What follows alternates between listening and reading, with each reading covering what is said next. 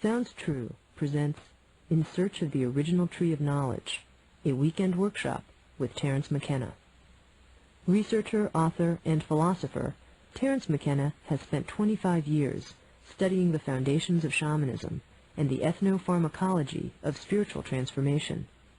His books include Food of the Gods and The Magic Mushroom Grower's Guide, and most recently, The Archaic Revival. He is also the founder of Botanical Dimensions, a nonprofit botanical research project. In this weekend workshop, Terence Mckenna examines time and its mysteries, the nature of language, and the techniques of ecstasy that have developed in non-Western societies to navigate to and from invisible worlds. And now, recorded live in Boulder, Colorado, In Search of the Original Tree of Knowledge, a weekend workshop with Terence Mckenna. How to slice into this pie. I try to never do it the same way because I don't want to get bored, but that lays a sort of obligation on me that I'm not always able to meet. Two things, I think, are going on inside this wrap as currently packaged.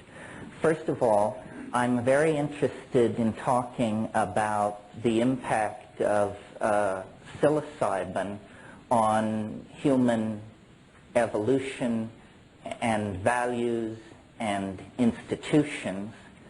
And then, so that you don't think we've just fallen into fringe anthropology 101, I'm interested in taking the insights from that discussion and trying to apply it to the modern or postmodern, as the case may be, dilemma, trying to draw some implication from looking at human prehistory and the set of factors that were in place at the moment of human emergence. And since I feel pretty much among friends and fringies here, it doesn't trouble me to confess that my book, Food of the Gods, I really conceived of as a kind of intellectual Trojan horse. It's written as though it were a scientific study, footnotes, bibliography, citations of impossible-to-obtain books, and so forth and so on. But this is simply to assuage and calm the academic anthropologists.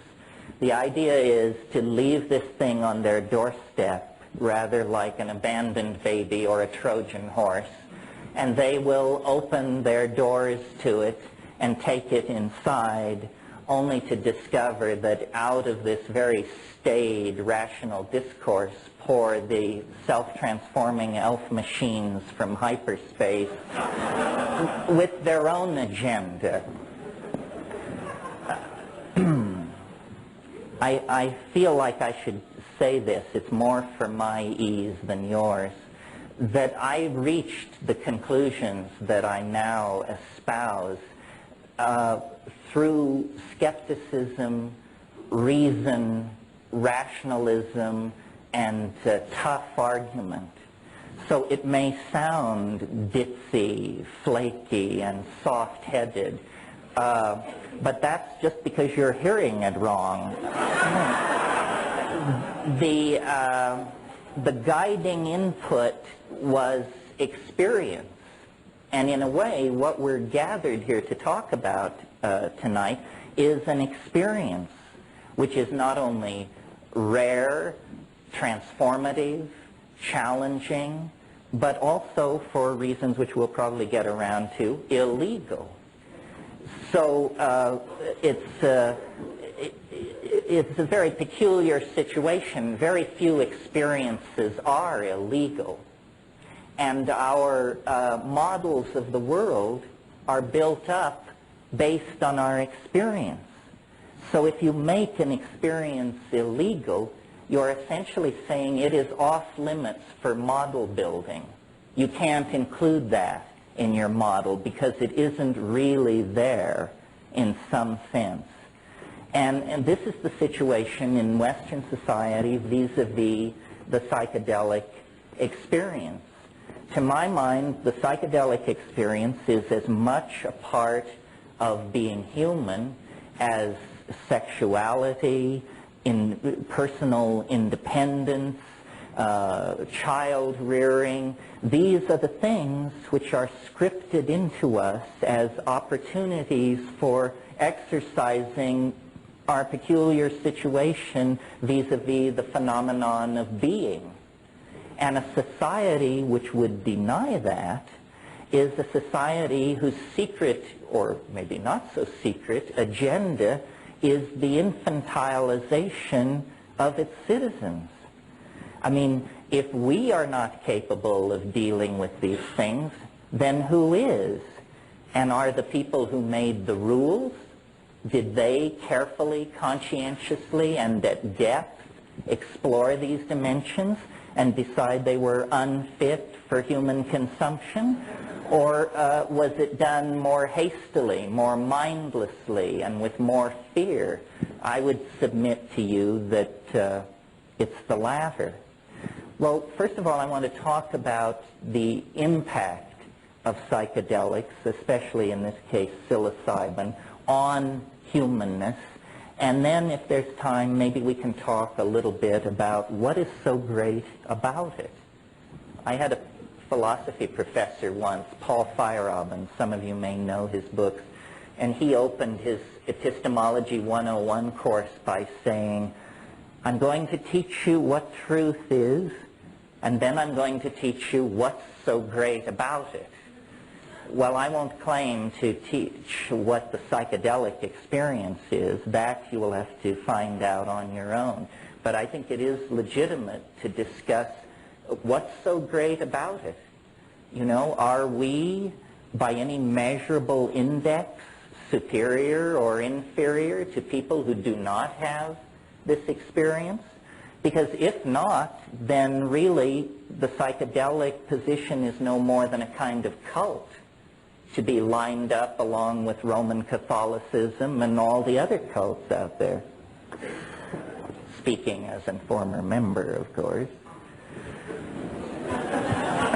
Well, my notion of the way to legitimate the importance of psychedelics is by showing, and I think one can show in fairly short order, that these things are not alien to the human experience or ancillary or the province of uneducated little brown people down in the rainforest or anything like that. I submit to you that the psychedelic experience and the impact of psychedelic plants on human beings is central to understanding who we are and how we got this way. And if we can explore this issue and convince ourselves that there's some merit in this point of view, then it will do more than rewrite the annals of a staid science like anthropology. It will actually change how we relate to each other and to the planet that we're in the process of grinding into pollution. So that's the raison d'etre for the politics behind it. Now, here's the spiel. Sometime in the last 3 million years, our remote ancestors, the proto-hominids, were disrupted in their evolutionary climax in the canopies of the great rainforests of Africa. You see, most animal species evolve into a niche, tighter and tighter and tighter. We see this with termites and cockroaches and most life forms. This is what happens to them. Only if the niche is somehow disrupted or destroyed does the game veer away from its tendency toward closure. And this is what happened to us. Our remote ancestors would have lived happily in the climaxed rainforests of Africa, in the same way that primates to this day live happily in the climaxed rainforests of Indonesia and South America, but for the fact that the dynamics of the planet, and this ultimately is, if we're looking for a cause, or some people would say a villain, then it's the climatological dynamics of the planet which began to limit these rainforest habitats. And a new kind of habitat began to form in Africa, which was grassland. It's very recent. And under nutritional pressure, and under a pressure that was the result of this retreating environment, our remote ancestors descended from the trees and began to adapt themselves to the new world of the grassland. And they did this over a period of probably a couple of million years. Now, I maintain, and if any of you are evolutionary biologists or anthropologists, this is the nub of my position. Here's what's new scientifically. What they teach you about evolution is that it's caused by mutation, which is a random process, which then meets another random process, which is natural selection. And out of these two random processes, lo and behold, you get sea urchins, birds of paradise, gray whales, and human beings. Now, when you inquire as to what is the source of this mutation, you will be told it's cosmic rays, incident incoming hard radiation which can disrupt chromosomes, and then most of these mutations are lethal, some huge percentage of them, but a vanishingly small number of them actually confer adaptive advantage, and they are then preserved in the genome and passed on. Now, what I want to suggest, and I've never seen it thoroughly treated by evolutionary thinkers, is that food is the unexamined source of evolutionary pressure. It can be. If you know anything about animal species, you know that most animals tend to specialize their diet. Insects are famous for this. If you find a caterpillar and you want to raise it in a jar, you must give it the food plant you found it on, because they don't just eat leaves. It doesn't work like that. They have species-specific adaptations. Now, why is this? It's because it's a strategy to limit exposure to toxic and mutagenic chemicals that other life forms are sequestering in their tissue to discourage predation, essentially. Well, so then what happens when an animal population, such as our remote ancestors, comes under pressure from a dwindling habitat or a limited availability of food? Well, what happens, if you have any sense, is you start experimenting.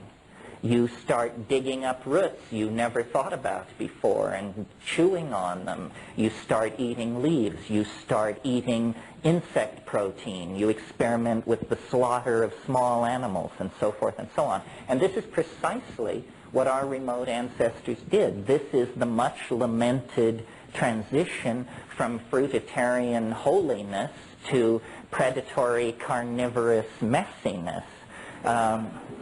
But had we not been willing to lower our gourmet standards, we would have entered the fossil record at that point. So here we have these proto-hominids foraging into this new grassland environment, beginning to beat on prairie dogs and stuff like that, and simultaneously, as we all know, evolving in this African veldt environment were great herds of ungulate animals, proto-cattle, bison, wildebeest, antelopes, many, many different kinds of animals. And one of the curiosities of nature is that many mushrooms prefer the dung of ungulate animals to just going out and making a deal with the raw natural environment. They like the leavening that goes on with vegetable material when it passes through the double stomach of an ungulate animal. As a headline, what this means is mushrooms grow in manure. And so our remote ancestors testing for insects and eating small animals would certainly have encountered the so-called coprophytic or coprophilic, the dung-loving mushrooms. And they would have tested them for food. Years ago when I was in Kenya, I observed baboon troops in this very environment we're discussing, and their habit was they were very interested in cow pies because they had learned from experience that if you rush over to a relatively old cow pie and flip it over, there's a high probability of beetles or beetle grubs under there, and so these were vectors for food getting. Well, I did not observe mushrooms in Africa, but I observed mushrooms in the Amazon, and they can attain the size of a dinner plate. I've never seen them in cultivation quite that large. But, you know, you come out after a hard rain, and these things are landed like little flying saucers or frisbees in the meadows. They would certainly have been tested for their nutritional potential. And psilocybin, different from all other chemicals in nature, including, as far as I can tell, all other hallucinogenic chemicals in nature, psilocybin has a unique set of characteristics which implicate it, to my mind, very strongly in the catalyzing of the emergence of humanness out of proto-hominid and hominid organization. And it works like this. It's very relatively easy to understand as major scientific breakthroughs go. At least you're not going to be asked to do any partial differential equations this evening. Psilocybin in very low doses, doses so low that if you were to take a dose this low, you could conceivably forget you had done it and just go out and shop and fiddle around. But at doses so low that they do not register as a psychedelic experience, psilocybin imparts measurable improvement in visual acuity. Roland Fisher did this work in the late 50s and early 60s, and they built an experimental device where a person who could not be seen, by turning a crank, there were two parallel bars. And by turning a crank, this person could rotate one of the parallel bars so that it was no longer parallel. And lacking talking rats, they went to the next preferred experimental animal, which is graduate students. And they would sit a graduate student down in front of this device, give them a very low dose of psilocybin, and then put a buzzer in their hand and say, when the two bars are no longer parallel, push the buzzer. And Fisher collected large amounts of data which showed that the people who had taken the psilocybin, and the other people were given placebo, of course, could detect this deformation long before the unstoned subjects were able to do so. And Fisher, who was a totally straight European scientist, in fact a Viennese, when I talked to him about this stuff, he was very cagey, and he was funny. In fact, he said, well, you see, it's very interesting. Apparently here we have data which argues significantly that we are perceiving reality better with the drug than without the drug. Yes, yes. For him, that was a joke. I mean, he never did anything with it. It was just a throwaway line. But it stuck with me. And I don't think you have to be a rocket scientist to see that if you are a hunting animal in a situation of nutritional pressure, as our remote ancestors were, and there is a food in that environment which will give you better vision, then by God, the animals which accept that item into their diet are going to be more successful hunters than the ones that do not. And consequently, they will outbreed those members of the population that have some aversion to this exotic food. Either they don't like the look of it, or they don't like that it grows in manure, or they don't like the taste of it. But those who accept it as a dietary item will be more successful at getting food, and consequently more successful at raising their offspring to sexual maturity. And that's the name of the game in Darwinian evolution. You must raise your offspring to sexual maturity. Then the genes flow forward. If you fail in that, you get an F in the evolution game. Well, okay, so visual acuity, that's all very fine. But psilocybin has other properties which build on that initial pharmacological peculiarity. If you take slightly larger doses of psilocybin, and this is typical of many indoles, you get, with many of which are hallucinogens, you get what is called CNS arousal, central nervous system arousal. You all know this feeling. It's the feeling of 2 double cappuccinos in short order. It's that you do not sleep, you are very restless, you are very alert, your attention is scanning, scanning, scanning, and in highly sexed animals like primates, arousal means exactly what it sounds like. It means erection in the male animal. And now, isn't that interesting? That is a second factor feeding back into this increased success with offspring business. Not only are you a better hunter, but you're a more highly sexed creature. And you're having more of what straight anthropologists refer to as successful copulations. An amazing phrase, actually. Meaning, of course, that impregnation is a consequence of this sexual activity. Now, the other thing that psilocybin does, at or slightly above this arousal level, and this is very important for the argument, is it causes what I call boundary dissolution, and boundary dissolution in human beings, like you and me, means ego loss.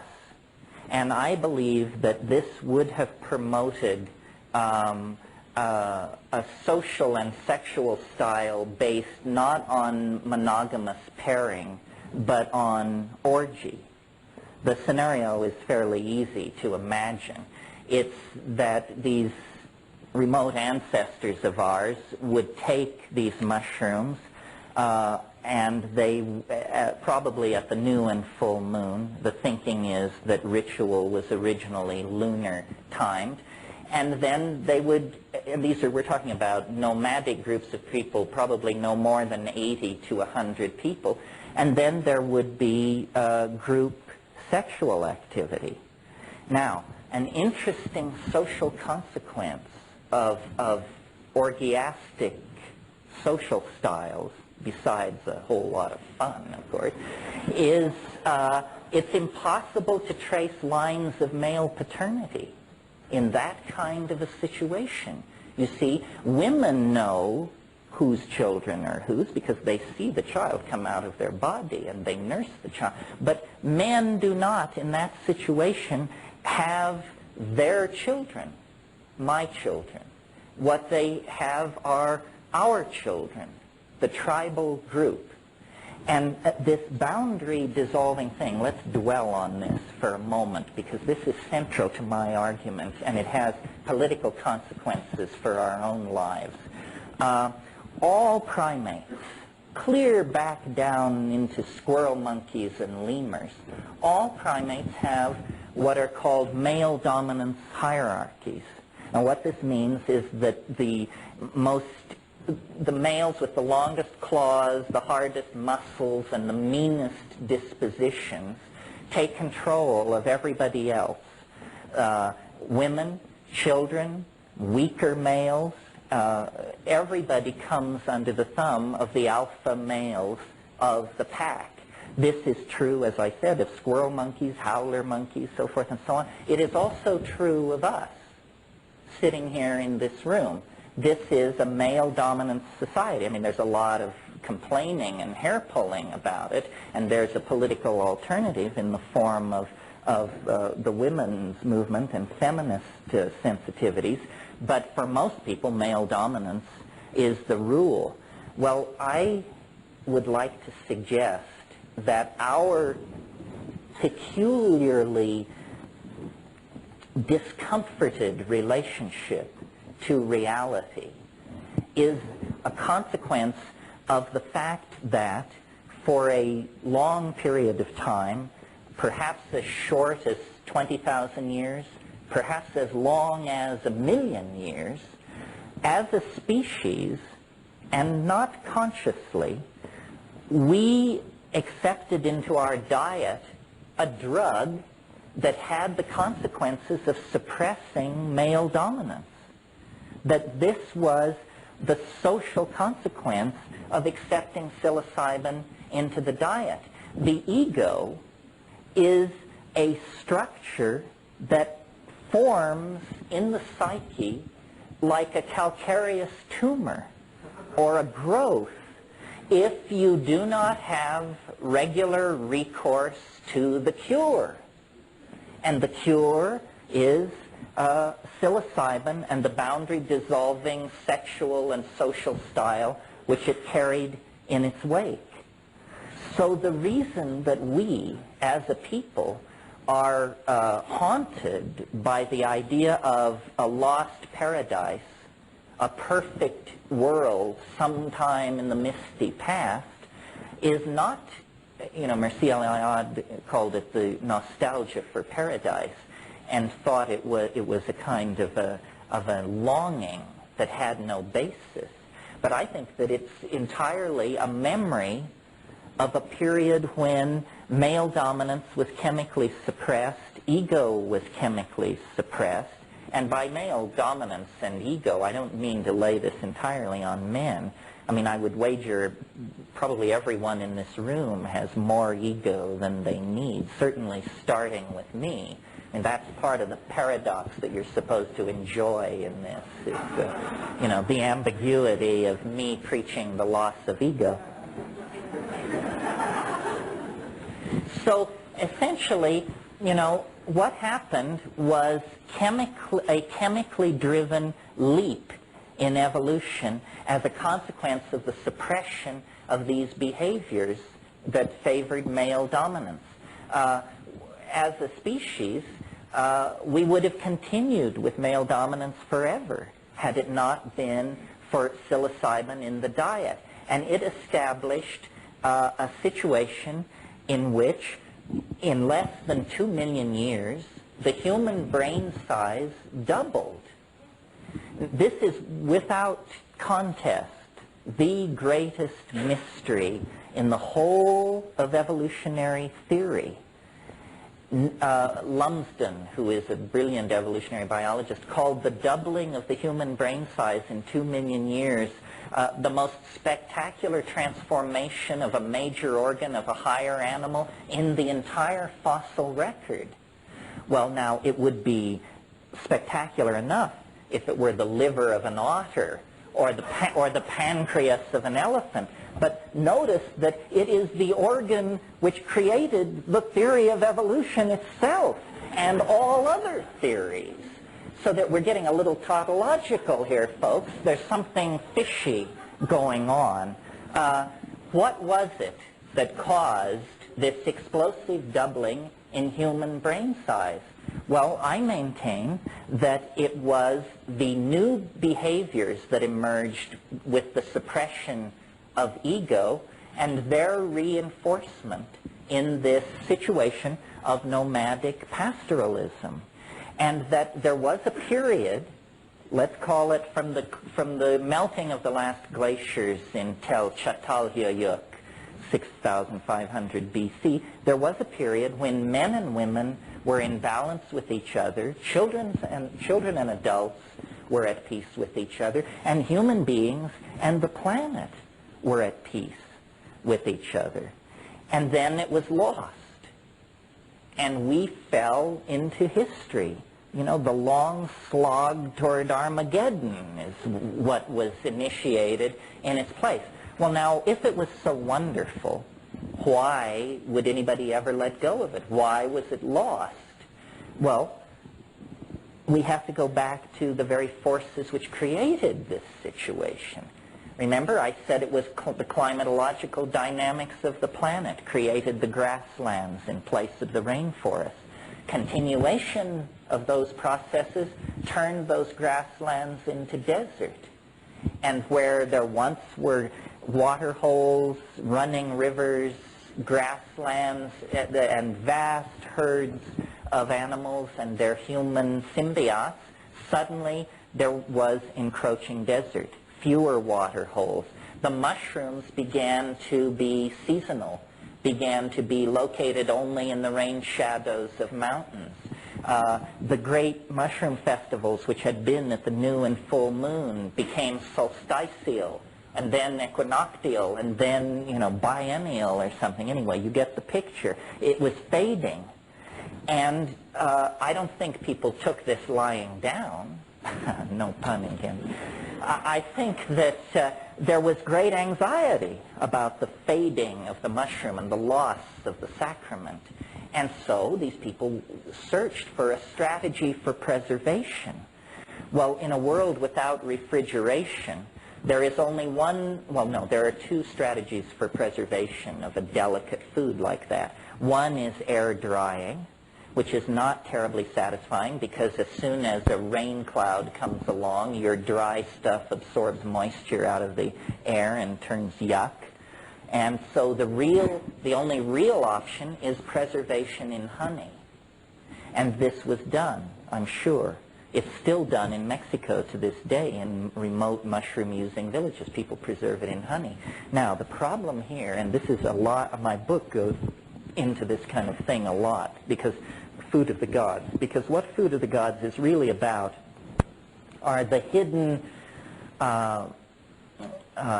factors that drugs lay upon us that we are not even aware of. And if you are attempting to preserve a hallucinogenic mushroom in honey, what you have to be aware of is that honey itself is potentially a psychoactive drug. Honey will turn into mead. It will ferment into a crude kind of honeyed alcohol. Well, if the mushroom brings suppression of ego, group sexual activity, and the formation of group values, what does alcohol bring?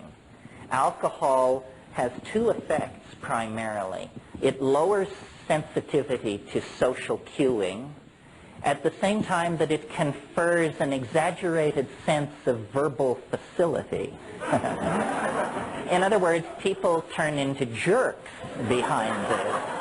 I mean, you only have to go to a busy singles bar somewhere here in Boulder and you will see the alcohol ambiance being acted out right in front of you. So, and you know, it's perhaps not so true of our generation, but I think probably for 1,000 years nobody got laid in Western civilization unless they were juiced, because Christianity was laying such a heavy trip on everybody, and you know, people barely took their clothes off. In other words, you had to become blindly intoxicated to do what comes naturally. And I think up until very recently, how many women have their first sexual imprinting in an atmosphere of alcohol abuse? I mean, some huge percentage, I imagine. So that is the story, basically, of the fall into history. The loss of this mushroom cult happened right at the time that we were inventing agriculture. And agriculture and the suppression of orgy have something in relationship to each other on two unrelated levels. First of all, you suppress orgy because once you have agriculture, It's no more about psyching yourself up for the great hunt. It's all about getting up before dawn and going out and hoeing the weeds out of the crops. So it doesn't promote a party mentality. The other thing is that as human mental capacity was evolving, remember that exploding brain size, as human mental capacity was evolving, women in these nomadic groups began to notice a curious fact, which was every year they would return roughly to the same places they had been the year before, and in the discards from last year's camp, in the midden, they would discover food plants growing. And some brilliant woman or group of women put it together and said, aha, we buried food here last year, and now there is food here. Must be something about putting food into the ground gets you food. In other words, they were able to cognize a cause and effect relationship that were separated over many months of time. At the same time that women were putting this together, men were noticing that the act of sex had certain consequences 9 months later. The same perception had different impacts on both sexes, but it was an ability to coordinate a temporally separated cause and effect. Well, once men got onto the notion of male paternity, they realized that these aren't our children. Some are mine. Some are somebody else's. And from that notion, you go to my child, to my woman, to my hunting area, to my weapons, to my SIB group. You get it all, you see. The ego is born, and it is born in an atmosphere of complete paranoia. The first consequence of agriculture, well, it has a number of consequences, but one consequence is it's a tremendously efficient way of producing food. That's obviously why people got into it. What does efficiency mean? Surplus. What does surplus mean? Haves and have-nots. The most spectacular architectural edifice of 10,000 BC on this planet was the grain tower at Jericho. It had thick walls to hold the grain, and it had high walls so you could climb up on top of it and drop rocks on the people who were trying to get into it. Surplus makes nomadism impossible because you can't drag this huge amount of grain with you. So you get sedentary populations.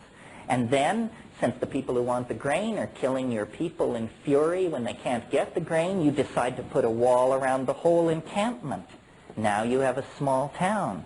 Now you have urbanism. Now you have the division between nature and secular society. You have classes. You've got it all. And I maintain that this is the long march into hell.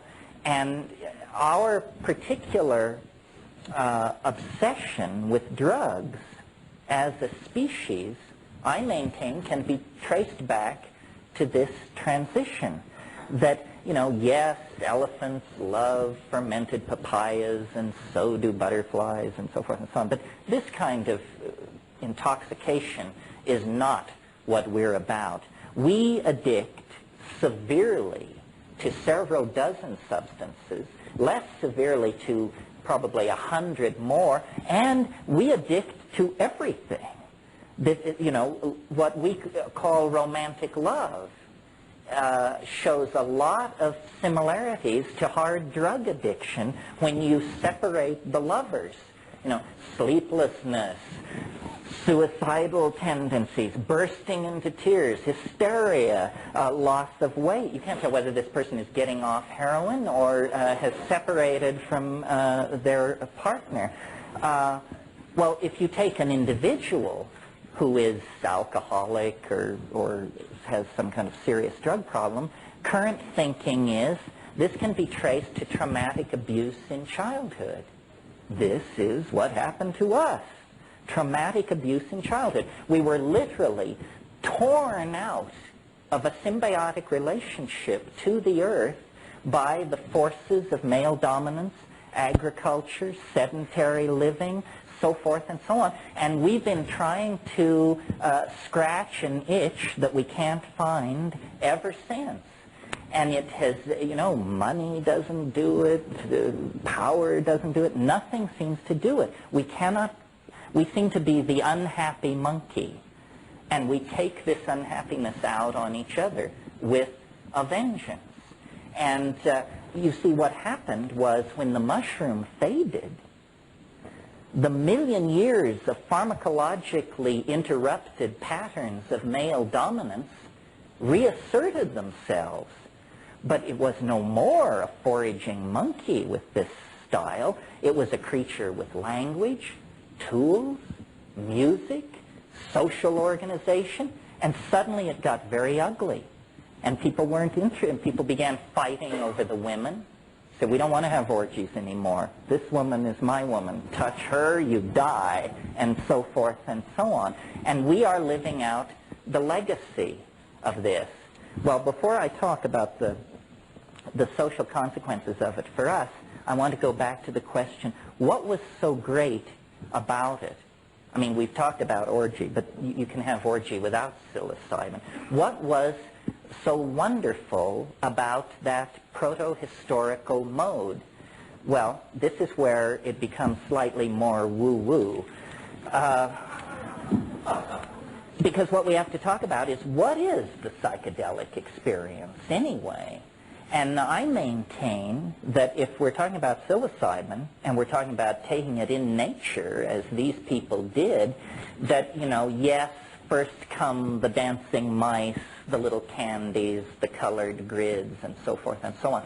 But what eventually happens, quickly, like 10 minutes later, is there is an entity in the trance, in the vision. There is a mind there waiting that speaks good English and invites you up into its room. And once there, you realize that this is what all the hoopla about the Gaian mind and the rebirth of the goddess and all that is about. It's not a metaphor, folks. It's a headline in biology. We are not the only intelligent-minded species occupying this planet. We may be the only bipedal hairless mammal with intelligence on this planet, but there is something out there spread through the grasses, the forests, the rivers, and the oceans. Our own emergence into intelligence took less than 2 million years. Life has been on this planet for 1.5 billion years, and we don't know how many strange pathways beckon. But at some point, a kind of mind came into existence, and it is real. It's what lies behind the religious impulse in our species. There really is somebody else sharing the local mind space. And I don't believe we're talking theology here. In other words, this is not, in Milton's wonderful phrase, the God who hung the stars like lamps in heaven. It's not about that. For me, that's a big question mark. But it is the God, goddess of this earth. It is the biological mind. It is that all boundaries are illusions, and that life is a thinking, feeling entelecky of some sort. And we are just like a little droplet that has somehow escaped from the river of cognition and now imagine that we're the only water in the cosmos. Not so, it turns out. The reason the psychedelic experience is so baffling and transformative, even as we sit here with your heads full of Heidegger and Husserl and, I don't know, Wilson Phillips and all this stuff, is because in contact with that, we have no more sophistication than our orgiastic, mushroom-munching ancestors. Civilization doesn't give you a leg up on this stuff. In fact, it makes it harder to figure out what's going on, because we have defined nature as dead. You know, atoms screaming through empty space, ruled by tensor equations of the third degree. That's our picture of what nature is. That isn't what it is. It's a mind of some sort.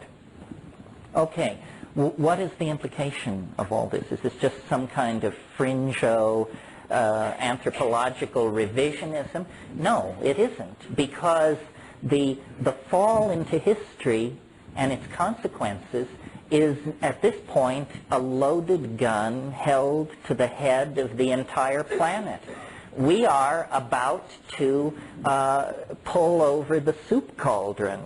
And if we do this, then 2.5 billion years of evolutionary advance will be shot. Nobody else ever dropped the ball.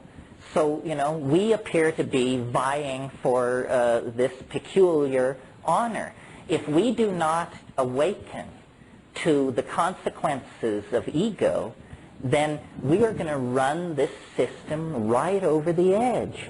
The whole thing which characterizes our dilemma as a global society is our inability to feel the consequences of what we are doing. You know, we've got the data. The ozone hole is disappearing. The planktonic life in the sea will die if it does. That will disrupt the food chain. The world food supply will drop by 60%. Everybody who isn't white as a sheet will have to starve in that case, and so forth and so on. I mean, we actually toy not only with our own extinction, but with the extinction of all life on the planet and with the extinction of the idea of dignity and decency itself. Well, I'm not in this psychedelic game because I think it's easy or because I think it's going to be a cinch. I'm in it because I think it's the only game in town. You know, if hortatory preaching could have done the trick, then the Sermon on the Mount would have turned the corner. If cautionary data flowing back to ruling institutions could do the trick, then sometime after Thomas Malthus, people would have begun to hit the brakes. Nothing seems to work. We're sick. We need pharmacological intervention. The ego is permitting us to slowly, not so slowly, commit suicide. And, you know, the fact that we cannot act collectively, that we are suspicious of all forms of collectivism, that we really are all for one and one for all is not our style. Instead, what we have going is a catfight. And, you know, no less a straight person than Arthur Koestler, in a book called The Ghost in the Machine, said, humans are so wired for beating the brains out of woolly mastodons. That's what evolution has equipped us to do, not negotiate weapons treaties and destroy bacteriological factories. We have to force our evolution. We have to chemically restructure the primate brain so that we do not commit suicide. And the only way to do it in the time left is for the psychedelic community to stand up on its hind legs and roar. And, you know, maybe they'll build camps for us. But the point being, I think there's a moral imperative to try what works. I mean, you know, in the 60s, psychedelics were called consciousness-expanding drugs. A good old phenomenological description. Well, if consciousness does not loom large in the future history of our species, then what the hell kind of future is it going to be? No future at all, I maintain. So if there is even the slightest iota of possibility that these things do what I'm saying they do, then we need to get Johnny Quick on it and check it out, because we may be beyond the point of no return right now. Nobody knows how bad this ozone hole thing is, or what's locked up at Rocky Flats or behind the Iron Curtain or dumped in the Arctic Ocean. We may be past the fail-safe point right now, folks. There is no time to lose. It is time to engage the powers that be in a little more serious dialogue than the just say no horseshit that's been peddled recently, because we're talking about the survival of life on the only planet that we are certain has life on it. This may be the site of a cosmic experiment with universal implications, and it rests in our hands. Everybody here tonight is here because a whole bunch of people didn't drop the ball. And you think you've got problems? 9 times in the last 1,000,000 years, the ice has moved south from the poles, miles thick. No antibiotics, no electronic communication, nothing. And I'm sure these people were miserable, and they dragged through it, and they lived, and they passed it on. Now we're it. And we will be judged the lamest of the lame if we cannot come to terms with this and begin to talk about what is going on. This is not obscure. As I said, I view the psychedelic experience as central to humanness, as our sexuality. We cannot allow dominator institutions to infantilize us and to tell you where your mind can and cannot go. We even have a piece of paper locked up in a vault in Washington, D.C. that guarantees life, liberty, and the pursuit of happiness. Well, now, what could the pursuit of happiness possibly mean if it doesn't mean the freedom to practice your own relationship to nature and its gifts? So I think we have been entirely too casual about the importance of the psychedelic experience. This is, for one reason, because we cannot publicly get together and discuss it in detail. And one of the things that I think is very important about get-togethers like this is if you will look around, you'll notice that we cannot really be distinguished from the rest of society. Some of us live under bridges, some of us clip coupons. There's a wide spectrum of people here. But this is your affinity group. This is your community. Someone in this room actually has what you need. And, I have acted as a filter, so out of millions living along the Front Range, here we've gotten it down to 200. I can't go any further than that, folks. The rest is up to you. Well, I guess the last thing I want to say, and then we'll take a little intermission and then come back and do questions afterwards, which is my favorite part. But I want to just for a minute invoke the psychedelic experience without regard to the evolutionary forces that created it or the political institutions that suppress it and so forth, and just say, in case there's some soul in this room who's never had this experience, that this is extraordinary news. We are not talking about something like a dream. It is not like meditation. No, you can't get there by yourself. And Babaji is equally useless because you and Babaji are starting from the same place in this game. It requires pharmacological perturbation of ordinary neurochemistry in order to see this mystery. And it is a mystery. It is not going to be reduced to the firing of synapses or repressed sexual desires or day residues or anything like that. It is the very thing which all these religions are yammering about. It's there. It's real. I mean, if you think that the world is empty of adventure, then you just haven't been hanging out with the right crowd. I mean, on a Saturday night, within the confines of your own apartment, on 5 grams of psilocybin mushrooms in silent darkness, I guarantee you, you will believe that Ferdinand Magellan should take second place to you. you will see things which no human being has ever seen before, and that no human being will ever see again. That's how big that universe is. The incredibly constricted space-time locus of the here and now that evolution has forced upon us for survival purposes is simply one point in an apparently infinite hologram of explorable data that is the human world. I mean, the entire world of every science fiction novel and story ever written is minuscule compared to the universes of strangeness and peculiarity that are accessible to any one of us, if you will but apply the method. And if you're not willing to apply the method, then you're going to sweep up around the ashram till hell freezes over and not understand what is going on.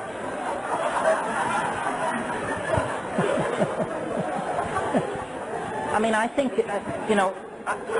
I'm sorry to be so hard on religion. I think it has its place. Its place is the inspiration of ethical behavior. Religion should teach ethical behavior. But it has very, very little to say about the mystery of being other than that it's there. And that's not practicing religion. Practicing religion is dancing with the mystery, losing and finding yourself in the mystery. And people often say to me, well, how does this relate to other forms of spiritual work? Well, the answer is maybe not at all. I mean, I've certainly taken a lot of psychedelics, and I think I see no sign of spiritual attainment or ethical perfection or anything so la-di-da as that. I don't know what this is all about, but I do know it's ours. It belongs to us. We are the creatures of mind, and 95% of what mind is lies on the other side of the psychedelic boundary. Ordinary consciousness is just like keeping the accounts of life, but there's more to life than the account books.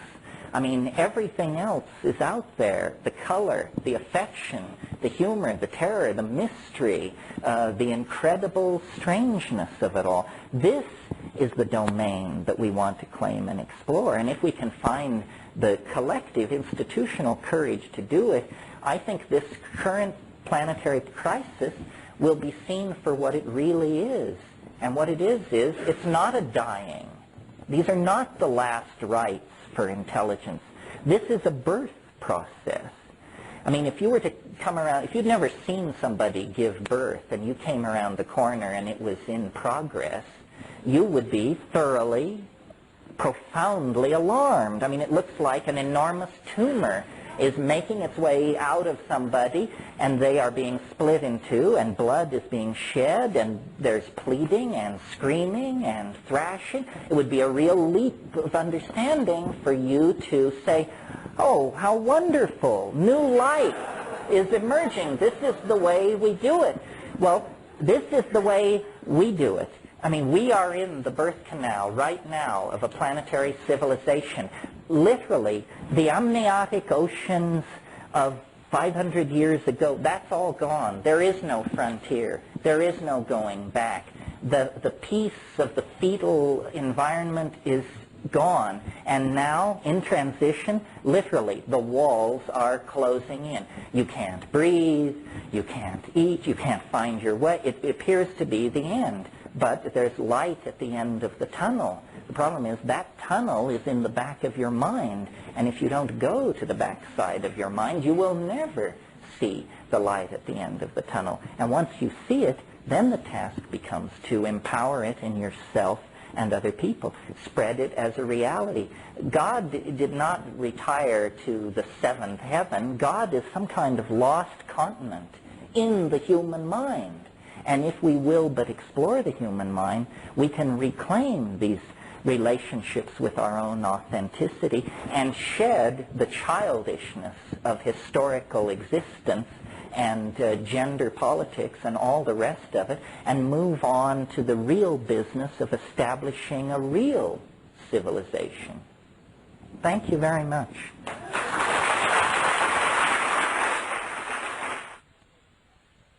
Does anyone want to ask a question, or is it all just perfectly clear, utterly convincing, and yeah?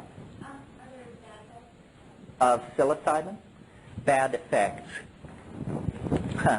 Somebody once said, what's wrong with DMT? And I said, well, nothing unless you fear death by astonishment.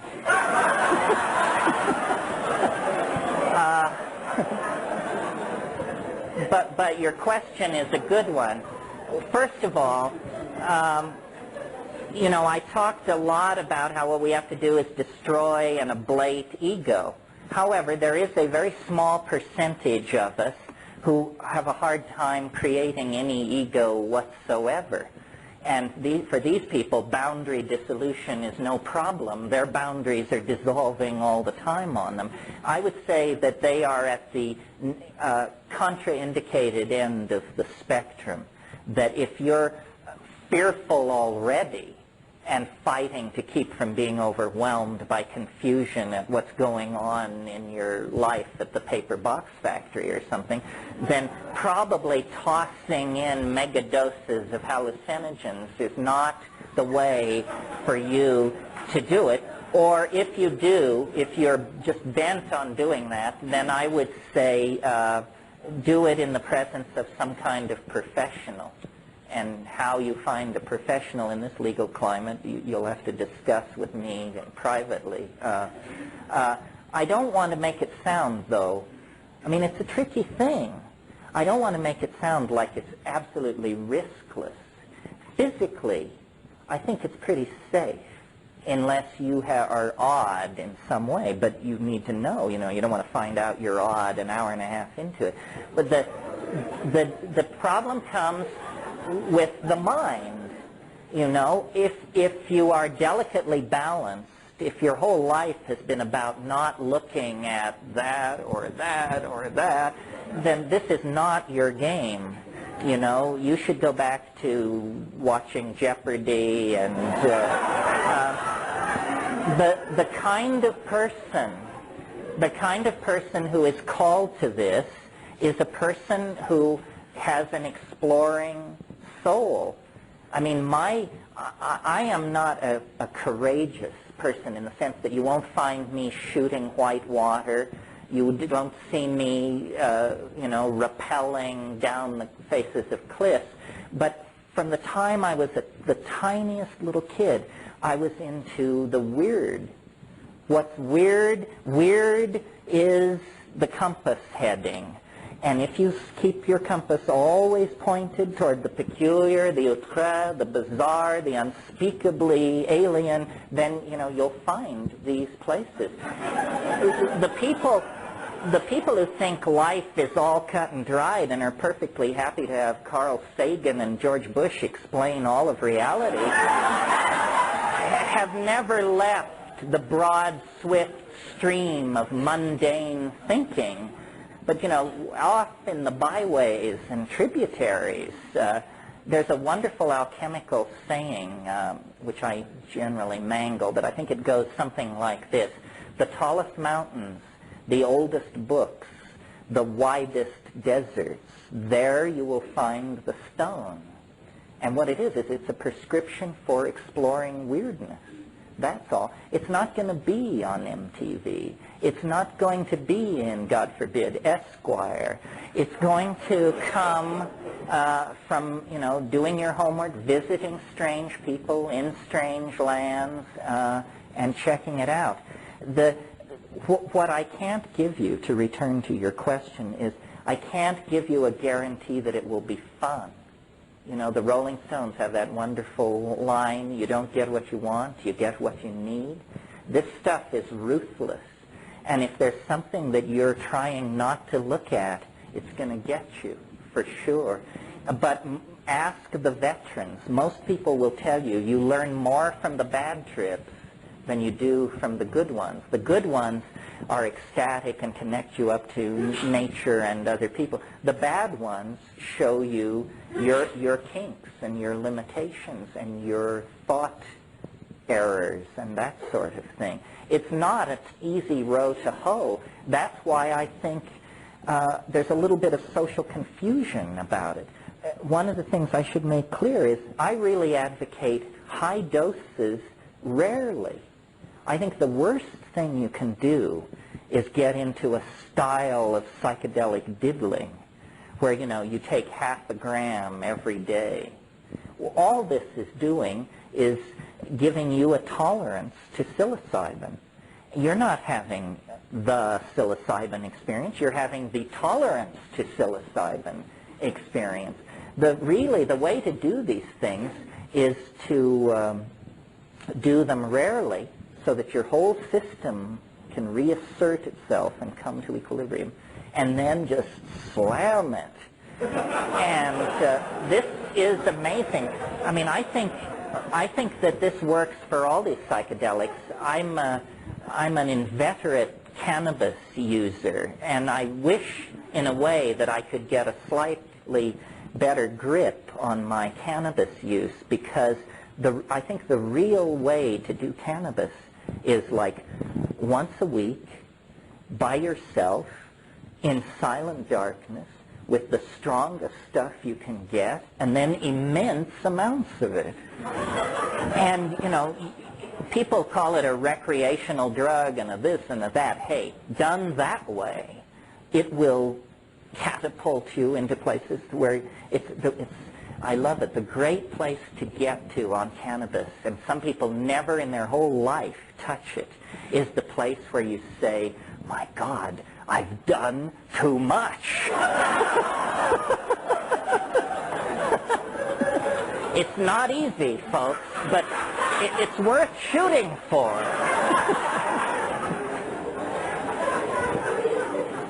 Basically, what you should do is do some homework, read some books, talk to your friends, and then hang on, Hannah.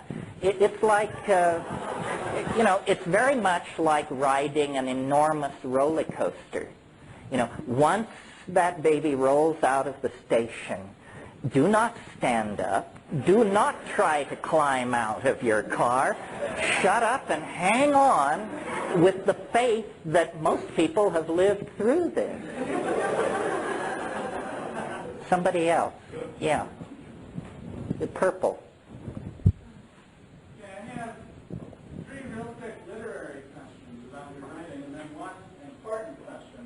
Well, having just heard that I'm a pothead, please ask them one at a time.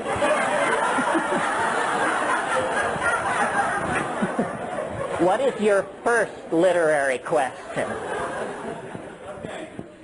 One of the assertions that you make is that low dosage was the typical evolutionary mechanism. My own experience is different than that. Many of my associates' experiences are different than that.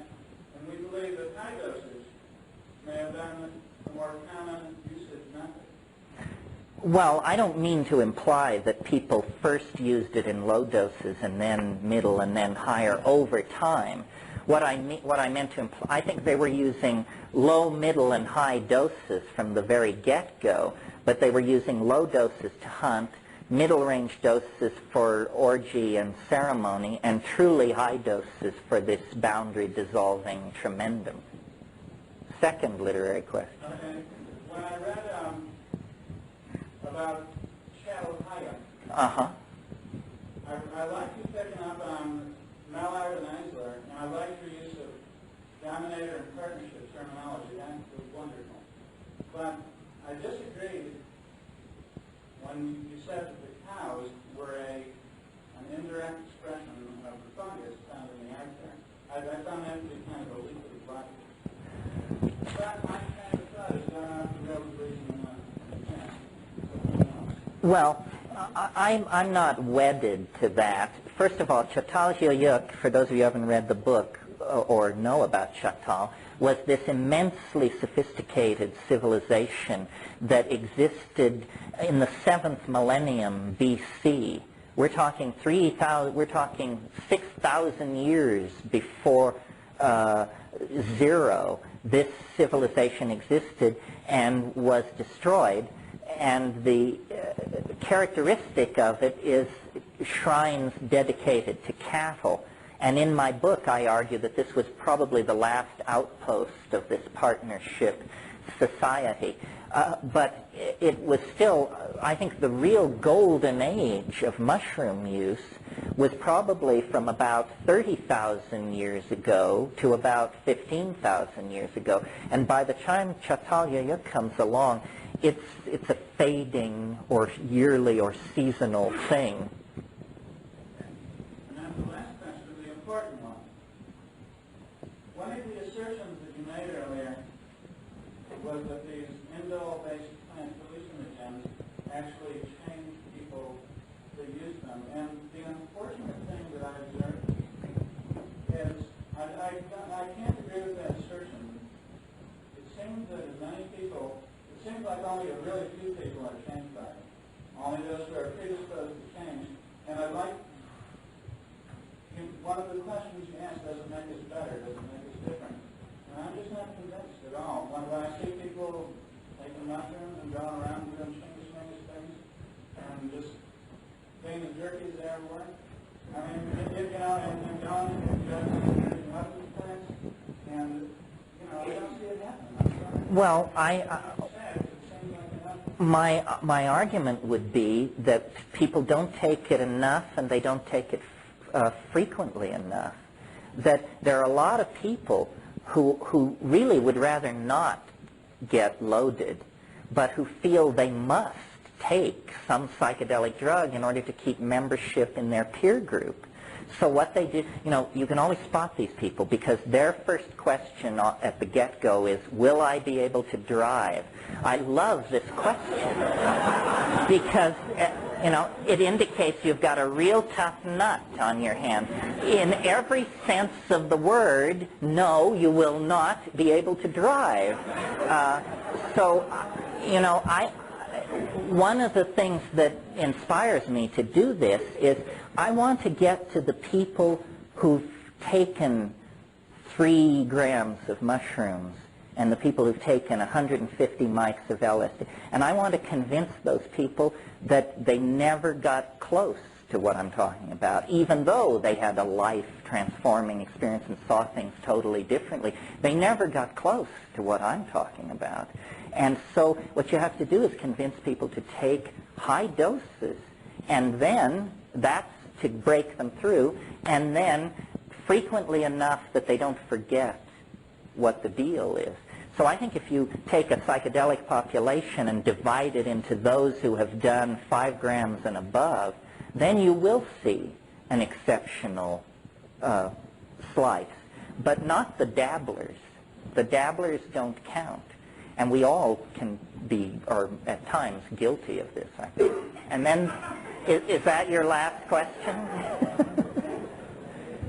Does that do it for you?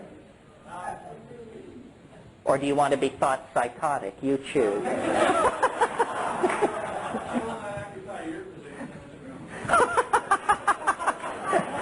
Well, I'd love competition. I mean, the competition is terrible. That's the entire basis of my success.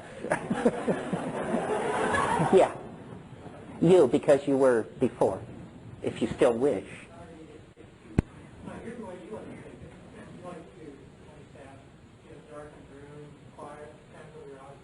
Now, look at that, we're wearing multiple cancer, we live in PlayStation, so they got to put the data and we're going to allow them to do that. And a lot of people think that they play that kind of thing. Right. And why, I guess you think your way is preferable. Why? Because, I mean, I don't know if it's preferable, but here's the thing. People are going to think you're a nut if you come down and say that Johann Sebastian Bach or Jerry Garcia is God. And this is what you will have to say if you listen to the Dead or the B minor Mass. So what I'm interested in is I want to know the thing in itself, not what it does to Bach, not what it does to a river flowing through a forested valley. I want to see what it can do with darkness and silence. And I think most people think it'll be boring, probably because they've been hanging out with these beady-eyed gurus meditating, and God knows there's nothing more boring on earth than most meditations. However, psychedelic, sitting in a darkened room on 5 dried grams of psilocybin mushrooms is nothing like meditating. And that's where it can get at you. My relationship to it is always one of, I want to know what it is. And so I think this sensory deprivation method is the only way to get at that. Other people might not like that. People say, well, you mean you put down the whole thing of going into nature? Isn't nature the great affirmation in all this? And the answer is, yeah, but it works for me sort of without the drugs. Plus, and this is just maybe my own weirdness, but I'll share it with you, I have noticed that these things are incredibly disruptive of the ordinary flow of casuistry. Do you all know the concept synchronicity? Well, if you don't stay in your room with the lights out and the phone unplugged, and the damnedest things will happen to you. I mean, you couldn't pay me to go into an American city, even mildly loaded, because adventures beckon. Now, some people like that. You know, some people say, you know, let's take 500 mics and go meet weird people. Not this cookie. Yeah.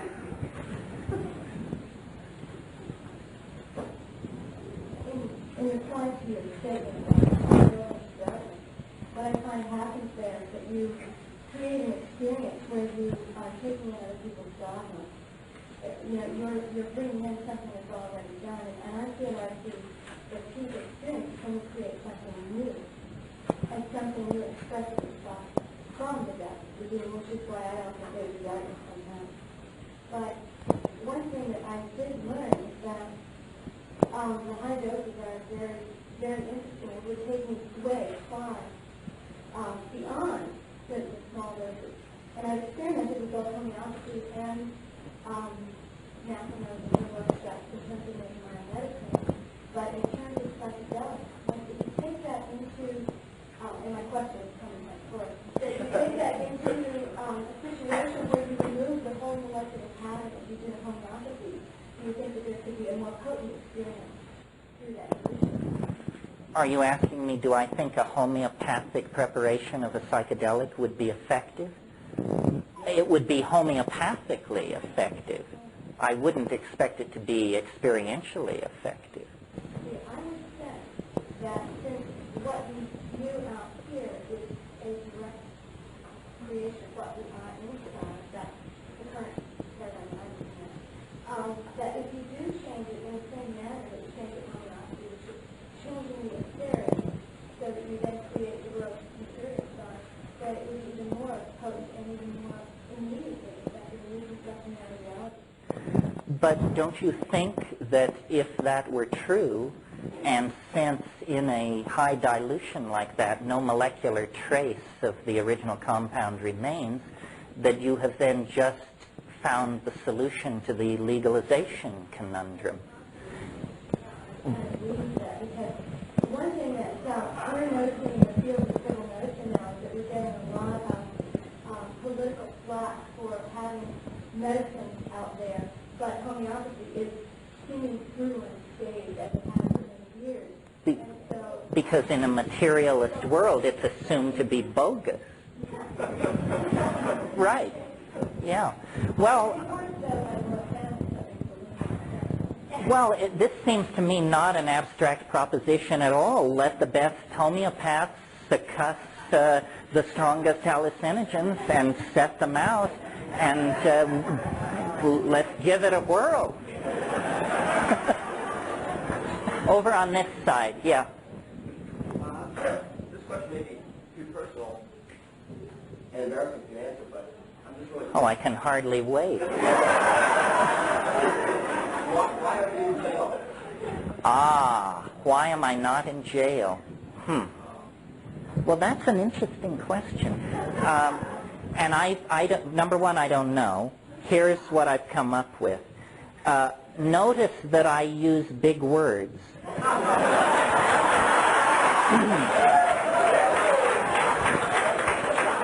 I don't try to boil it down to a shoutable slogan, like turn on, tune in, drop out. Then they come. So that's one possibility, that simply if you are defined in their eyes as an intellectual, then they automatically put you in the harmless category and send resources elsewhere. That's one possibility. Now, the other possibility is slightly more disturbing, but in the interest of thoroughness, let me raise it. Perhaps I'm sanctioned. Perhaps they decided, we don't really understand what this stuff is, and we can't have a mass movement.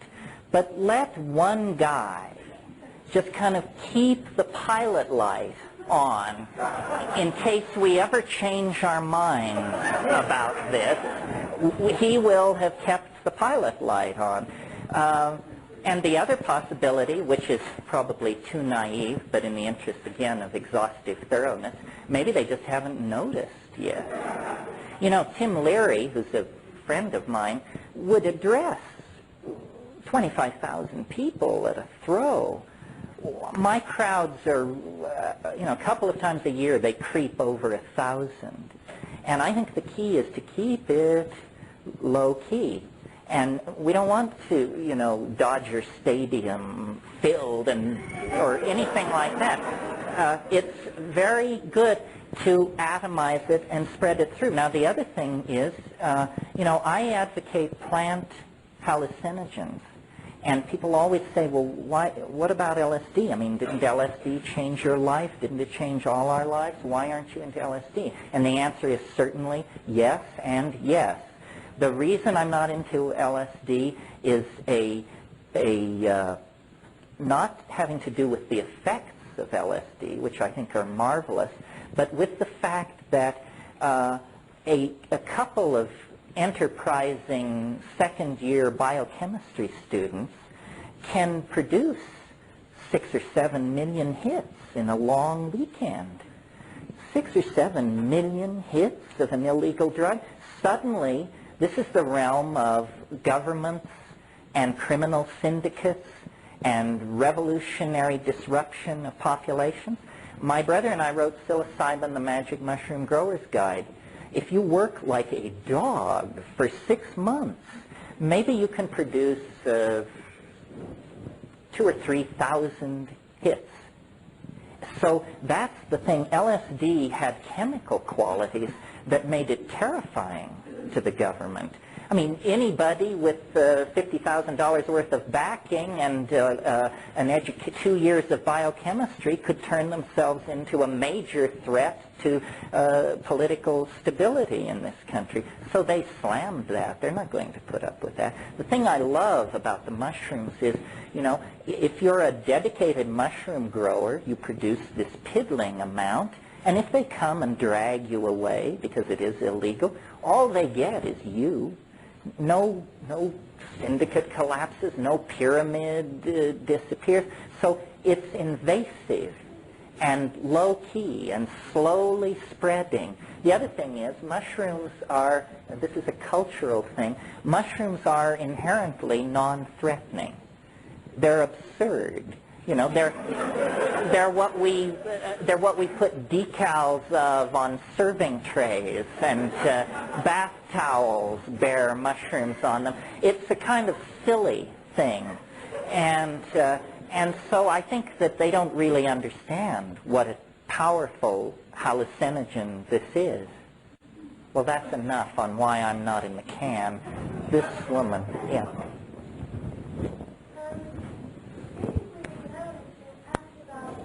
You talked about the evolutionary process and how it was disturbed by the absence of the mushrooms. Don't you think that it would be more creative and beneficial process if we worked on evolving our minds without using using an external drug, what happens if the government does come in and decide to completely wipe it out, or if things happen where we can't access that state of consciousness anymore, and then things, they just step backwards again? Wouldn't it be so much more productive to teach people how to take care without the drug? Absolutely, if we could do it. I mean, I'm not yet convinced, see? I mean, you've got your gurus, but if you ever get close to any of these people in these guru scenes, close enough where you can just say to them, look, level with me. Is this stuff as good as 5 grams in silent darkness? And they say, are you serious? The other possibility is technology on 2 fronts, mind machines. The problem with mind machines is, you have to smoke a bomber to put up with it more than 10 minutes. I mean, you quickly satisfy yourself that this can't possibly be it, because it is lights, but it is contentless, while the psychedelic experience is all content. The other possibility, and I've put in some time in this beat, is virtual reality. And I have more hope for virtual reality, because virtual reality is a technology for that would allow us to show each other the inside of our heads, our dreams, our visions. And I think that sufficiently perfected, it might have the consequences of these psychedelics. The problem is it carries a huge amount of negative freight. You know that it's not going to be a tool for us to show each other the inside of our minds. It's going to be a tool to sell us crap that we don't want. It's going to be a tool for yet more realistic, vicarious, and gratuitous violence. It's going to be a tool for more pornographic degradation of women. So it seems to me, while it holds out the possibility of a technically driven psychedelic, it has a lot of negative freight. I agree with your premise, but I'm driven by a tremendous sense of urgency.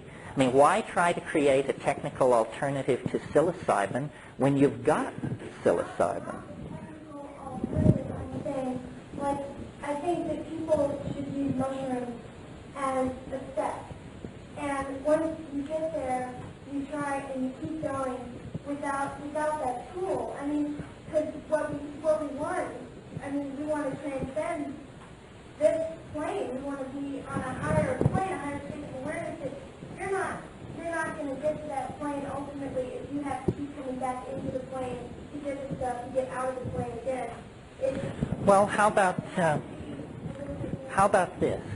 Maybe there's something wrong with that metaphor, because notice it has to do with planes and transitions. It's an inherently dualist metaphor. This concludes Tape 1. Our program continues with Tape 2. Our program continues with Tape 2. How about this? Maybe there's something wrong with that metaphor, because notice it has to do with planes and transitions. It's an inherently dualist metaphor. How about if we say there is no inside and outside. There is no with or without. You just use what you've got. Whatever works should be used. I spent time in India and visited all these people and so forth and so on, and I just became convinced that unless you were predisposed to believe in this stuff, that it would never carry you where you wanted it to. And one thing about psychedelics, you don't have to be predisposed. It doesn't work for those who believe it works. It works for those who think it doesn't work. Then one last point, and then we'll go on. There's a story, maybe some of you know this story, of a man who lived by the side of a river, and he wanted to cross the river. So he practiced a siddhi of levitation so that he could walk across the water. And it took him 40 years to perfect this siddhi, and finally he could cross the river. And Buddha was preaching in the neighborhood, and the guy came to him and he said, Master, look what I've achieved. I can walk on the water to cross the river. And Buddha said, yeah, but the ferry costs a nickel.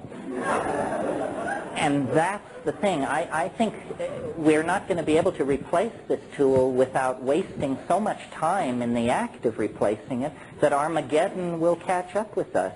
I think we have to humble ourselves so thoroughly that you have to admit that you can't get where you want to go unless you form a partnership with somebody whose idea of a good time is growing in a cow pie.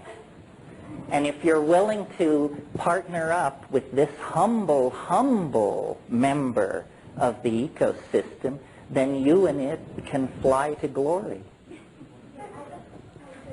Have at it.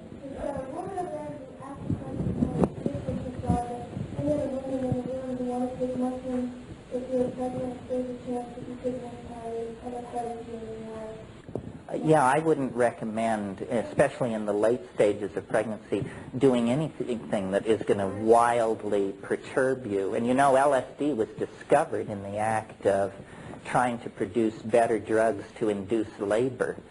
So that's excellent advice. Honor the fetus. Yeah. As a biologist, Yeah. I'm curious if there's any evidence at all for damage done with these drugs psilocybin, or your nervous? Well, the true and honest answer is, how the hell can you find out when they won't let you do research? It's totally insidious. We don't know. We don't know because they will not allow the research to be done. This is one of the reasons why I say that you should stick with shamanically sanctioned plants. Because we know, for instance, that people have been taking psilocybin in the Sierra Mazateca of central Mexico for millennia. They don't show blindness, tumors, miscarriage, madness, cataracts, whatever. That's your human data for that. But you go to, let's talk for a minute about something like ketamine. Nobody knows. Nobody has any data. MDMA seems to be tremendously effective in facilitating interpersonal stuff. That's a psychological issue. Chemically, what kind of data do we have? 6 years worth of data gathered under duress. So to be safe, stick with the things that are sanctioned by human use. And then in some more enlightened future, we will explore these synthetics and find out just what the parameters are. Yeah, finish up.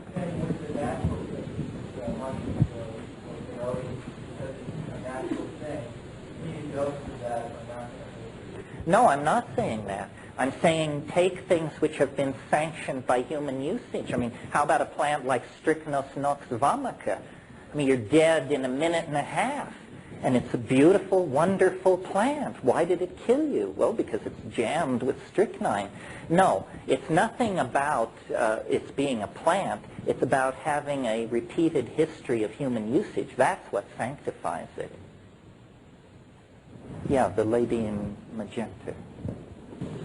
First of all, I'd like to try to see the woman sitting over here. These are such a position that many times in my own search for consciousness, I've wanted to not have to depend on the external catalyst to catalyze my growth in consciousness. But I suppose that you think about one thing, and that is, I studied plants for the last 22 years, plants as medicine.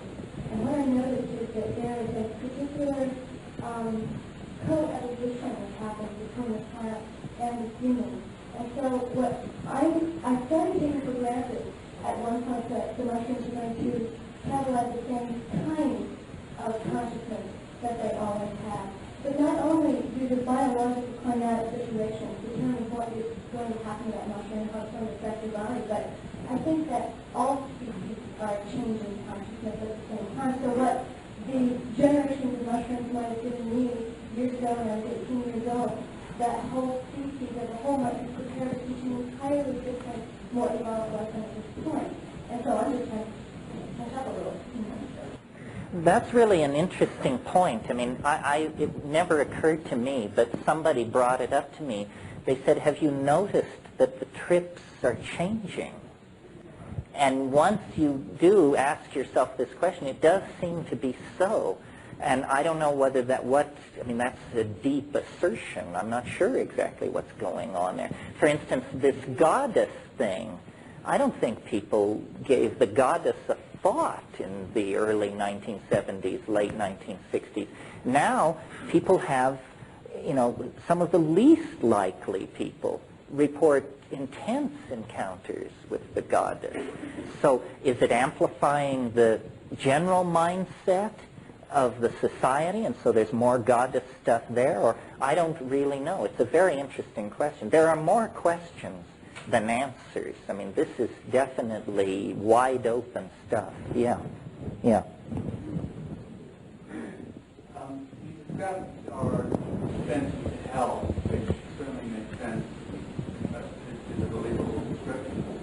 And you suggest the use of psychedelics or psilocybin as an antidote to that. But I have trouble seeing a cause and effect relationship as far as what our use or more widespread use might lead to in terms of hearing that. We're trying to restore the relationship of ego to the other components of the psyche that existed as recently as 12,000 years ago. The ego has become a deadly growth in the historical societies, exacerbated by the phonetic alphabet, monotheism, modern science. This is like you're getting sicker and sicker and sicker as you lay these things on. And so the idea is that if we could restore the original diminished role of the ego that it had for that period, however long it was, that we could begin to solve our problems. Because the problems which face us, put very simply, are going to demand sacrifice. And sacrifice is what the ego doesn't want to hear about. I mean, when you go to somebody and say, look, to save this planet, we're going to have to redistribute income radically. That means everybody in this room is going to have less. We're going to have to honor a whole bunch of cultural positions that we previously just were going to bulldoze over, and so forth and so on. So it's the diminishing of ego by any means necessary that lies to getting any grip on our problems. I mean, if we continue as we are, I think we have probably less than 30 years before life is irreconcilably screwed up. You know, nobody believes that the future is rosy and wonderful. I mean, if you go to the people at the World Bank and the IMF, and these people who are straight, you know, suits, all of them, they have a set of curves which would stand your hair on end. When they propagate the curve of population, the curve of toxification of the environment, the curve related to the ozone hole disappearing, you see, you know, it's finished in sometime in the next 50 years. They don't talk about this because they don't want to panic the vast numbers of people who just go to work and raise their kids and pray somebody smarter is doing something about all this. But they don't believe there is any kind of normal future. And I don't either. I think we're going to, that it's business as usual is not on the menu, folks. We're either going to go into an era of immense resource scarcity, regimentation, governmental interference in our lives, tremendous propagandistic efforts to make us do one thing or another, or we're going to pull the plug on scientism and its stooges and the institutions which feed it. Capitalism is an interesting problem, more easily discussed now that communism is out of the picture. Capitalism is as anti-human a philosophy as you can possibly conceive, because at this very moment we should be consuming less, manufacturing less, selling less, transporting less. And what's the battle cry? Free trade everywhere. What does free trade mean? It means my right to come to your country and sell the most outlandish junk you've ever seen, and you will have no right to turn it away, because in the name of free trade, crapola has to go everywhere. It's really, see, they try to tell you that capitalism and democracy are not at variance. Actually, the whole Marxist-Leninist socialist thing was a side dish. The real life and death struggle is between capitalism and democracy. Democracy says everybody has an innate worth that must be honored. Capitalism says those who die with the most toys win. You cannot reconcile these two things. And nobody wants to talk about this. We're still having the party over the fall of communism. But, you know, you go to the Soviet Union or the former areas of the Soviet Union and you see that what it was a deep freeze for traditional culture. In Kyrgyzia and Turkmenistan, people are basically camel husbandry is what's going on. Now, with communism on the rocks, McDonald's will be there in 5 years, and Kmart will be following close behind. So I think we're coming to a great crisis of fundamental, our relation to our own fundamental institutions. I'm not anti-capitalist.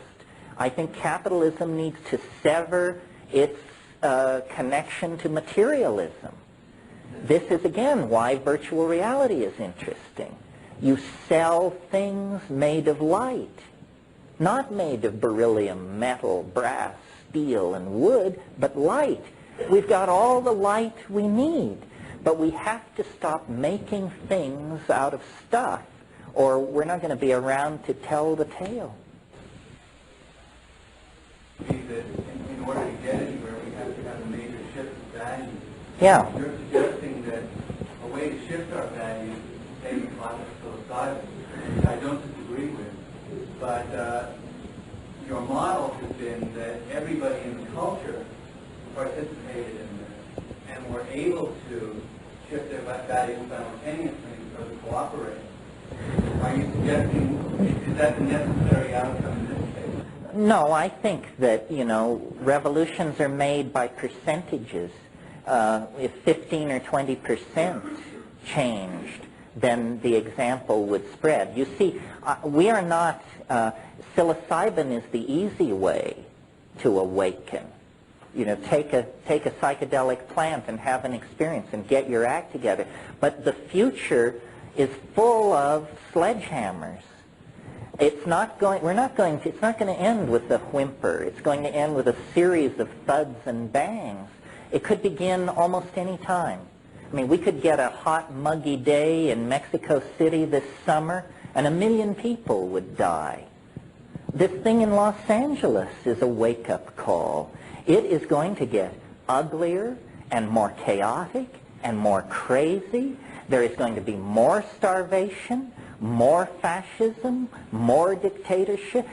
Unless we do something, until we do something. And it can, how bad is it going to have to get before people say, you know, we're doing something wrong? You know, people dance on the Russians, but you've got to admire people who have the guts to say, we did it entirely wrong, 100%. I mean, can you imagine in this country being able to do, say, you know, I mean, it may be coming. It may be coming. This character from Austin is a peculiar item in the mix.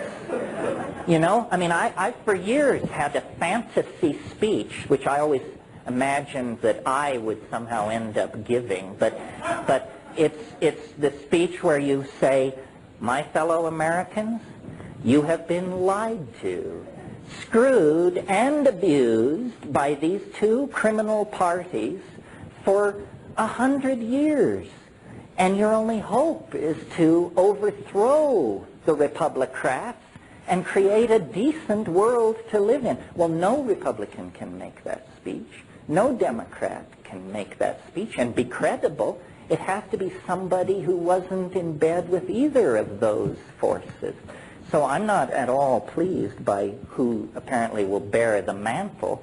But on the other hand, if change is what we need, then it's probably not going to be a candidate that you and I can embrace. It's going to be some oddball. So, you know, we have to recognize it when we see it coming. Yeah. A couple of things. First of all, it seems to me, in an attempt to place the spatial and temporal context, which implicit experience, you have to realize what the functions are that go into that. You don't even know what this is. No, we don't know what it is. Try to place it into a temporal spatial mode.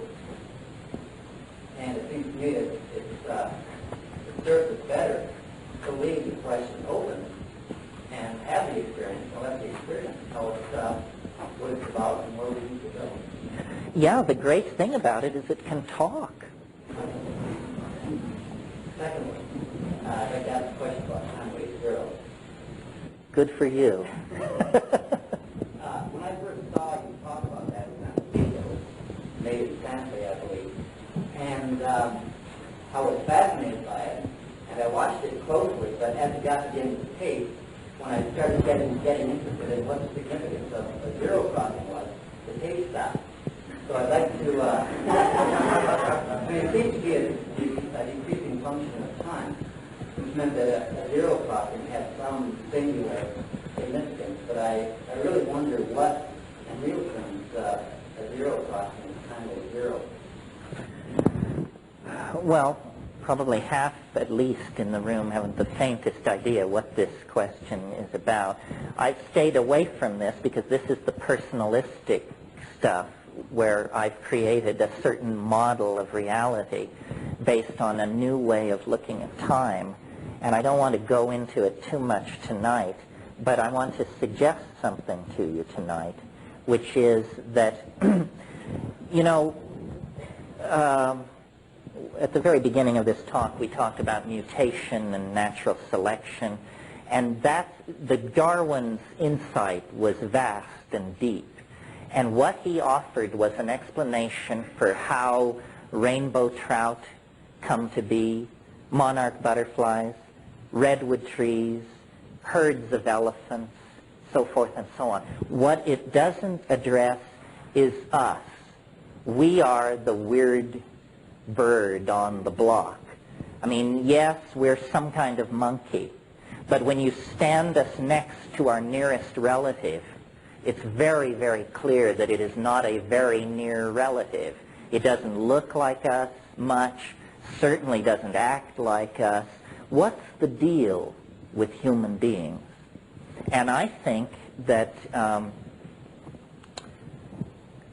you know how all these religions, these Western religions, have built in this idea of the end of the world, and they're always running around expecting the Messiah or something.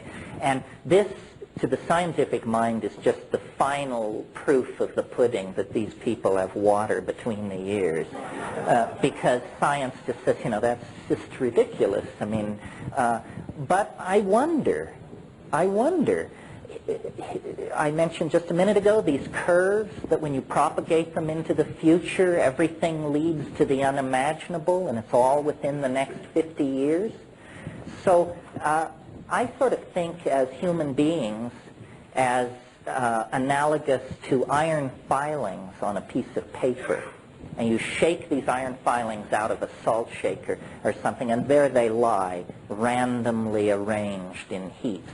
Well, then you come underneath the paper with a very powerful magnet, and lo and behold, these little iron filings coherently arrange themselves into this beautiful double mustache pattern, which I'm sure you've all seen. Well, I think that there is an enormous punchline to the historical process that very, very few people suspect. And that what history is, it's what happens to an animal who falls under the influence of a kind of strange attractor and that we are being pulled into a well of transformative intentionality. History is not pushed by the casuistry of war, migration, imperial dynastic families and stuff like that. History is pulled toward an unimaginable something which is continuously trying to mirror itself in us. This is why these Egyptians said, you know, I don't know what it is, but I just think we should really build a big, simple building. They say, I don't know why, but I'm going to enslave 50,000 people and do it, and don't ask me why. And this is, and you know, this is the same force that reared Chartres Cathedral. This is the same force that created the space shuttle. We are in a relationship to an unseen something which we keep trying to image with our mythologies, our religions, our technologies, our epiphanies. And I think that it's not so far away, that it isn't 10,000 years in the future. It is sometime in the next 50 years. And that this is what history was for. You see, history is an incredibly peculiar and brief phenomenon. I mean, viewed from the point of view of biology, it's less time than it takes for a new species to emerge. I mean, let's call history 25,000 years. You know, in frame 1, you're chipping flint. In frame 2, you're hurling an instrument toward Alpha Centauri. Like that, this happened. Well, what's happening? It's that mind itself is being pulled out of this creature, and it's being given hands and languages and symbolic systems in order to image the unspeakable. The unspeakable, I call it the transcendental object at the end of time. It casts, it's in another dimension. It's in a kind of super space. And what it casts into history is the enormous shadow of its immanence. This is what straight people call God. This is what all these visionaries are raving about. It's that when you sink beneath the surface of ordinary causality and mundane ho-humism, what you discover is this enormous transcendental object, which you could call it, you know, the Sacred Heart of Jesus, or the flying saucer, or the Philosopher's Stone. It's all of those things, and much, much more. It's not only stranger than you suppose, it's stranger than you can suppose. And it has called us out of animal organization. Over a 25,000-year period, we hang in the balance, and then we meet it. And we're going to meet it. That's the light at the end of that birth canal of transcendence that I referred to. And now I see that our song is sung. Our time is done. Thank you very, very much for turning in.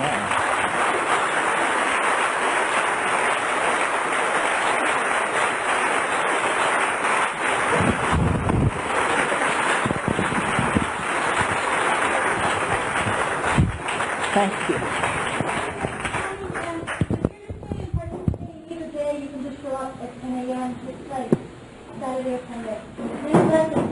Yeah, we'll dig into this deep.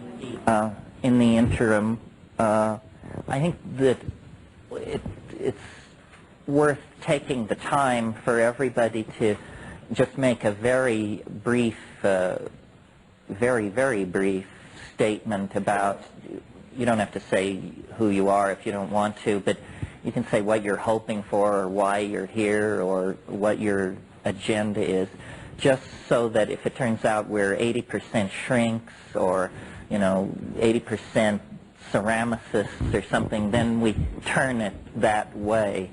And those of you who are undercover, please stay undercover so you don't alarm anybody. Especially me, right?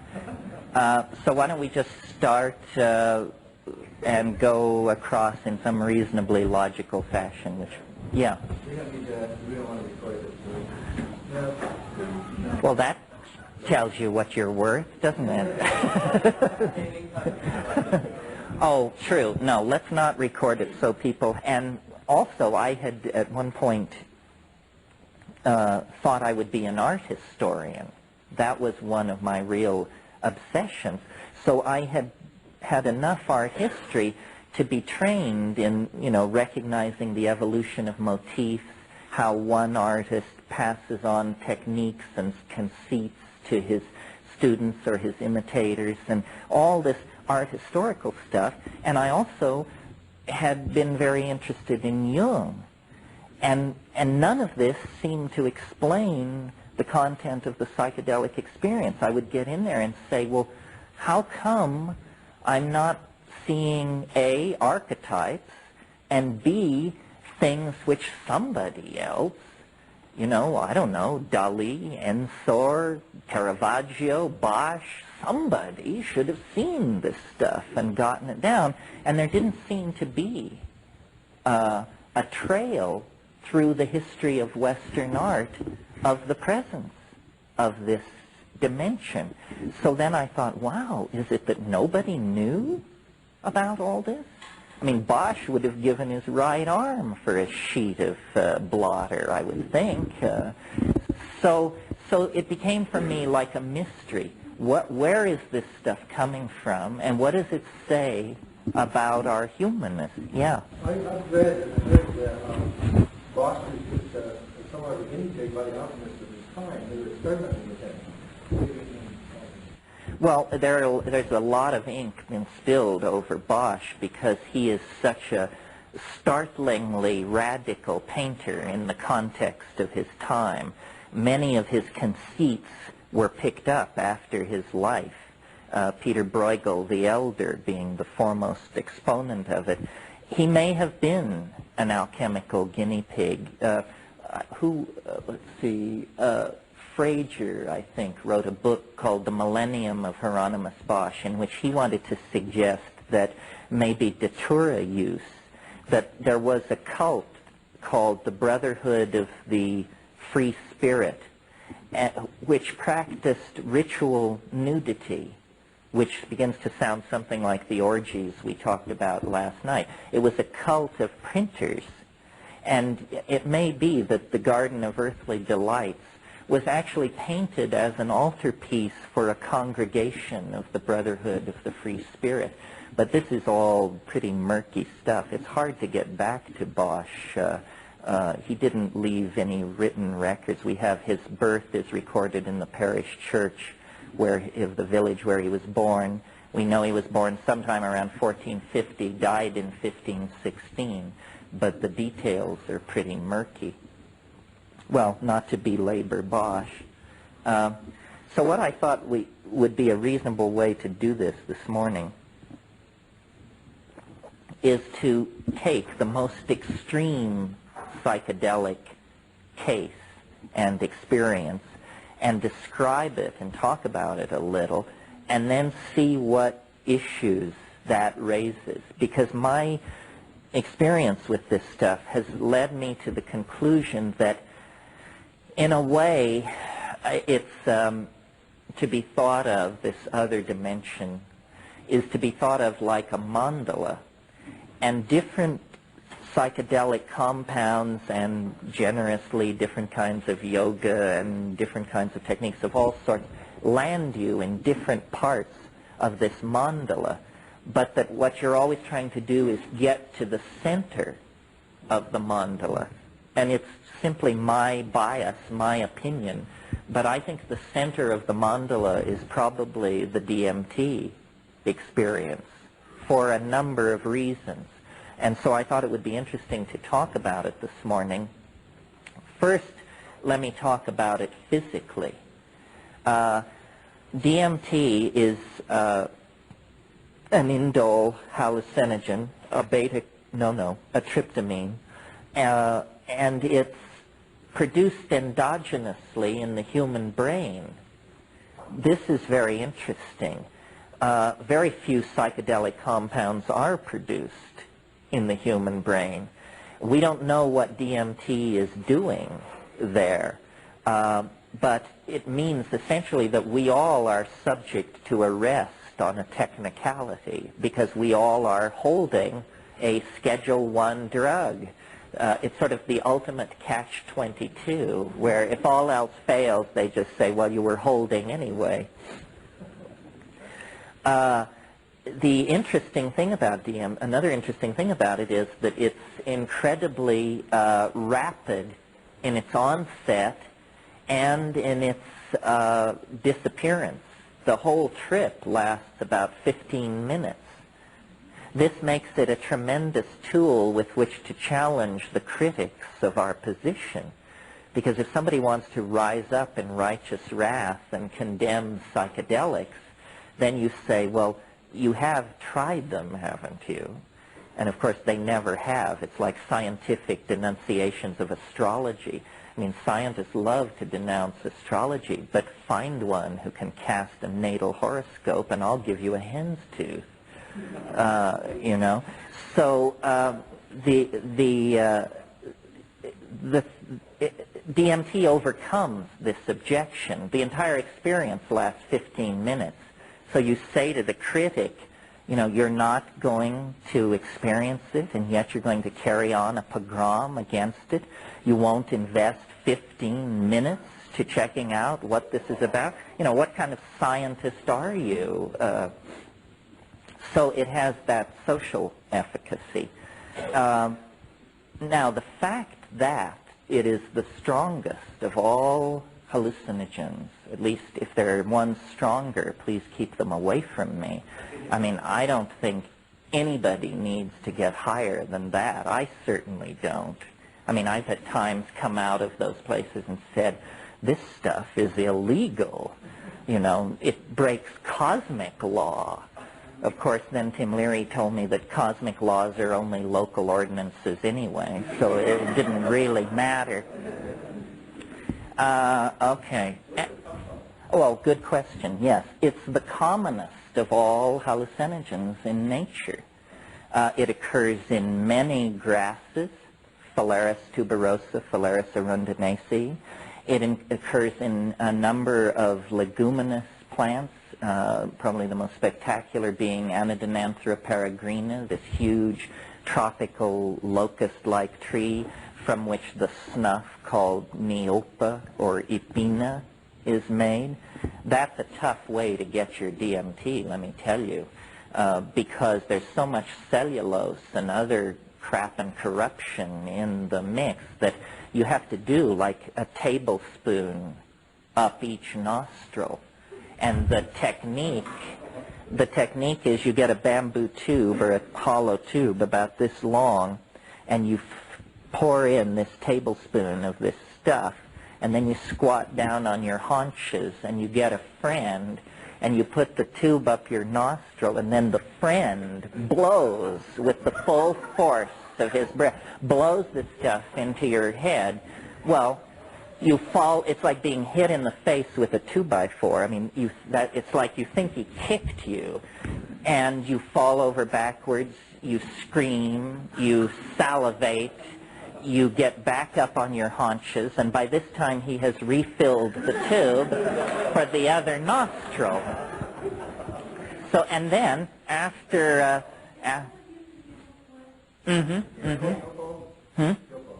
Yopo, Ipina, Nipa, it depends on the language group, and the Waika, the Yanomami, it's also called Vilka in the Carib language. And then after 10 minutes or so, it slowly begins to form up in your head.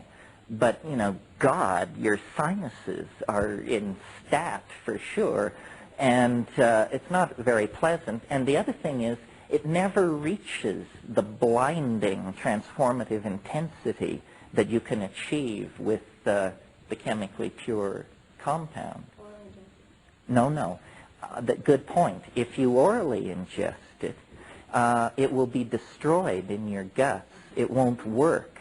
The Amazon Indians have encountered this problem and created a very sophisticated pharmacological strategy for dealing with this. You've all heard of ayahuasca. Ayahuasca is DMT from one plant combined with another plant which contains a chemical which is called an MAO inhibitor.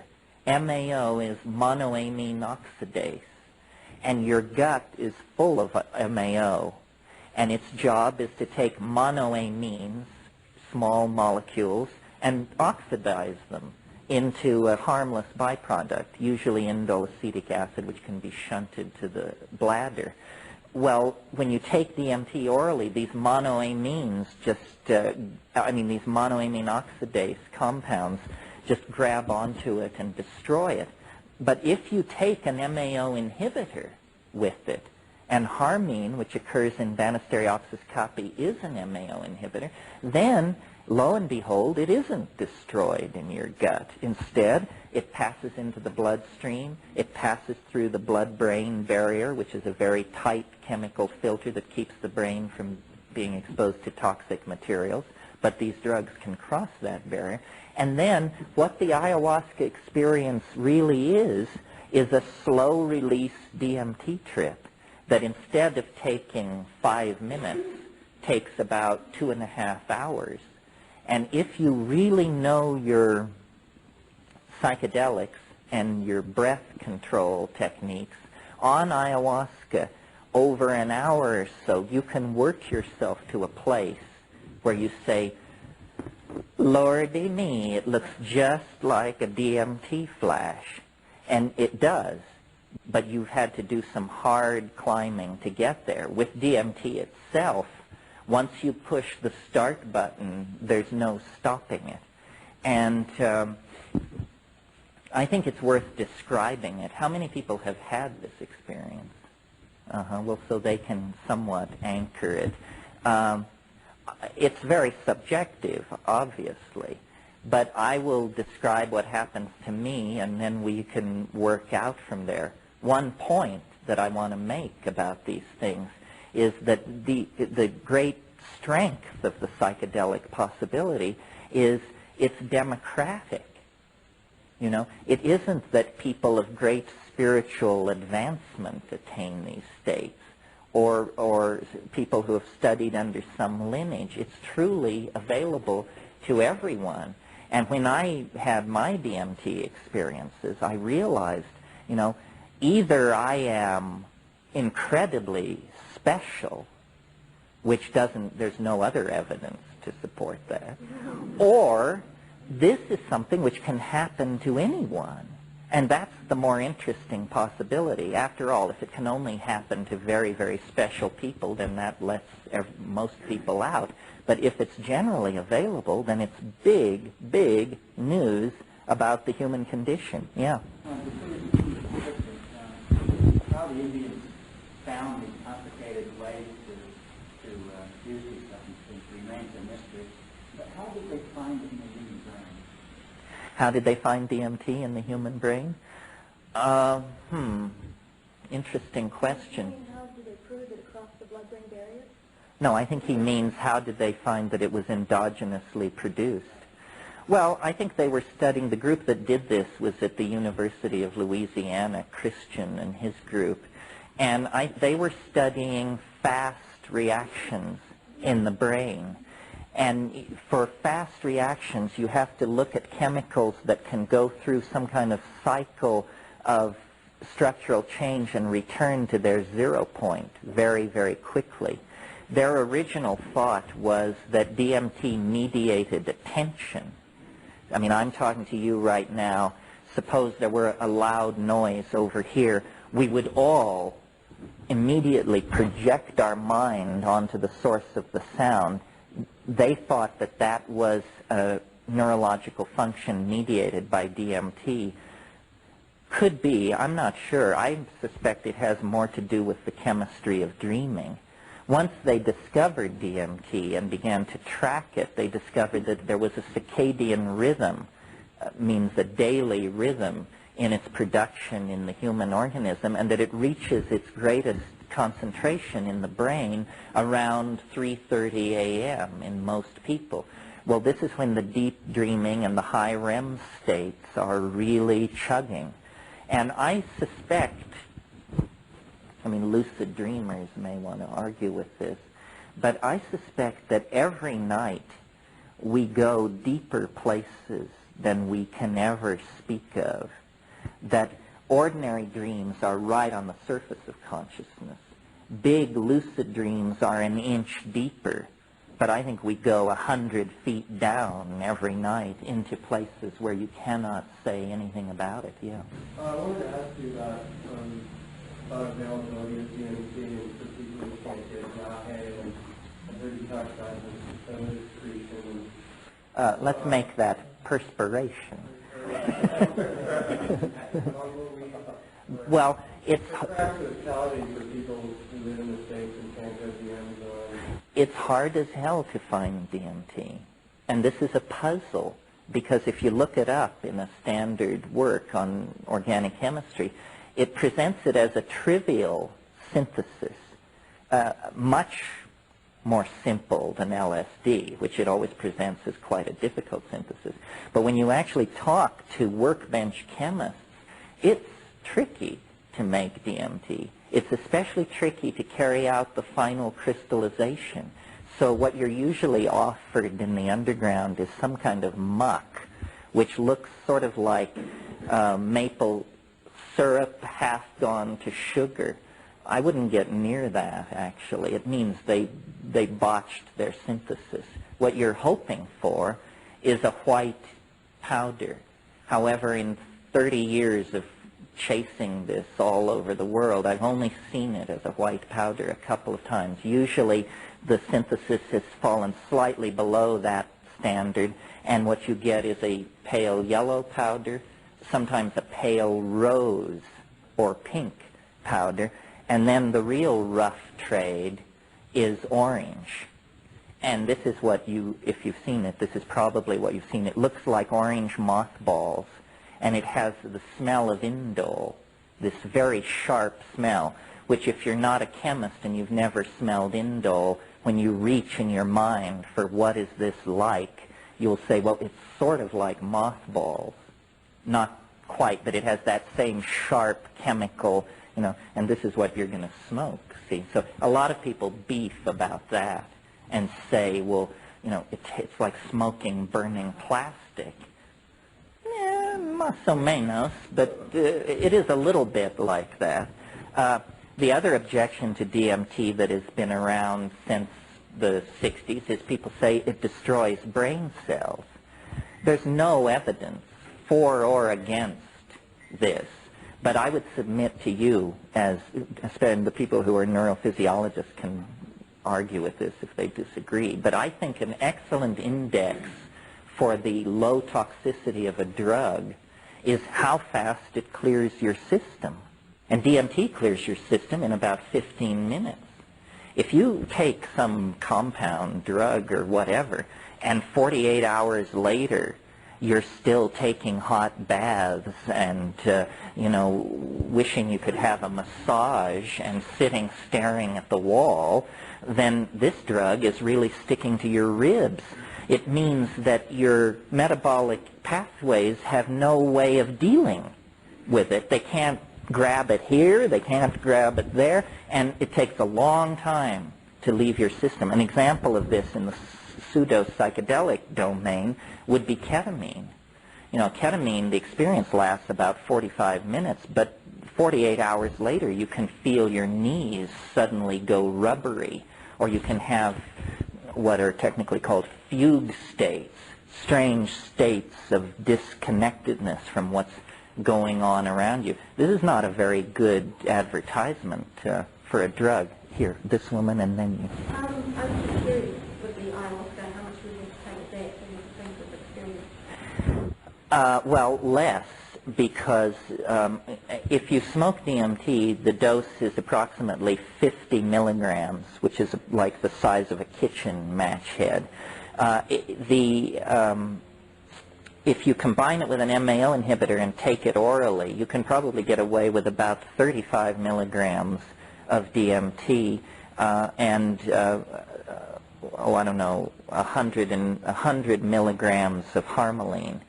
Now, harmaline itself is sometimes described as a psychedelic drug, I really think this is sort of misleading. You will have hallucinations if you take pure harmine, but only at doses approaching the toxic dose.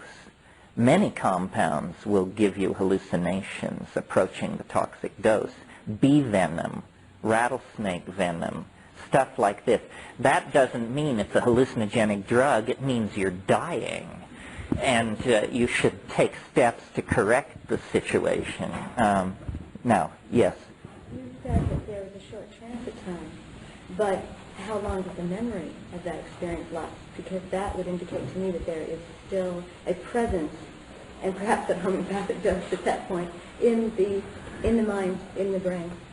Well, DMT, one of the things that has caused me to think that it might have a role in the chemistry of dreaming is that one of the frustrating things about it is you have this experience, without doubt the most bizarre, appalling, peculiar experience you could possibly have.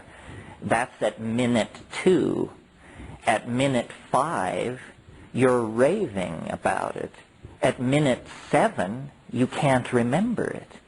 And so it's literally like gold running through your fingers. You say, this is the most amazing thing. This is the most amazing thing. This is, what am I talking about? And you know how you can have a very engaging, complex dream, and the alarm goes off, and by the time your feet hit the floor, you're grasping for it. And it's literally melting before your eyes. That's a very DMT-like presentation. The way a dream melts away is the way a DMT trip melts away, at the same speed. Well, over time and using tricks, you can drag a certain amount of data out of it. And what I'll do is I'll describe a DMT trip, and it's a composite of maybe 40 of these trips, and then you can see what you make of it. So this is, I'll just describe it. I'll be the graduate student, you be the guy with the clipboard. You're saying to me, so what happened? Okay, here's what happened.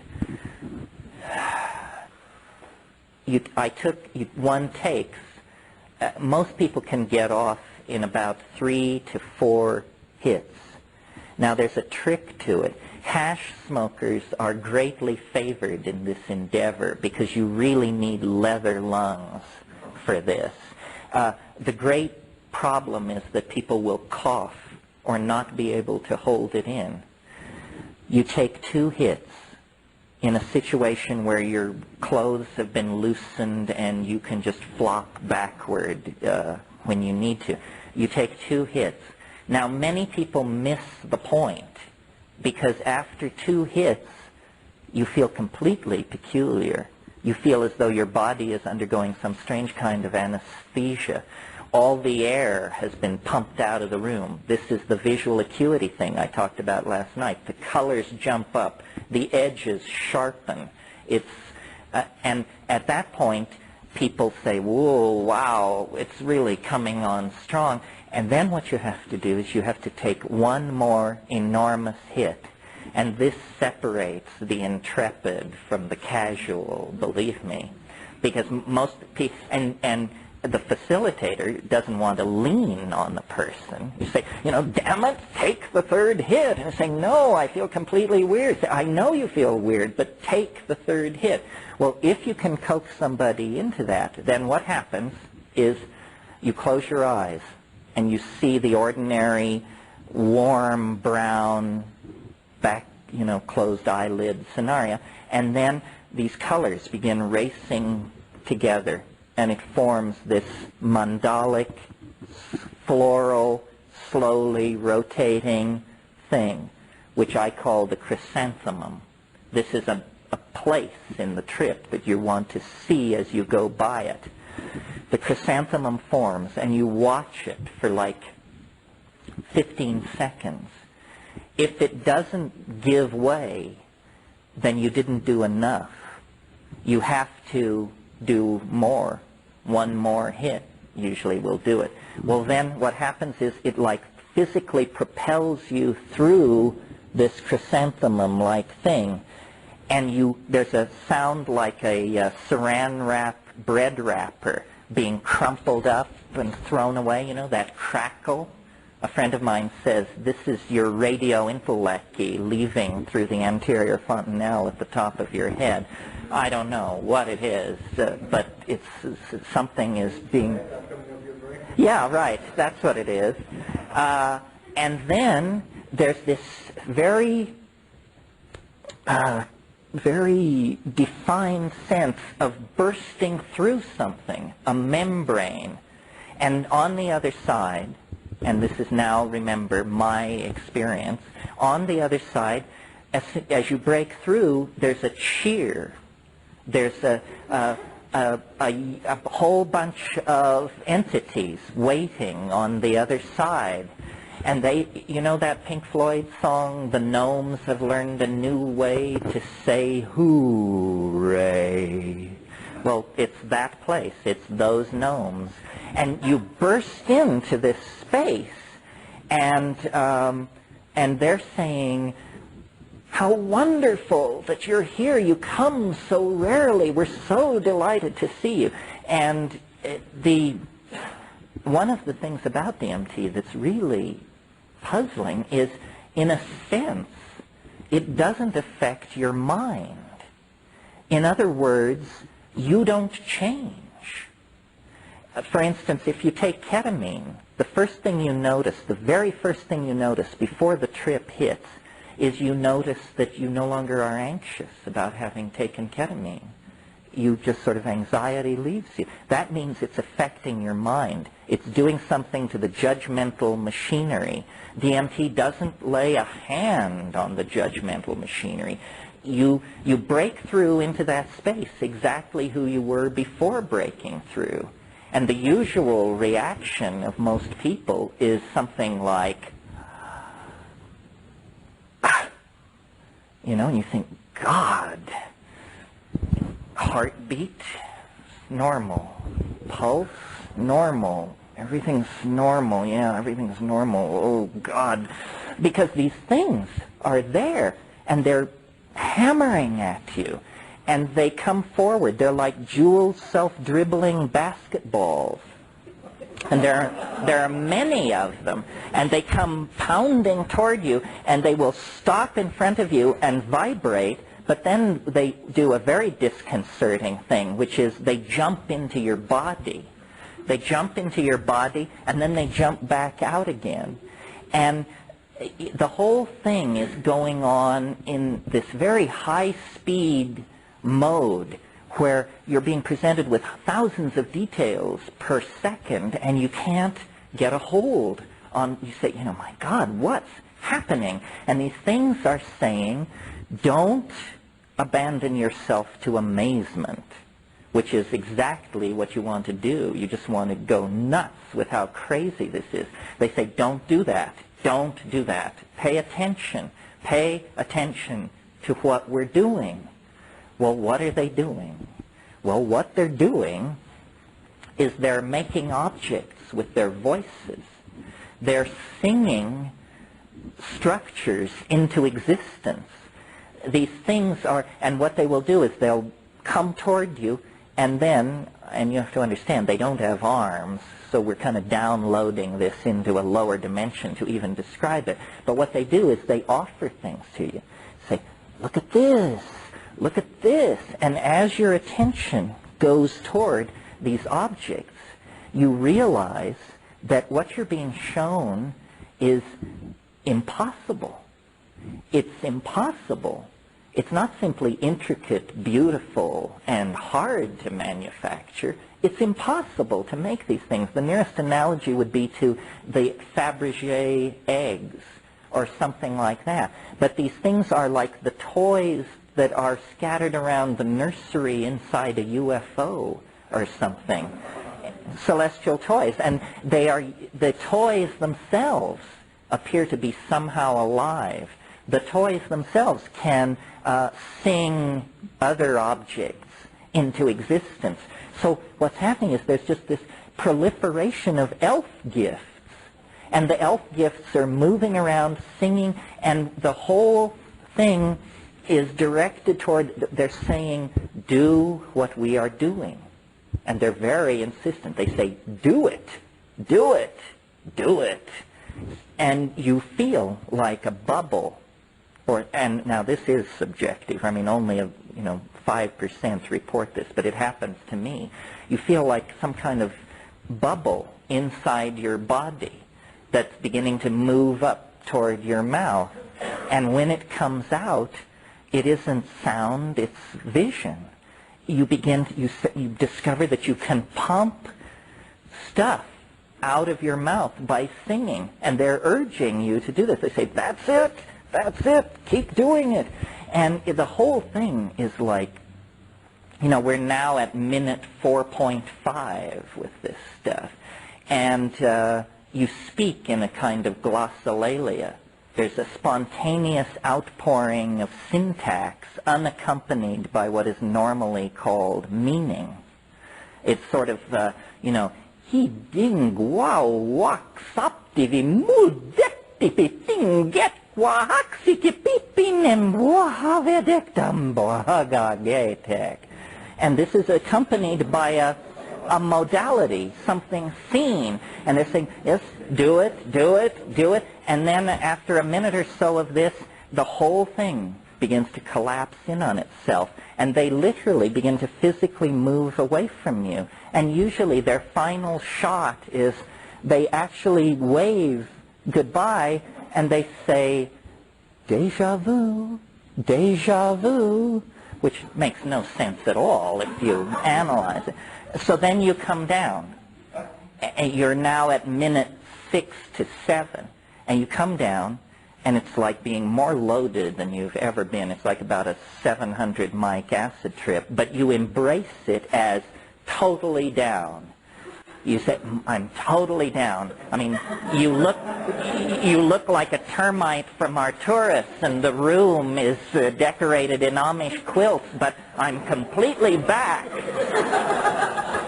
And then, over a minute or a minute and a half or so, the room just comes right back together.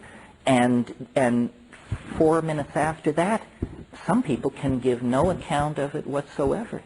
They just say, I don't know. It was the weirdest thing that ever happened to me, and I can't remember it now. And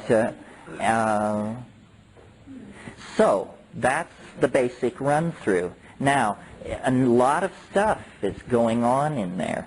First of all, what are these things? And why do they want you to do this strange activity? And what's so great about it? Well,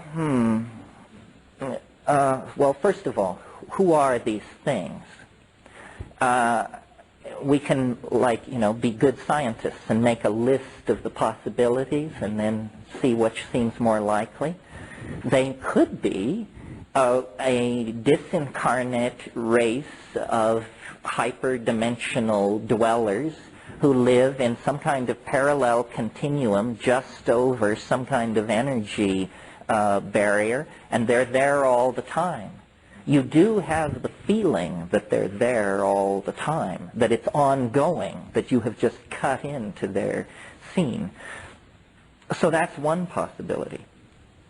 Another possibility is that behind all these psychedelics, and especially DMT, that this is not a drug at all, but it is essentially a pay telephone of some sort to aliens, good old National Enquirer type aliens who are using this as a communication domain. Say, we can't land on the White House lawn. That would create panic and hysteria.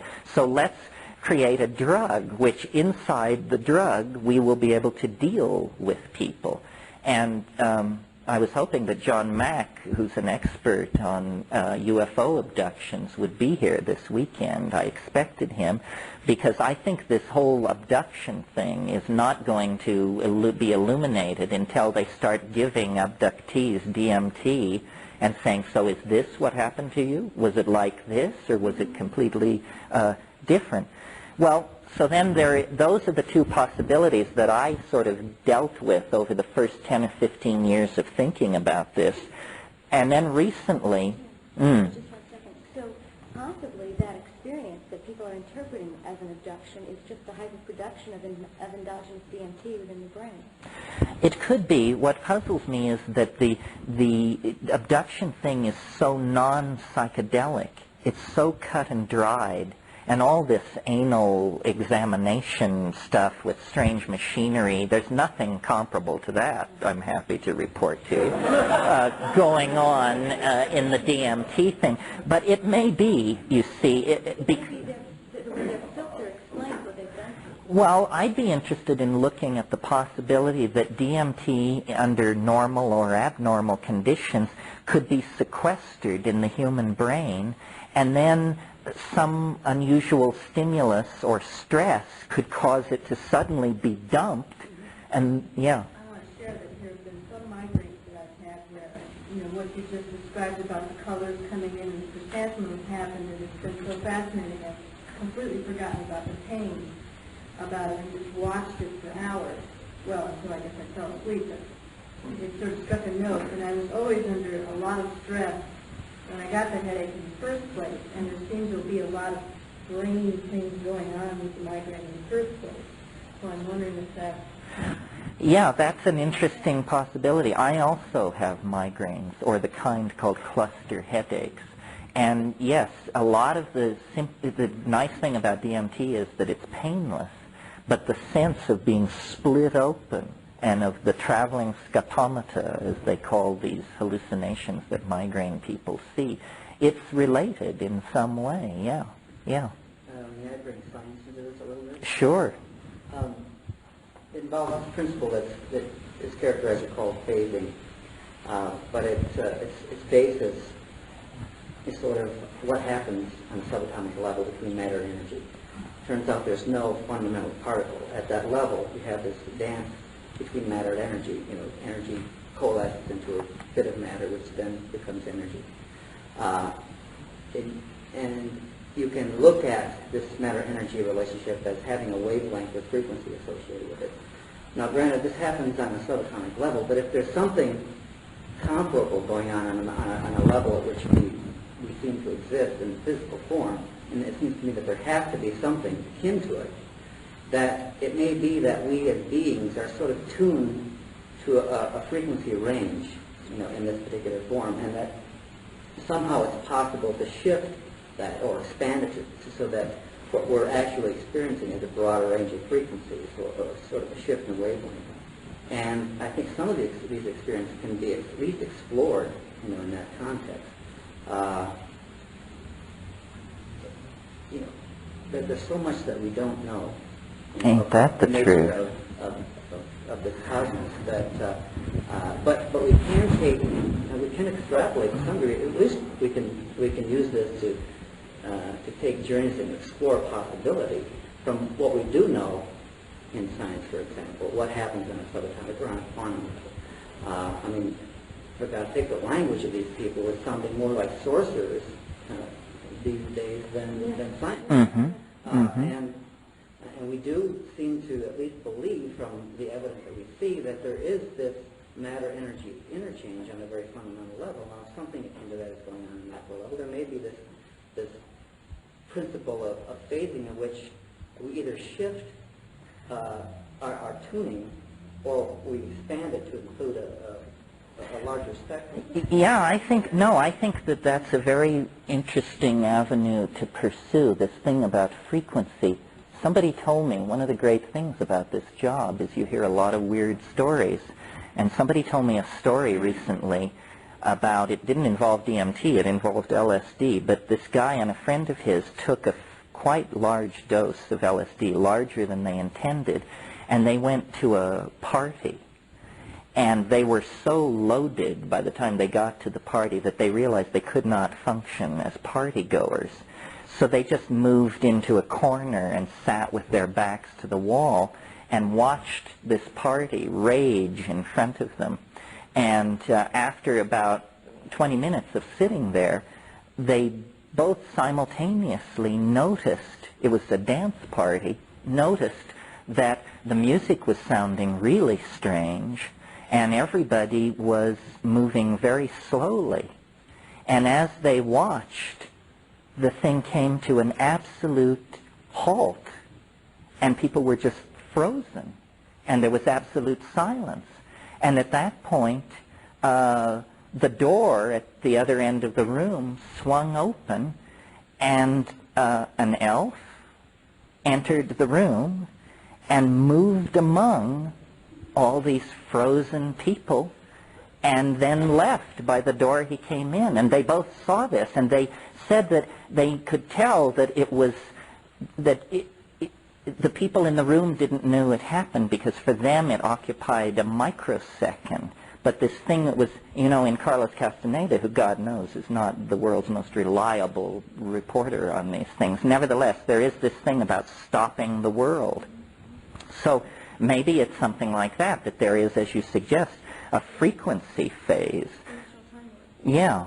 This sort of leads into the third possibility having to do with the origin of these things. And in a sense, this is the hardest one to swallow, but in another sense, this is the most conservative, in some crazy notion of conservative, the most conservative explanation. Because, yeah.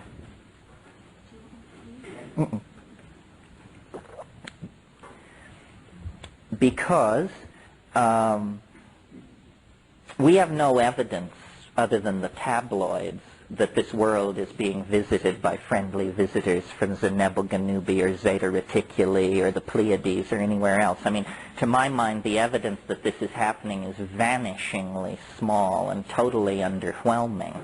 The other possibility that there's some kind of parallel dimension in which these things exist is also somewhat poorly supported.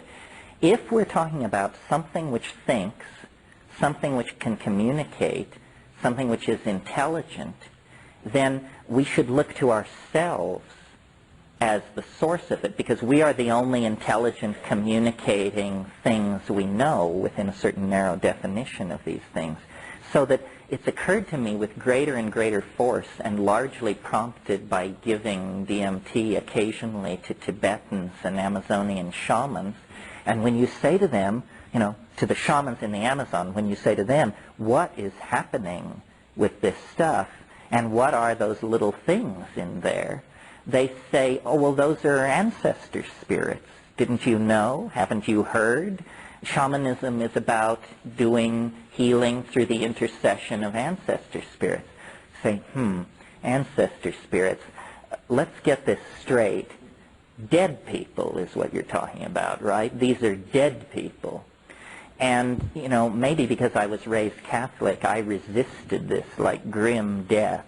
But I'm beginning to think that what you actually break into in that place is something that we might call an ecology of souls.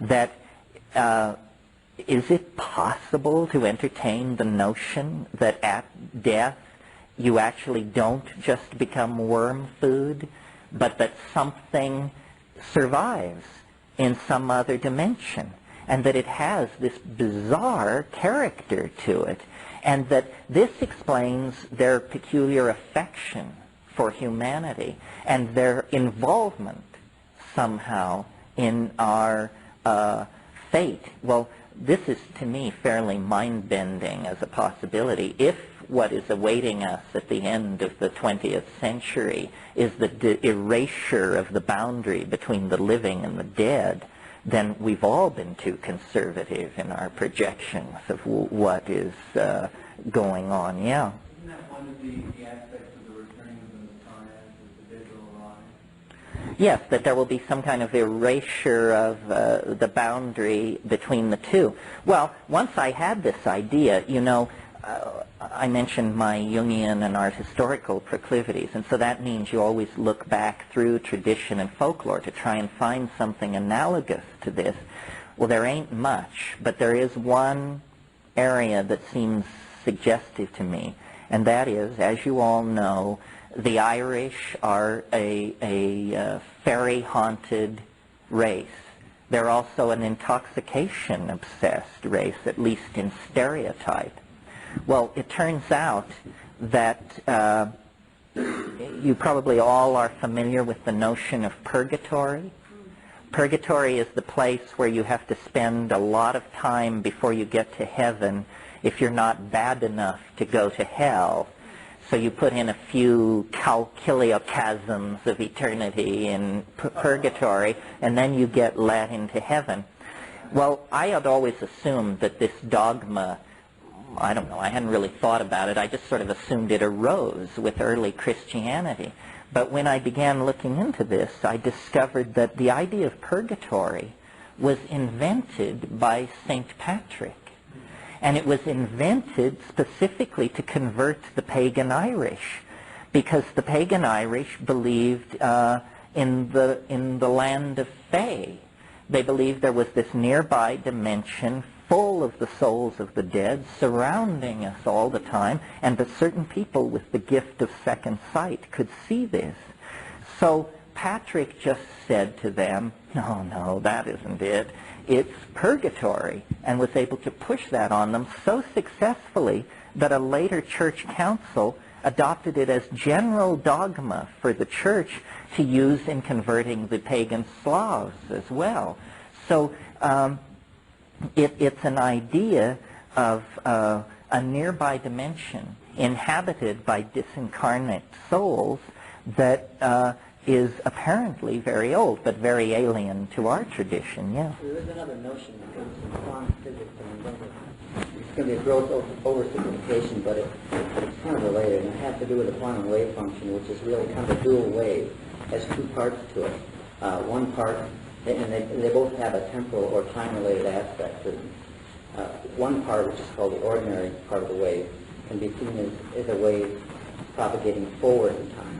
And the other half of the wave, which is called the complex conjugate, can be seen as propagating backward in time from some future state, some past state, some future state, emitting waves which at some point interact and produce what is perceived or experienced as the present state, which is really a dynamic process in itself. There is no absolute present, because as soon as you get out of your mouth, it's past.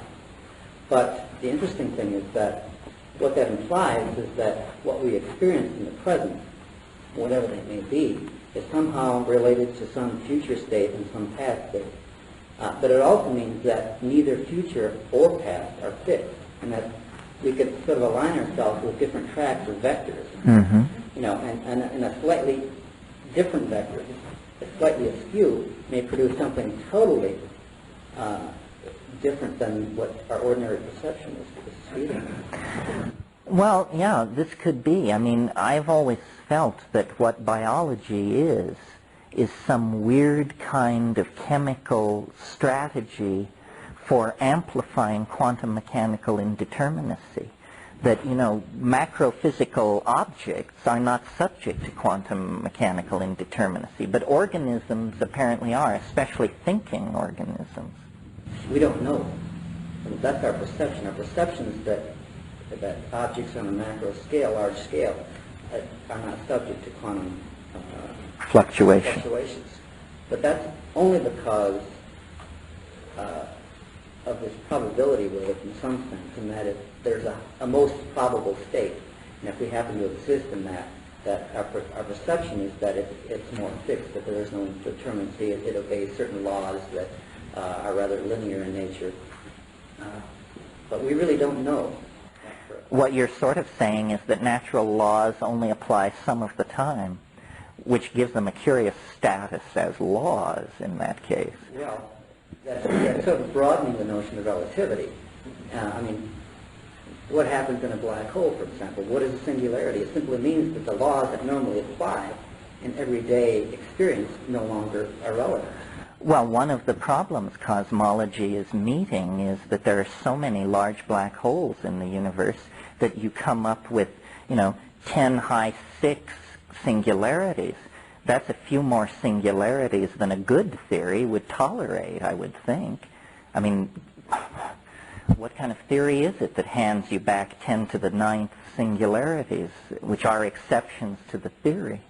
That's true, but a lot of that's based on assumptions that are stretches. Ain't that the truth?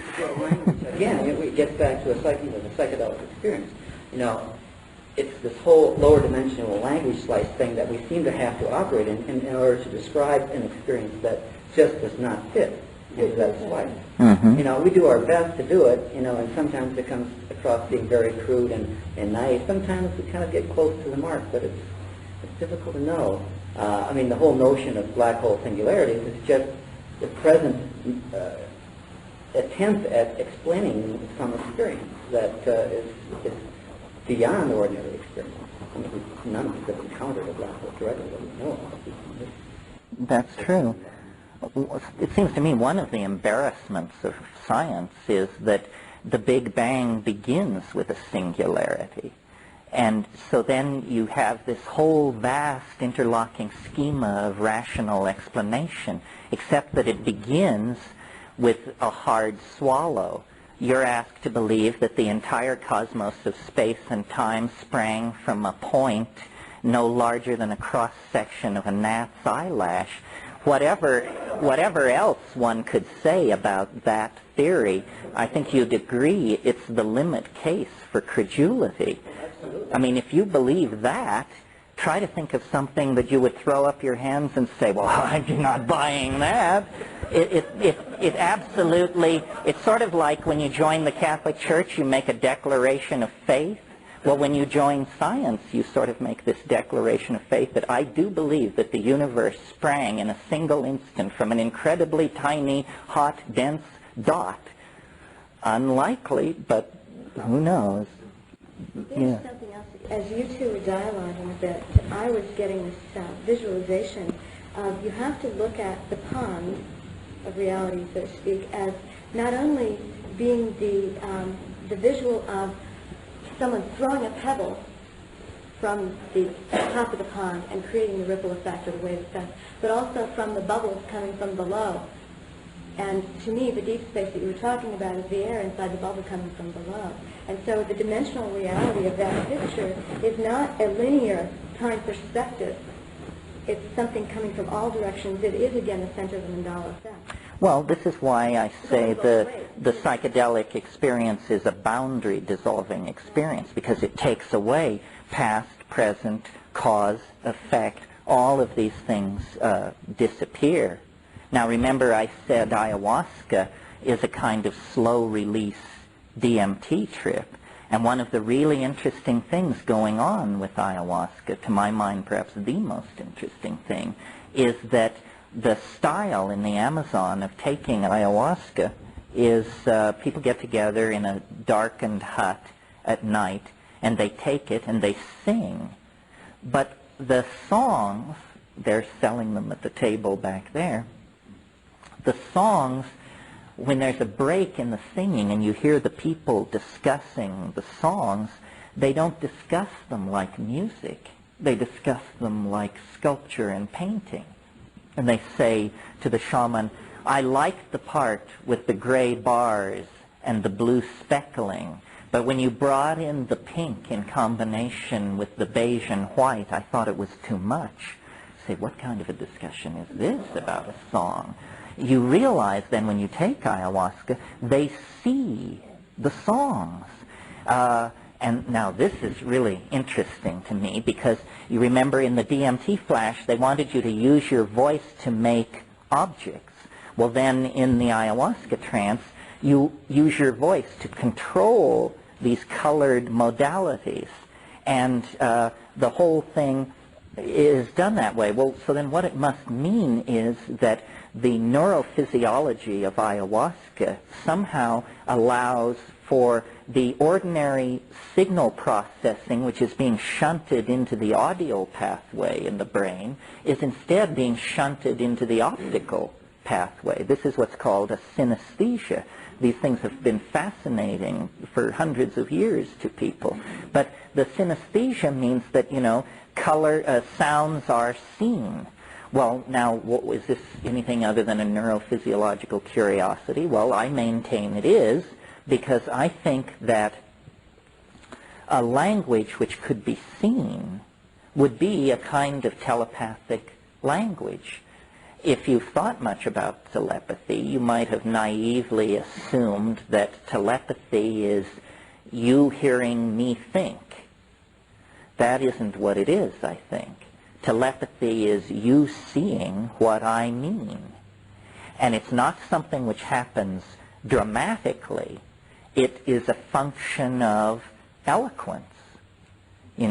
First you have the speaker who is boring you to death. Then you have the speaker who at least holds your attention. Then you have the speaker of whom it is said, she paints a picture. It means we're moving toward poetry. Well, it's possible to imagine a transformation of the neural processing of language. It may be a behavioral possibility. It may not even require a gene shift, where then we would see what we each mean. There's this persistent idea promulgated by Robert Graves in The White Goddess, among other people, that there was once what he calls an Ursprach, a primal language, so emotionally intense that to be in the presence of poetry declaimed in this language is to see the poetry, and that this is what the lost poetics of the High Paleolithic were about. And probably it was pharmacologically assisted, that you could gather people in the presence of a great bard or singer, and that person could then create telepathic modalities. And that telepathic modality, that richer, more unifying language, was the thing which was suppressing the formation of ego. The ego speaks and hears through sound. The superego projects images and is perceived as images.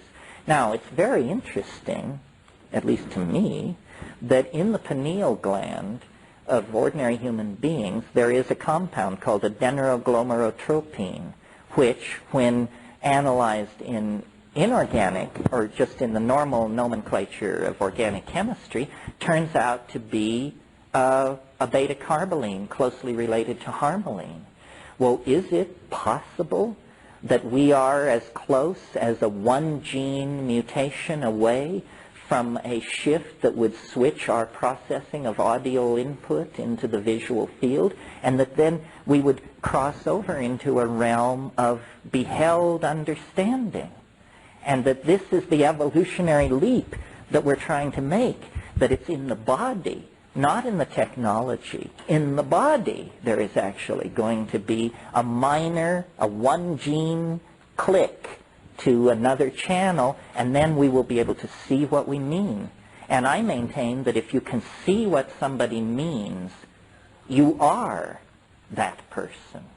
Contrast it to ordinary communication. Ordinary communication is achieved through small mouth noises. As primates, we have a throat and voice box arrangement that allows us to produce small mouth noises for hours, if necessary. I'm the living proof of it. But it's not a very efficient mode of communication, because what happens is I have a thought. I look in a culturally sanctioned dictionary, which I have copied into my head. I translate the thought into an acoustical signal using my mouth, which moves across space, which enters your ears. You rush to your interior dictionary, and you construct my meaning out of your dictionary. Now notice that this process rests on a very shaky assumption. It rests on the assumption that your dictionary and my dictionary were published by the same folks in the same year. If your dictionary is different from mine, you will not correctly reconstruct my meaning, and we will have what we call misunderstanding. Notice how among us as a species, one of the most bring-down things you can say to somebody is, would you please explain to me what I just said? Because it means, oh boy, here comes trouble. Now you're going to find out that, you know, people didn't understand you, they horribly misunderstood, and the communication is very provisional. The amount of noise in the circuit is huge. Well, then contrast this to I utter something, and it condenses as a sculpture in the air, and you and I then become its observers, and we rotate this syntactical object, and we look at it, we regard it from many points of view. This is not ambiguous, or it's certainly considerably less ambiguous than this reconstruction from interiorized dictionaries. So perhaps what all this is about is evolutionary pressure on our languages to become visual, and therefore to become more unified and less riddled with noise, which creates misunderstanding, which creates horrible social realities. Yeah. I'm just in the middle of reading a book called Holographic Universe. Oh, Michael Talbot's book. Uh-huh. He was talking about visual experiences being about 50% based on meaning and additions internally to what's coming through visually. So it sounds like we still have a transmission problem in translation. Yes, although what you could do with a visible language would be very challenging. I mean, we could do many things with it. It's not an outlandish, it's not a completely outlandish idea. In nature, it occurs. There's a wonderful phenomenon in nature which is worth talking about to sort of legitimate such a far-out notion, which is, as you all probably know, octopi can change color. This is one of those things you learn on those science specials on TV. This concludes Tape 2. Our program continues with Tape 3. Our program continues with Tape 3. Octopi can change color. Well, most people, I think, assume that they do this for camouflage. That would be a reasonable assumption. They don't do it for camouflage. Let's talk about octopi for just a moment. First of all, they're mollusks. They divided from our evolutionary line 700 million years ago. They're related to escargot. They have no backbone, for crying out loud. They're not even vertebrates. But what is always said in biology classes about octopi is that they're a wonderful example of parallel evolution because their optical system is very much like a mammalian optical system. Well, why is this? Well, it's because they evolved in an environment, the reef environment, that is an environment as dense with signals as a rainforest is. And an octopus is soft-bodied. It can not only change color, but it can also change its surface from smooth and rubbery to bumpy, pimply, rugose, ribbed, so forth and so on. And also, because it is soft-bodied and in an aqueous environment, it can fold and unfold and reveal and conceal parts of its body very, very quickly. Well, all of these behaviors and physiological characteristics go together to make the octopus an excellent visual communicator. And the color changes, the blushes, traveling dots, and bars that these creatures manifest, and the squids do it too, are language. And if you're interested in this, there's a wonderful book by a guy named Monahan called Communication and Non-Communication Among the Cephalopoidea. And he goes as far as creating a grammar for this stuff. Well, so then, in a way, you know, if you pull back from the mundane assumptions about this. What's happening is the octopus wears its mind on its skin. It is dressed in its mental state. One octopus encountering another can tell its mood, how recently it's eaten, how recently it's had sex, whether it's ovulating, all by looking. And so the only way an octopus can have a private thought is by squirting ink into the water and then hiding inside it. This is essentially, it's correction fluid for misspoken octopi, you see. So in a sense, this is what I think we are being beckoned toward, that we want to clothe ourselves in language. We do it to a degree in a funny way. I mean, if you want to think about virtual reality, this is a virtual reality. All this stuff, these fixtures, the architecture, the infrastructure, the road, these are ideas. It was an idea, and it has then been summoned into matter by the allotment of funds, the spending of money, the hiring of craftsmen, so forth and so on. Our whole civilization is an excreted set of interlocking ideas. Agreements. We're like coral animals. And we, somewhere, there's this naked, pulpy creature, but, clothed in denim, clothed in a harder shell produced by Mercedes or Chevrolet, moving around inside a larger environment produced by the state of Colorado, and so forth and so on. So I think octopi offer an excellent metaphoric example of what naked-mindedness would be. And some of these octopi, as I said, they evolved in the coastal reef domain, but that's a very competitive domain. Everybody in the ocean wants to be there because that's where the sunlight and the food is. So if you're smart, you'll try and evolve into a more hostile niche. And some of these octopi have become what are called benthic or abyssal. It means they exist in the parts of the ocean where light never reaches. Yes, and they have retained this communication ability by switching over to interiorly generated phosphorescence. So there are species of octopi which actually are studded with organs that have the equivalent of eyelids over them, but they're flasher lights. So when you descend into the benthic depths of the ocean, you enter a domain where all one octopus ever sees of another octopus is its linguistic productivity, because that's interior generated light that can be seen.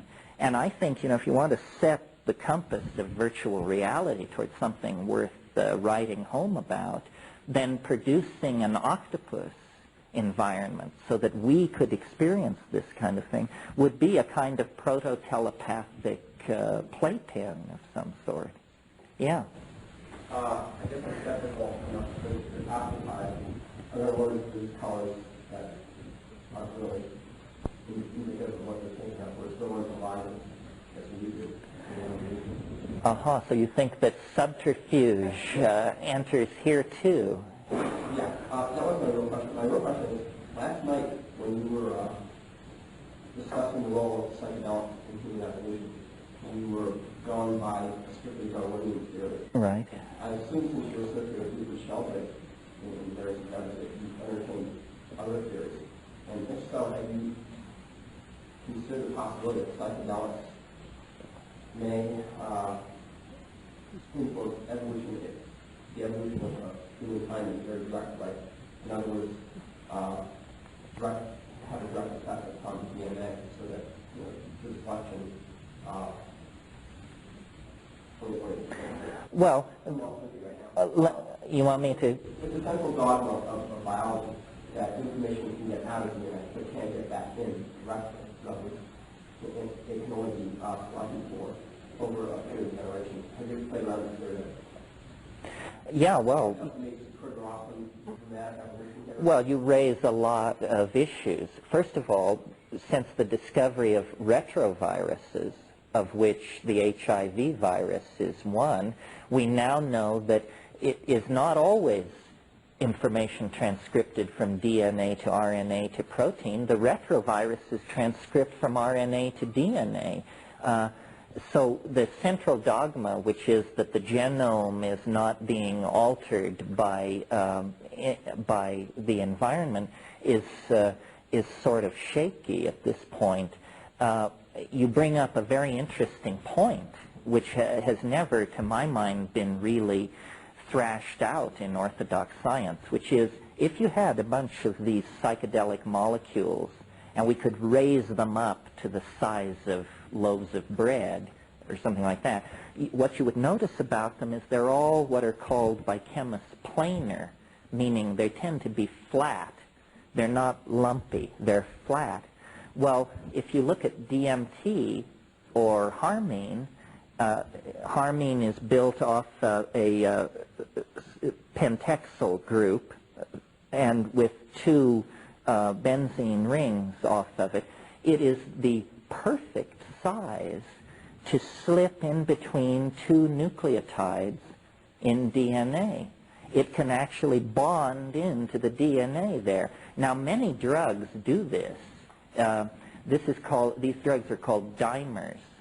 The usual problem with a dimer that will intercalate, this is the other term, intercalate, means slide between the rungs of the DNA, is it usually deforms the DNA. It like passes a bulge along it, and then transcription is difficult. But these indole hallucinogens can dimer with DNA without disrupting its structural integrity. This is why I believe that this is the source of the visions that, and you know, orthodox biologists just roll their eyes at this idea and say, well, now you've made a very common error here. You've confused genetic information with information. Don't you understand that genetic information is just a sequence of codons coding for protein? And, you know, that has no relationship to your memory of Aunt Minnie's face. However, by being so unyielding on that point, they create a huge problem for their brothers and sisters across the hall who are trying to understand memory. Because the molecular theory of memory is a nightmare. Here's the problem. Every molecule in your body is changed every 5 to 7 years, depending on who you talk to, except neurons. The nerves are generally, the nerves you're born with are the nerves you die with. But it's an absolute no-no to suggest that memory is lodged in the neurons. Well, but if Aunt Minnie died 45 years ago, and you can still remember the dear woman's face when she used to walk you in the park, then every molecule of your body has been swapped out 5 times since she quit the plane. How can you have this memory of Aunt Minnie? And then they say, well, they don't say, actually. They just throw up their hand. Now, to the people who say DNA can't store any kind of information other than codon sequences for proteins, they have to explain why then 90% of the genome seems devoted to junk sequencing that does not produce protein, that does in fact not do anything that anybody knows about. It seems to me that we might as well just take the path of least resistance and say, if the neurons are the only part of the body that persists throughout life, if the memories persist throughout life, then you've got 2 choices. Either the memories are in the neurons or the memories were never stored in the body in the first place. And if you believe that, well, then the obligation to explain just where they were stored is hard upon you, and the mechanism for retrieving them. So I think molecular biology, by being so reductionist, has made certain problems in neurophysiology and higher cortical functioning almost insoluble.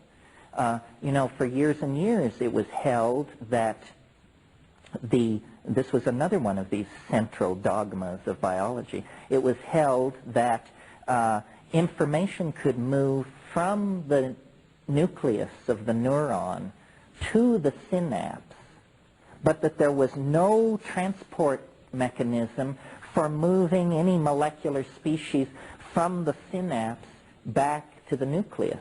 So consequently, they said learning cannot take place in the nucleus of the neuron because the materials for learning, which would be present in the synapse, modifications through experience, there's no transport system.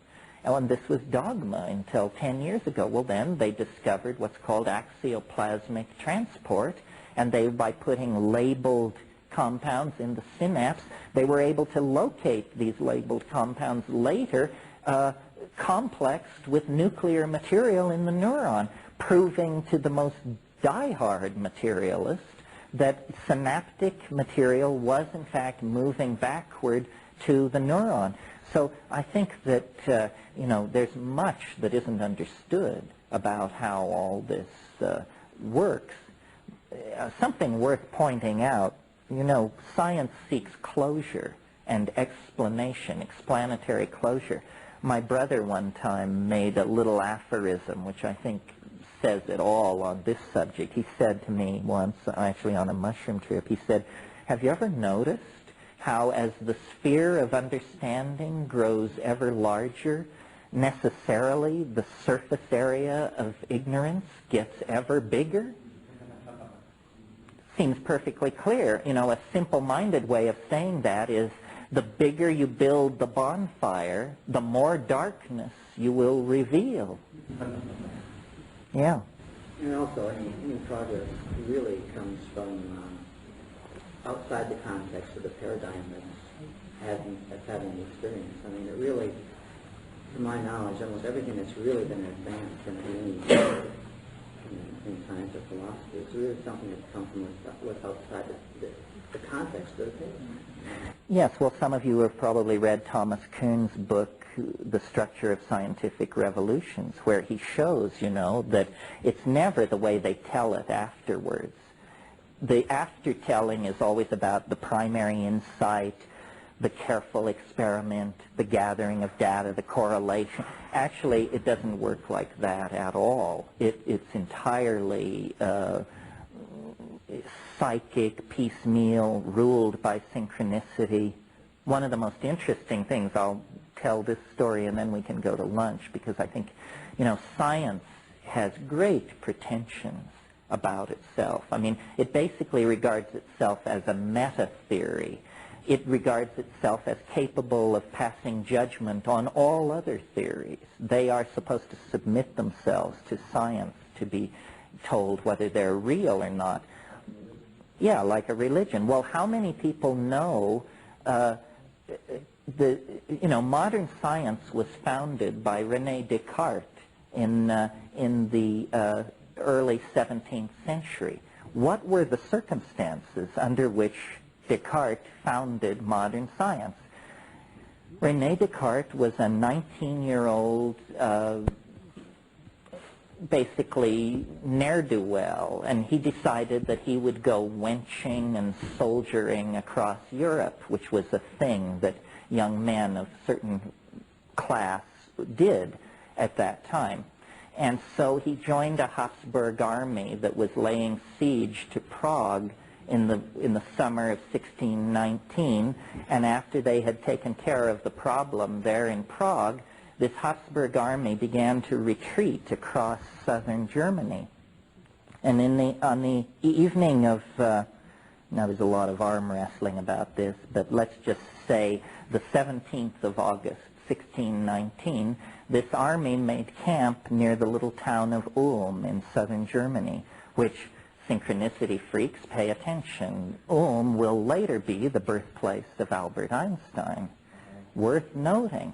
But that night, Descartes, in the barracks, had a dream, and an angel appeared to him, and the angel said, the conquest of nature is to be achieved through number and measurement. And he was thunderstruck.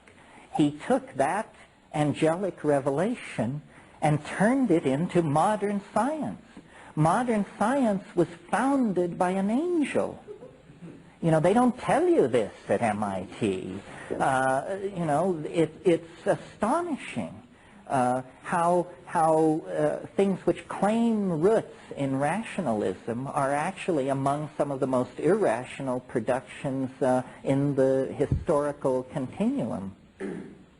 It appears that our development, our history, our histories have always been created at the promptings of invisible voices. I mean, Socrates, who is at the very center of what's called thinking by Western civilization, Socrates had a demon, D-E-A-M-O-N.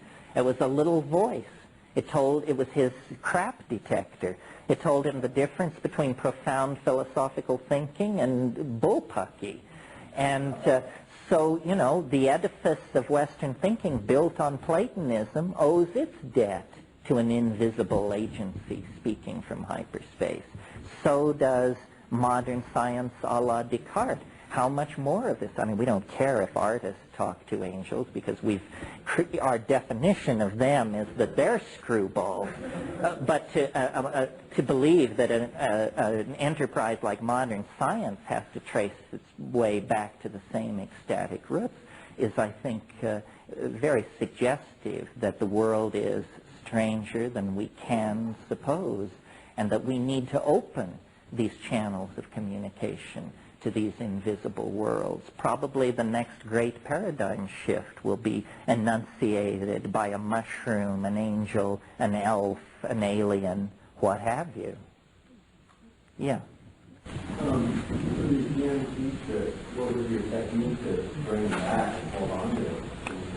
Repetition. Yeah. The first few times I did it, I couldn't get any grip at all on it.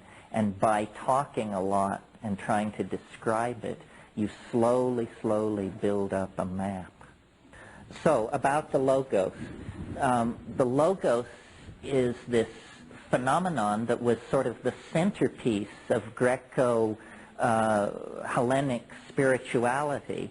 And what it is it's a voice in the head that people strove to attain for 1,000 years. This was the sine qua non of intellectual accomplishment in the Greco-Roman world. And the Logos told you the right way to live. And this is sort of what you get with psilocybin. You get a voice that can confound you with the depth and brilliance of its answers. And one of the great, one of the puzzles of trying to understand Greco-Hellenic spirituality is what were they talking about? And if this ever was a general phenomenon, then what happened to it? Why do we not experience this? This is not well understood. I mean, the rational scholars who have created our vision of Greece basically just don't even want to talk about this. They would rather gloss over it.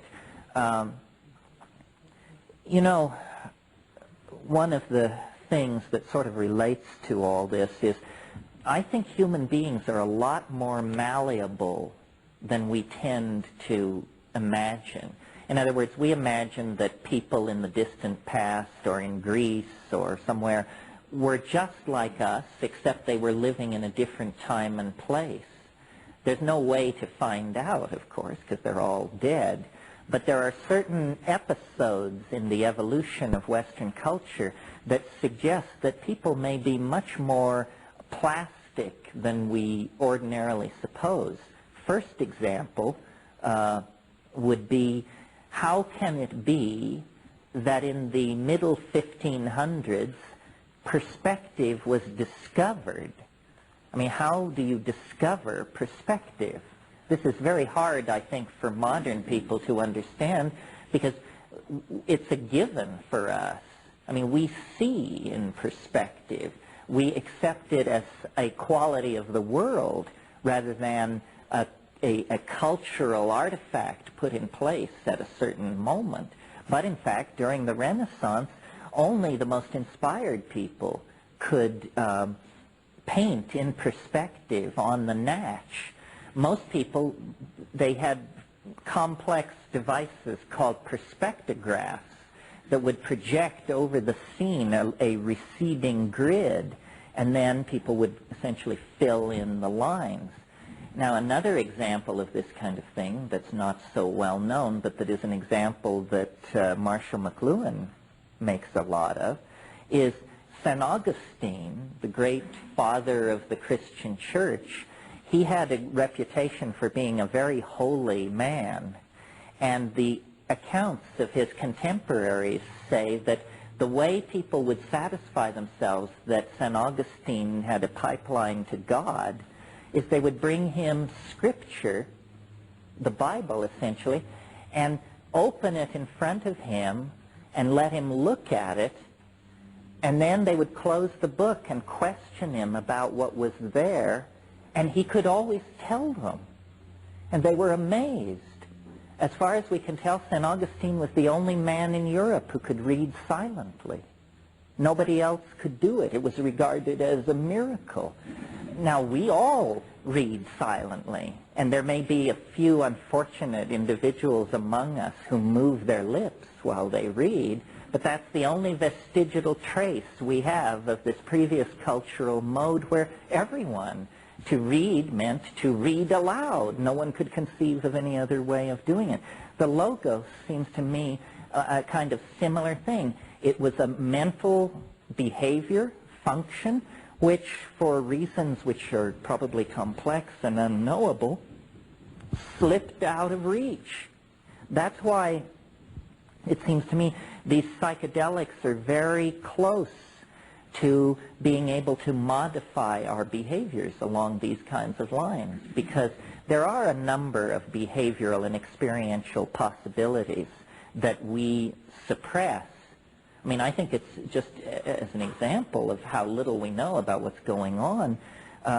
Look at the don't look at it, but conceive of the Gaffenberg spot, the G-spot. Now, we all know what this is. Clearly, people were looking for it for a long, long time. How come they only discovered it 12 years ago? I mean, if something that major can be overlooked, then it's hard to imagine what might have been overlooked. I mean, that's pretty central into the project of being a human being.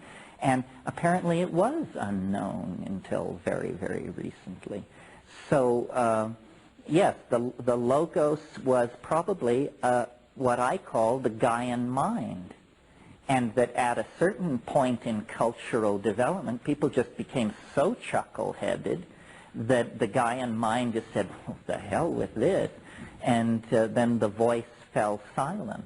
It fell silent right at around the time of the birth of Christ, right at the time of the shift of the zodiacal aeon, you know.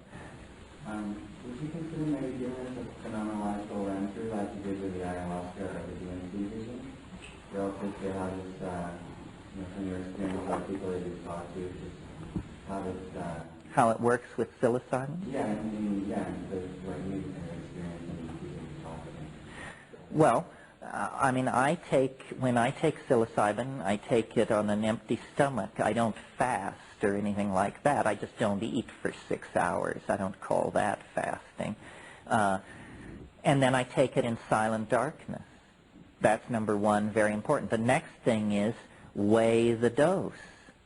You must weigh the dose, because 5 grams is what you want. And I've had over and over the experience of showing somebody what 5 grams is, and they're appalled. They say, my God, you can't be serious. I mean, I take a fifth that much. A fourth that much. Yeah, well, that's the problem. That's why you don't have elves in the attic and bats in the belfry like I do. You know? And so then you take it, and I take it on an empty stomach, and a lot of people don't like the taste. I don't really understand that. I just chew them up. I sit with them, and I chew them up. And then, Dried. None of this mixing in applesauce or any of that malarkey. I mean, what's that about? Oh, well, fresh, 60 grams. 60 grams. Because there's more than there's a huge water loss there. And then it takes, people sometimes say it came on within 5 minutes or it came on within 10 minutes. I don't know what that could possibly be about. First of all, it defies pharmacodynamics to imagine that it could come on that fast. For me, it comes on almost always at the 1 hour and 20-minute mark. I think it can come on sooner than that. I think I'm fairly resistant to these things. In the hour, after I take it, I sit, I roll bombers, and I carry out what all good Catholics know as an examination of conscience. This means you think about all the bummers that you're afraid are going to jump out at you as soon as you get loaded.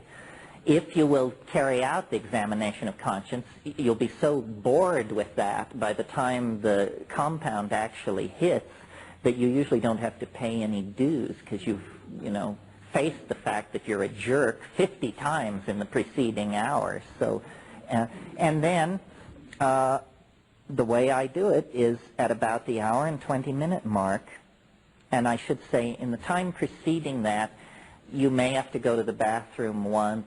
You may, it makes your nose run, which is a funny thing. It also makes you yawn. These are definitely qualities of psilocybin, not related to its psychoactivity. And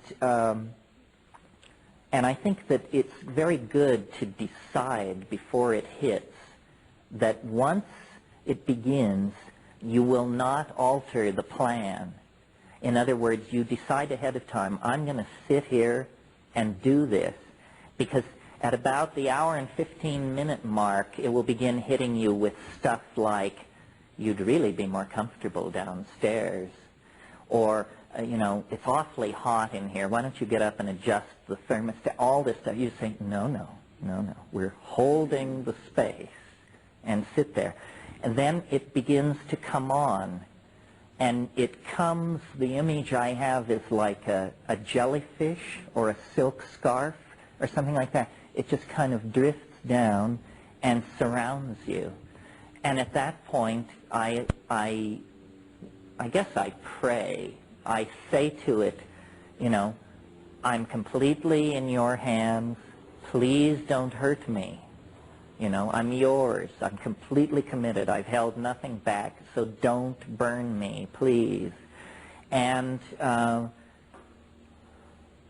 then there is a kind of, it's hard to describe, a kind of potential begins to build up. And you say, the rush hasn't begun, but you can almost close your eyes and see millions of little psilocybin molecules elbowing serotonin molecules out of the way and fitting themselves into the receptor site, and the electron spin resonance dynamics is beginning to shift, and the whole thing is about to take off.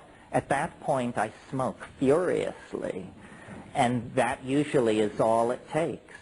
And it comes on, and the first rush is really astonishing. I mean, sometimes it's more mind-boggling than others, but I can remember situations where I would just see it coming and say, oh my God, it's 100 miles wide and 10 miles high. Where are you going to run to? It's just, you say, good grief. I guess I'm not going to meet this one sitting up. I think I better lay down. And in about the time it takes to make and execute that decision, then it just hits. And it's like a tidal wave. I mean, I have the feeling when I'm doing it in California that everybody from Vancouver to Tijuana has just crawled under their desk, because you can't imagine this is happening between my ears. You know, it's more like an asteroid must have fallen in the Pacific Ocean and raised some enormous incoming wave. It's what it's sort of like. It's like watching a thermonuclear explosion through 50 feet of crystal clear glass. So, you know, you're perfectly calm. It's not getting at you. But the energy that is being released in your presence is awesome. And then and sometimes in that first pass, you actually, the linguistic machinery is burned out. You've probably seen these scenes where they will test a hydrogen bomb, and they set up cameras a quarter mile from ground zero, a half mile, a mile, 2 miles, and then when they actually detonate the bomb, they get the view from the first camera, and then they switch to the second camera as the first camera is blown to bits and vaporized, and they keep pulling back as each successive instrument is destroyed. Well, this is sort of the feeling you have as this thing spreads out toward you. And then it does what it wants to do. It tells you what it wants to tell you, and it's highly unpredictable. I mean, you cannot, people always say you should ask it a question. This seems absurd to me. I mean, I don't know. Once when my life was in turmoil, I did ask a question. I said, I wrote it down ahead of time, and the question was, am I doing the right thing with my life? And then when I got in there and I posed the question, and the answer came back instantly. It was a ripoff from Lyndon Johnson. It said, "What kind of a chicken shit question is that to ask me?" I said, "Oh, sorry, didn't mean to presume, you know." Said, "Get your act together, and then we'll have a conversation. But if that's what you want to talk about, you should have taken MDMA." And and then, you know, paralleling what we talked about this morning, and again, I'm just giving you my subjective take on it, it's like I come into a place. It's hard to describe. It's a feeling. And the content of the feeling is, now the elves are near. But they won't appear unless I invoke them.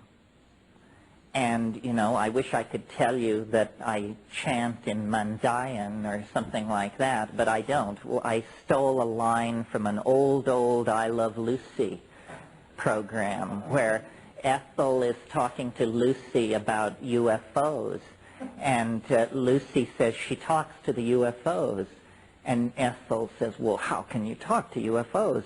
And Lucy said, "Well, it's simple. I just say, 'Come in, little green men, come in, little green men,' and that's what I do. I say, 'Come in, little green men,' and then there is and women, if there are any out there." And then there is it's like a marching band. It's like a Nepalese marching band is what it's like. And it comes from a distance. Like there's a place in my vision that's small, a little dancing light and a little faint sound. And the light comes closer and the sound gets louder until finally, you know, they pick me up on their shoulders, and with tubas blaring and sackbut and rebeck and all of this stuff, and then they carry me around and talk to me. And the whole thing is shot through with such a weird sense of zaniness, Irishness, Joyceishness. I mean, it's almost unbearable. It's so, I don't know, not exactly Disney-esque, because their humor tends to be a little more savage than that. And then that is part of the first wave, and then the rest of the trip unfolds pretty much as there's a kind of a pushing and pulling that goes on. You can direct it. Each one of these plants does have a character of its own. Sure. One of the most puzzling things about these plants is that they have characters that seem irreducible. For instance, psilocybin, it is the science fiction drug. In other words, it says, you know, we have been denizens of this planet for 400 million years. Our original home planet is in the M5-83C system. We are connected via hyperspace to all intelligent life forms in the galaxy. It shows you enormous machines in orbit around alien planets.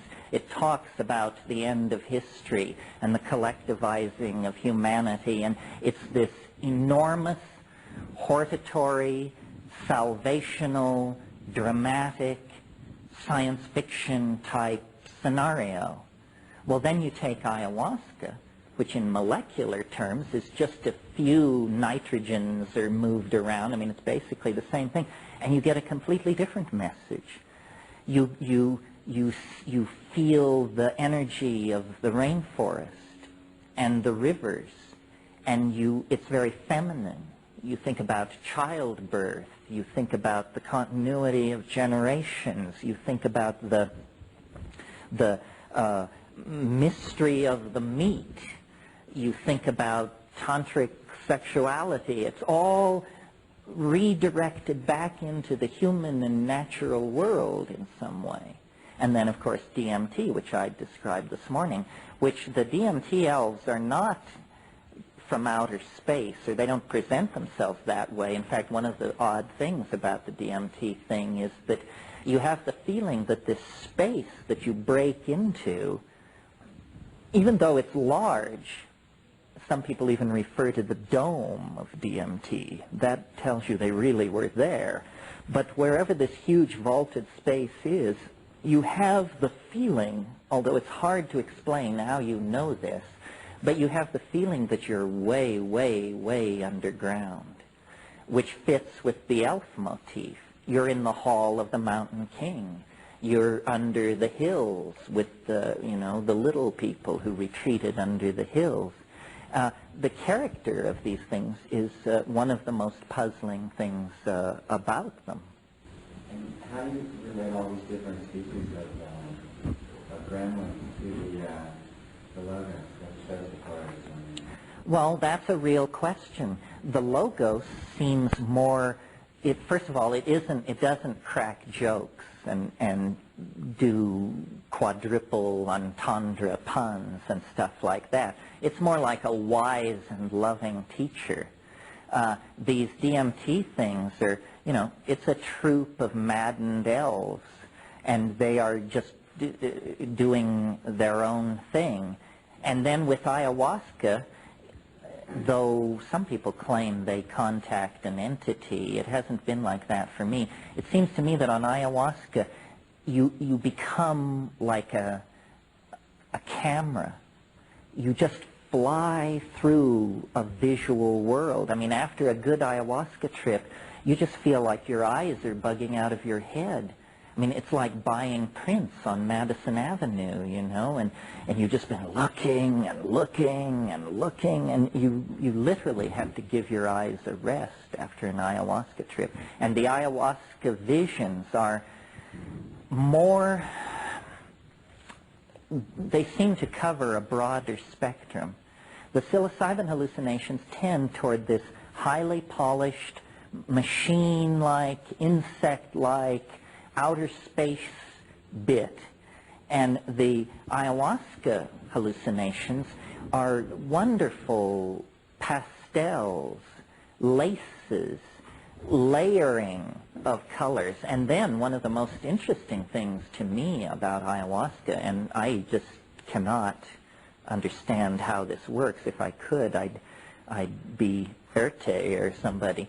And that is that you, in the middle of the ayahuasca trip, you can suggest motifs. You can lead it so that, for instance, you can say to it, Art Deco. and suddenly there will be thousands of candy dishes, cigarette lighters, champagne buckets, automobiles, stained glass windows, doorknobs, silverware, all rolling in black space in front of you, all the perfect exemplification of this aesthetic, the Art Deco aesthetic. And then you can say to it, okay, Italian Baroque. And it just like that, suddenly altarpieces, Madonnas, martyred saints, and fantastic scroll work and fleur-de-lis. And you can say, well, surprise me. And then you will get a coherent style, like Art Deco, like Italian Baroque, except that nobody's ever bothered to realize it on this planet. But it's as coherent. It's like, 20 years ago there was no such thing as Southwest as a style. This weird thing coming out of Santa Fe that I notice has planted its roots deep here as well. The turquoise and beige endlessness of feathers and hammered titanium and all that. Well, that's an aesthetic that has cohered in the last 20 years and come into being. There seem to be an infinite number of these things, as different as the bronzes of the Han Dynasty are to a Dali or a Pollock or a Bosch. And then you can say to it, going beyond the surprise me challenge, is what I always say to it is, I want to see more of what you are for yourself. And then it's like there's this low organ tone, and it begins to lift the veils, and the temperature in the room drops about 20 degrees. And after about 20 seconds of that, you just say, enough of how you are for yourself. Because you can tell what's happening is it's starting to reveal something so peculiar and so untailored for the human mind or eye that you become afraid. You say, can we go back to dancing mice, Art Deco cigarette lighters, and Baroque altarpieces, please? This is turning into deep water as far as I'm concerned. So, yes. What happens on higher than, if anything, higher than 5 grams per liter? Oh, that's a good question. Good question. It requires a small detour into pharmacology. The concept, which all pharmacologists are familiar with, and which you should be too if you're going to deal in this realm, called LD50. This is not a pretty notion, but a necessary one. It stands for lethal dose 50. What does this mean?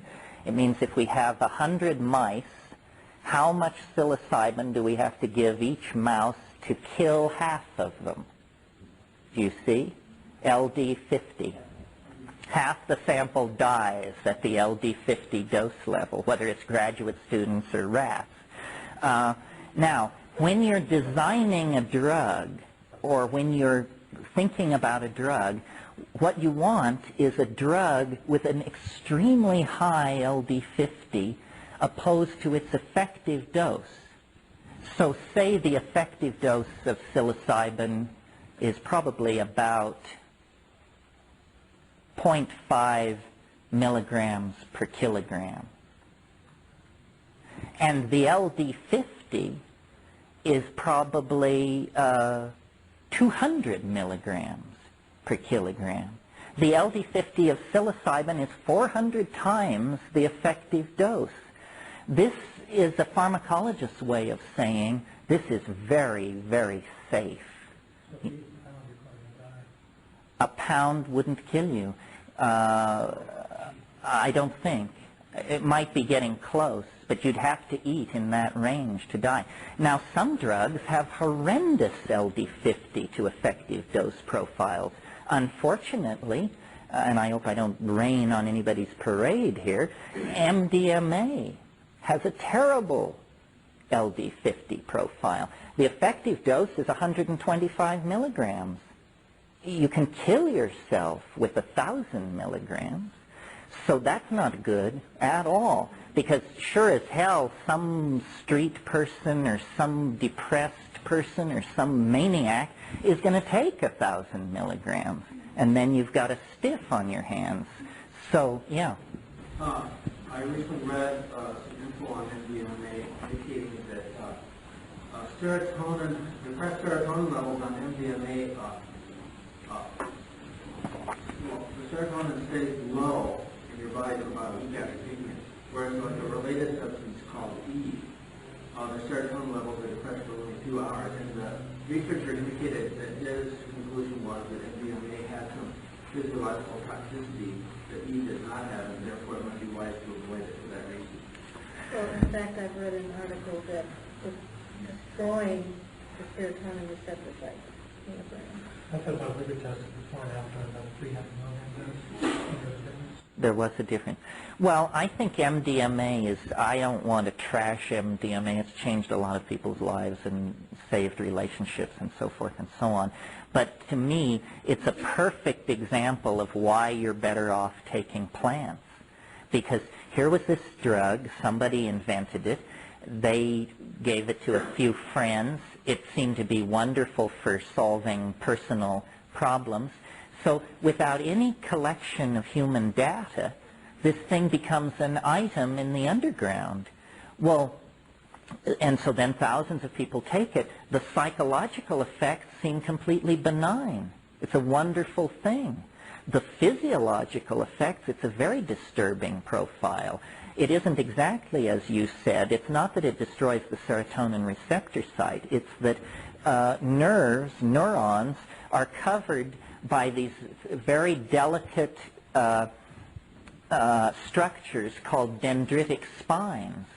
Now, nobody knows what dendritic spines do, but every neuron in your body has them. And when you take MDMA, it mows them down. They go away. Now, so then you get two schools of thought.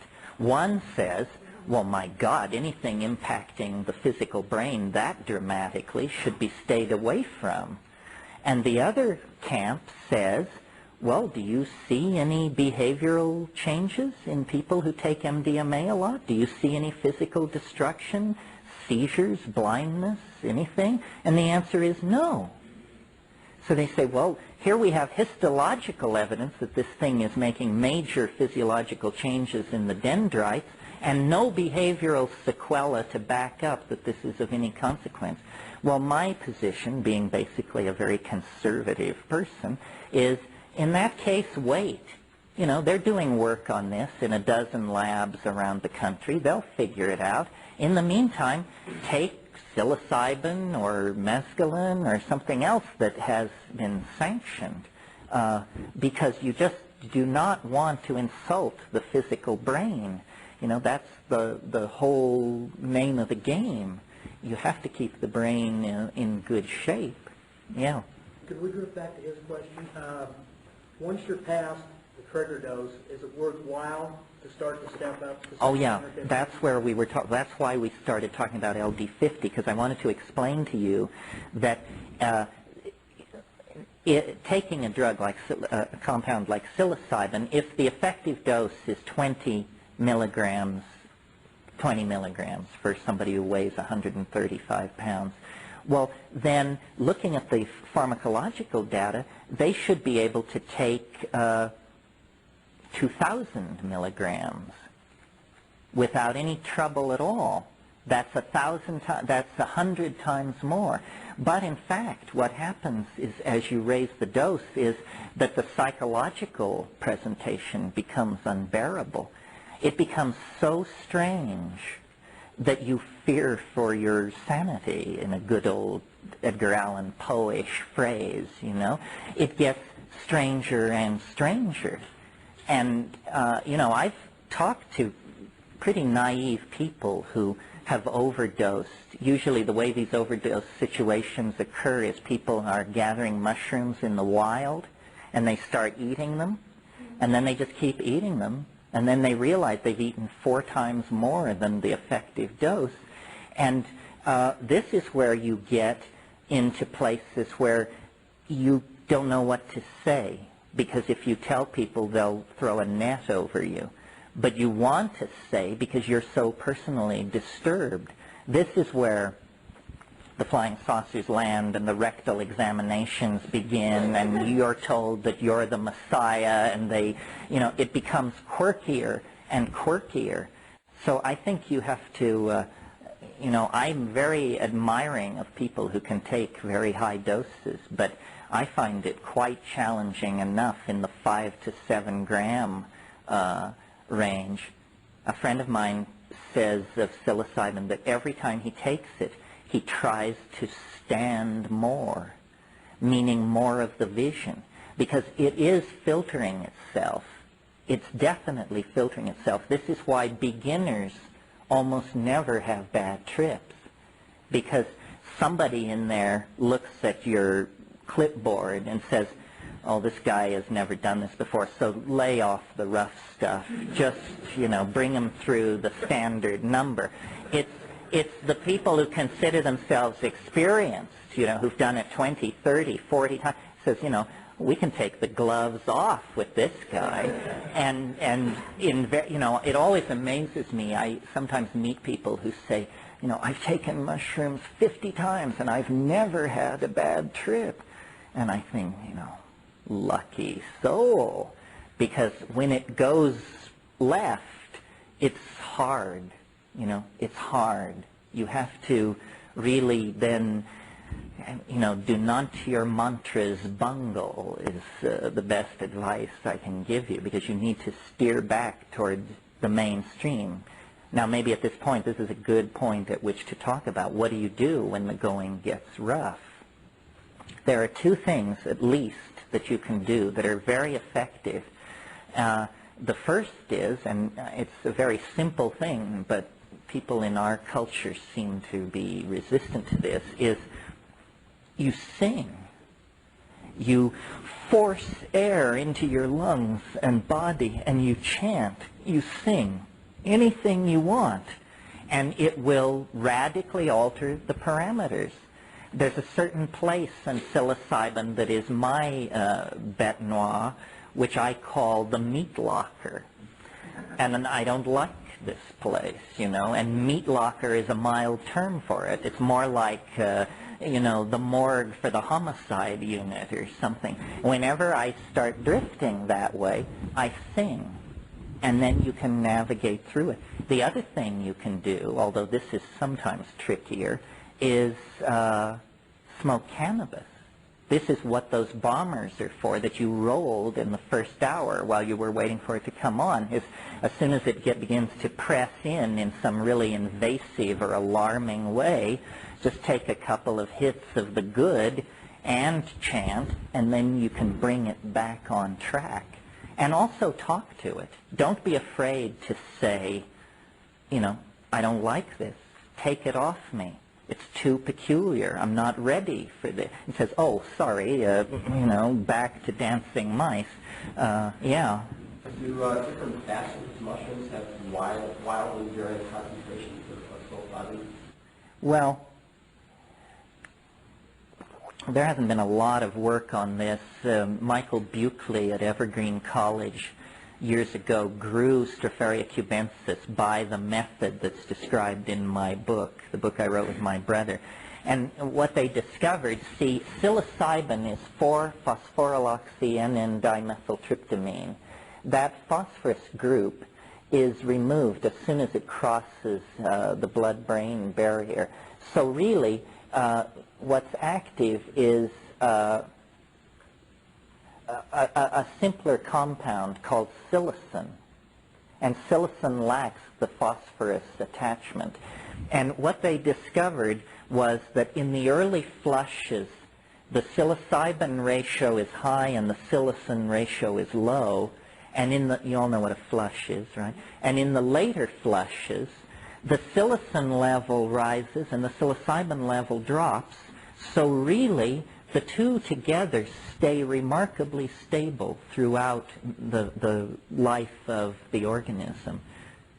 Something worth mentioning, I suppose it's worth mentioning, is when I was into my extraterrestrial phase, when I was assuming that the mushroom was an extraterrestrial, either the extraterrestrial itself or something designed by some kind of an extraterrestrial. It was very interesting to me that psilocybin is, as I said, 4-phosphoryloxy NN-dimethyltryptamine. It is the only 4-substituted indole in nature. The only one.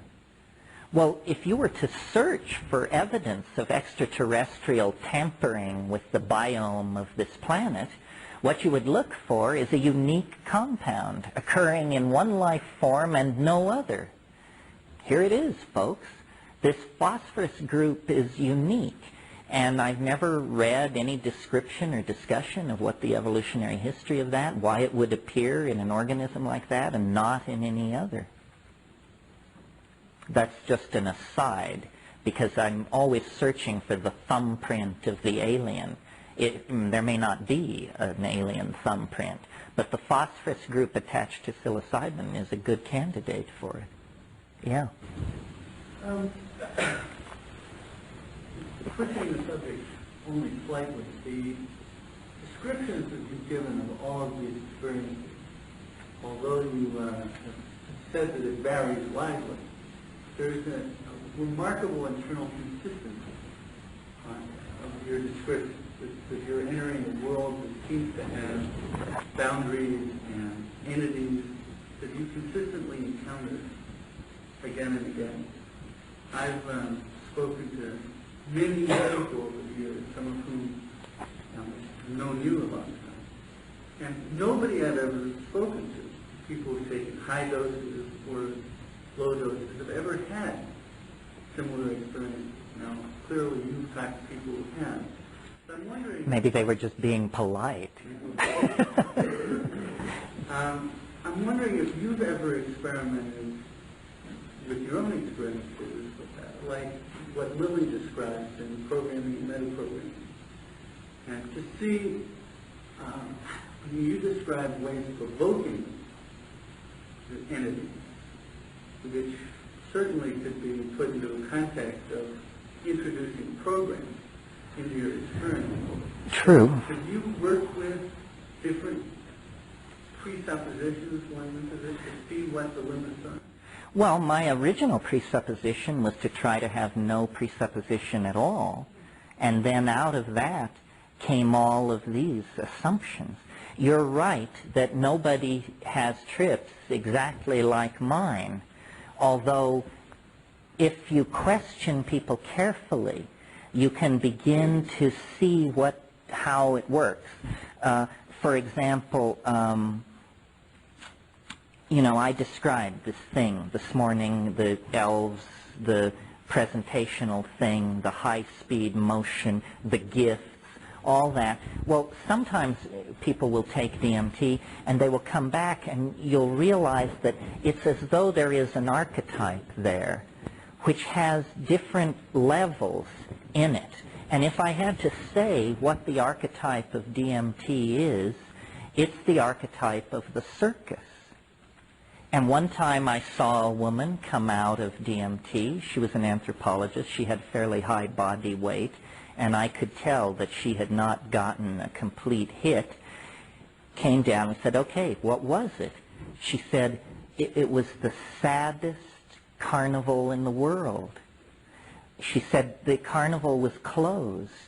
All the tents had their flaps rolled down, and there were just paper cups and candy wrappers blowing in the aisles in between them, and the Ferris wheel was stopped.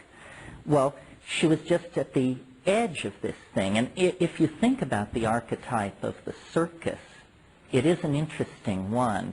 First of all, you have the 3 center rings, where wild and zany activity is continuously being presented. Tiny cars keep arriving with 14 clowns in each one, and they keep climbing out, falling all over each other. But it isn't all fun and games.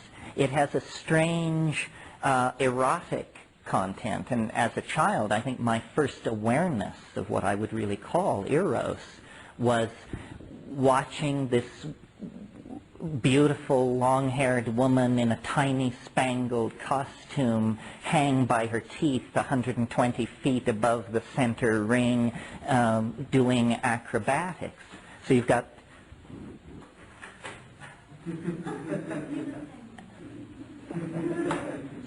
the clown, and you've got the lady in the tiny spangled costume, and then off from the center ring you have these dark alleyways where the sideshows are, the Siamese twins and the goat boy and all the rest of it, you know, and it has a very weird vibe about it. So it can land you in any of these places, but if you try and correlate people's experiences, it seems to me that it's pretty clear that through their own life history and their own programming, nevertheless, something is trying to poke through. Now, my DMT experience seems pretty radically different from other people's, although other people don't give any account at all. I mean, it's amazing how inarticulate people are. They come down, you say, how was it? And they say, it was far out. You say, you know, you don't get out of here with that rap. You know, how was it? And you say, well, they can't give a good account. On psilocybin, I think most people experience something very much like what I describe. Huge machines, a sense of danger to the earth, apocalyptic visions, the idea that someone will come and help. And I'm pretty resistant to all the flotsam and jetsam of the New Age. I mean, I don't spend a moment worrying about the exact physical location of Atlantis or stuff like that.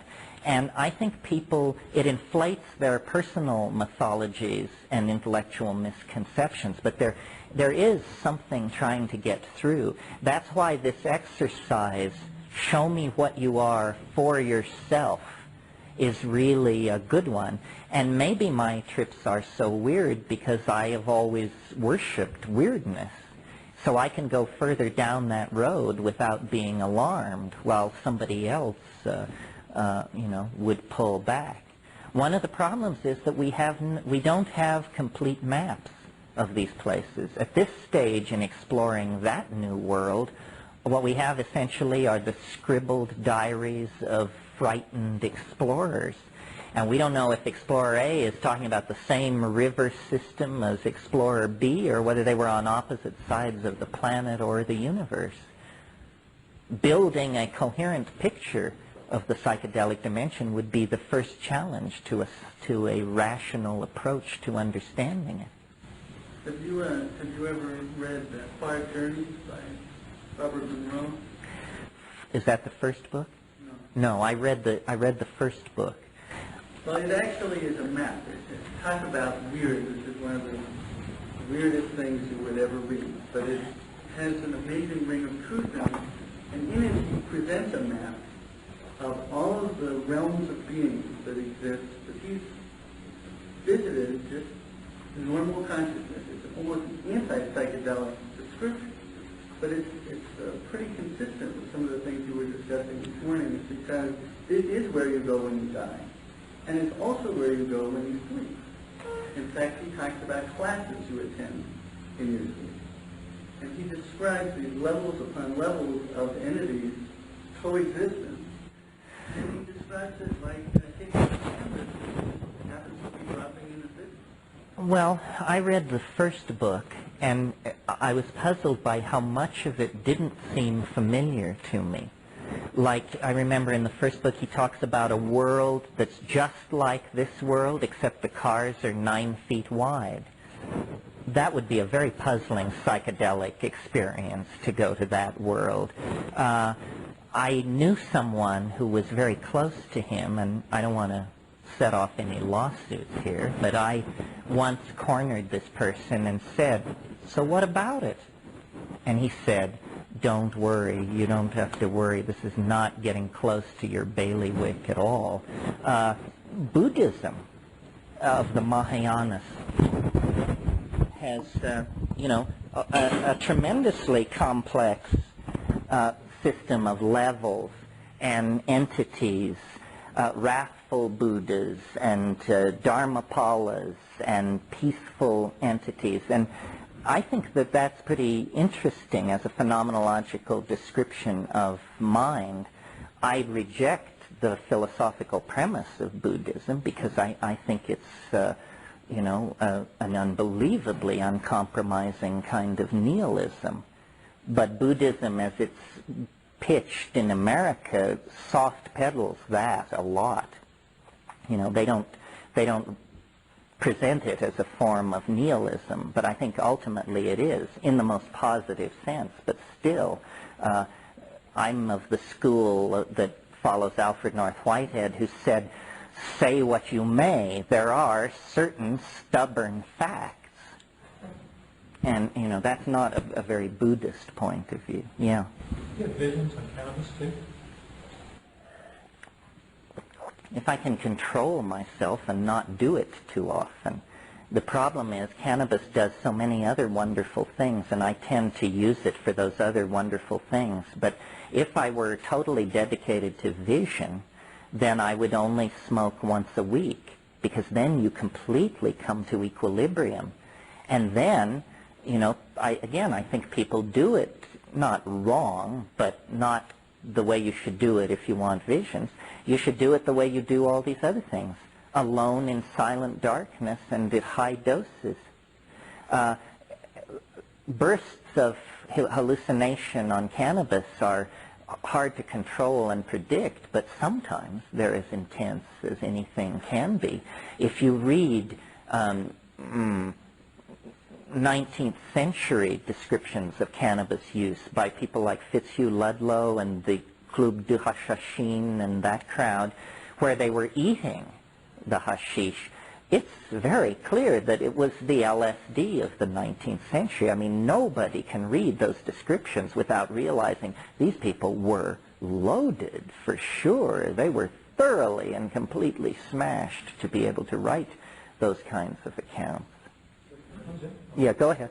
So everything that you said, you would smoke a lot at the start of the mushroom trip, and when I smoke a lot at the start of the trip, it's tend to really confuse entry, and then eventually I kind of realize, it has an effect which, I'm not sure that's a good effect in terms of getting the learning, shall we say, from the more powerful chemists. Well, you didn't exactly make clear to me what the effect was. It fuzzes you out going into... It depends on what you smoke, I suppose. If you have, very top-grade sensimine, will do one thing. If you smoke Colombia, it'll do something totally different. What it does to me is it just slightly cuts my anxiety. I'm able to let the thing unfold of its own. I don't know. I mean, I have a lifelong, intense relationship to cannabis, and I basically make my living out of being able to do feats of memory. And, cannabis is supposed to trash your memory. So I don't, maybe I'm different, but I resist any maybe I'm different argument because it's malarkey. Nobody's different enough that they can, In terms of your articulateness and memory recall, when you're at the peak of a kind of experience, are you still as, speak as clearly then? You're really tongue-tied. No, more so. My great dream is that as my powers of locution fade with old age, that cannabis will be legalized. Then I can sit in front of you and smoke, and my career can be pushed 20 years further into the future. The way I use cannabis is to think, and I do a lot of thinking. I do a lot, and I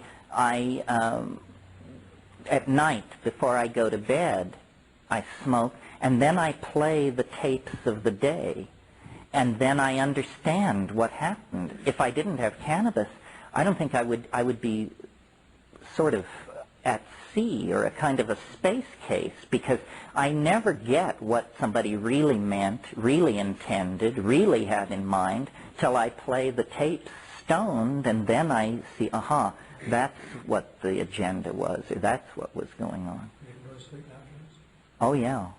Yeah. And if I don't smoke, then I'm insomniac. Yeah.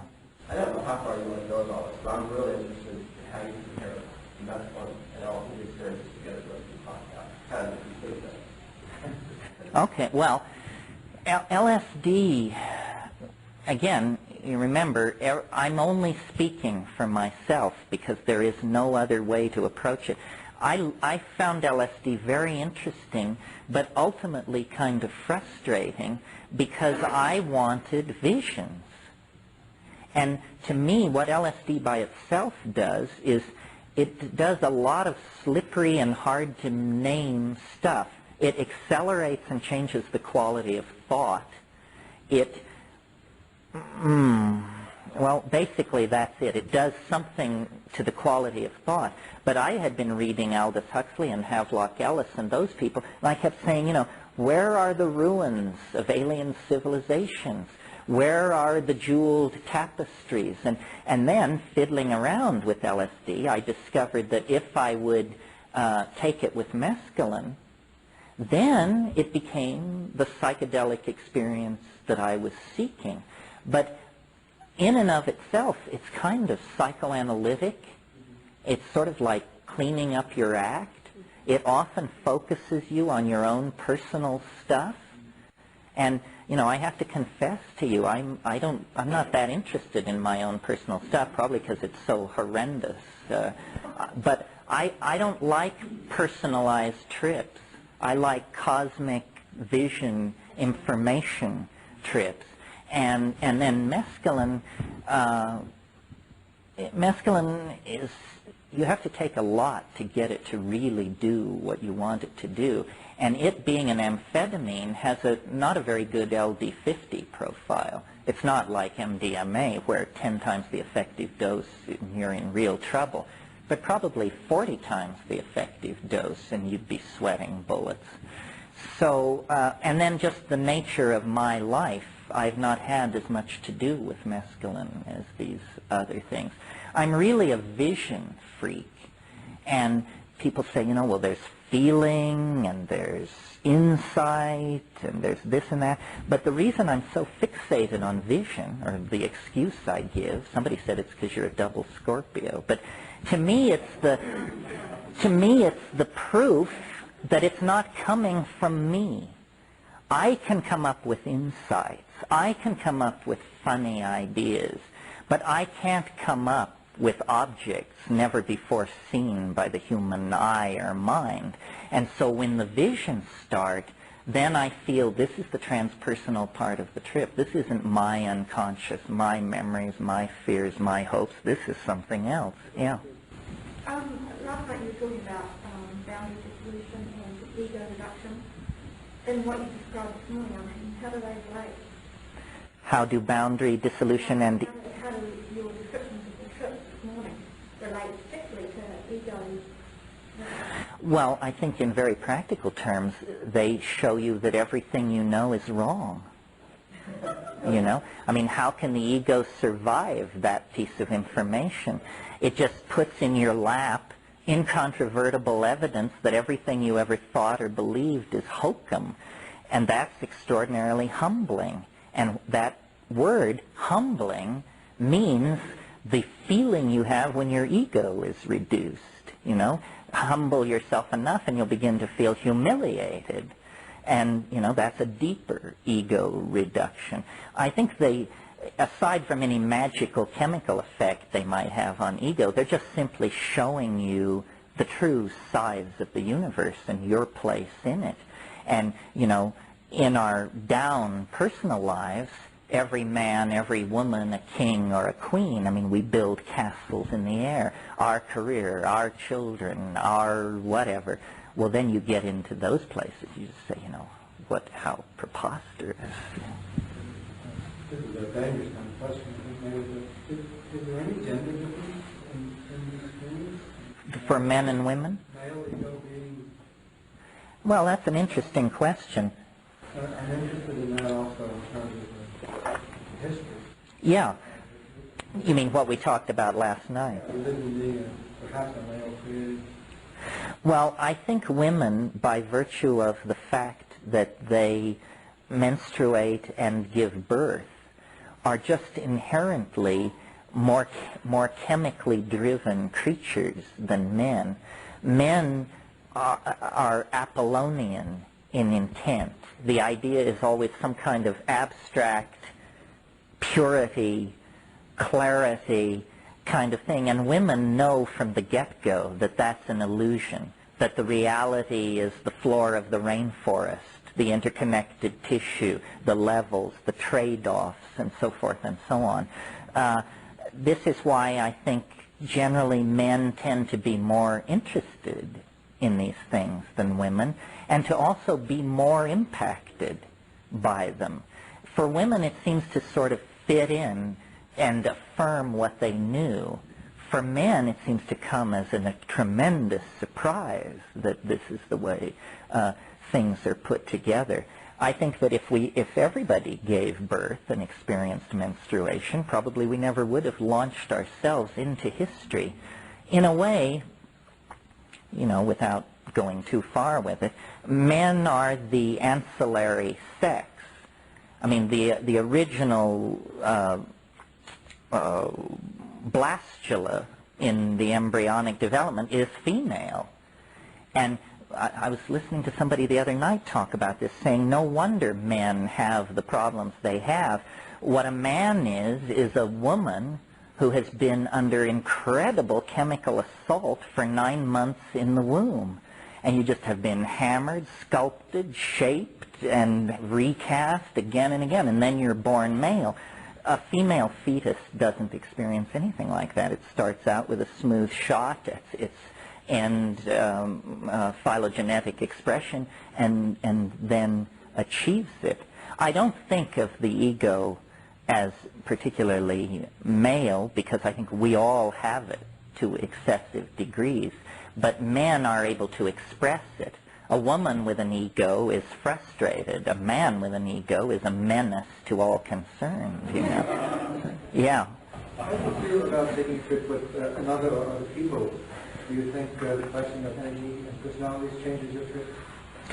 I think it's a very major decision to do that. That if you're going to take a high dose of psychedelics with somebody else, then you better be prepared to get all entangled with them, which can be great. It can also be fairly confusing. I don't like taking psychedelics. This is not an issue of entanglement. That's sort of what goes on between lovers or close friends. But I get a lot of requests to sit for people, and I don't do it because I don't know whether it's my personality or what it is, but I am unable to contain my anxiety in the presence of another stoned person, especially if I'm stoned. If I'm stoned and they're stoned and we're in a dark room, I cannot get off. I listen to them breathe. I worry. I wonder if I should ask them if they're all right. Then I go off on long trips about not interrupting them. And then that loops back into, but I haven't heard them breathe for 20 minutes. And I'm always afraid. I don't know. So really, people say, doesn't it take courage to do it alone? For me, it takes more courage to do it with people, because inevitably then you get tangled up into some kind of craziness. And, you know, you can think you're having a telepathic experience, and they've decided that they want to have sex or something, and meanwhile, I've just had a revelation about that entry Molière made in his diary when he was talking to his niece Agnes about the nature of the French comic theater. And so you say, boy, you know, we've got too much on the menu here. But I'm weird. Remember that, yeah. Okay, now, and we have heard about the common vision shared by people in ayahuasca. So, can you comment on this kind of thing and contrast it to what you're talking about, which is extremely high doses with one half? You mean the group mind on ayahuasca? Yes. And is that possible? Oh, yeah. No, it's very possible. It's very possible. I mean, you can sit with someone and play a little game where you will describe the hallucinations for 30 seconds, then they get to describe the hallucinations for 30 seconds. And you can absolutely convince yourself that people are seeing the same, that you're seeing the same thing. And, when you toss sex into the mix, it just goes over the top. I mean, I've had the impression, I don't want to trot it out as a position of mine or something that I assert as true, but I have had the impression, stoned on mushrooms, making love, that it's like perspiration forms on the surface of the skin, and there's some kind of electrolytic thing that goes on, and the boundaries dissolve between the people. I don't mean metaphorically. I mean that you become one organism, and that's pretty amazing. That's true. Yeah. Now, after I just said I don't like taking psychedelics with people, I guess what I should have said is I hate being responsible, because I don't mind taking ayahuasca with 30 people, none of whom speak English, in a hut up some river. But that's because I know that the old shamans are in charge, that I'm just a face in the crowd. Nobody's going to turn to me for explanation or help. I'll tell you an ayahuasca story just to give you an idea of the kind of stuff that goes on in these sessions. Years ago, in '76, Kat and I, it was before we were married, were in Peru, and we had found this shaman who was very good, and he had a following, and we were, apprenticing ourselves to him. And the style of these Peruvian mestizo people is that, cultures handle this differently, but they are never straight with each other. It's an incredibly masked culture, almost like the Japanese, but without the formality. In other words, if you think somebody's a jerk, you would never say that. That's the last thing you would say, because that's your true opinion. So we got into a situation with these people where this elder shaman, who was very respected, beloved even by these people, he had a nephew, a sobrino, who was an absolute jerk. This guy was into pimping a little on the side, and he was very ambitious to perfect his ayahuasca so he could go to Lima and charge yuppies a bunch of money for taking it and so forth. And he had this really awful habit, and I don't know what had gone on before we got there, but they would all get together to take ayahuasca. And these old guys, 80, 85 years old, the totally authentic dudes, would sing these beautiful ayahuasca songs. And he would sing against them. Can you imagine a scene like this where everybody's singing "Row, row, row your boat," except one guy wants to sing "5'2", Eyes of Blue," and does. And the level of social tension in these meetings would just rise and rise, but nobody would ever say anything to this guy and tell him to bug out and can that crap. So one night, this had happened 2 meetings in a row. It was the 3rd meeting like this. Everybody hoped this guy wouldn't come. So then he showed up. So then we all dose. Then we get loaded. And the singing begins. And he begins his singing. And in the wave of hallucinations, and Kat was sitting next to me, he was sitting up on his haunches, kind of rocking back and forth on his heels.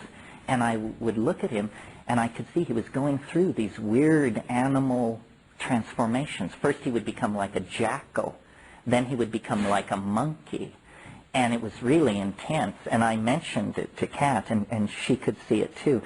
Well, so then he kept, and we were also trying to tape these ayahuasca songs, so it was a double irritation to us that this guy was so out of control. So after a particularly long song by the old guys, with him just hammering against them, I could feel Kat, who has a real Irish temper, getting more and more pissed off at this guy.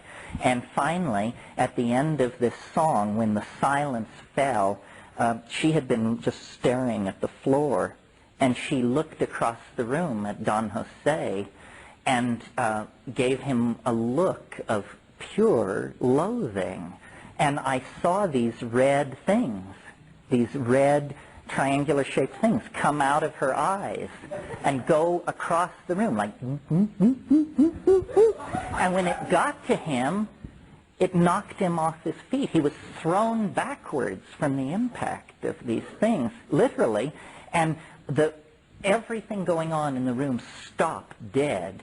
And the elder shaman said to the guy sitting next to him, he said, "Oh, the gringa sends the ba-da-da-da-da." And, you know, then you realize, wow, we're in over our heads here. You can't tell shit from Shinola in this scene. This concludes Tape 3. Our program continues with Tape 4. Our program continues with Tape 4. So that's an example of, you know, magical power condensed onto the material plane. Yeah. We saw films about 2 nights ago of dolphins swimming and with purple triangles coming from their head as captured. Clearly the same phenomenon. Yeah. First of all, I have to ask an inevitable question. Did the man do his counter singing after that? He actually didn't come back after that evening. Then the other question, or actually a perspective is, I've done extensive work with iridology to the point that I could understand where the limitations in that science were blatantly obvious, because it's not so much the physical characteristics of the iris of the eye, it is what is transmitted from the mind through the pupil or the sensor of that filter that is really being accessed by someone who is discerning, and that's what will give you the blueprint that you're looking for. And so I feel that that power and that transmission of mind so many times is carried from that energy that goes back and forth through the eyes. And I wondered if you had any more thoughts on that. Well, it seems to imply that we are all potentially linked together in many ways that civilization has suppressed. We are no longer telepathic. We are no longer able to reach out and tap somebody with a glance like that. And But I think we do, and I think we do all the time. but somehow our perception of what's been going on is skewed. We don't, you know, Rupert and I talked a lot about this. He had the idea that, he said, you know, the search for proof of psychic power has not been a very happy story with card flipping and this sort of thing. And Rupert had the genius to realize that what is the commonest psychic power that we all believe exists and have experienced and so forth, but which science is utterly unable to explain, that could be statistically studied.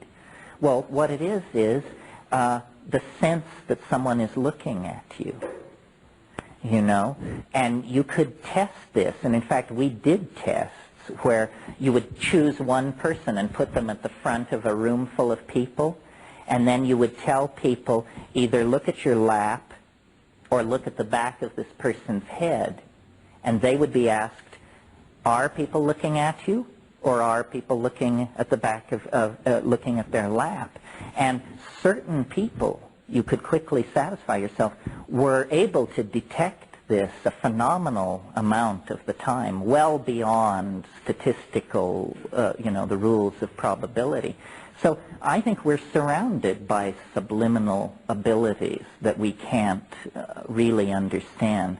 I mean, from years of traveling in Asia, I have an amazing psychic power, which is I can tell when food shouldn't be eaten, you know, and it will happen to me, you know, in very good restaurants, and if I go against it, you know, I'll spend the evening over the toilet because I couldn't believe that Chez so-and-so would serve poisoned food because it was costing me so much money. But then when I get back to the hotel room, sure enough, by overriding my own instincts, I get into trouble.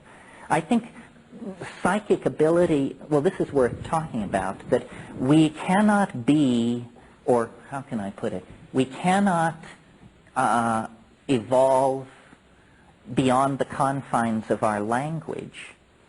And if you have a language that makes telepathy impossible, then telepathy will be impossible inside that culture. You see, we all pay lip service to the idea that that language and culture create each other, but we actually act as though culture is real, and it isn't.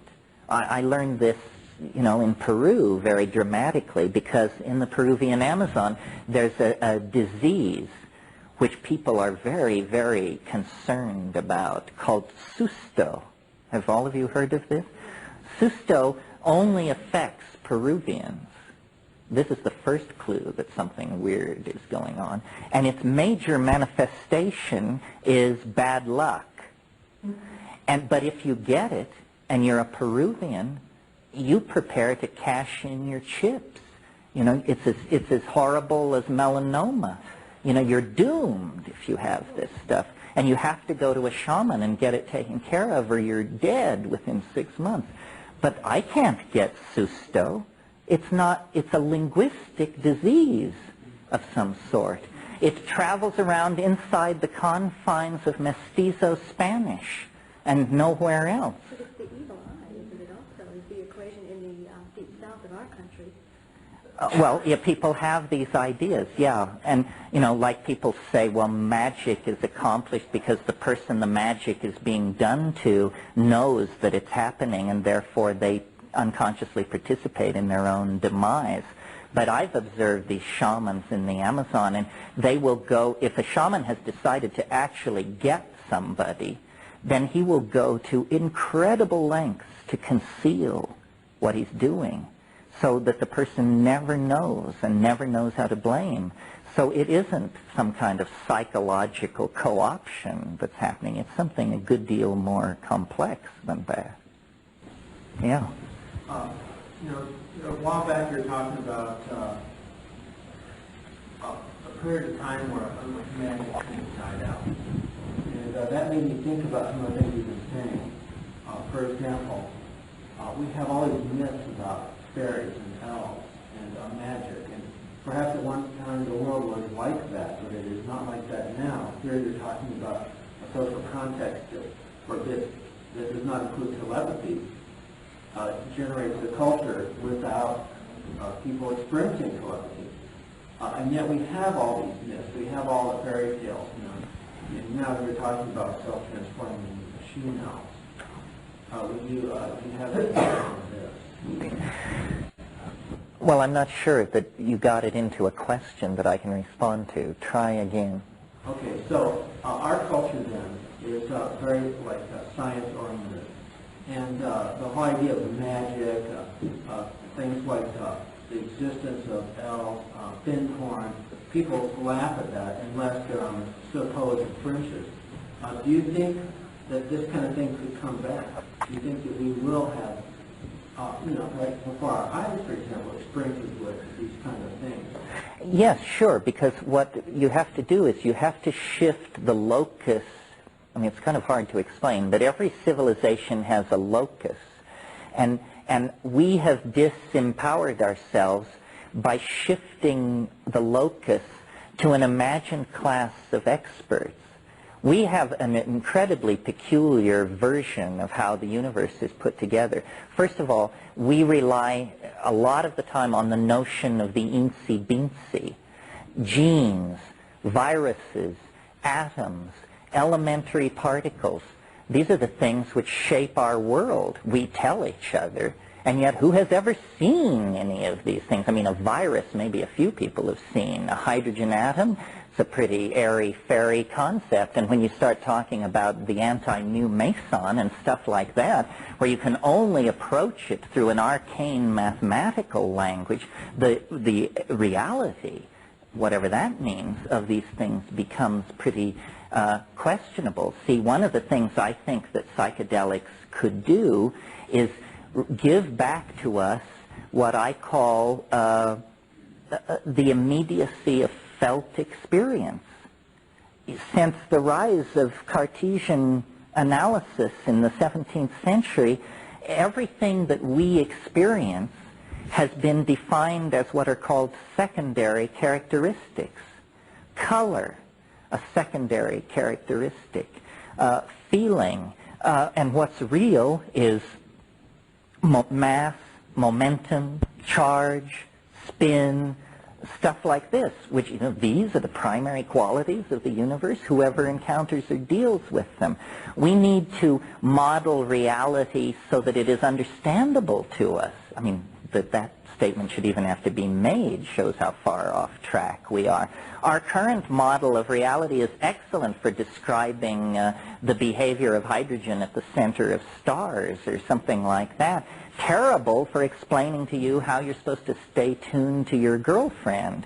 So somehow we have sold out to abstraction. And this is something about science, and the demonic power of numerical analysis and stuff like this. I think that part of what the psychedelic revolution is and why it is so politically threatening is because a psychedelic person does not believe anything they cannot confirm for themselves through thought, intuition, or feeling.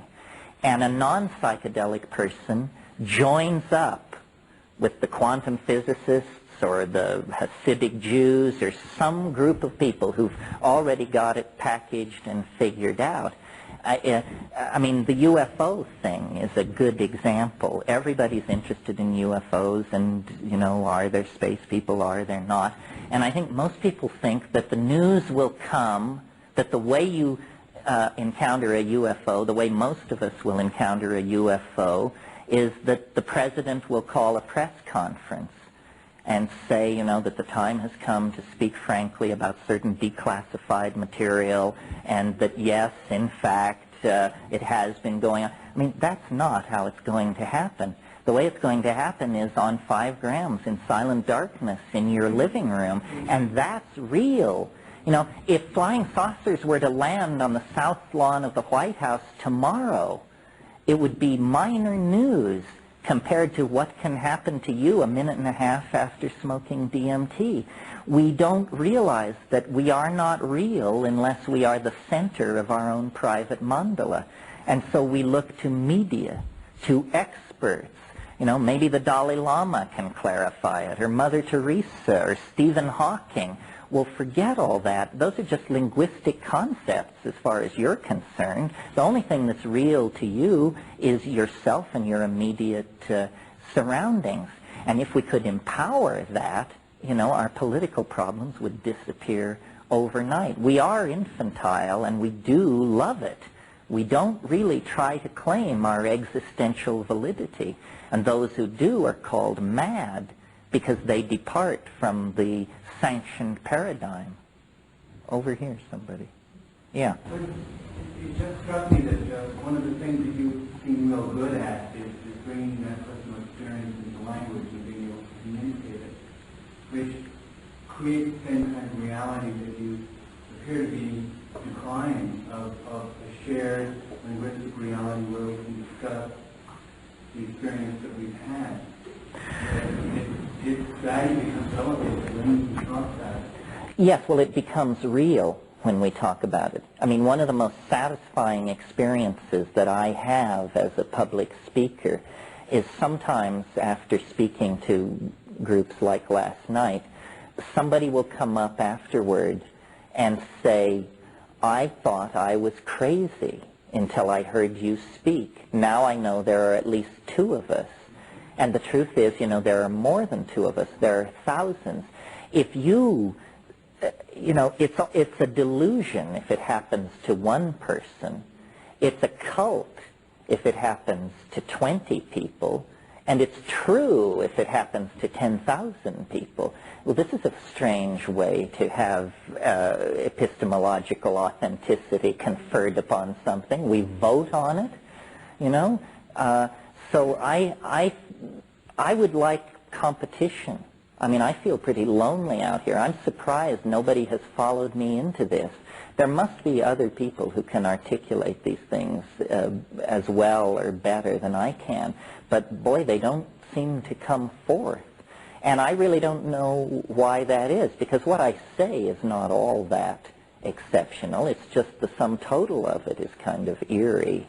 But if we don't, that's why I was saying, we cannot evolve faster than we evolve our language.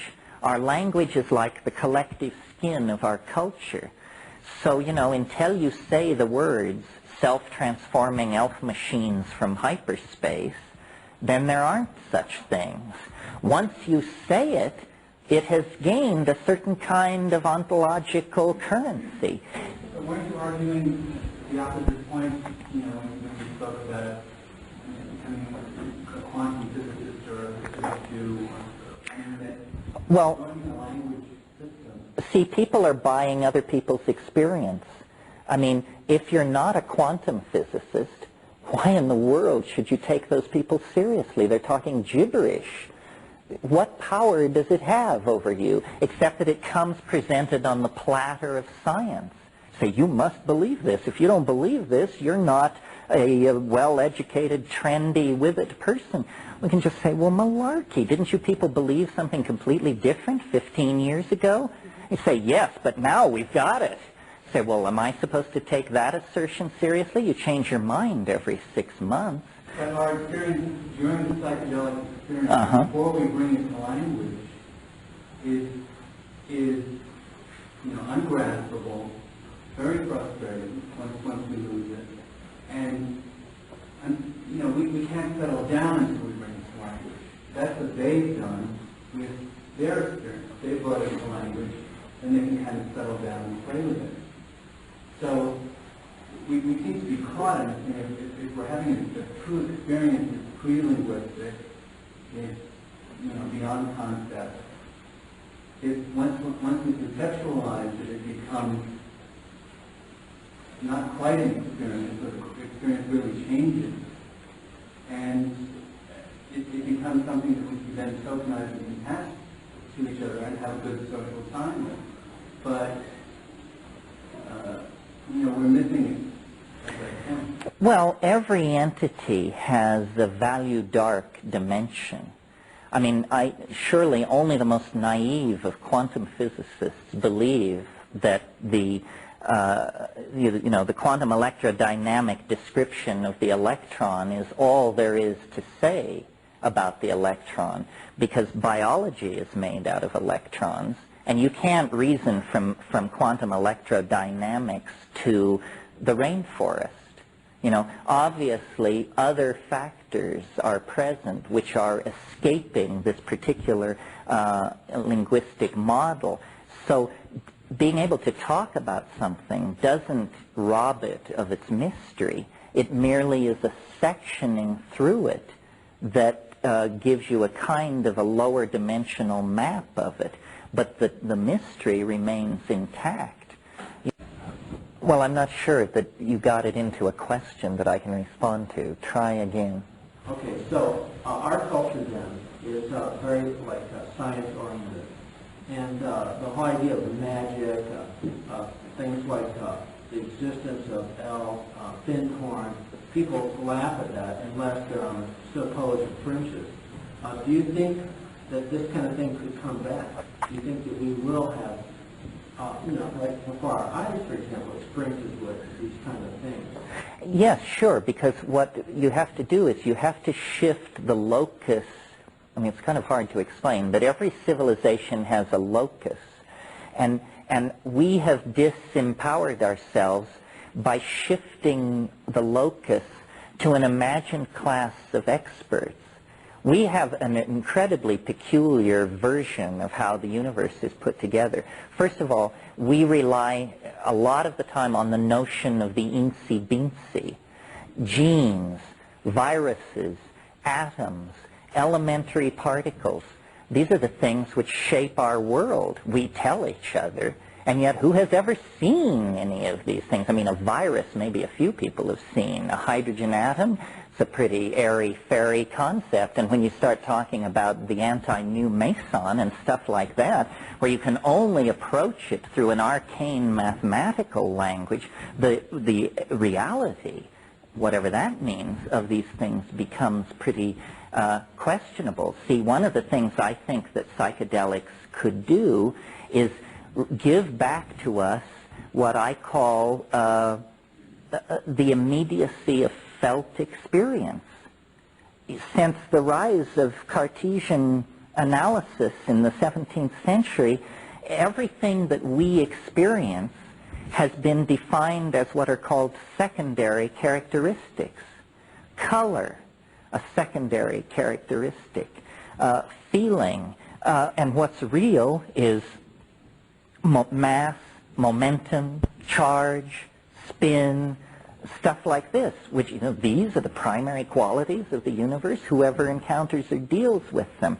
We need to model reality so that it is understandable to us. I mean, that statement should even have to be made shows how far off track we are. Our current model of reality is excellent for describing the behavior of hydrogen at the center of stars or something like that. Terrible for explaining to you how you're supposed to stay tuned to your girlfriend. So somehow we have sold out to abstraction. And this is something about science, you know, and the demonic power of numerical analysis and stuff like this. I think that part of what the psychedelic revolution is and why it is so politically threatening is because a psychedelic person does not believe anything they cannot confirm for themselves through thought, intuition, or feeling. And a non-psychedelic person joins up with the quantum physicists or the Hasidic Jews or some group of people who've already got it packaged and figured out. I mean, the UFO thing is a good example. Everybody's interested in UFOs and, you know, are there space people, are there not? And I think most people think that the news will come, that the way you encounter a UFO, the way most of us will encounter a UFO, is that the president will call a press conference and say, you know, that the time has come to speak frankly about certain declassified material and that, yes, in fact, it has been going on. I mean, that's not how it's going to happen. The way it's going to happen is on 5 grams in silent darkness in your living room, and that's real. You know, if flying saucers were to land on the south lawn of the White House tomorrow, it would be minor news compared to what can happen to you a minute and a half after smoking DMT. We don't realize that we are not real unless we are the center of our own private mandala. And so we look to media, to experts.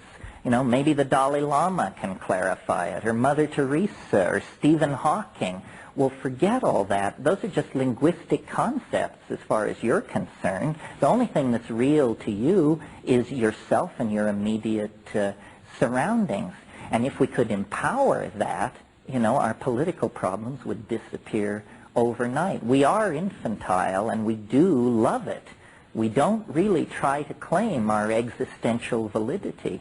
And those who do are called mad because they depart from the sanctioned paradigm. Over here, somebody. Yeah. It just struck me that one of the things that you seem real good at is bringing that personal experience into language and being able to communicate it, which creates the same kind of reality that you appear to be declining of a shared linguistic reality where we can discuss the experience that we've had. Its value becomes elevated when you talk about it. Yes, well, it becomes real when we talk about it. I mean, one of the most satisfying experiences that I have as a public speaker is sometimes after speaking to groups like last night, somebody will come up afterwards and say, I thought I was crazy until I heard you speak. Now I know there are at least 2 of us. And the truth is, you know, there are more than 2 of us. There are thousands. If you, you know, it's a delusion if it happens to 1 person. It's a cult if it happens to 20 people. And it's true if it happens to 10,000 people. Well, this is a strange way to have epistemological authenticity conferred upon something. We vote on it, you know. So I would like competition. I mean, I feel pretty lonely out here. I'm surprised nobody has followed me into this. There must be other people who can articulate these things as well or better than I can. But boy, they don't seem to come forth. And I really don't know why that is, because what I say is not all that exceptional. It's just the sum total of it is kind of eerie. But if we don't, that's why I was saying, you know, we cannot evolve faster than we evolve our language. Our language is like the collective skin of our culture.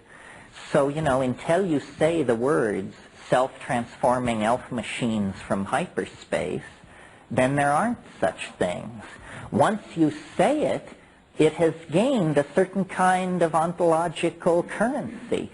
But weren't you arguing the opposite point, you know, when you spoke about becoming a quantum physicist or a physics Jew? Well, see, people are buying other people's experience. I mean, if you're not a quantum physicist, why in the world should you take those people seriously? They're talking gibberish. What power does it have over you, except that it comes presented on the platter of science? Say, you must believe this. If you don't believe this, you're not a well-educated, trendy, with it person. We can just say, well, malarkey. Didn't you people believe something completely different 15 years ago? You say, yes, but now we've got it. Say, well, am I supposed to take that assertion seriously? You change your mind every 6 months. But our experience during the psychedelic experience, before we bring it to language, is you know, ungraspable, very frustrating once we lose it. And you know, we can't settle down until we bring it to language. That's what they've done with their experience. They brought it to language, and they can kind of settle down and play with it. So we seem to be caught in this thing. If we're having a true experience of freely with it, it's, you know, beyond concept. Once we conceptualize it, it becomes not quite an experience, but the experience really changes. And it becomes something that we can then tokenize and pass to each other and have a good social time with. But, you know, we're missing it at that point. Well, every entity has the value dark dimension. I mean, surely only the most naive of quantum physicists believe that the the quantum electrodynamic description of the electron is all there is to say about the electron, because biology is made out of electrons, and you can't reason from quantum electrodynamics to the rainforest. You know, obviously other factors are present which are escaping this particular linguistic model. So being able to talk about something doesn't rob it of its mystery. It merely is a sectioning through it that gives you a kind of a lower dimensional map of it. But the mystery remains intact. You know, Wittgenstein talks about what he called the unspeakable. And, you know, the unspeakable is the true domain of being. And then within that, there is a very small subset of those things which can actually be captured in language. But they're a vanishingly small set of the whole thing. Mostly it's all mystery. I don't know why this is so surprising to people. I mean, where is it writ large that bipedal primates with binocular vision are supposed to be carrying around in their heads true models of the cosmos? I mean, would you expect an apple tree or a monarch butterfly to have a true map of the cosmos inside them? No more than that we should have. So I think all knowledge is provisional. And I think the new science will honor this. This is why the rise in the use of the word model. They no longer believe they're giving a complete explanation of phenomenon. They just say, well, here's a model, and next year we'll get a better model, and we'll keep modeling, and our models will get better and better. But they will never be more than crude approximations to an unspeakable mystery. Do you find that tragic? No, I find it exhilarating. I think part of the male, or part of the ego dominator pathology is to demand closure out of everything. There is no closure. You have to learn to sit with the messiness of the mystery. You know, it's this thing we said this morning. The bigger you build the bonfire of understanding, the more darkness is revealed to your startled eye. So, no, I think it's open-ended and exhilarating and tremendously exciting that that's the kind of universe we're living in. Terence, I think the thing about mystery is that I find it fascinating. I think up until just a few months ago, my main thing was trying to understand. And then I read something somewhere, some little sentence that said, I'm not trying to understand the mystery anymore, I'm just trying to have a relationship with it. That's right. It just clicked me into a whole different place. Well, you know, this is not merely the stoned ravings of the psilocybin brigade. Do you all know, or have you ever heard of Gödel's incommensurability theorem? This sounds daunting and disturbing. Have you ever heard of this? Does anybody have a clue what I'm talking about? Okay, well, that in itself is a measure of the kind of society we're living in, because to my mind, more important than Einstein or Schrödinger or any of those people was Kurt Gödel, German mathematician. And he began by studying the calculus, and he had a very funny method. What he did was he would number every operation in a partial differential equation. And these numbers are called Gödel numbers. G-O-umlaut-D-E-L, Kurt Gödel. And what he showed, and I think this is maybe the most important intellectual step taken in the 20th century, he showed that any formal system will produce true statements which are not provable within the confines of the formal system itself. Now, what this actually means is that mathematics can fail. It means that there is no closure. He proved this logically, showed that closure is impossible, that everything, he showed it for arithmetic, the most secure of all intellectual edifices. Essentially what he showed was that 2 plus 2 equals 4 is a very strong tendency, not a law. And this incommensurability theorem means that no program of formal analysis will ever completely exhaust its subject. There will always be a residuum of mystery. And we need to come to terms with this. I mean, it's taken us 80 years to get Einstein under our belts. And that's a simple notion compared to what Gödel is saying, because what he's saying is not about, you know, the distortion of space-time near massive objects, but something which actually affects our own lives on a day-to-day basis. And, you know, if you live for closure, you're beating your head against a stone wall, and your head will wear out long before the stone wall will. There's a kind of an appreciation for the mystery needs to replace the attitude that the mystery is an unsolved problem. Mysteries have no relationship whatsoever to unsolved problems. Yeah? I'm just wondering about the motivation of the explorer going into the dark continent, wanting to draw a map of the river, so that you can eventually build a railroad, et cetera, et cetera. You go through a lot of pain, a lot of difficulty as a pioneer to get the map back. If your primary assumption is that this map will never be drawn completely, where's the motivation? What does it then become? You don't need a complete map. I mean, I'm not such a fan of Wittgenstein, but he seems to have raised his ugly head here. Wittgenstein used to say, we do not seek statements which are true. We seek statements which are true enough.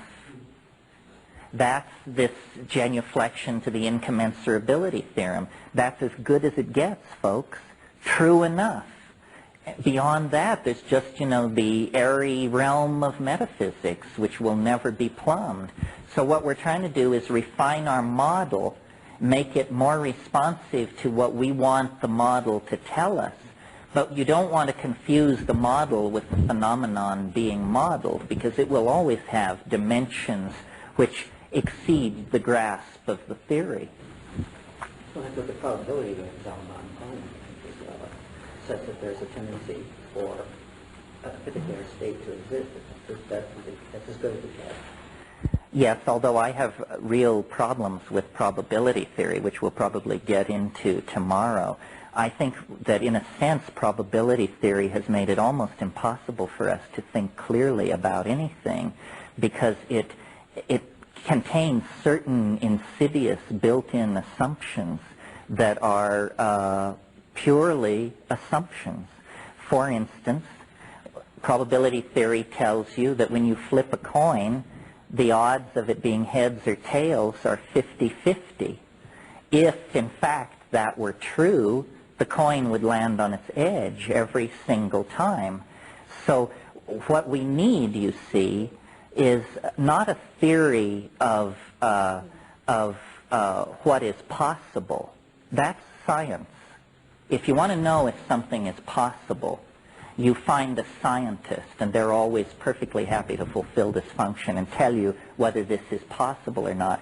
What we completely lack as a civilization is a theory that explains to us how it is, out of the vast class of possible things, certain things undergo what Alfred North Whitehead called the formality of actually occurring. We have no theory. I mean, science can say, well, it's probable that it'll be this, but it's also 40% probable that it'll be that. You say, well, which will it be? You say, well, I just told you the probabilities. Say, that's not good enough. I want to know. Say, we have no theory of selecting among the probabilities. The other problem that haunts probability theory is that it assumes that time is an absolute flat plane.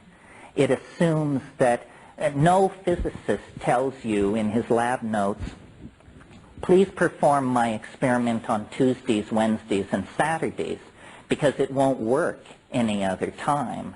In other words, the assumption is made that the experiment will produce the data predicted by theory no matter when the experiment is performed. In other words, it's assumed that the phenomena is time independent. But that's just an assumption that Newton got into.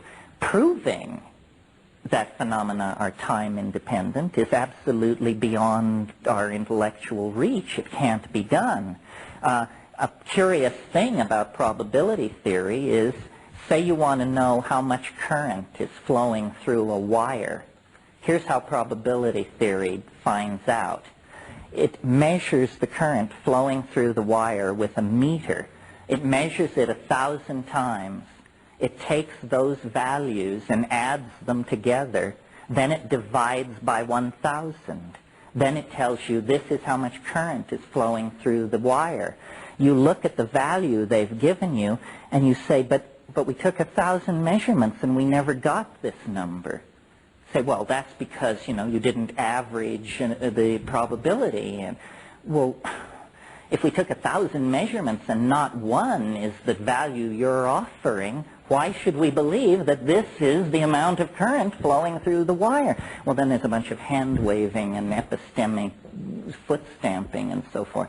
Science is an incredibly fragile edifice, which if it weren't for its ability to hand its findings on to technologists who make pretty things, it would have to take its place somewhere to the left of, I don't know, homeopathy, acupressure, something like that. In other words, it is not a meta-theory. It has not got truth by the jugular. It has a bunch of fishy mathematical formula which it's flailing you with. But I don't think, I think that serious revision of probability theory is going to have to take place. I think you've given probability theory much more than is really there. Inherently, what it's all about is simply acknowledging the fact that there are variables in anything that we can't know, and we don't know. It's really nothing more than that. Which brings you back to just the access in the present moment.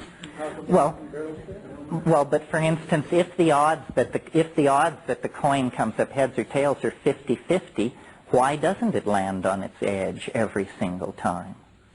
I don't see how it's related to landing on its edge. It's simply what happens with a coin, where it ends up lying, basically, whether it's face up or down, right? Well, another thing probability theory says is that chance has no memory. And so they always, in first-year statistics, they say, if you flip a coin and it comes up heads 49 times, what are the odds it will come up heads the 50th time? The answer is 50-50. But any gambler would tell you that, if it comes up heads 5 times in a row, bet on heads, for crying out loud. So there's something... I'm not an acolyte of probability or statistics, because I think a lot is done or inferred from them that just doesn't exist. I agree. At the same time, really all that's at the basis is the notion that there are things going on here that we can't know, even though that's not acknowledged by most people who are practicing it. That's the reality of probability. But don't you think the other assumption is that time is a non-inputting, it's not variable? That you don't say the odds of the coin coming up heads or tails are 50-50 in Canada, but 48-52 in Bolivia. That's one of the variables that's sort of smeared out simply because it can't be characterized the way people who are doing that like to tend to characterize things. But underlying the whole thing is still the notion that you're dealing with unknowables. And I'm not saying that those who are deeply immersed in practicing probability and statistics hold this view, but the reality is underlying, the sort of underpinning the whole thing is the notion that there are things going on here that we can't know. Oh, well, I don't have any trouble with that. I understand why science latched on to probability with such a vengeance. It's because, thanks to William of Ockham, there is this notion called Occam's razor, which is this idea that is most simply stated as hypotheses should not be multiplied without necessity. So since the idea that time is a flat invariant is the simplest assumption, try it first and see if it works. But I maintain that, science has, in certain areas, been very slow to make progress in the social domain, in econometrics, in the multiple body problems and stuff like that. Well, I think this is because this simple assumption that time is an invariant has to be re-examined. I would offer a new definition of science. Science is that field of human endeavor which studies phenomenon so crude that they are time invariant. The hydrogen atom cleaves from the oxygen atom the same way every time. But love affairs don't come apart the same way every time. Bankruptcies don't occur the same way every time. These are complex compound phenomena that are then influenced by the temporal variables and the variables embedded in the environment around them. Now, the problem is, these are the things we're interested in. Love affairs, bankruptcies, and the establishment of empires. Very few people have a passionate interest in the dynamics of the water molecule. That equipment over there was produced by those notions, these notebook computers, the software that you're running. Oh, now I know I have you on the run because this is a but it makes pretty things argument. I'm not commenting on the value of it or not. I mean, each person has to assess that for himself. Well, see, I think science is a great enterprise and noble, but not the arbiter of truth. No, I'm not arguing. There are no arbiters of truth. The truth of the Tarot, the truth of quantum physics, these are truths in the supermarket of truth. But there's no top end to that process. There may not even be one truth. But what truth do you go out and follow in this situation? In a given situation. If you're flipping coins, probability theory is probably a good guide. You wouldn't want to run your love affair on probability theory. So you have to choose the domain. You have to recognize the applicable models, the applicable tools for whatever domain you're looking at. You're not allowed to do that in this culture. Science is the overarching truth for most. Well, you're allowed to be a heretic. You just don't get paid well. That's the price you pay for that. Still, yeah. Kind of tying this into what you were talking about last night about how messed up everything is since our ancestors got away from the mushroom celebrations and all that. It seems like you were saying that we are tied into time and we're being pulled towards a certain something, like this dimension being destroyed, or we're not really being able to live. And I'm wondering, is that, it seemed like you looked at that as bad, and then on a different perspective, it's good because we're discovering that we're being pulled towards something that's maybe bigger and more wonderful. How does that tie in? Are you saying that this is bad, what we're discovering, so we need to hang on to our past? Or do you think No. No, I don't think it's bad. I'm entirely in support of whatever the universe is in the process of trying to do here.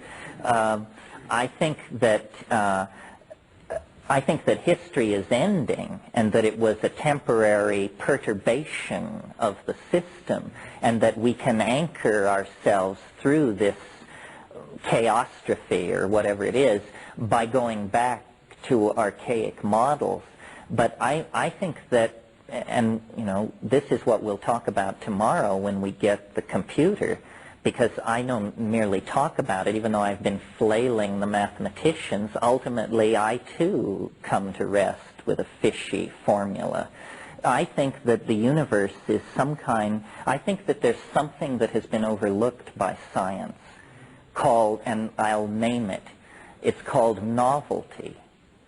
The universe is a novelty-conserving engine of some sort. From the very first nanoseconds after the Big Bang, novelty has been conserving itself and building newer and deeper levels of novelty on novelty already achieved. So that, you know, in the first few, I mean, you have the Big Bang, then you have this era called the pre-physical era. It's brief. It lasts the amount of time it takes light to cross a distance equivalent to the diameter of the proton, electron, something dinky for sure. That's called the era before physics. Then physics begins, one jiffy after that. And the original universe was so hot that it was a plasma of free electrons. So since it was a plasma, there was nothing that you could call atomic physics, because the ambient temperature was so high that electrons could not settle down into stable orbitals around nuclei. As the temperature of the universe fell, atomic systems crystallized out of that plasmic environment. Well then, further cooling of the universe leads to more complex kinds of bonds, and the cooking out of complex elements from stars. The original universe was made entirely of hydrogen. This hydrogen aggregated into masses so dense, so large, that at their centers there was actually, and if you think I'm not nervous doing this in front of you, you're crazy. these aggregates of hydrogen at the center, it was so massive in temperature and pressure that fusion could actually begin, and fusion cooked out heavier elements, iron, sulfur, and eventually carbon. Well, when you get four-valent carbon, this throws open the doorway to tremendous new novelty. You get now, for the first time, not atomic systems, but molecular systems. These molecular systems lead into protobiological systems. Protobiological systems lead into prokaryotes, then eukaryotes, then true higher multicellular animals, then mammals, then human beings, then electronic culture, then the big surprise. Now, the thing to notice about all this is that novelty keeps building on novelty already achieved. It crosses biological lines, atomic lines, molecular lines. It is a law of the universe, I'm proposing, that novelty is conserved. And so then what we represent is the kind of ultimate nexus of novelty. And I believe that, you know, we are being wound tighter and tighter and tighter into a confrontation with the equivalent of the singularity at the center of a black hole. But it isn't a gravitational singularity that I'm talking about. It's a novelty singularity.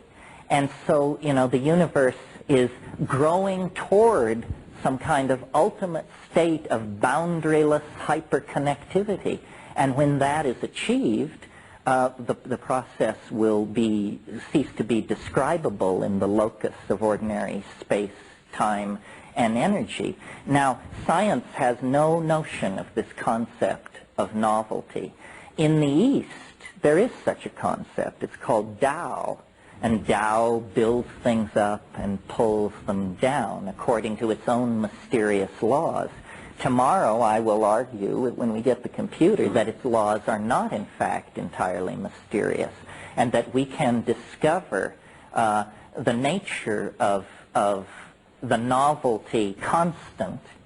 And instead of treating space-time as an absolutely featureless plane, we can take that zero value, which is how that shows up in the Newtonian mechanics, and substitute instead a fractal dimension number, which will be some kind of decimal fraction between 1 and 2, and then this will allow us to do things previously inconceivable, like predict the future and stuff like that. See, one thing I guess I should say, since we've sort of drifted into this fairly rappy place, is the idea that the universe is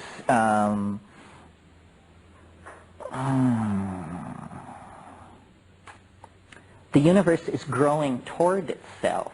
It's not moving outward from its origin. It's moving toward its completion. And this is called teleology. It's very unwelcome in most scientific modeling, but that's a legacy from the 19th century, where they were so concerned to get God out of the picture that they wanted everything to happen through one random process colliding with another random process and flipping out mule deer, elephants, and redwood trees. But in principle, we don't have to believe in God to believe in an attractor at the end of the process. We see many kinds of attractors in the natural world. One way that I think of the psychedelic experience is, you know, you've heard me talk about hyperspace, superspace, this kind of thing. It really does seem to me that reality is some kind of a very complex geometric object of some sort. And you know how they teach you in trigonometry that all possible ellipses can be obtained by sectioning a cone? And that if you take the infinite set of ellipses and reconstruct them, you can reconstruct the cone. Well, the way I think of psychedelics and psychedelic tripping is you are sectioning a hyperdimensional object. And what you're coming back with is a lower dimensional map of this higher dimensional object. Well, everybody has a different map in the same way that there are an infinite number of elliptical sections of a cone, but they're all generated by the same object. And if it's a mystery to you how a simple finite object like a cone can generate an infinite number of elliptical sections, then it's going to be hard for you to understand how everybody can have a different psychedelic trip and yet be actually dealing with the same reality in hyperspace. Yeah. You talked about the universe being attracted toward completion. Mm-hmm. And I'm not trying to trick up the semantics and things like that, but would it also be moving towards its own closure at that point? You mean is completion closure? Yeah. Well, what does closure mean to you? Well, I was relating it back to when we were talking before about closure not really existing. Well, maybe what we should say is there's only one closure, and all others are false closure. Closure isn't really the word I would use. I steal shamelessly from Alfred North Whitehead, and probably others as well, but I'm willing to cop to that. He has this notion called concrescence, which I think is a great idea. He says everything grows toward a nexus of concrescence. So complexification is at the service of concrescence. We can see how this planet is caught in a concrescent process. 100 years ago, it took 3 months to go around the world. Now it takes a third of a second. 100 years ago, a newspaper carried local news. Now local news means the news of this planet. We can telephone Prague or Shanghai by just going outside to the phone booth. We are being knitted more and more tightly together. Now, most people think this is a human world phenomenon and it will stop at some point with everybody connected to everybody else, I guess. I don't think it is a process of the human world. I think we're embedded in a collapse of physical law. This is a fairly pathological notion from the point of view of most scientists, because they believe that the universe will exist for, millennia or millions of years into the future. But I think our presence on this planet indicates that we're deep into Act 3 of the cosmic drama. Yeah. Well, if the universe was used as a setting for souls that intelligently call back to Godhead, when all the souls intelligently call whatever aeons that may take, then we can set this together. There is no longer any need for the set of the Yes, I mean, in a way, the problem is not the problem is not the end of the universe, but why it existed in the first place. What happened to flaw the original nothingness, to contort itself into this fantastic cascade of interconnected complexity? It's very, very tricky, this stuff. I mean, well, without dragging that in, it's tricky enough, so let's leave it at that. Yeah. The philosophy and the thought science are pretty interesting, but I really came here to learn more about using the gas. Oh, well, ask a question. Seize the tiller. Everything you described, you taking a full dose all at once, is that the best way to do it, in your opinion? I mean, sometimes I've taken 4 pounds to start and then 3 more later after. Oh, I see what you're asking. Should you boost it? I don't like doing that simply because I like to get... I think the real action is in the flash. And the flash comes by getting as much of the material to the synapses in as coherent a wavefront as possible. So I tend not to do that, but to take an initial large dose. Of course, if you take an initial dose and it doesn't do anything, then you could follow it up. Pardon? You mean just to discuss it generally? Do you all know what ibogaine is?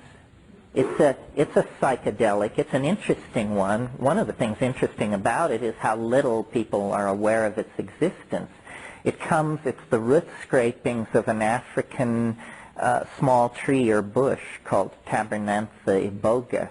And interestingly enough, it's a true aphrodisiac, perhaps the only real aphrodisiac in the world, because what are called aphrodisiacs are usually either just stimulants or things which cause genital itching.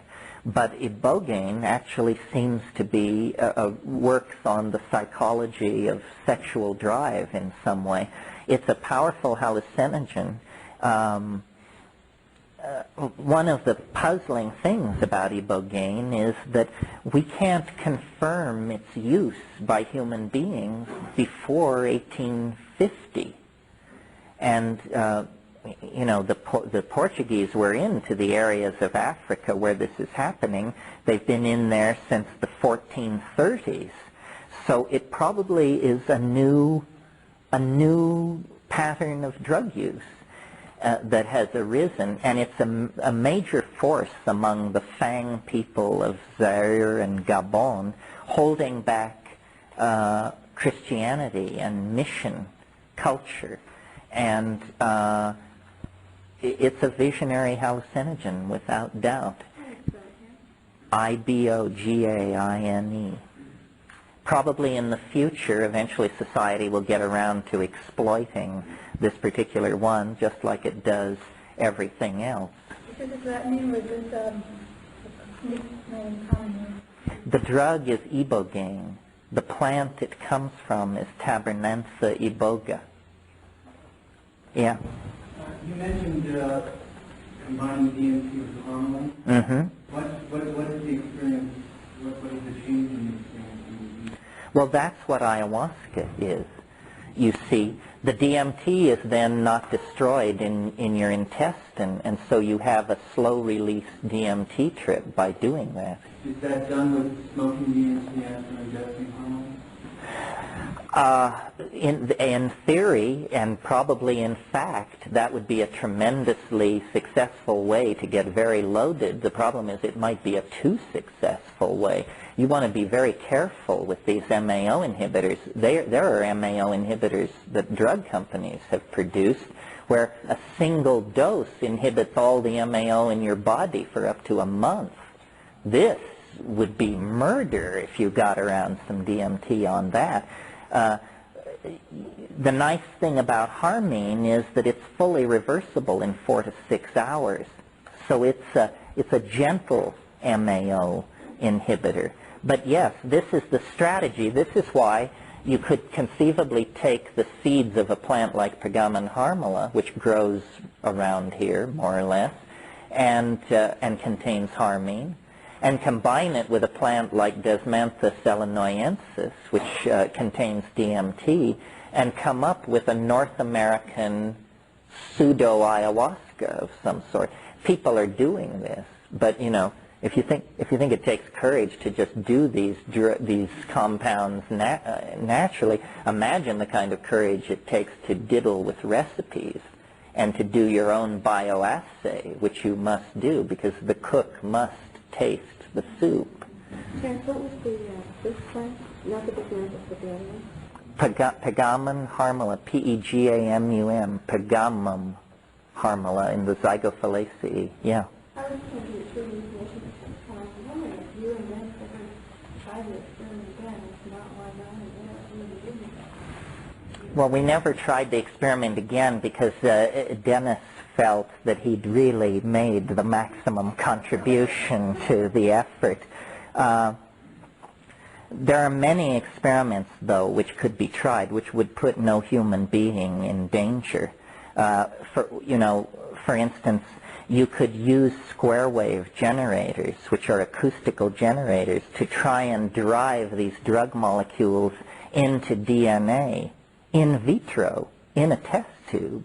You know, what you would do is you would simply put the denatured DNA into solution, put some DMT into the solution, shake it furiously, ultracentrifuge the mix to get the loose DMT out, and then weigh the DNA and see if its weight had increased by a number which was magically divisible by the molecular weight of the DMT molecule.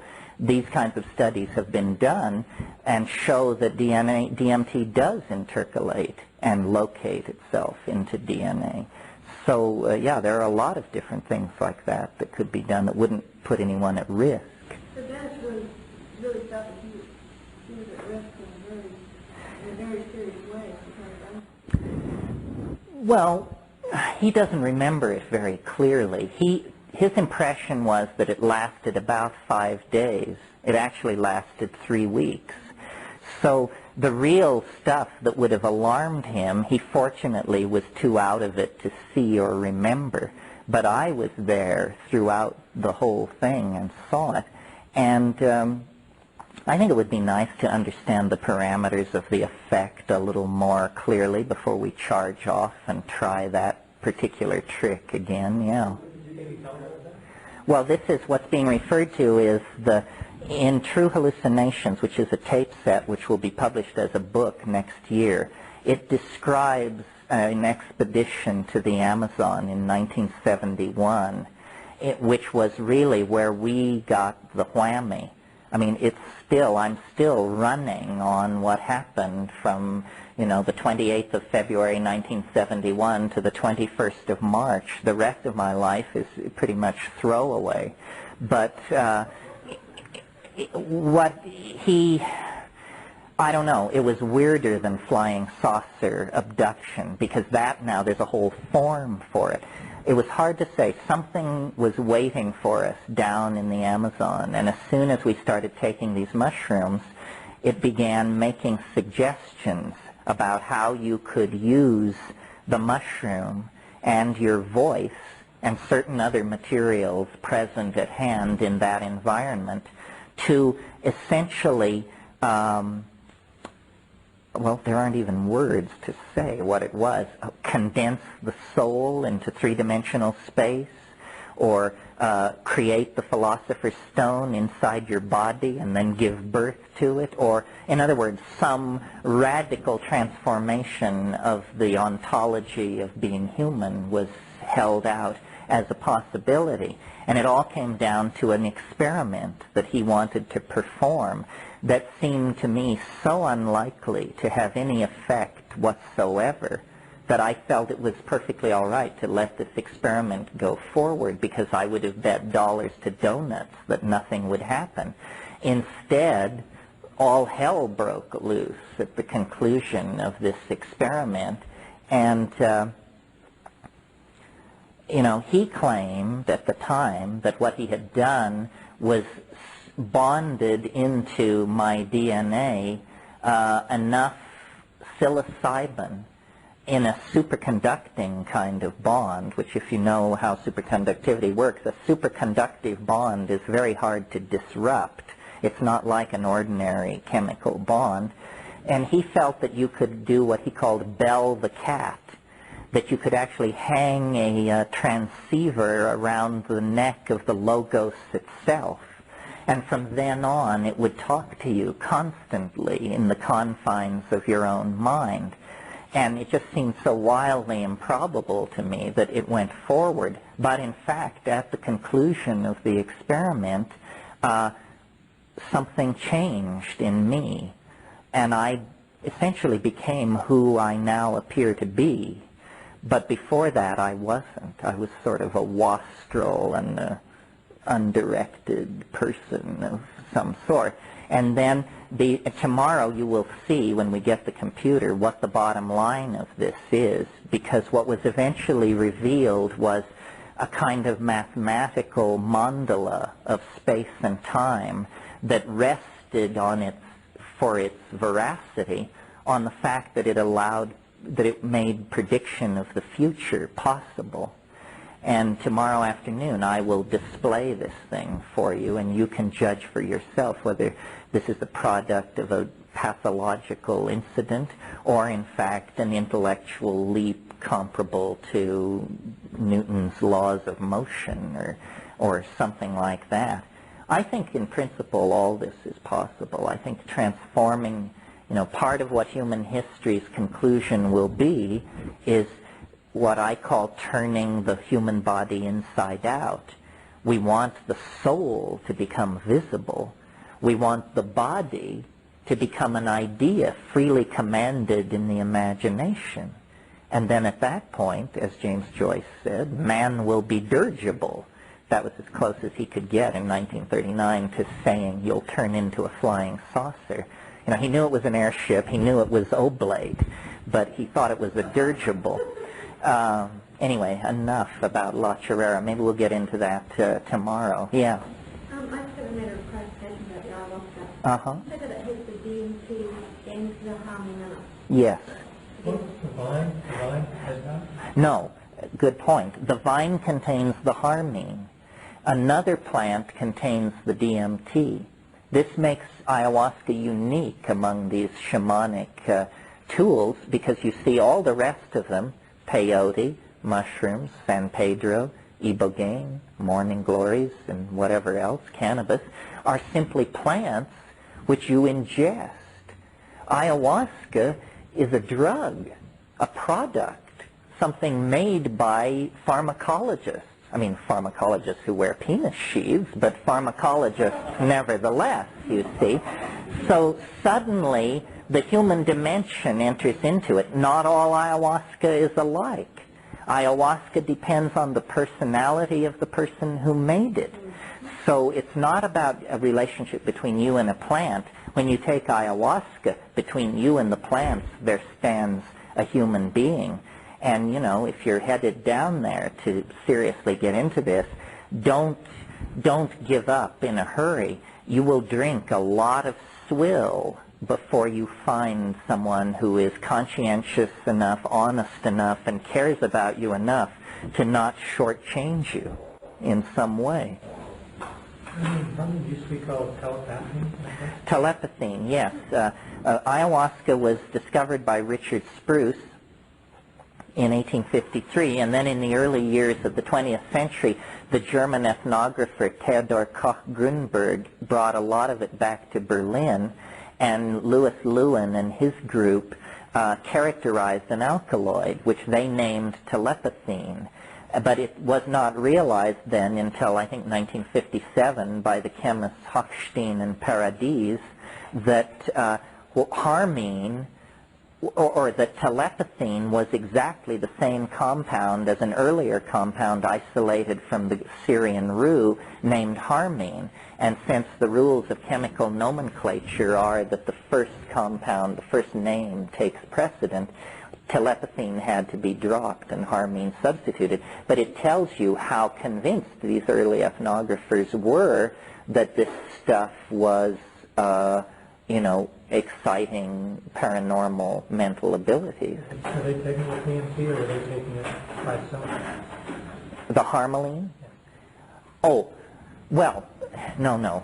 See, what happened was that what Koch-Grünberg took back to Berlin was the liana, the vine, Banisteriopsis caapi. The other active ingredient in ayahuasca was not isolated chemically until 1956. But the guys who took the vine back and started playing with the vine. The vine doesn't contain DMT. Okay, but the harmine and harmaline itself? Are both, oh, well, yes, has an effect. Does it have another effect besides? At high doses, it can cause hallucination by itself. The plant which contains the DMT, normally, there are a couple of possible substitutes, but normally what's used in the Amazon is Psychotria viridis. And this is a little coffee-like plant that contains DMT in the roots. One of the great mysteries of ayahuasca is how, out of 475,000 species of plants in the Amazon, these people figured out that you pound the vine and combine it with the leaves and then go through this elaborate boiling and concentrating, and then you get this fantastic visionary beverage. If you ask them how they figured it out, they say the plants told us, which is so far the best answer anybody has come up with. In 1962, Melvin Bristol, who was a graduate student of Richard Evans Schultes at Harvard, was studying ayahuasca among the Sibundoy Indians, and he took ayahuasca, and during the trip, a plant was revealed to him, and he was told that it would be alkaloid positive. And it was alkaloid positive. Well, this is now anecdotally embedded in the literature. Was it dumb luck? Was it synchronicity? Or was it that plants tell you about other plants? The way ayahuasca is used by research pharmacologists in these Amazon tribes is they brew a standard brew. And then if they have a plant that they, for some reason, suspect might have some medical usage, they will put a little bit of that plant into the ayahuasca, and then the ayahuasca will give them a readout on it and explain what it is. I had one of the longest evenings I've ever put in where I took half a dose of ayahuasca and half a dose of mushrooms, and it was absolutely god-awful. It was different than any bad trip I've ever had. It didn't seem to be about my personality. It seemed to be about core processes.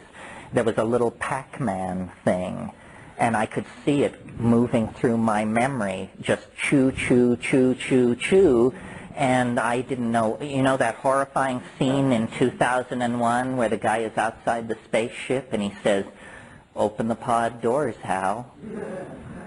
Open the pod doors, Hal." Well, that's how I felt. I felt I could almost see the molecular machinery had jammed. And I said, oh my God, it's not going to deanimate or dealkylate. It's somehow caught in some kind of a loop. And I sweated bullets for an hour and a half with it. It was really horrible. And then it finally released and let me go.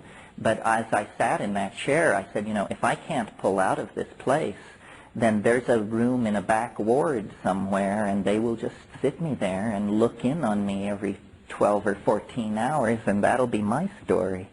Yeah. You said earlier you were surprised that you had no competitors. Right. But you understand that we have a political climate that's not congenial to exploring. True. So why are you surprised? Because I don't feel particularly courageous. I don't feel that this is unusual, what we're doing here. Am I crazy? Could be. It seems to me perfect. It would seem to me, knowing what I know, which is no more than 1,000 other people know, I couldn't live with myself if I didn't talk about these things. Because our problem is we're disempowered, unhappy, and disconnected from ourselves and each other. Here's the solution. How can you, it's a political obligation or it's a moral obligation to try and at least inform people. They don't have to take it, but they should at least have the facts of the matter in front of them as they live their lives. So I just do it because I couldn't do it any other way, and I'm puzzled that nobody else feels this imperative, because the people I talk to, you know, 1,000 people have told me psychedelics were the most important thing that ever happened to them. But not one of those 1,000 people ever said, and I've scheduled a speaking tour to do the same thing that you're doing. So I don't know. You know, there's fear and paranoia. I hear there are even people who are afraid to come to this for revealing their interest. Wow. Well, either I'm crazy or they are. I don't know. See, I think that that is, you know how if you confront certain, well, butterflies or deer, there are certain kinds of animals that if you move slowly enough, they can't tell you're there because they're set up for edge detection. And if you move slowly enough, they don't register the edge transiting. So you can actually walk right up to them and grab them if you know how to do it. Lizards are like this. Cats. So I think that by moving with stealth, rather than going to Harvard or Berkeley and inviting the freshman class to pour into the street and smash bank windows, that we can actually slip this thing along. I think that eventually such desperation is going to strike straight institutions that they will come to us and ask. They're going to try everything when the going gets rough. And when they finally decide to drop all their pretension, we'll be perfectly willing to have a dialogue. I'm sorry to hear that people felt that paranoid about it. I don't think the political climate is that repressive. I think people are doing the work of the man for the man by being that paranoid. When the book From Chocolate to Morphine was published, this author suffered counter pressures. Well, counter pressures. His book was banned in Florida, but for crying out loud, look at the Russians. They were able to toss out the Communist Party. Well, now that's a pretty scary thing to go up against. We don't have anything comparable to that in terms of its depth of penetration into our lives, and yet they were able to do that. I think, you know, there's more to life than hiding out. You've got to make the grand gesture at a certain point and then let the chips fall where they may. Brave words, oh boy. Do you have something for your audiences, an organization or something that they can support in raising consciousness and changing legislation? Basically, I think people should see these kinds of meetings as a tremendous opportunity to form local alliances. The last thing on earth we want here is a Terence Mckenna cult. That would just be the stupidest resolution of the whole thing. The whole message is, you don't need me or Tim or anybody else. Just, you know, take a little metaphysical responsibility upon yourself, realize you are the microcosm of the macrocosm, and then get with like-minded people and proceed.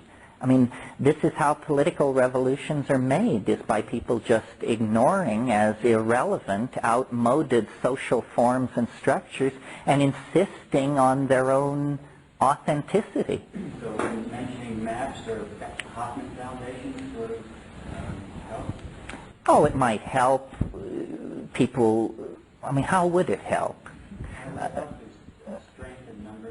Strength in numbers. Well, I think people should support psychedelic communities, archival projects, legalization moves, yes, but mainly I think what we all need to do is get more loaded, you know, deeper trips, higher doses. See, it's not that we want to convert the entire planet to taking mushrooms. It's that we just want to be left alone to do what we want to do. The mushroom, if it's as great as I say it is, then it doesn't need a mob clearing the way for it. It's perfectly able to advance its own agenda. The thing is just not to yield to fear. Because, as I said, if you yield to fear, you do the man's work for the man. And that makes you the man. So what you have to do is just say, well, you know, this is what we do. And eventually it will change. I mean, gay people is a good example. I mean, in our own lifetimes, we've seen this go from, you know, an unspeakable crime against nature, which decent people took care to not even be informed of, to, you know, a political subculture with its own agenda and its own press and its own political clout. Well, we are not as under the thumb as gay people were, say, in the early 50s or something. If they can do it, we can do it. If black people can go from slavery to a legitimate claim on full social integration into the body politic, then we can do it too. But not if we... No, in America, nobody gets nothing unless they demand it. So as long as we bow our heads and hide our stash and are looking over our shoulder, well, then they've got us on the run. But we just have to say, look, this is it. This is who I am. If this doesn't jive with your political agenda, adjust your political agenda, because this is who we are. Well, now let's knock off and regroup for tomorrow on that point. Thanks very much. Well, before we get into this morning's rigid agenda, where were we yesterday, and I recall there were hands up. Do the people who belong to those hands still have the concerns that went with them?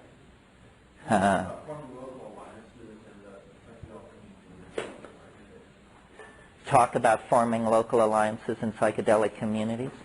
Well, I think, as I said, this is your affinity group. You can't recognize psychedelic people walking around on the street because our victory in the area of fashion has been so total that now even freaks look like freaks.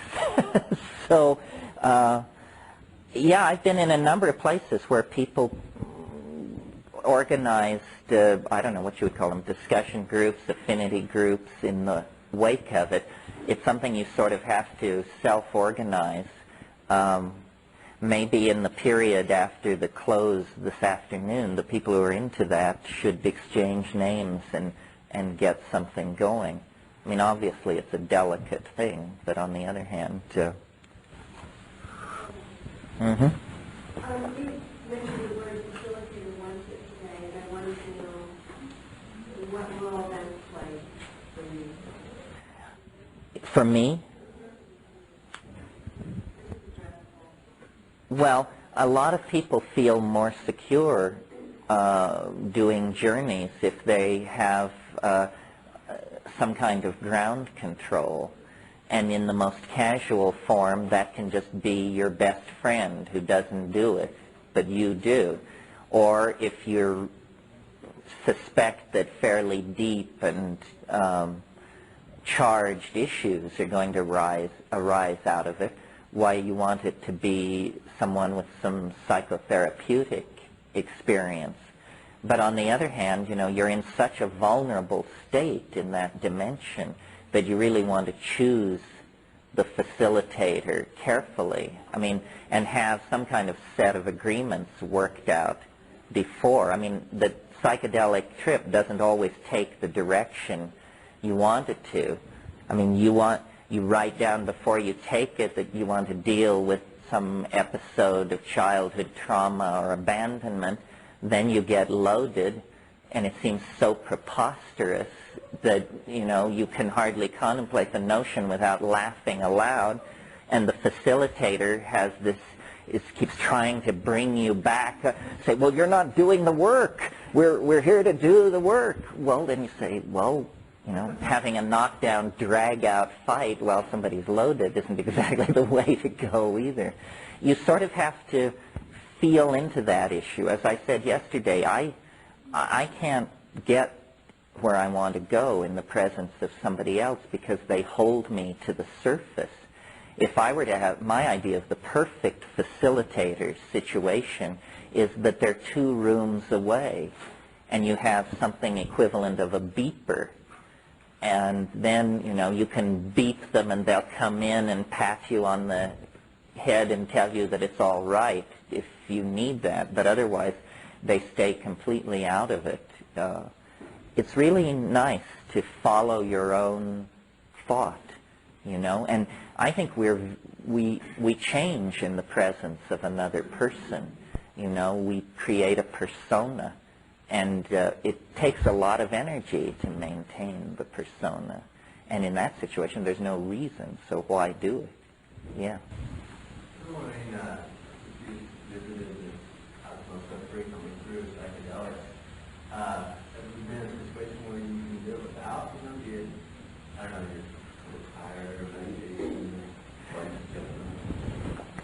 Well, not exactly. I mean, people always say, can you do it on the natch? And I sort of feel like if I could do it on the natch, I'd be alarmed enough to check myself in for some serious mental health care. It's too radical. You don't want to be able to do that on the natch. It's a wonderful control on it to know that it won't happen unless you take the stuff. Because it's not a mood shift or a subtle refocusing from foreground to background. It's an absolutely ontology-peeling breakthrough. You really can't mentally change your body chemistry to actually go to that state without psychedelics. In principle, I agree with that, and I'm fascinated to try anything anybody has in mind, but you have to be very demanding, and I think too many people are not demanding at all. I mean, you sit people down in a room and tell them we're going to repeat Om, Ah, Hum 500 times, and at the end of it they come to you with tears of joy in their eyes and tell you it was the most profound thing that's ever happened to them. I don't understand where those people could be coming from, you know? I mean, it's, I can sit down and like think about being stoned on DMT, and I can give myself the butterflies with that exercise, but not much else. So that's as far as I get, you know. Persistently, these various traditions claim that they can deliver the goods, but when you look at the art, which is the paper trail that they leave, it doesn't look like what I'm talking about. You know, I mean, I went through, I once, for a while, I was a professional art buyer for Tibetan art, thangkas and that kind of thing. And I interiorized all of that iconography, but it isn't very much like what we're seeing. And, you know, there are a number of highly idiosyncratic artists scattered through the history of art. Gustave Moreau, James Ensor, we mentioned Hieronymus Bosch,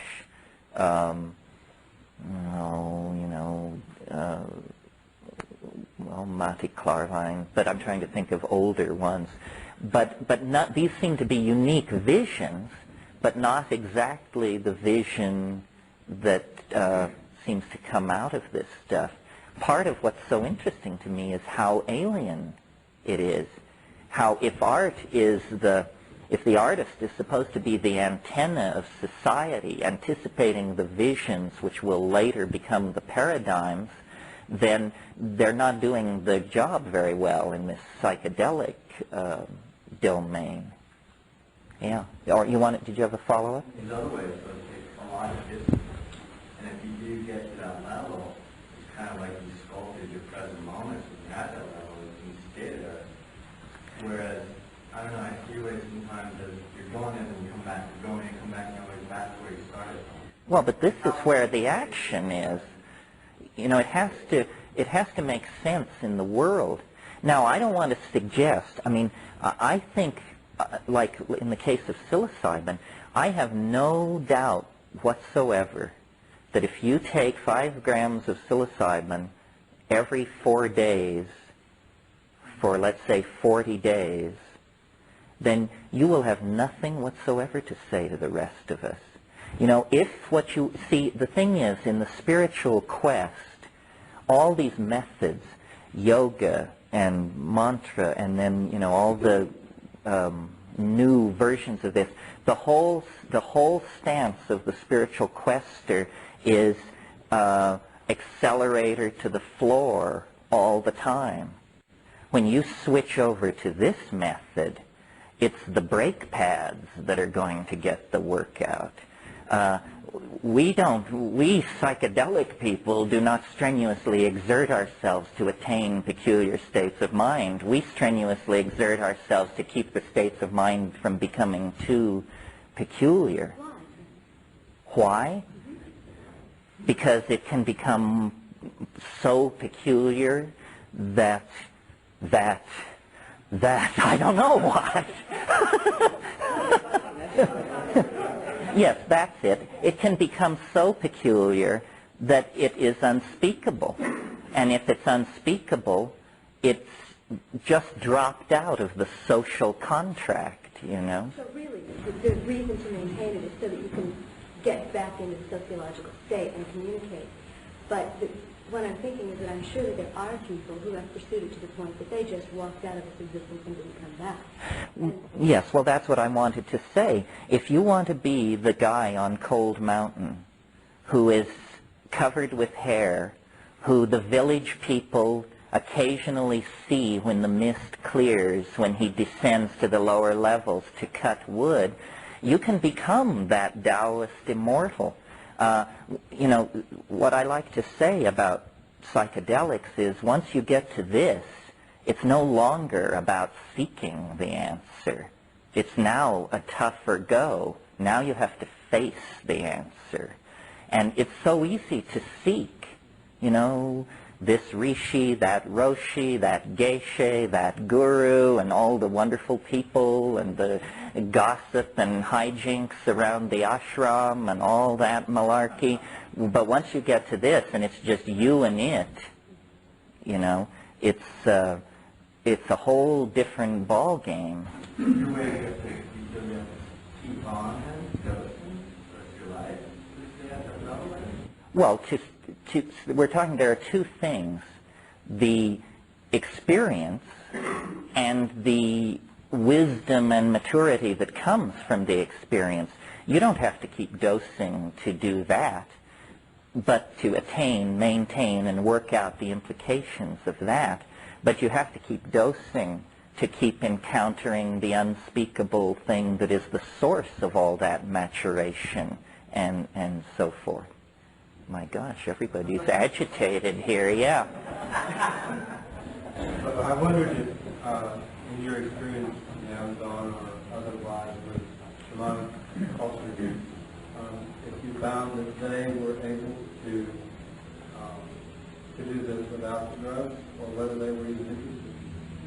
No, largely not. In the Amazon, I mean, I discussed this with people, and they said, no, you know, you must, the plant is the teacher. I mentioned, or maybe I didn't, but there's an interesting book called Hauma and Harmaline by Flattery and Schwartz, and it discusses the ambiance of the religious attitudes of early Zoroastrianism, and they believed in what they called the Menang existence. And we're talking, you know, 2000 BC here, and they believed there was no possible way of accessing this spiritual dimension except drugs. That was the entire way to do it. And I think it's a kind of pharmacological and energy barrier. It's good that these things are isolated from ordinary experience by the formality of having to take the compound. If they weren't, it would be flooding in upon us all the time, and we would have a hard time indeed. Yeah. Well, you speak about people taking the psychedelics repeatedly and gaining experience from that. And then there are these other people, like, for example, in this case, the Hindu sadhus and so forth, who practice meditation. I read somewhere recently that when the people in the Amazon take ayahuasca, it is recommended that they, as the initial effects come on, that they practice mind control. And what I haven't seen very much is the combination of, like, you know, mental practices, so as to, and the combination of that plus taking the, like, psychedelics, like psilocybin. And you talked a little bit about this, about what you do in preparation for the experience. But why don't This concludes Tape 4. Our program continues with Tape 5.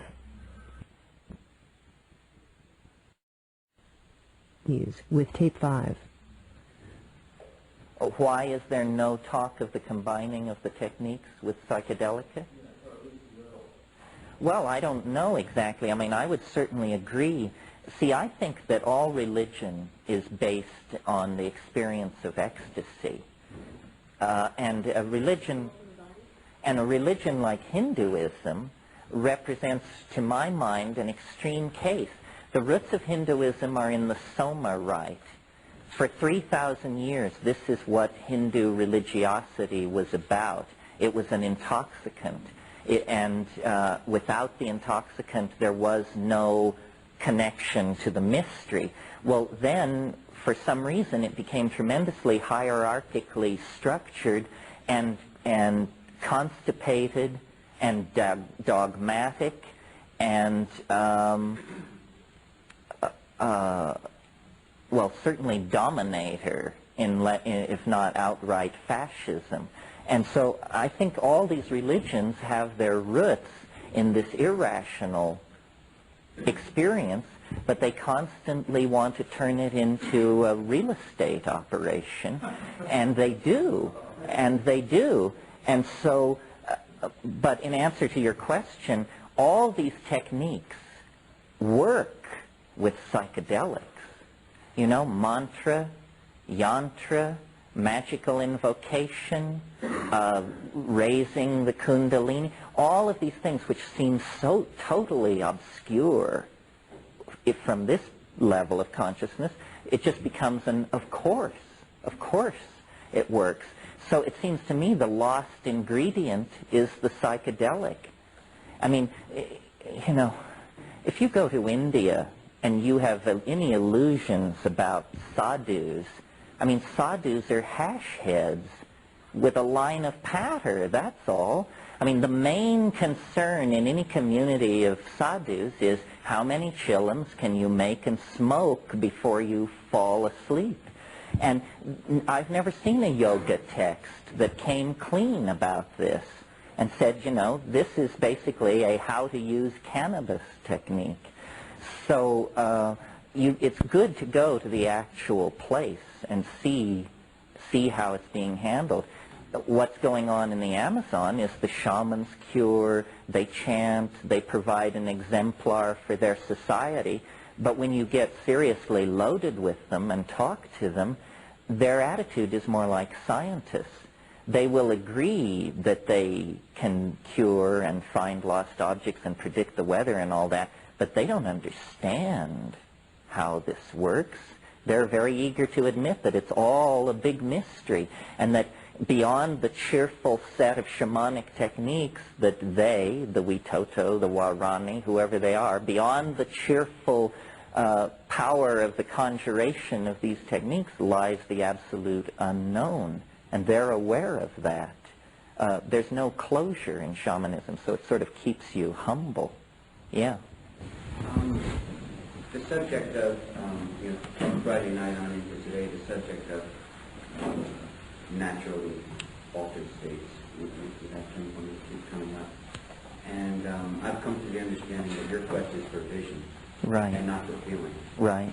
And one of the most interesting things about psychedelic experience to me, and my drug of preference so far is LSD, is the feeling part of the experience. And it seems to tap me into a psychic level of information that's not available to me normally. My question is, what do you think about the phenomenon that I experience, and I don't know whether it's because of my programming or because I'm a good receptor, of a contact high, where when you're around people who are tripping, you don't get the depth of their experience, but you definitely feel like you're in an altered state.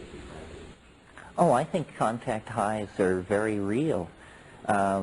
Not only contact highs, but there are also contact lows, which are very noticeable. You know, there's a phenomenon called allophrenia.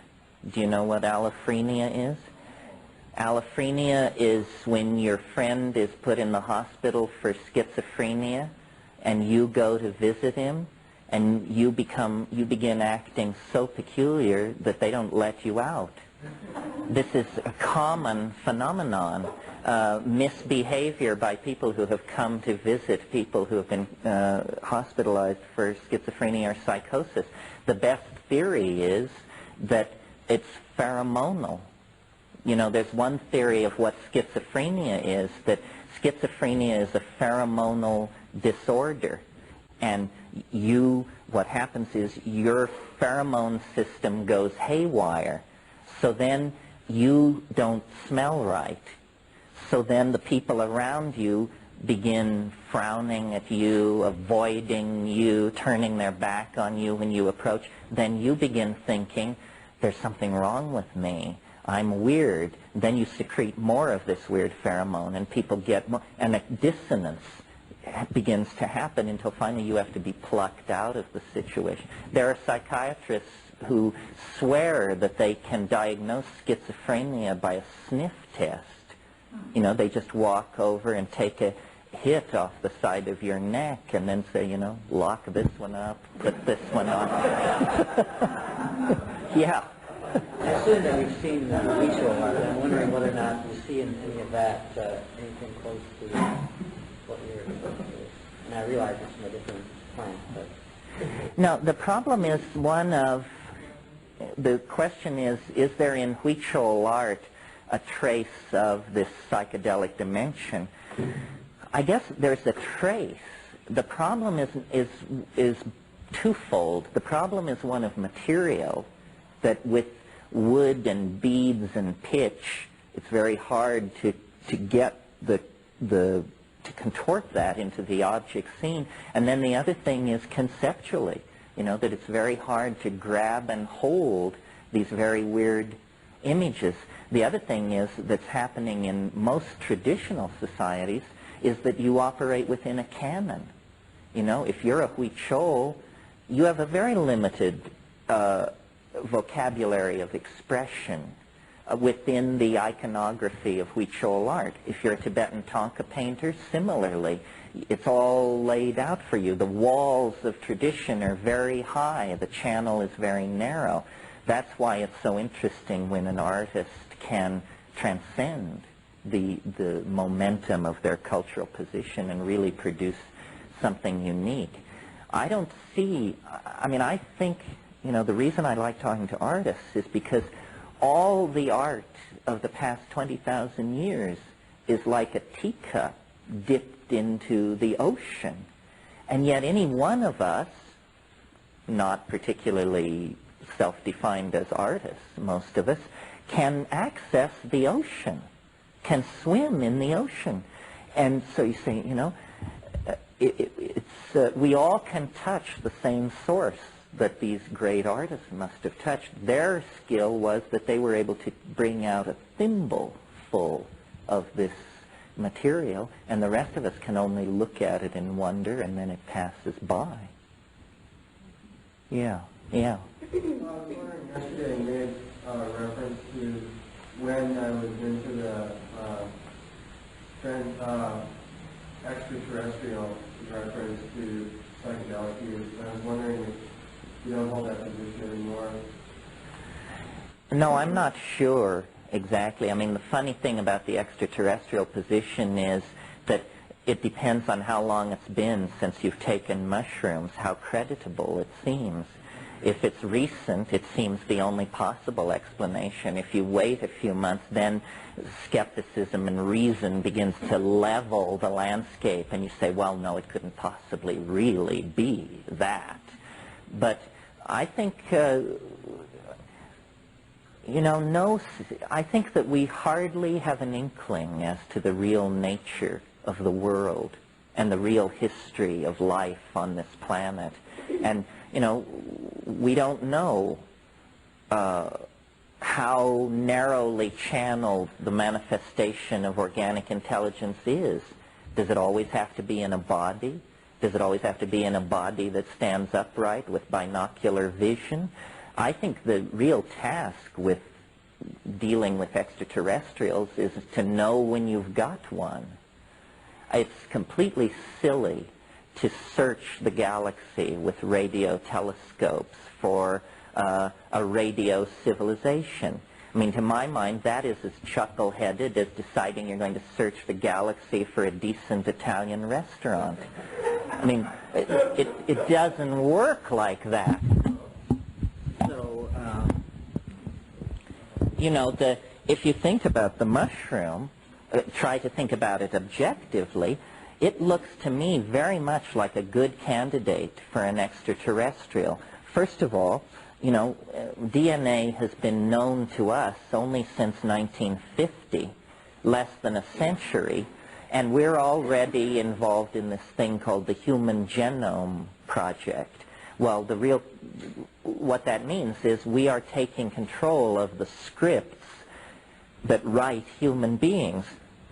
It seems to me anything we would recognize as intelligence would pass through a phase of self-analysis where it would realize that it was made out of DNA and would then sequence itself. We're about to do this ourselves. Well, that means that most extraterrestrials will be the product of their own reflexive design process. In other words, an extraterrestrial that can cross the gulf between the stars must surely then be able to control its own form. Well then, if you look at the mushroom, it's a curious combination of artifact and entity. It looks sort of manufactured. There's very little fat on that system. I mean, first of all, fungi are primary decomposers. This means that they are at the very bottom of the food chain. This makes the kind of vegetarianism espoused by Buddhists look like an orgy of slaughter, you know, because if you're at the very bottom of the food chain, that is the only place that is absolutely karma-free. So there's the mushroom occupying the karma-free position in the food chain.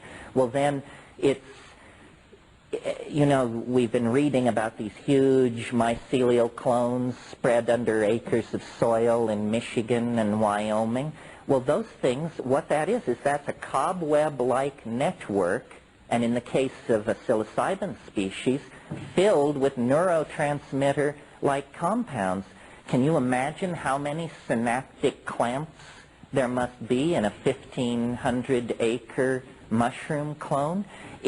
If brain size is any relationship to intelligence, then hang on, Hannah, because it means that this thing spread through the forests of the Midwest has, you know, a brain approximate in weight to a couple of dozen gray whales. The other thing is then the spore looks perfectly designed to sustain itself in outer space. If you want to store spores for longevity, you create conditions as close to the conditions in outer space as you possibly can. High vacuum, very low temperature. The casing of a spore is one of the most electron-dense organic materials in nature, so electron-dense that it approximates a metal. Well, global currents can form on the quasi-metallic surface of an airborne spore, and they act as a further repellent for hard radiation. So, and, you know, percolating through the galaxy at an ordinary rate typical of stellar material, a mushroom species could percolate from one side of the galaxy to the other in under 400,000 years. Well, that's lightning speed compared to the size and age of the universe.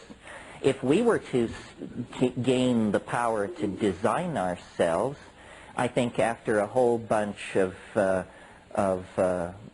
you know, Madonna and Robert Redford clones, we would probably move on to becoming something very much like a mushroom. It's, you know, mild, it's non-invasive, it's at the bottom of the food chain, it's virtually immortal, it's laden with neurotransmitters, and it's living in the imagination. And this, you know, brings me to a favorite subject of mine. This is where we have to go. We have to enter into the Blakean divine imagination. That's where our future lies. At this point, our relationship to this planet as infant to child is a relationship of impending toxemia. We have to be parted from the mother to save the mother and to save us. And there are not that many possibilities. Where are we going to go? The political geniuses who run this planet have made migration to the stars virtually impossible. I mean, don't kid yourself. It isn't only a matter of announcing a program. Our short, stubby fingers couldn't assemble something like a Saturn V moon rocket. That was made by a generation of people now deceased. Americans in this era are, you know, rather dull-witted people who have a good deal of trouble even running a third-world economy. So we're not going to the stars. You can forget that. So then where are we going? Well, nanotech. Is that a possibility? Can we download everybody into a super-cooled cube of gold ytterbium alloy buried 500 feet deep in the center of Copernicus? And then we'll go there and leave the Earth and dance forever in the hallways of the astral imagination. That's one possibility. Another possibility is there a way to diffuse consciousness into the environment? Can we become dolphins, caterpillars, gray whales, and mosquitoes, and just sort of defocus ourselves? And I mean, all of these are, of course, wildly radical notions. But on the other hand, we're headed straight toward a brick wall at about 5,000 miles an hour. We have to figure out something pretty astonishing in a hurry. Yeah? Yes, another thing about the function of the drying of the mushroom, you'll notice that it's shaped nice and furry into the atmosphere. The heat shield. Yes, precisely. Yeah. Children kind of jumpstart an evolution from your consumption of hallucinogens? That's a funny question. I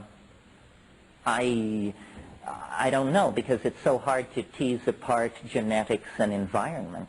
I mean, they certainly have had a jump start on evolution by virtue of hanging out in the space that our lives have created. You know, I think children need lots of attention, lots of nurturing, physical and spiritual. I guess I would say so. Certainly they haven't been programmed with the fear and misunderstanding that is in the society. We just got through anti-dope week at our school, which is an incredibly painful experience at this particular school, because I don't think there's a person associated with it who believes it for a moment. But it's like we all have to study fascism because we live in a fascist state. A teacher made a statement that LSD caused brain damage, and my son dared to challenge this. And the guy said, well, who told you it doesn't cause brain damage? No, not my daddy. He said, well, Albert Hoffman told me it doesn't cause brain damage. End of discussion.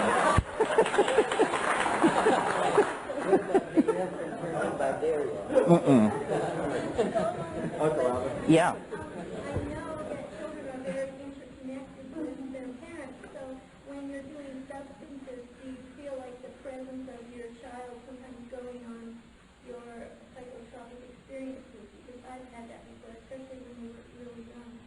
Yes, well, when children are very young, you know, all kinds of psychic phenomenon happen. And, you know, I think mothers, nursing mothers, and their relationship to their children is intensely telepathic. I remember when my daughter was not very old, she must have been like about 3.5, and I had a dream, and it was a very unusual dream for me and very highly realized, and I dreamed of an orrery.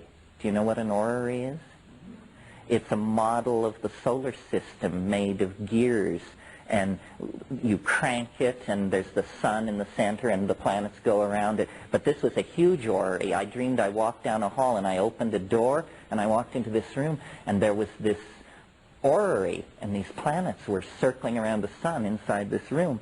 And I was awakened by my daughter crying, and I went downstairs, and she said there were planets circling around inside my bedroom. So, and, you know, that's a very specific and rare image for an adult or a child to have. So, yes, I think that our chuckle-headedness is the main barrier to our encountering all kinds of special abilities that move around us all the time. We are truly the prisoners of our limited conceptions. Yeah. Well, sort of ties into what you're just saying, and also back to some of the questions about why you don't want to take it every day for 40 days in a row.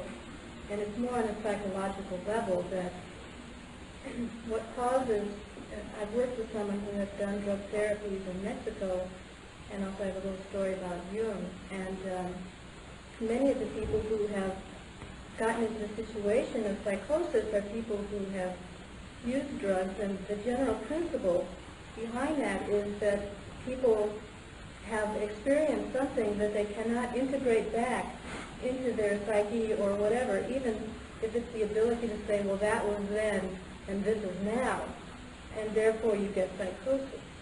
So not to say these things to alarm people, but just for respect, that there has to be this ability to come back and not be far out there. And there are a lot of different parameters to this. One is your own ego strength.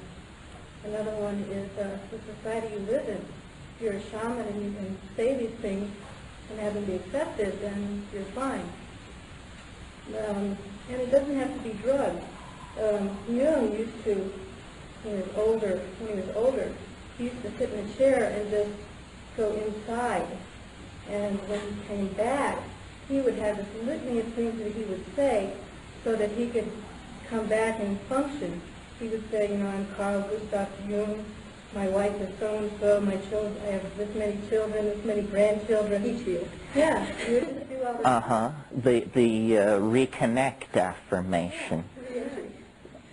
Yeah, well, I think that's not a bad idea. Could I follow up on that? I wanted to ask you, how do you see the role of ritual, specifically in relationship to what she's saying in tradition society? Well, I don't have a very popular position on ritual, and I blame it on the mushroom, because I just quote the mushroom. And I said, what about ritual?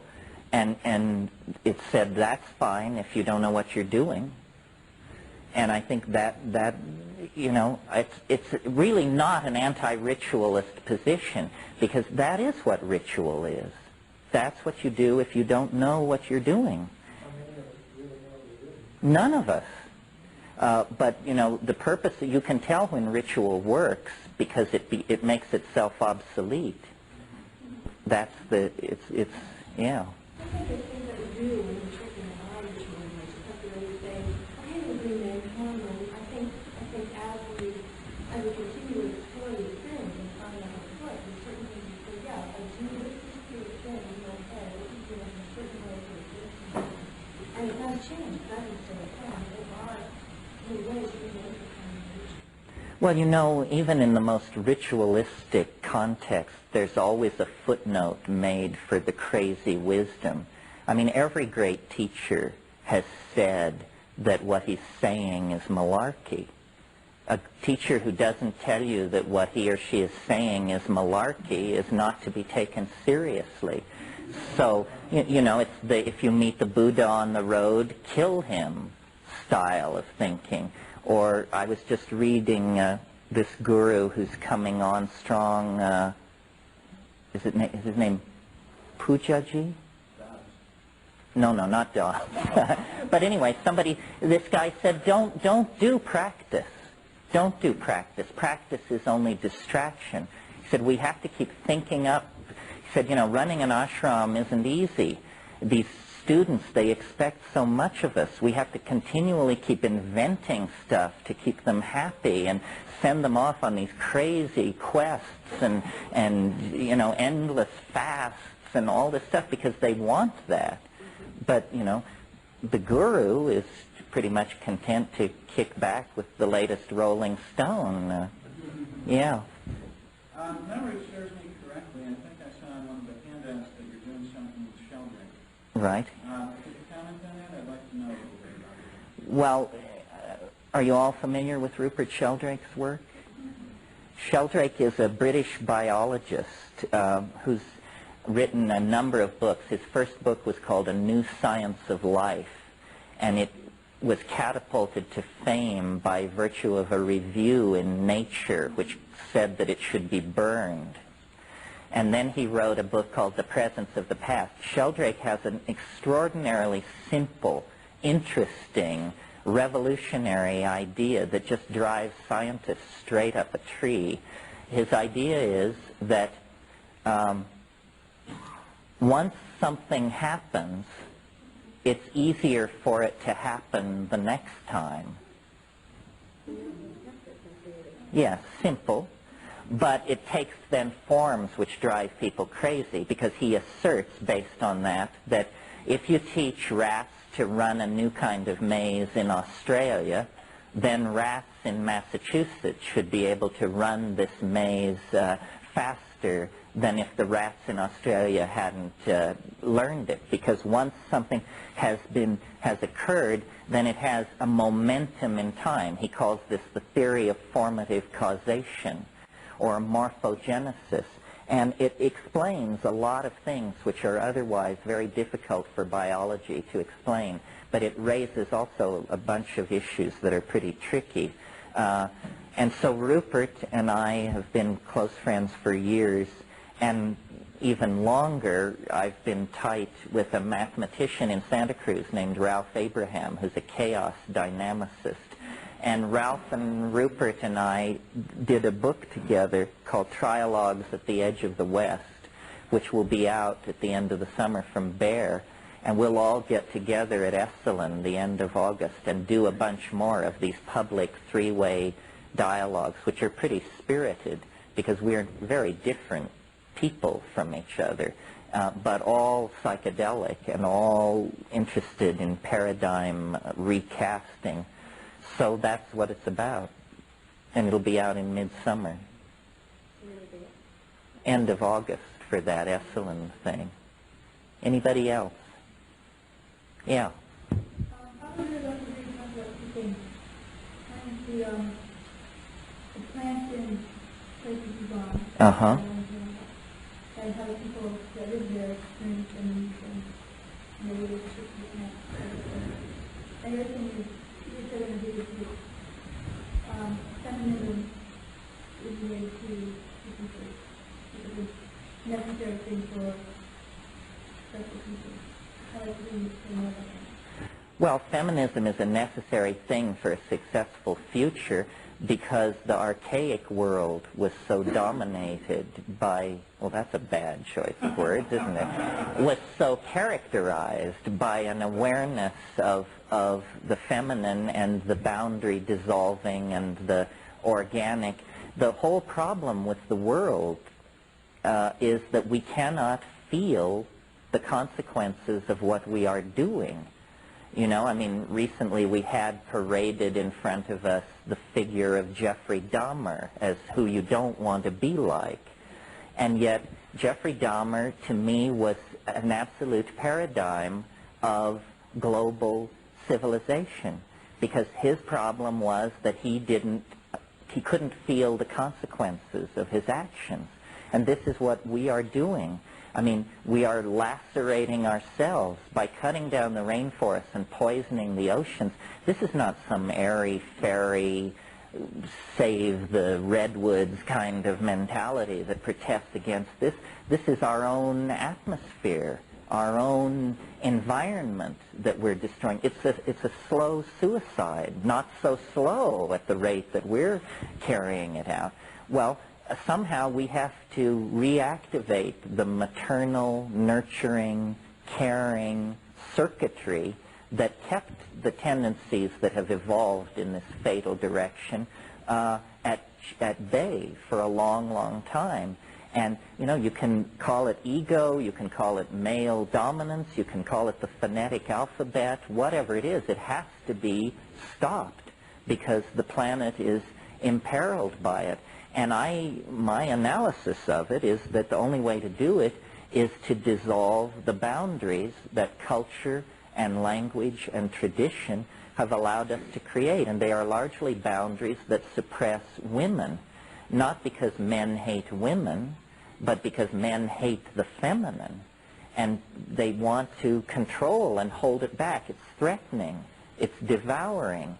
I mean, the fact that the French refer to orgasm as the little death tells you, you know, what a weird kind of ambivalence haunts our relationship to anything which dissolves us out of the knot that we have tied ourselves into.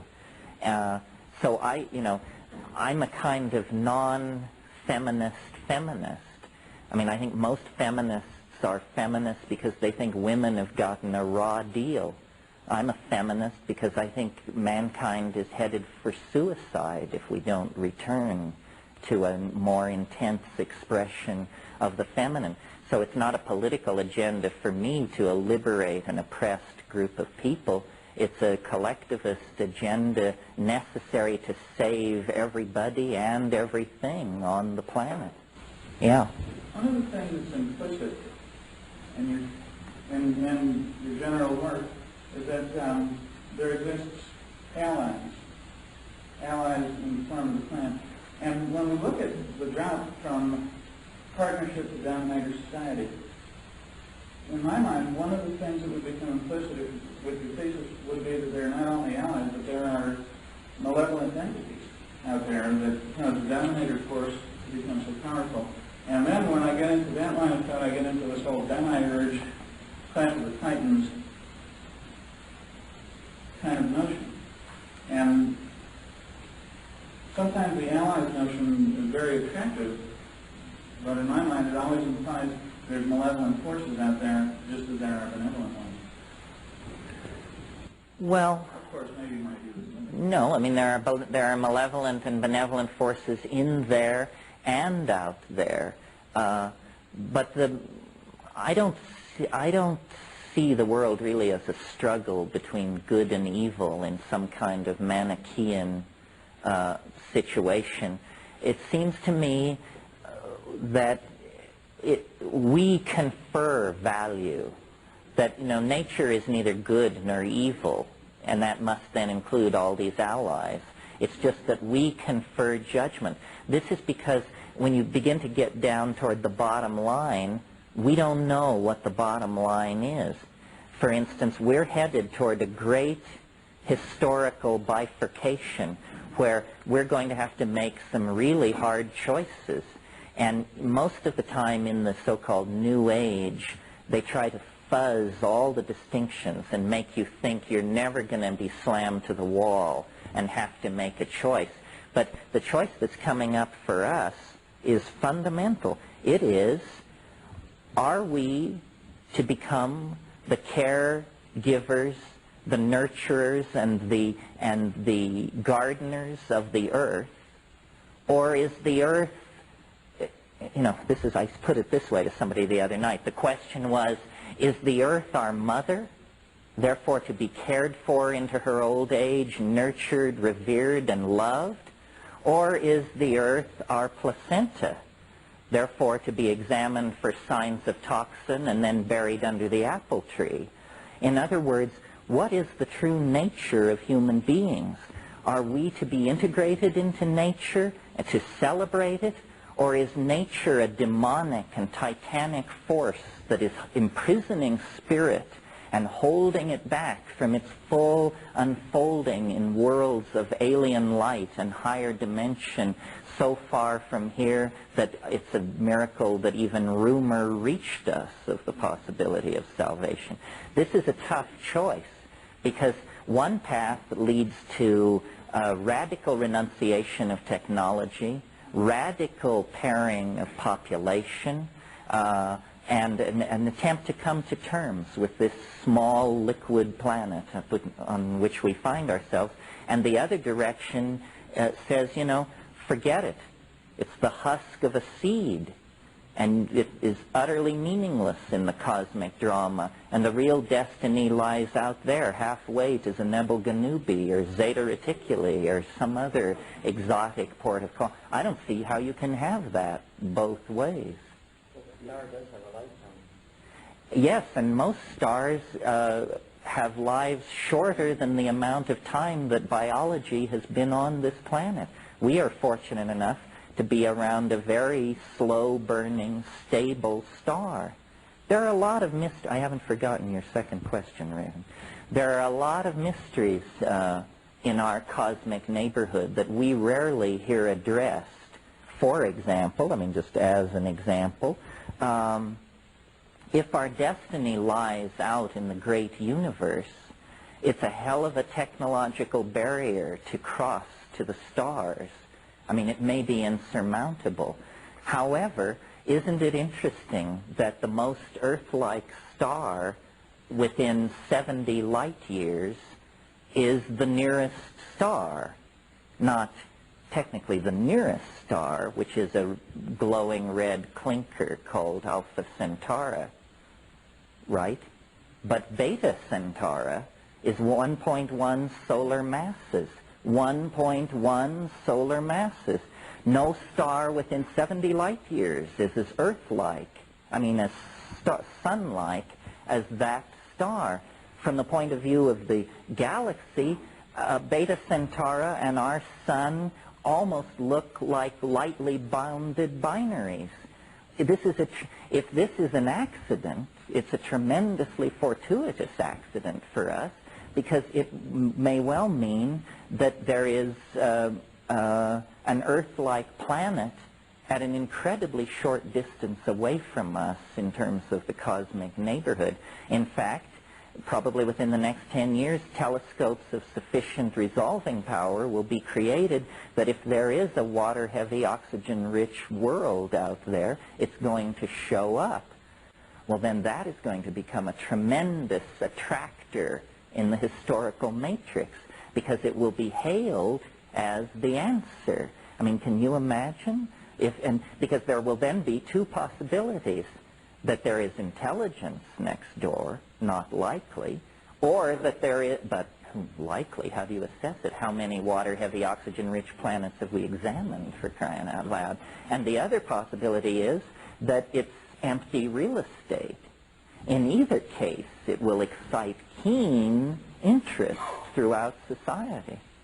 So, that's a little oddness in our cosmic neighborhood that is rarely mentioned or taken account of. Yeah.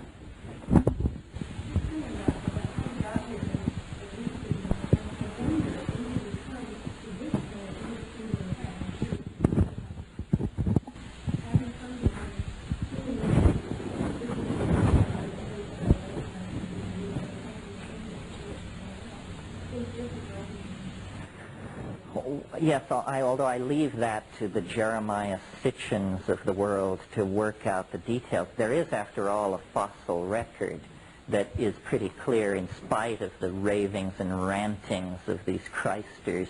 The fossil record is pretty clear that we emerged out of the proto-hominids, who emerged out of the Pongid radiation that emerged out of, and so forth and so on. I think that... but there may be mysteries.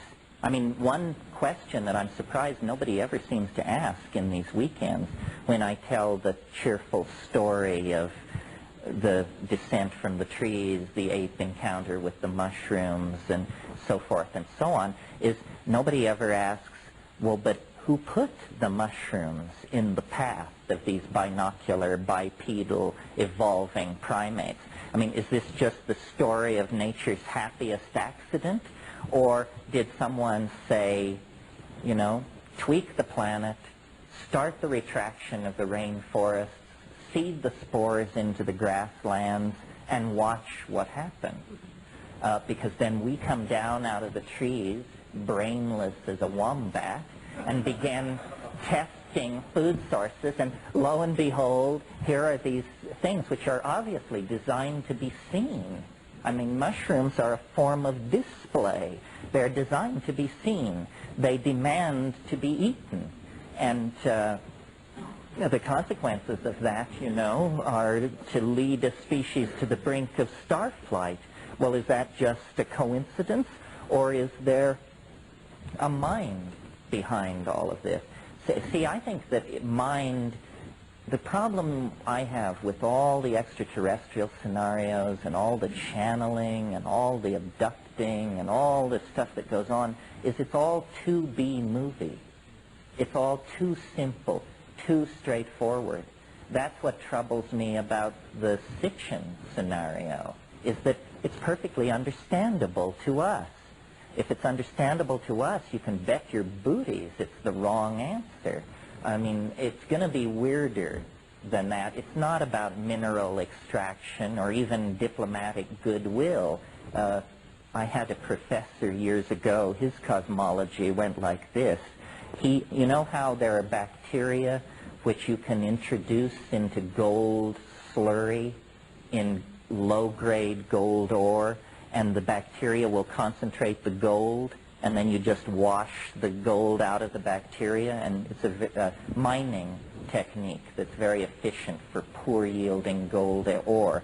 So this guy's idea was that someday UFOs would appear over every major city on Earth, and they would just load up all the plutonium and fissionable material and take it away and say, thank you very much, this mining operation is now concluded. You people can go back to hurling shit at each other in the treetops as far as we're concerned.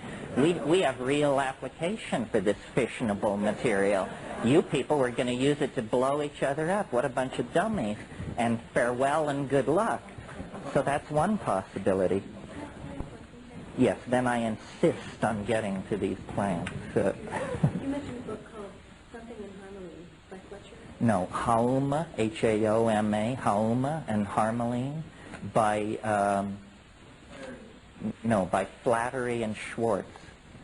And it's published by the University of California Press, Near Eastern Studies Division, publication number 23. Yeah, isn't that a grabber? Well, what I thought we should talk about this morning, since we seem to range wide and free, is the practicum of all this, which is, how many of these vision plants are there, and where are they, and how do you obtain them, and how do you use them once you obtain them? So I thought, how many of you have ever seen, here, let me get with it. This is a poster, which I don't even know if it's still available. It may be out of print. It is still available. And it's a very good ethnobotanical course in hallucinogens on one sheet of paper. What it's divided into, basically, is this is the old world, and this is the new. Immediately you notice that there are a lot more hallucinogens in the new world than the old. This is one of the great puzzles of evolutionary botany, because nobody can offer a reasonable explanation as to why there should be nearly 3 times as many hallucinogenic plants in the new world as in the old. I mean, other than that's where the flying saucers planted them, nobody has come up with a good explanation. Major hallucinogenic plant complexes that I've had experience with and can address are, well, let's do a little quick geographical tour. First of all, North America, for reasons not well understood, is quite poor in native hallucinogens.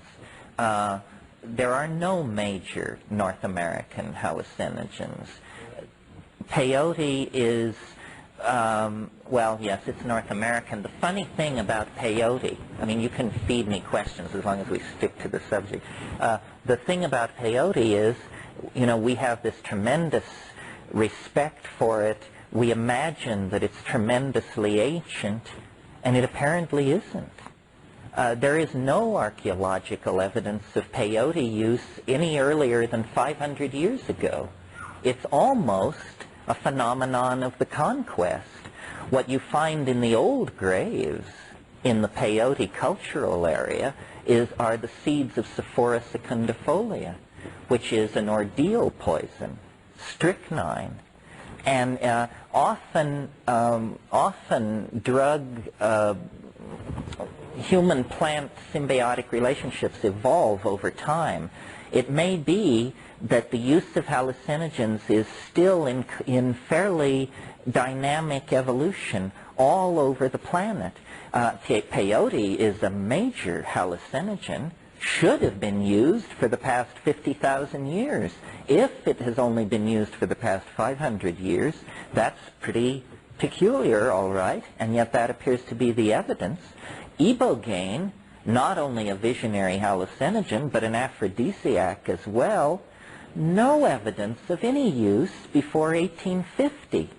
And yet, in an area where the Portuguese had been trading for the past 500 years and writing cultural descriptions and interviewing the people, I mean, if it was there, it would have been mentioned. So that this is a puzzle. You know, ayahuasca use, we assume, is millennia old, but on the other hand, archaeology is a real miserable proposition in the Amazon because the climate is so degradative. So we can't really know. But aside from peyote and whatever its history, North America seems to have only minor hallucinogens that have been utilized shamanically. Another puzzle about culture and attitudes is, as you all know, the Northwest Coast Indians, the Kwakiutl, Shimsham, and Tlingit language groups have an extraordinarily evolved shamanism, and were the people who developed that X-ray vision style of art. Well, their cultural area has the densest number of psilocybin mushrooms of any place in the world. No cultural evidence of psilocybin use. No evidence that these people even knew these things were there. I mean, I know this challenges the tradition of the all-knowing Aboriginal, but, you know, that this is what the data seems to imply. Now, in Southern California and across portions of the Southwest, there have been Datura religions, which are very old, apparently. The so-called Talach religion. I don't recommend Datura. I don't know what astrological sign you have to be to make your peace with that stuff. But I find it really peculiar and menacing. It's about magic, which is about power and control and usually sexuality in some invasive and dominator application. I've taken Datura a number of times, and it's been interesting, but it feels watery and dark and dangerous to me. There was a period when I lived in Nepal when I became aware that these sadhus, not content with their superior meditation techniques and their endless smoking of hashish, were also availing themselves of the seeds of Datura metal, which is conspecific to what we call Jimson weed in this country. And so I thought, well, I should take this too and find out what it's about. Well, it was a very odd trip. I sat in my room in Bodhanath, and I would sit and say, nothing is happening, nothing is happening. Well, you can only think that so many times. Then my mind would drift into a kind of twilight state, and then these wraith-like entities, I mean, they were like Victorian ghosts, you know, they were like women in shredded damask gowns or something, would fly into my window carrying newspaper sheets in their outstretched arms, and they would let these sheets of newspaper flutter down onto my lap, and I would like begin to read, and I would be so astonished by what I was reading that it would jerk me out of it, and I'd say, what's happening? Nothing's happening. Nothing's happening.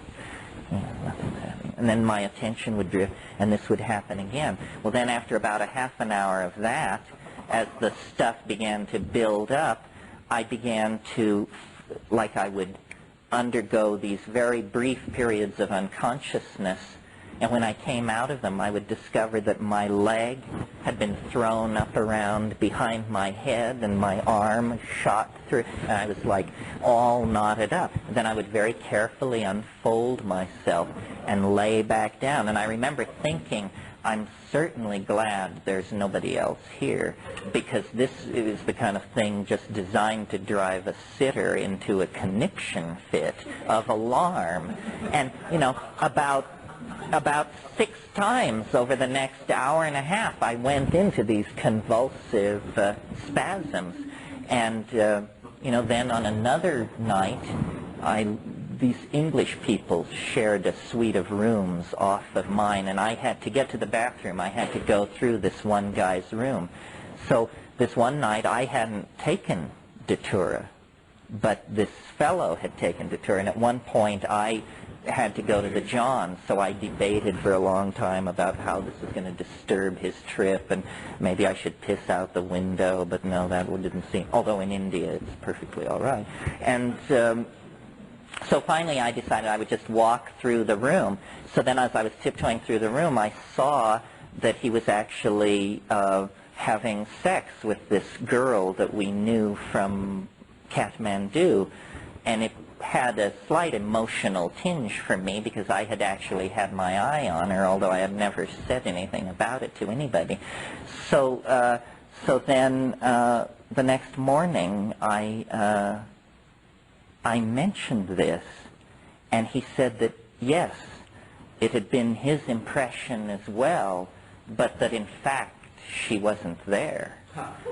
And so it was like, you know, I saw somebody else's hallucination, and then what finally decided me that Datura was too peculiar was I had another English friend who lived a couple of houses away, and one day I was in the market buying potatoes, and this guy came along and we were just talking, and in the course of this conversation he was telling me how he'd been taking a lot of Datura, and in the course of this conversation I became aware that he thought that I was visiting him in his apartment, and I decided that's too fucked up, you know, to not know whether you're entertaining someone in the confines of your apartment or buying vegetables in the market means that you have become too disengaged from the modalities of the real. And of course, it creates tremendous drying, and it's a deliriant, is what the literature calls it. It's a deliriant. But these, you know, I think that people all over the world utilize plants for bizarre experiences. Time and time again, I've run up against this. You know, there's a very rare drug in South America called ukuhe. Ukuhe.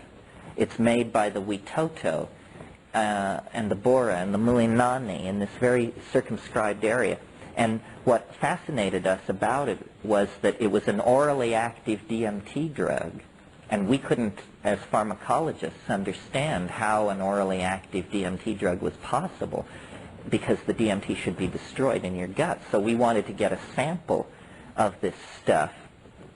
And it's made from the resin of Varrola trees. The inner bark of the Varrola sheds a red resin. And we eventually, in 1981, my brother and I and Wade Davis, the guy who wrote The Serpent and the Rainbow, we all launched an expedition up the Rio Yaguas Yasu, and where there was this stuff.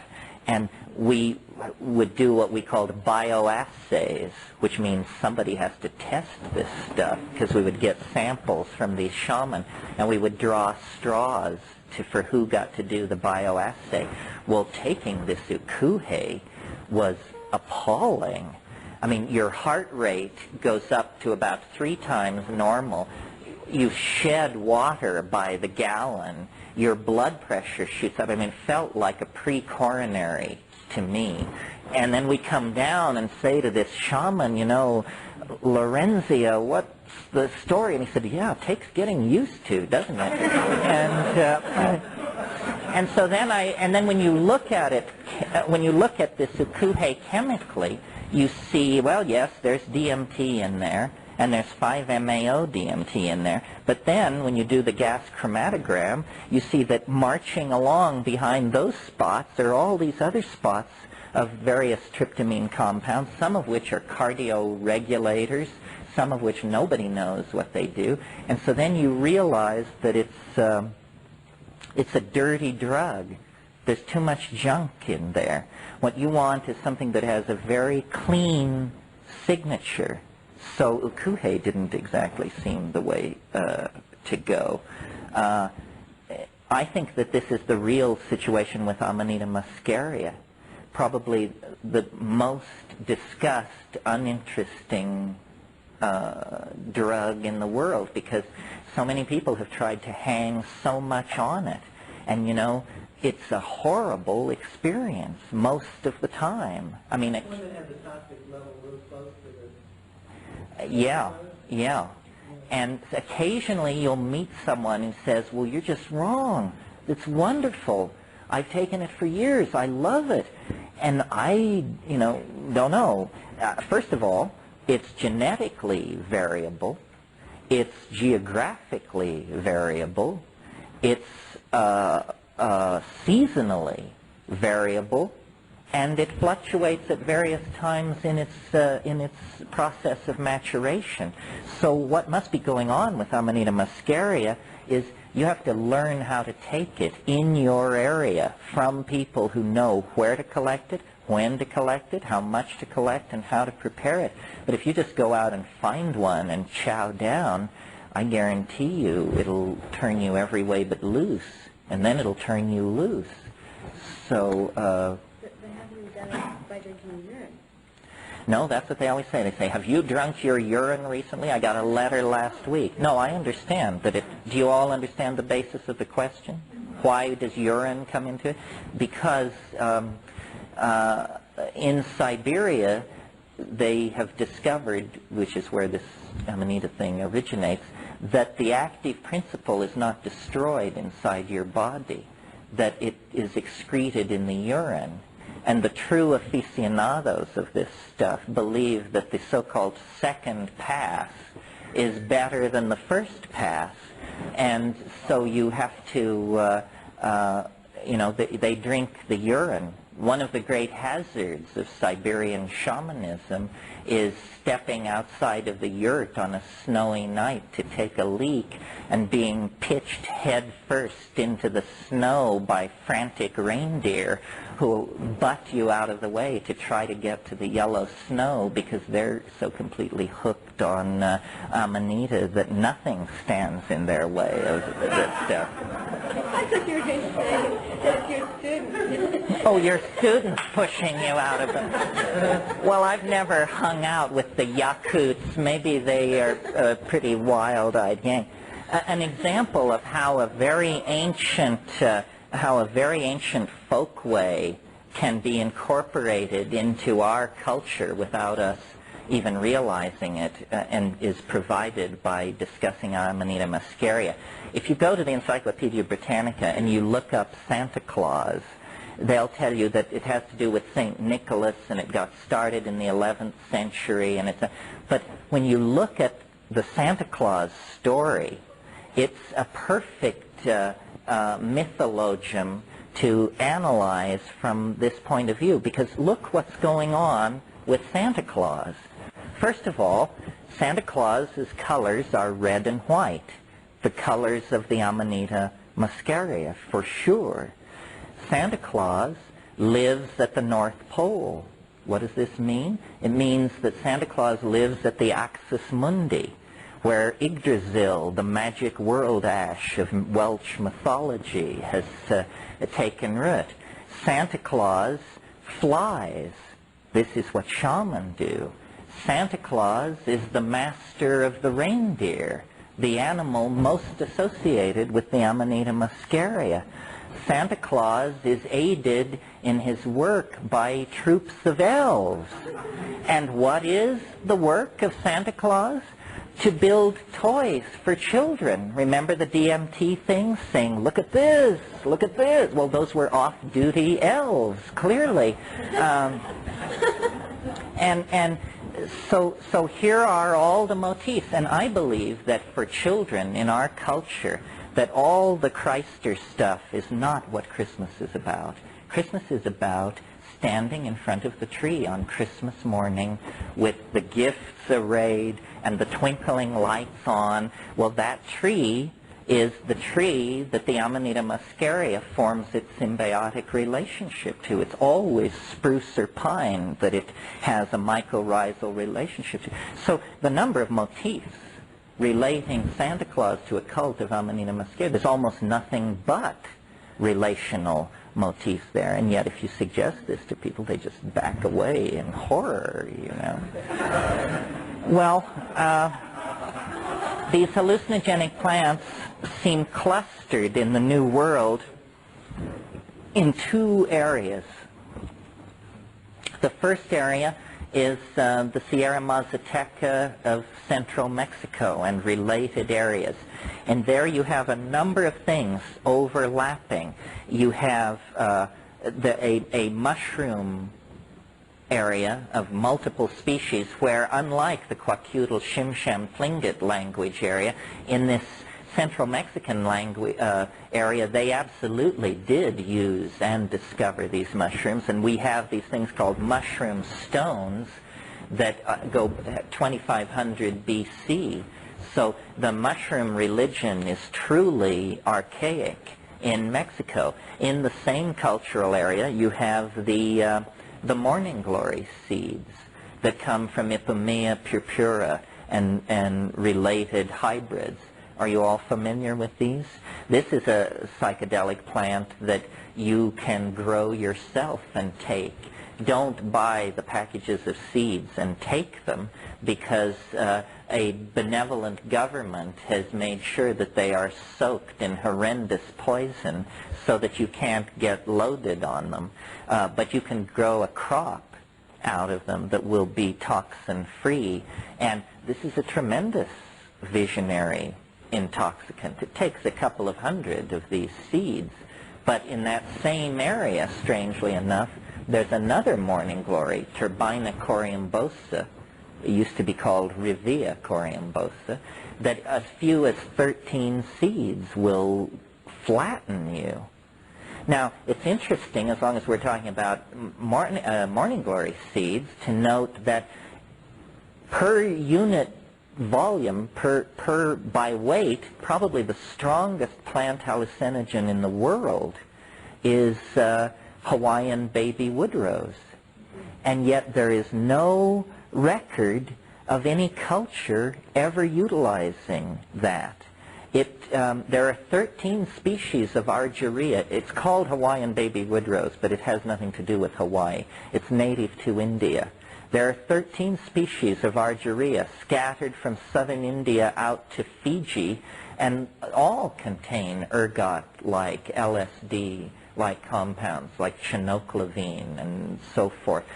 These, I got started on morning glory seeds because they were available, but don't sell this stuff short, folks. I mean, it'll give you a ride that you'll never forget. And the baby woodrose, even more so. Be very careful with the Hawaiian baby woodrose because it contains cardioactive glycosides. And, if maybe 6 seeds will do you, 12 seeds might well plant you. And 12 seeds will fit on a tablespoon. So this is nothing to start choking down in large amounts, yeah. Yes, and could be extracted in a fairly simple filtration system. Yeah, good point, yeah. Well, they are dry. They're little crescent-shaped dry things. Yeah, grind them in a Braun grinder, and applesauce is the favorite carrier for these disgusting things, or milkshakes. But it would be good to look into doing a little chemistry. The emetic in the morning glories is ester coumarone, not the cardioactive glycoside in argyria nervosa, but in Ipomoea purpura, it's ester coumarone. And you could devise a simple chemical system for removing that. And I think LSD, have you ever had what's called woodrose LSD? Well, it's wonderful. It's unlike LSD. It's more like psilocybin because it is highly visionary. And one of the things about these morning glories is, I don't know whether we have to talk about Rupert's theory or what, but it is just an archive of Mayan and Toltec imagery I mean, you take this stuff and you're there in the pyramidal complex on the day of Venus's heliacal rising when they do their thing. I mean, it's pretty amazing. Is the active ingredient like citric acid echloride instead of diethylene? It's a close relative. It's active not in the microgram range, but in the milligram range. And there are several active compounds. You're right, and I think chinoclavine is psychoactive, and ergonovine. All these occur there. So do you grind those and swallow them whole, or make an infusion? No, you grind them to a powder, and then just take capsule them. It's a lot of capsules. It's like half a cup of this horrible whitish meal with a strange smell, but yeah, basically about 200 seeds. You may want to go higher, but start with that, yeah. Well, now, supposedly in the Massachusetts area, the Rivera carabosa seeds are ground up, and then they are put into cold water to make a cold water infusion, and then the solids are removed, so that there's only a water-soluble fraction in the water, and then that is drunk. Well, no, but if what you're saying is true, that's where the glycoside would reside. That's not my understanding, actually. What? I just remember a picture of a woman doing that in a book like by Schultes or something like that. Well, maybe the caption got mislabeled or something, because the way they do it where I've seen it is they take the little seeds and they grind them on a metate to powder. Then they put it in water, as you said, and they shake it and leave it and come back an hour later and shake it again and do that for a while. And then the stuff precipitates to the bottom, the matter, and the liquid fraction is poured off and discarded, and they take the solid matter and they let it dry in the sun until it's no longer runny, but it's a kind of like the consistency of oatmeal or Play-Doh or something like that, and then they make a little tiny tortilla, which they then toast on a metal griddle, and so you get this thing which looks slightly smaller than a Ritz cracker, and is a toasted Morning Glory seed wafer, and you eat that, and that is the thing which is active. That's how I've seen it done. Apparently not. They toast it lightly. They don't. It's not blackened. It's just sort of golden. No, it's one species of morning glory, Turbina, previously called Revia coriambosa.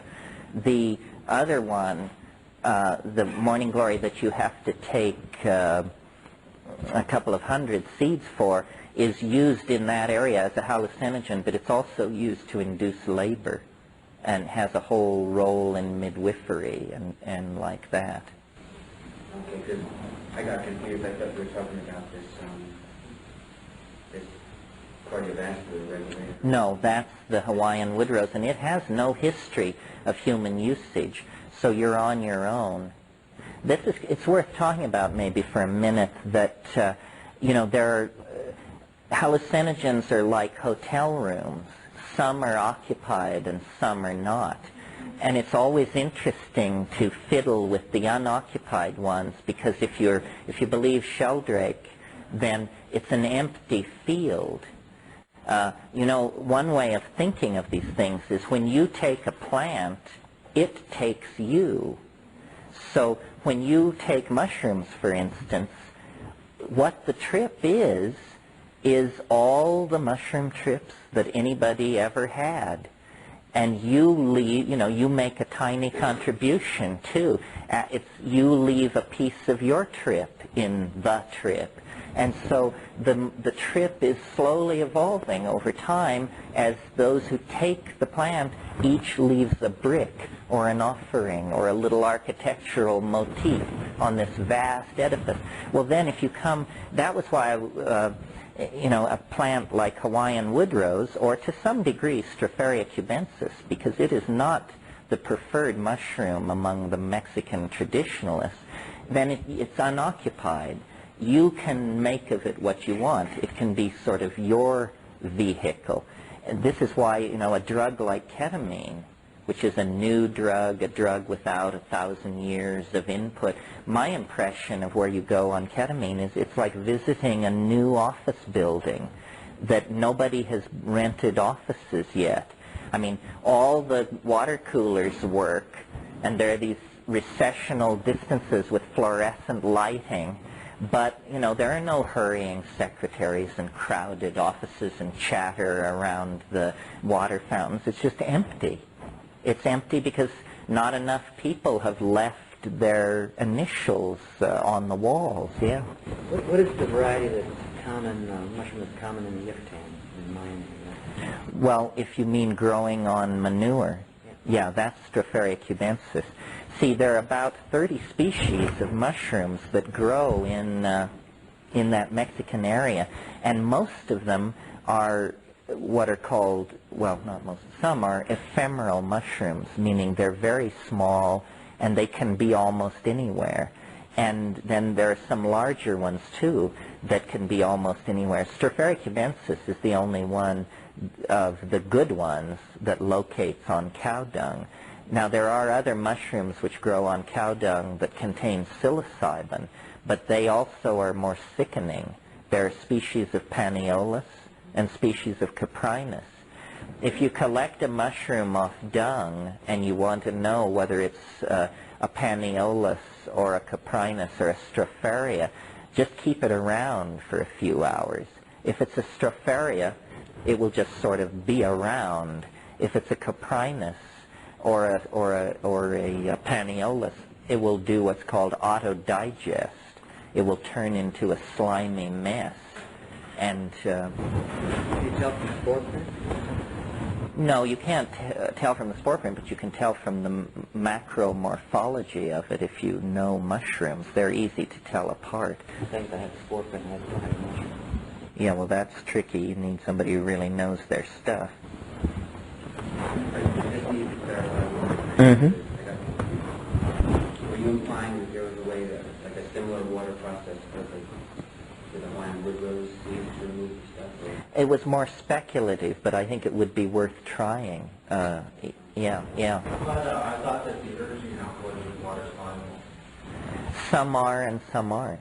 But it's the ones that's the water soluble that are the psychoactive. I'm not sure about that. I've read some more about synthesizing LSD, and it's apparently hard to get to the starting points.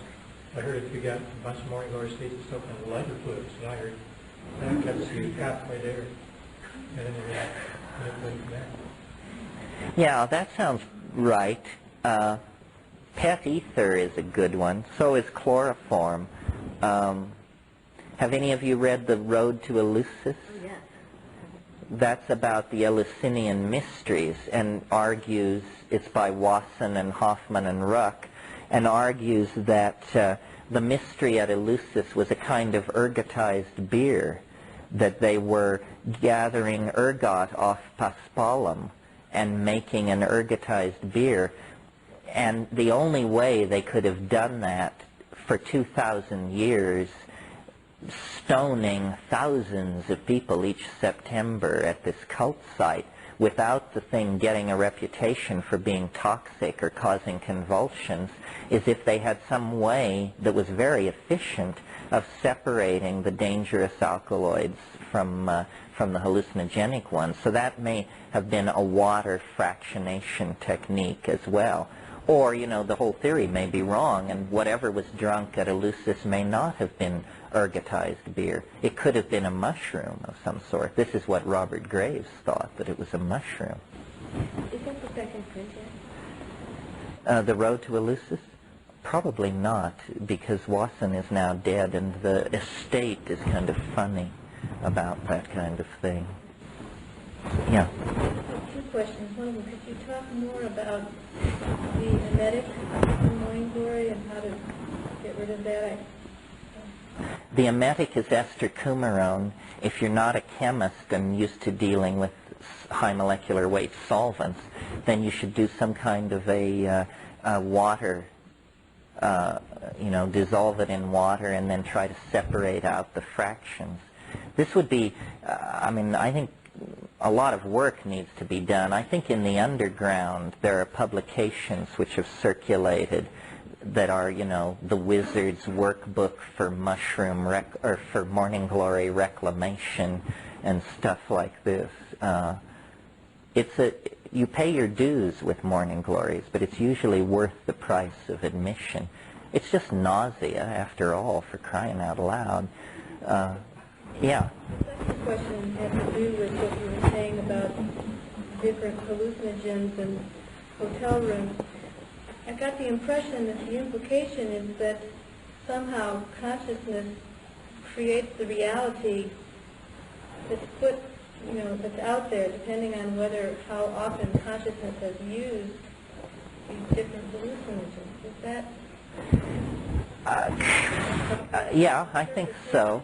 That we leave our fingerprints upon the drugs we take, and drugs that have been taken for thousands of years have a lot of fingerprints on them, and you join up with that. You enter into the field. One way of thinking, since somebody talked about Sheldrake earlier, one way of thinking about psychedelics in trying to define what do they do is that they are amplifiers of the morphogenetic field.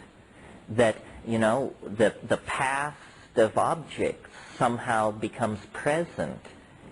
This would fit in with my notion that when you take a psychedelic, you are rising into some kind of superspace that can be mathematically described, because having the past be co-present with the present is a way of saying that you've shifted your dimensional relationship to the data field, and now it all appears to be one coherent thing. Yeah. What is the plant that grows in the southwest that has harmony in it? Pagamen harmala, the giant Syrian rue. Its original range is from Morocco to Manchuria, but at some time in the 19th century it was brought into this country as a range fodder for goats. It's a pretty rasty plant. It has small yellow flowers, and it has succulent leaves, sort of water-holding leaves, and it looks like a form of sagebrush. And when you cut into it with a knife or a machete, it's brilliant yellow inside. And that brilliant yellow is the harmine. You just take the plant and make a glue of it? Or? Pound it up with a sledgehammer to separate the fibers and do a hot water wash on it. And then, do a second hot water wash. Then get rid of the physical stuff, combine the two mother liquors and drive it down to a reasonable volume, and it'll do the trick. Yeah. You're probably familiar with a couple of reference books by Allegro and Puharich. John Allegro and Andrzej Puharich, yeah. Yeah. What's your assessment? Do you think there's any value if there isn't? Well, not to rain on anybody's parade, Andrzej Puharich is a very mercurial person. Is that what we want to say? Recall that he was the guy who pushed Uri Geller for a long time, and they were forever tromping into the Negev and coming out with blank cassettes that had held the wisdom of the galaxy, but the aliens erased them before they let them return. That could happen here. So that's Andrzej Puharich. He's been around for a long time. These people are such eccentrics. You have to just respect people's persistence and survival power. But I think, his scholarship and his notion of the rules of evidence is fairly divergent even from my fairly loose canon.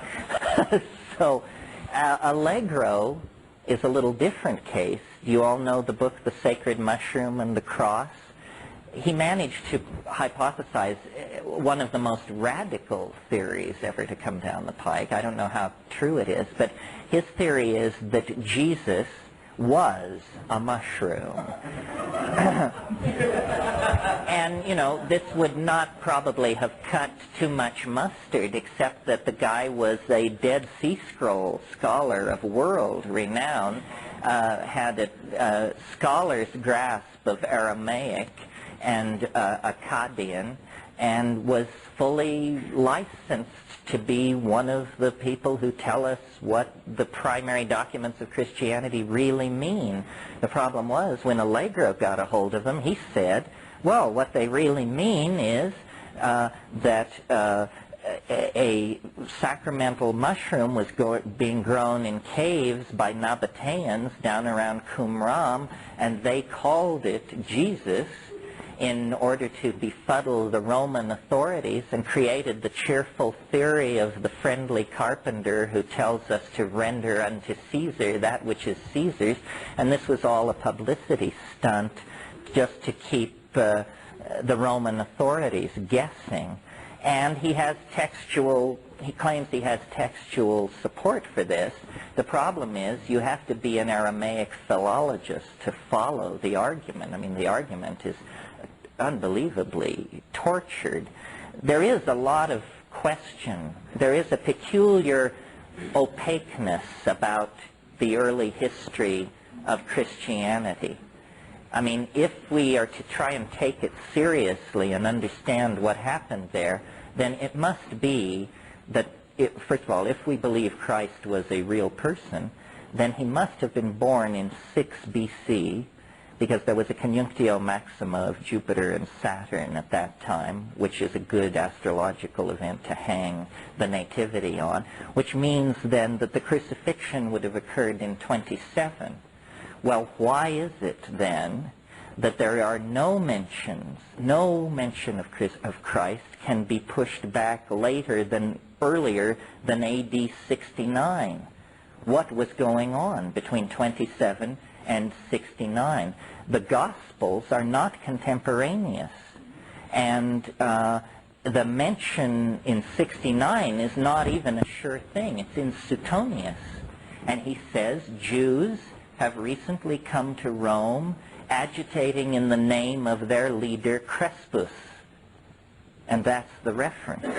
And you know, it's puzzling, because take a figure as minor as Mani.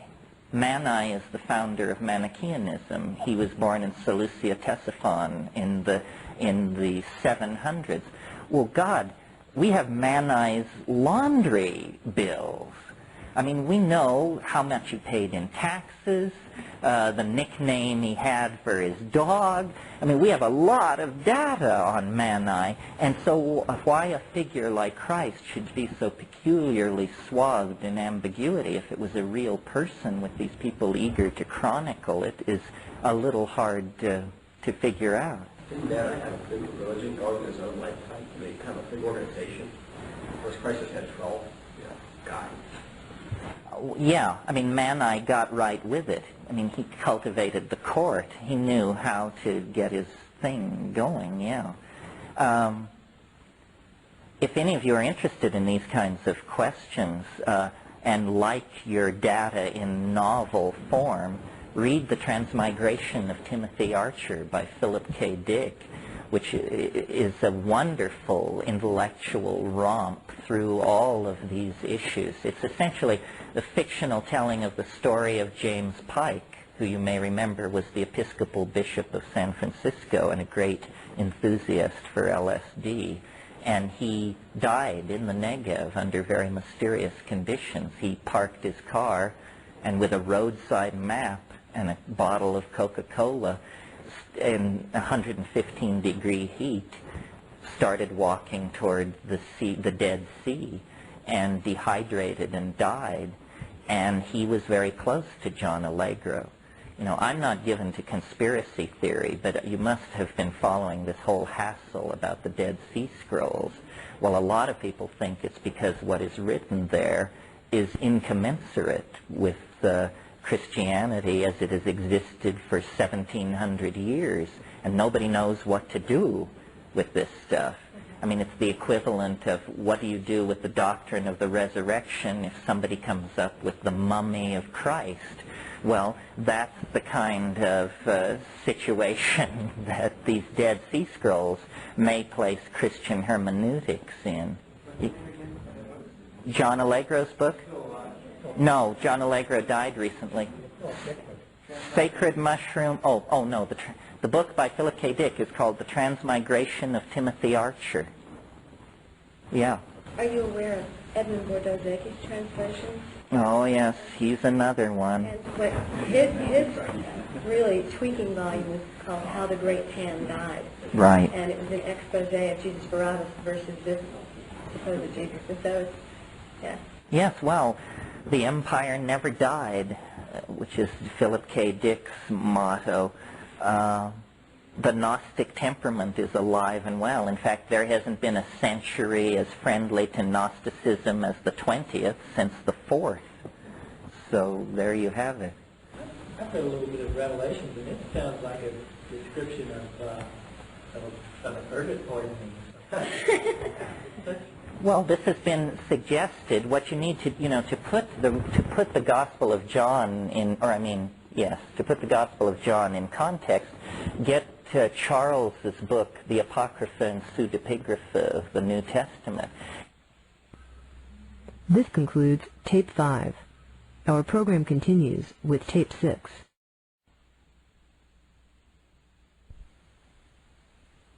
With Tape 6. And then you see everything that the Church Fathers tossed out.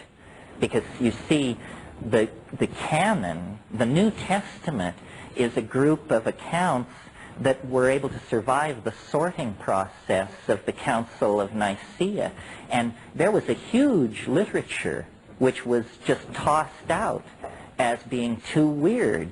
I mean, read the Gospel of Philip, the Gospel of Thomas. Have you all looked at the Nag Hammadi Library?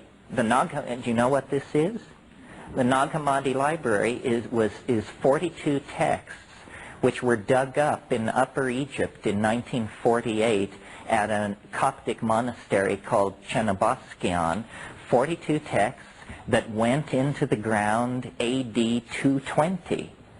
Means nobody has been able to put a finger on them since AD 220. It's like a fossil of Christianity in the 3rd century.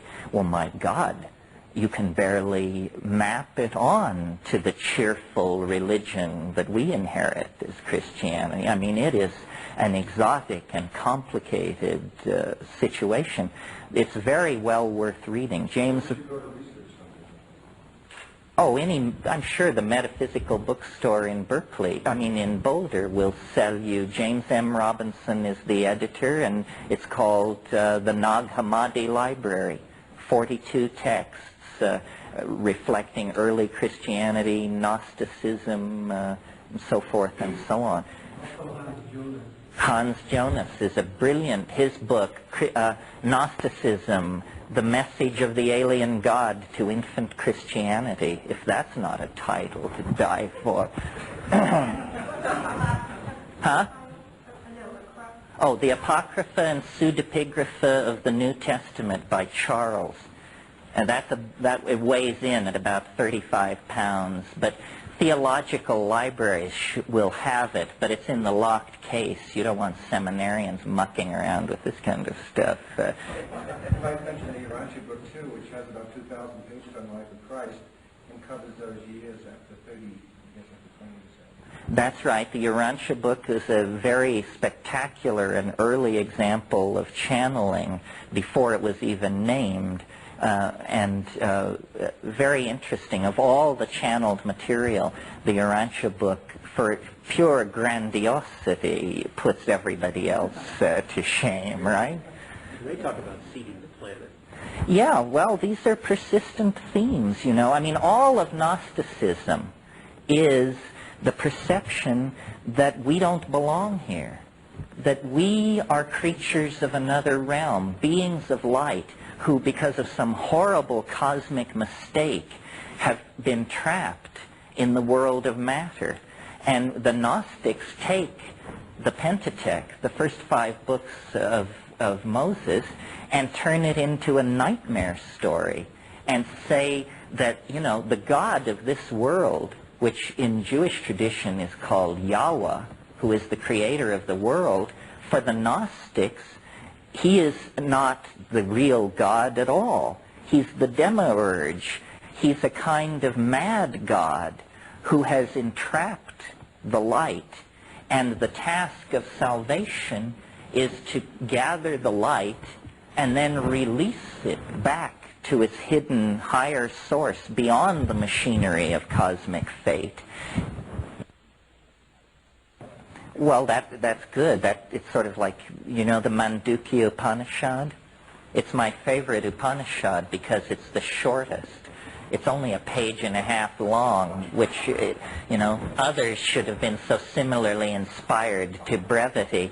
But it's the breath of Brahman. It traces, it's the description of one exhalation, inhalation cycle. Yeah. I know people quote and say, yeah. Well, you're not even supposed to say it if you're Orthodox. G-D. Yeah.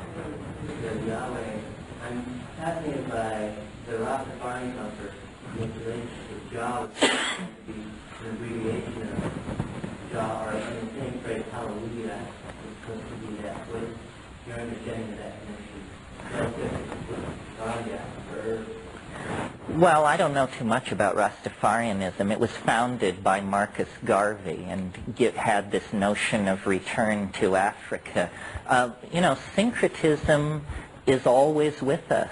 Gnosticism was characterized by syncretism. The whole late Hellenic religious efflorescence was largely syncretic, and certainly that's what we have now.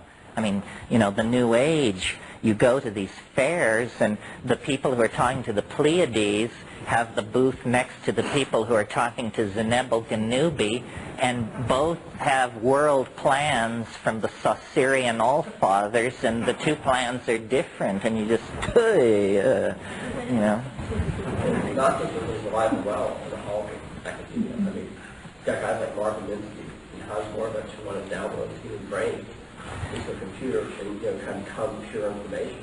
So if that's not releasing people matter, good information, I don't know what it is. No, I agree. There are two sentiments loose in the world, and you're going to not get through this life without taking sides.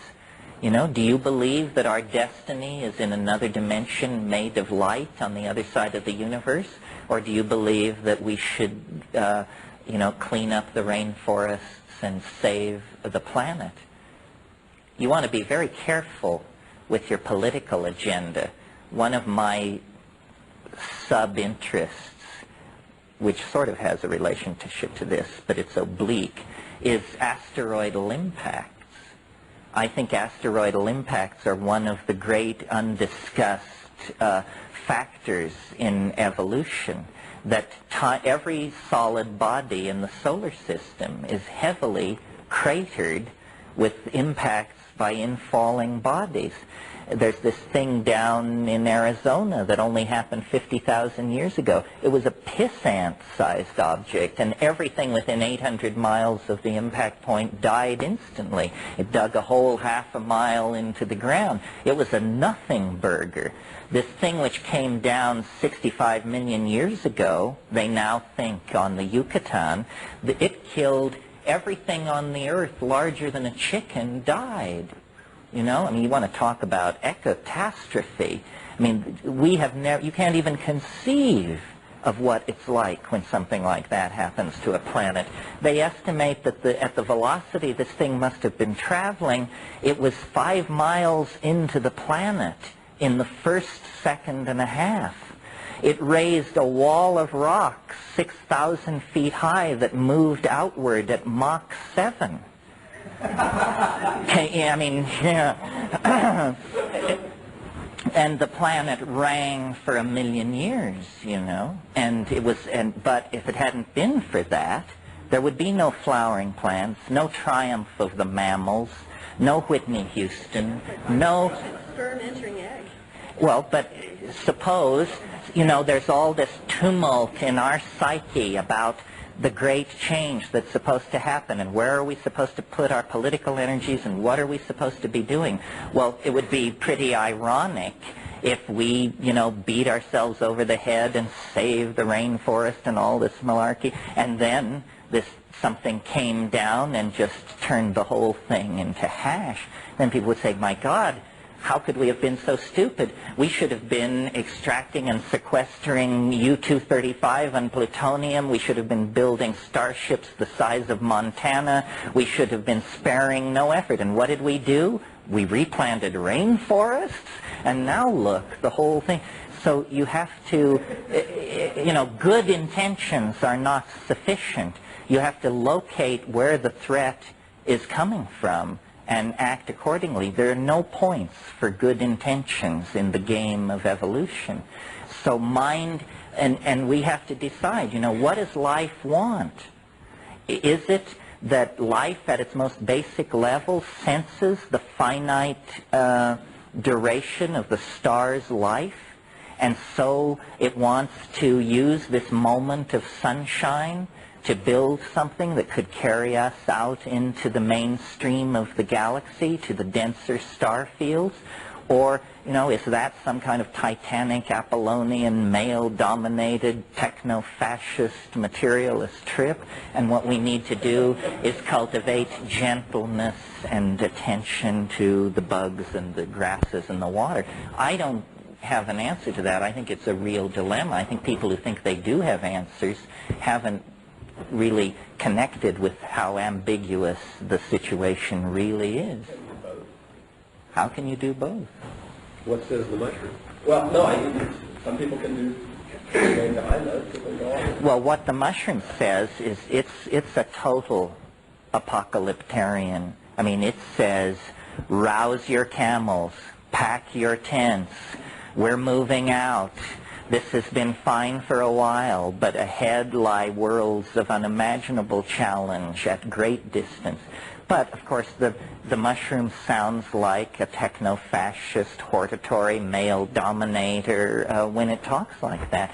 You take ayahuasca and it says, clean up the rivers, care for the children, replant the forest.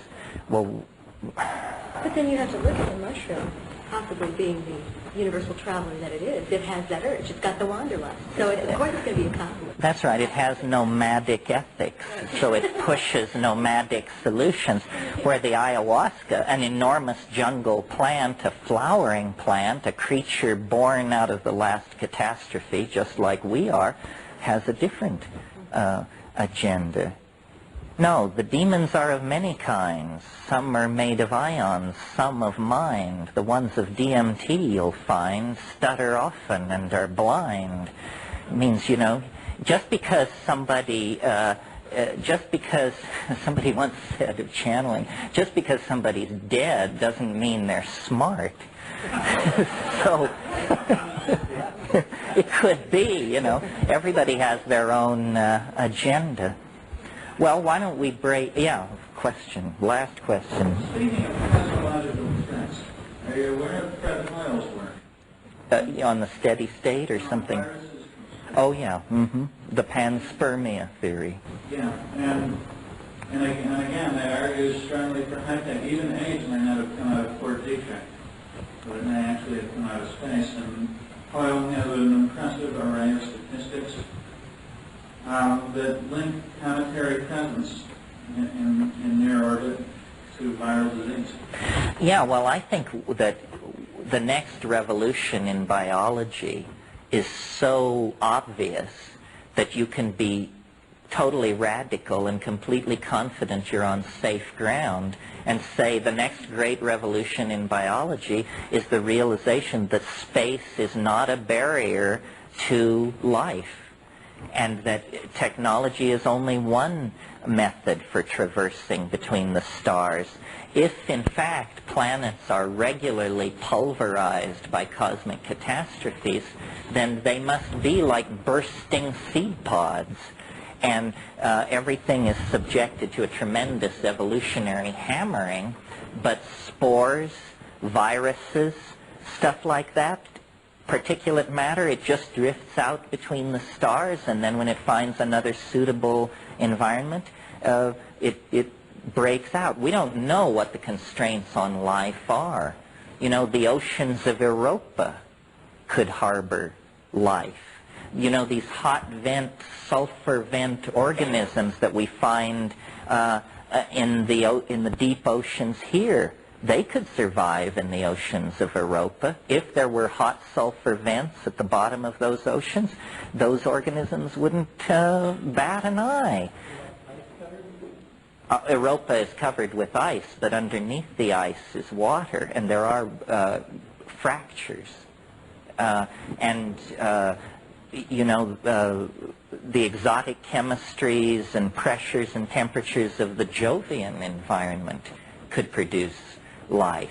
We don't know what the constraints are. If cometary environments are a better place for life to arise than a warm pond on a newly condensed planet, well, then all bets are off as to what, you know, planetary surfaces may be unlikely places for life to get going. It's hard to say. Who's to say there aren't gaseous creatures on gaseous planets? That's right. We don't know. You could have life at temperatures and pressures where we couldn't exist for a microsecond, like at the bottom of the Jovian atmosphere, something like that. No, there's more mystery than anything else. The notion here is, I've always felt that the psychedelic experience should be good for something in a very practical sense, and I always felt that there was something that you should be able to learn that was very hard to bring out. And we talked a little bit yesterday about this strange episode that happened in the Amazon, where instead of an ordinary trip, it was locked in for weeks and weeks, and then people differed as to whether it was a transformative incident or a psychosis or what exactly it was. But what happened was, or what I think wants to happen in every psychedelic experience, is that there is a totality symbol. You know, Jung tried to get his patients to make mandalas because he said they were totality symbols. Well, eventually the totality symbol is more than a symbol. It actually becomes a true map of the totality. And what this boils down to is a kind of very strange revelation about the nature of the I Ching that takes very seriously the idea that the I Ching is a tool for studying time, but then takes the idea much further. It's hard to give this lecture, it's hard to listen to this lecture, because the learning curve is steep, and you just have to stick with it for a while, and then there will be pay dirt. But you have to bear with me. And I had to bear with the entity which was revealing this stuff to me, because it took the form of a... are you all familiar with the idea of a koan? This is something that your guru, a little saying or something that your guru gives you, that if you can figure it out, then you move on to the next stage.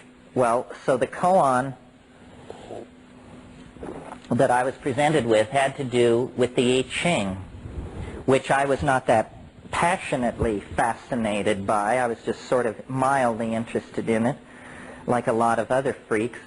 And I was not at all mathematically inclined. I mean, that I am the author of a theory of pure mathematics is as astonishing to me as it is to anybody else, I'm sure. Basically, as you know, but let me review it, the I Ching is a Chinese system of divination that uses 64 structures called hexagrams. And hexagrams are made of broken and unbroken lines, stacked one above another. And they are the sum total of the possible set of such structures is 64.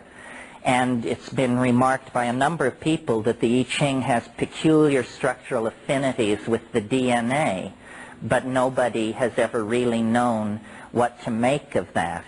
Well, this dialogue with this mushroom entity began by posing a very simple question, which is, as you know, most of you, the I Ching hexagrams occur in a sequence which is called the King Wen sequence, which is very old. In fact, portions of the King Wen sequence are scratched on shoulder scapula that are 3,500 years old.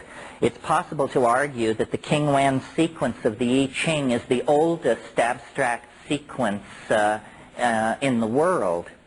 The question is, or what the koan was is the King Wen sequence a sequence, or is it simply a jumble of hexagrams that over time has become traditionally sanctioned as the sequence?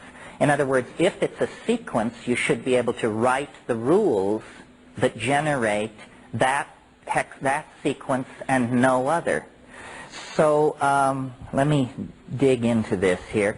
The first hexagram, can you see this colored chalk? We have two other choices. We have an orange and blue. Here, we'll do a visual test. Ooh. Is this the stuff? Okay. Why is this so half-acid, as they say?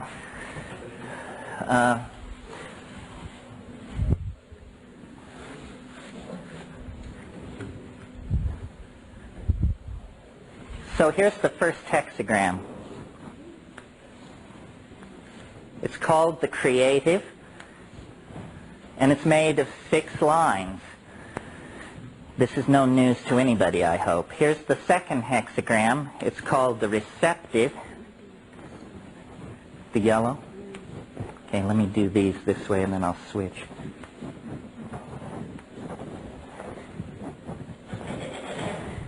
So when I started looking at this question of the order in the I Ching, the first thing I saw, it only took me about 10 minutes of just looking at it, and I noticed, and I'm not the first person to have noticed this, that it isn't 64 hexagrams.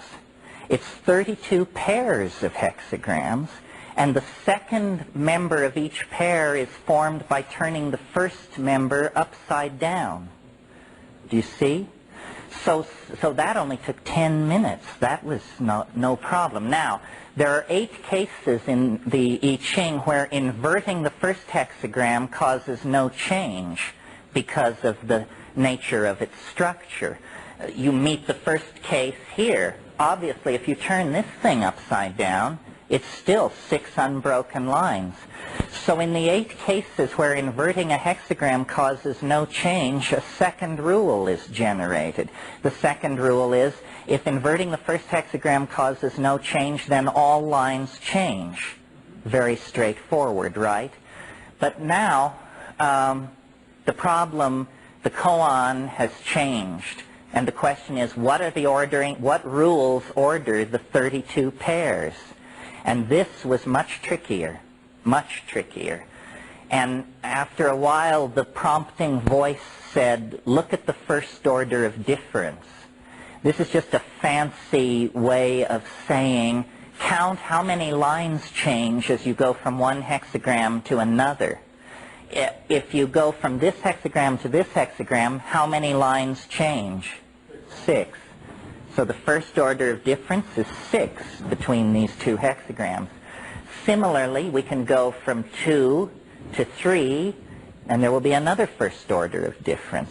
Now, logic should tell you that the values of the first order of difference are going to be whole numbers 1 through 6, right? what I did was I went through the I Ching and actually checked on these, and I discovered that again immediately what jumped out at me was there were no 5s. So we wrote computer programs to randomly arrange hexagrams and check for 5s, and we discovered 5s are as common as any other number.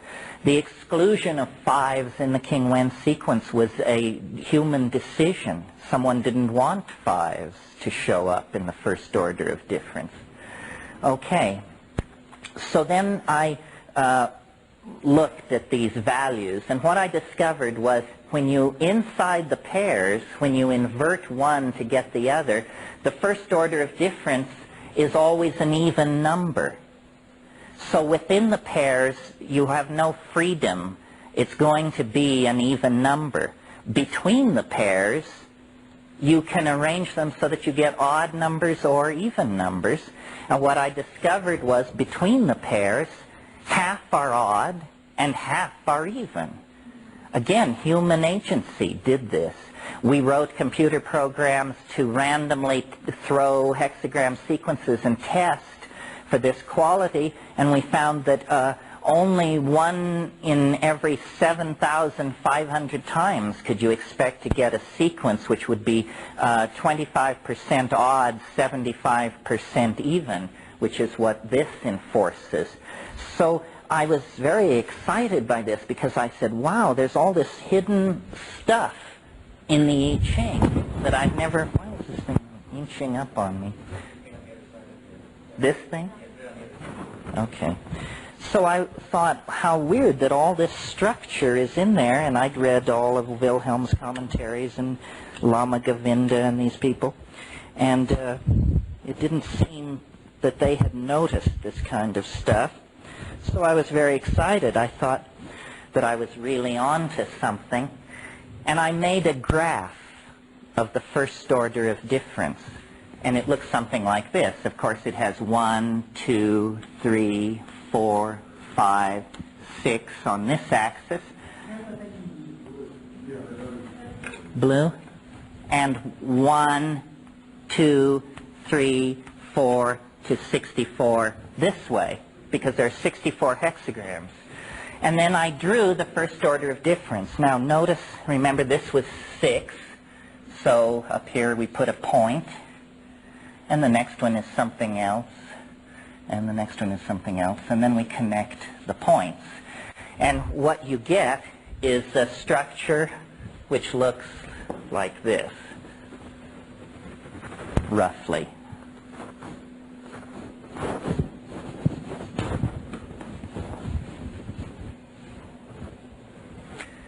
In other words, it looks stochastic, it looks random. It doesn't look like you're on the track of any kind of order here. Except that I noticed a really funny thing about this. What I noticed was that this section and this section are mirror images of each other. So imagine for a moment that you have a copy of this right here. What you're then able to do is rotate the copy 180 degrees within the plane, and you'll discover that it fits perfectly in here. It dovetails at the beginning and at the end, but nowhere in between. This is again a product of human decision. Someone made it so that it would do this. And the question is, why? Why would anyone want to do that? And when it works, you have hexagram 1 across from hexagram 63, and hexagram 2 across from 62. In other words, these always sum to 64 when it's in the right position. So I just thought that I was uncovering some kind of, like, you know, the equivalent of Chinese Kabbalism, some kind of lost intellectual system. But the voice said to me, it said, this is a picture of time. And I couldn't understand what exactly was meant by that. It seemed to me a fairly esoteric thing to assert, that it was a picture of time. Now, remember, there are 64 hexagrams in the I Ching, and they have 6 lines each. 6 times 64 is 384.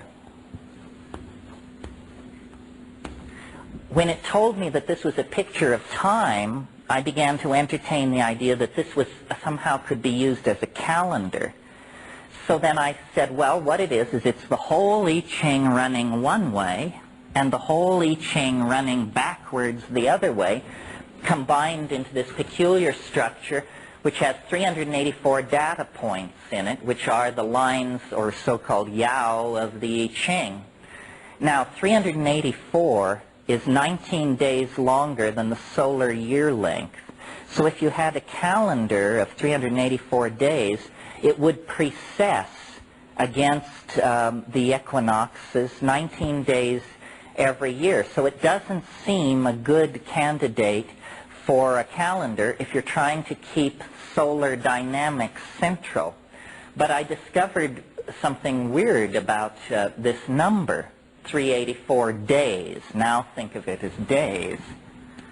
And that is that peculiar things happen when you multiply this number by numbers that are inherent to the structure of the I Ching. When you multiply this number by 64, you get a day number, which when you break it down into years is 67 years, 104.25 days. Now, what's interesting about that number is that it is 6 sunspot cycles of 11 plus years. There's also a major sunspot cycle of 33 years. So it meant each line in a super hexagram made by multiplying this number will be associated with one sunspot cycle, and the trigrams inside the hexagram will be associated with the major sunspot cycle. Well, when you take 67 years, 104.25 days, again by 64, you get 4,306 years plus some days. This number is very close to twice the amount of time that it takes for a zodiacal era, such as the age of Pisces or the age of Aquarius. They last roughly this long. Well, if you take this number by 6, not 64, but 6, which is a legitimate number because it's built into the I Ching, you get 25,000 years, roughly. This is the precession of the great year, or the equinoctial year, as it's called. So I thought, wow, this is really far out. It's some kind of multi-leveled resonance calendar. Oh, and I forgot to say about 384 days, this was central, excuse me, that this is 13 lunations. A lunation is 29 point something days, and when you multiply that number by 13, you get 383.89. So I said, aha, what this thing is it keeps track of the moon on this level, it keeps track of the sunspots on this level, and it keeps track of the great year of the zodiac on this level. All naked eye astronomical phenomenon, not hypothesizing any advanced technology, but hypothesizing an advanced intellectual point of view. Well, so I thought I was finished, and that somehow it wanted to tell me about a Neolithic calendar in ancient China for some reason. But there was more. Popeye had spinach. I have this. The prompting voice said, this structure which you have created, and by the way, some of you who are scholars of the I Ching, remember in the second half of the Wilhelm Baines translation, there are a whole bunch of very ancient sayings that nobody knows what they're talking about. They're so esoteric. And the most mysterious of these sayings is the saying which says, the forward-running numbers refer to the future. The backward-running numbers refer to the past. Well, in the I Ching, there are no forward or backward-running numbers unless you do something like this. And then, look what you get. 1, 2, 3, 63, 62, 61, 60, 59. You get forward and backward-running numbers. So I said, wow, we're digging this thing out. The I Ching is not an oracle as it's been done at country fairs for 3 millennia. The I Ching as we possess it is a piece of broken machinery. It's as though you had, the main gear out of a machine and you're trying by archaeological reconstruction to rebuild that machine. So I was sort of stuck at this point, and the prompting voice turned on and said, this structure which you've made, which is the entire I Ching running forward and backward against itself, which would place it then at the top of a hierarchy, should be placed at the bottom of a hierarchy. Treat this thing as a single line, it said. And I was calling this at that point the simple wave. It said, treat the simple wave as a line in a hexagram. Well, when you do that, bear with me, folks. Remember, I said the learning curve was steep. However, it's not long. Oh, yeah. What color? Yellow? Yellow? Let me see. Okay, well, so if we treat this module as the bottom of a hierarchy, then we want to treat it like a line. So what do you do with lines in I Ching land? You stack 6 of them on top of each other. So I'm going to symbolize this thing with an S. Okay? So here's what I did. I took one of them, and another one, and another one,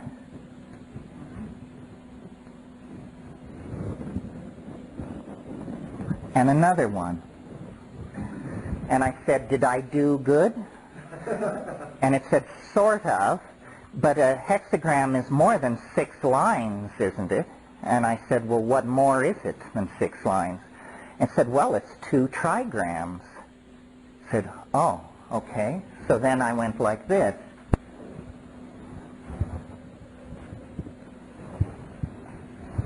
Do you see how I superimposed the thing over the 6, 2 larger ones, which were superimposed over 3? So then I said, it's all right? It said, yes, except you forgot one thing. A hexagram has an identity as a whole, as a hexagram. I said, okay. Good? It said, yes, good. Now what are you going to do with it? And I'll show this to you,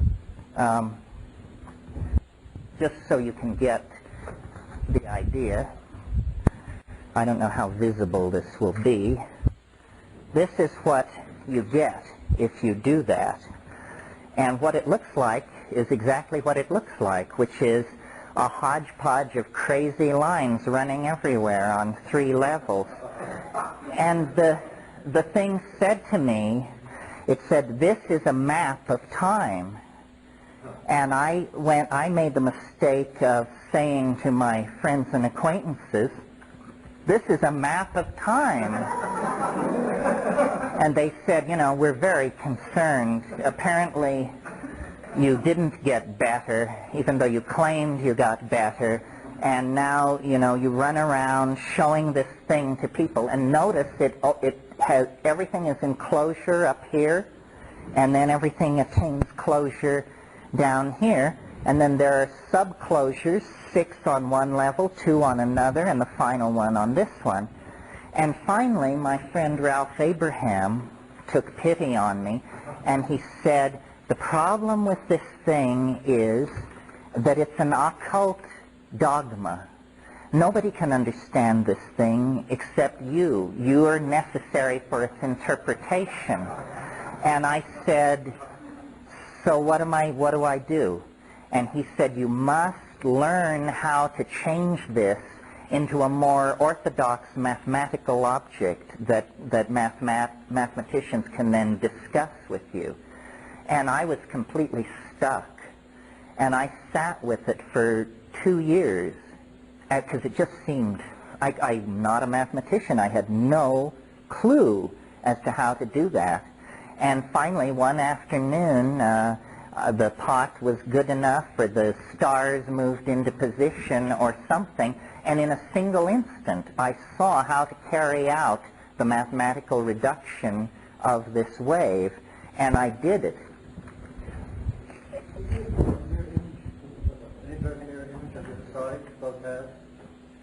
On this? Yeah, look that way. Well, if you look at it closely, you'll see that because they are at different scales, it isn't that one side is exactly like the other side. Yeah, there are dissimilarities.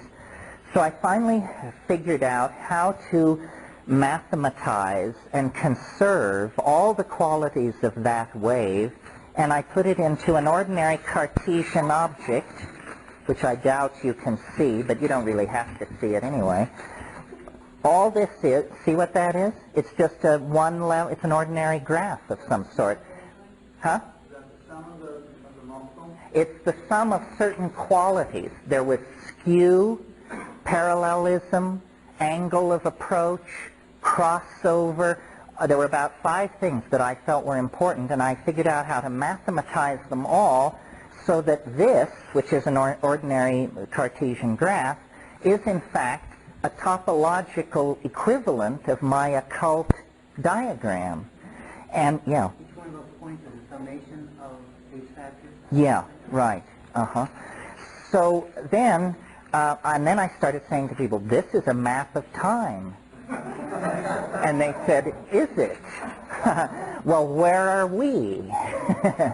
And I said, well, in order to know where we are, we would have to know where the end point is. If you have a wave, you have a wavelength. So we have to find the end point. So then I began collecting historical data and fitting curves to it, trying to define the end point. Now remember yesterday at the close of the day or in the afternoon, we got off on what appeared to some people to be a tangent about novelty and science and time, and whether it was whether it should be viewed as a flat plane or a fractal or something like that. Well, what the thing was telling me was that novelty is something which can be charted in time, and that these waves were actually pictures of the ebb and flow of novelty. That this wasn't charting stock prices or population rise or average temperatures. It was charting the ebb and flow of novelty through time. And that, como? Novelty is newness. Novelty is, how about density of connection? As opposed, you know, if complexity can be quantified, then you say complexity ebbs and flows. I mean, if we had a device which measured complexity, and we measured this point right here, as opposed to this point an inch behind my finger, I'm hoping it would tell us that an inch behind my finger is a more complex environment than this point right here. So space and time is then seen to be a medium with density, densification of complexity embedded in it like raisins or something, yeah. What are the boundary conditions for that graph? In other words, how do you establish origin and the endpoint on that particular graph? Well, until you scale it against time, you don't have to. I mean, I think... Well, I think if I understand your question right, remember how I said that over here it was at closure? It goes like this. And that's both lines. They're running, that's both sides of the graph. They're perfectly superimposed over each other. At this point, they cease to be superimposed. One goes that way and one goes that way. And then you start getting this kind of stuff. And then when you come down to the end, they fall into closure again. Yes, it's a thing of fate. Exactly, you got it. Okay. What would be the beginning of time? Is that some fall from the Garden of Eden where we Well, to this point, we haven't discussed this thing scaled against calendrical time. We're just trying to look at it as a mathematical object. Then what I realized was, if these are if this thing has 384 points in it, and this has 6, then what the thing was telling me was you have to map the wave back over itself. So you take all 384 points and you cram them into this space wandering up this hill. Then you go to this space and you cram all 384 points in here, and you create a fractal infinite regress. Do you understand? Say you understand. You will understand. Okay, so then that was the time map. It was saying novelty can be described by an infinite fractal regress that is contained in the I Ching. Now, the main objection that I was meeting from people who wanted to lock me up was they were saying, now let's get this straight. You want to revise modern physics based on a pattern which you found in an ancient Chinese book of divination. Is that correct? And I could feel the force of that criticism, because that's how I think, you know, where somebody from some nut piece of data then wants to build castles in the air. And so I created a metaphor which is satisfying to me. I hope it's satisfying to somebody else, trying to explain why we should seek a law of physics inside the structure of the I Ching. And here's the metaphor. Think of sand dunes. Picture them in your mind. Since this is the New Age, you may even close your eyes if it helps. Picture sand dunes. Now, notice that sand dunes look like wind. Sand dunes look like wind. And sand dunes are made by wind. So now let's analyze the situation. Let's think of wind as input. And let's think of sand grains as bits inside a computer. So when the wind blows, the program runs, and the bits rearrange themselves, and they arrange themselves into a lower dimensional slice of wind. Essentially, wind, which is a pressure variant phenomenon, variable in time, turns into a pictorial phenomenon, variant across the pictorial surface. Do you see how that works? Well, now, sand dunes created by wind bear the impression of wind. Lines of foam and beach detritus deposited by the incoming tide bear the form of waves. So what it was telling me was, it was telling me that things formed in time bear the impression of the forces which created them. And I said, well, then what is the equivalent of sand dunes or waves of beach detritus in the real world? And it said, human beings. Genes, not grains of sand. Genes are moved by time. And we, as hyperdimensional objects, we human beings and other animals, we bear the impression of the forces that created us. And if novelty truly does ebb and flow the way wind speed ebbs and flows over a landscape, then the creatures that have arisen in time will bear the imprint of this ebb and flow.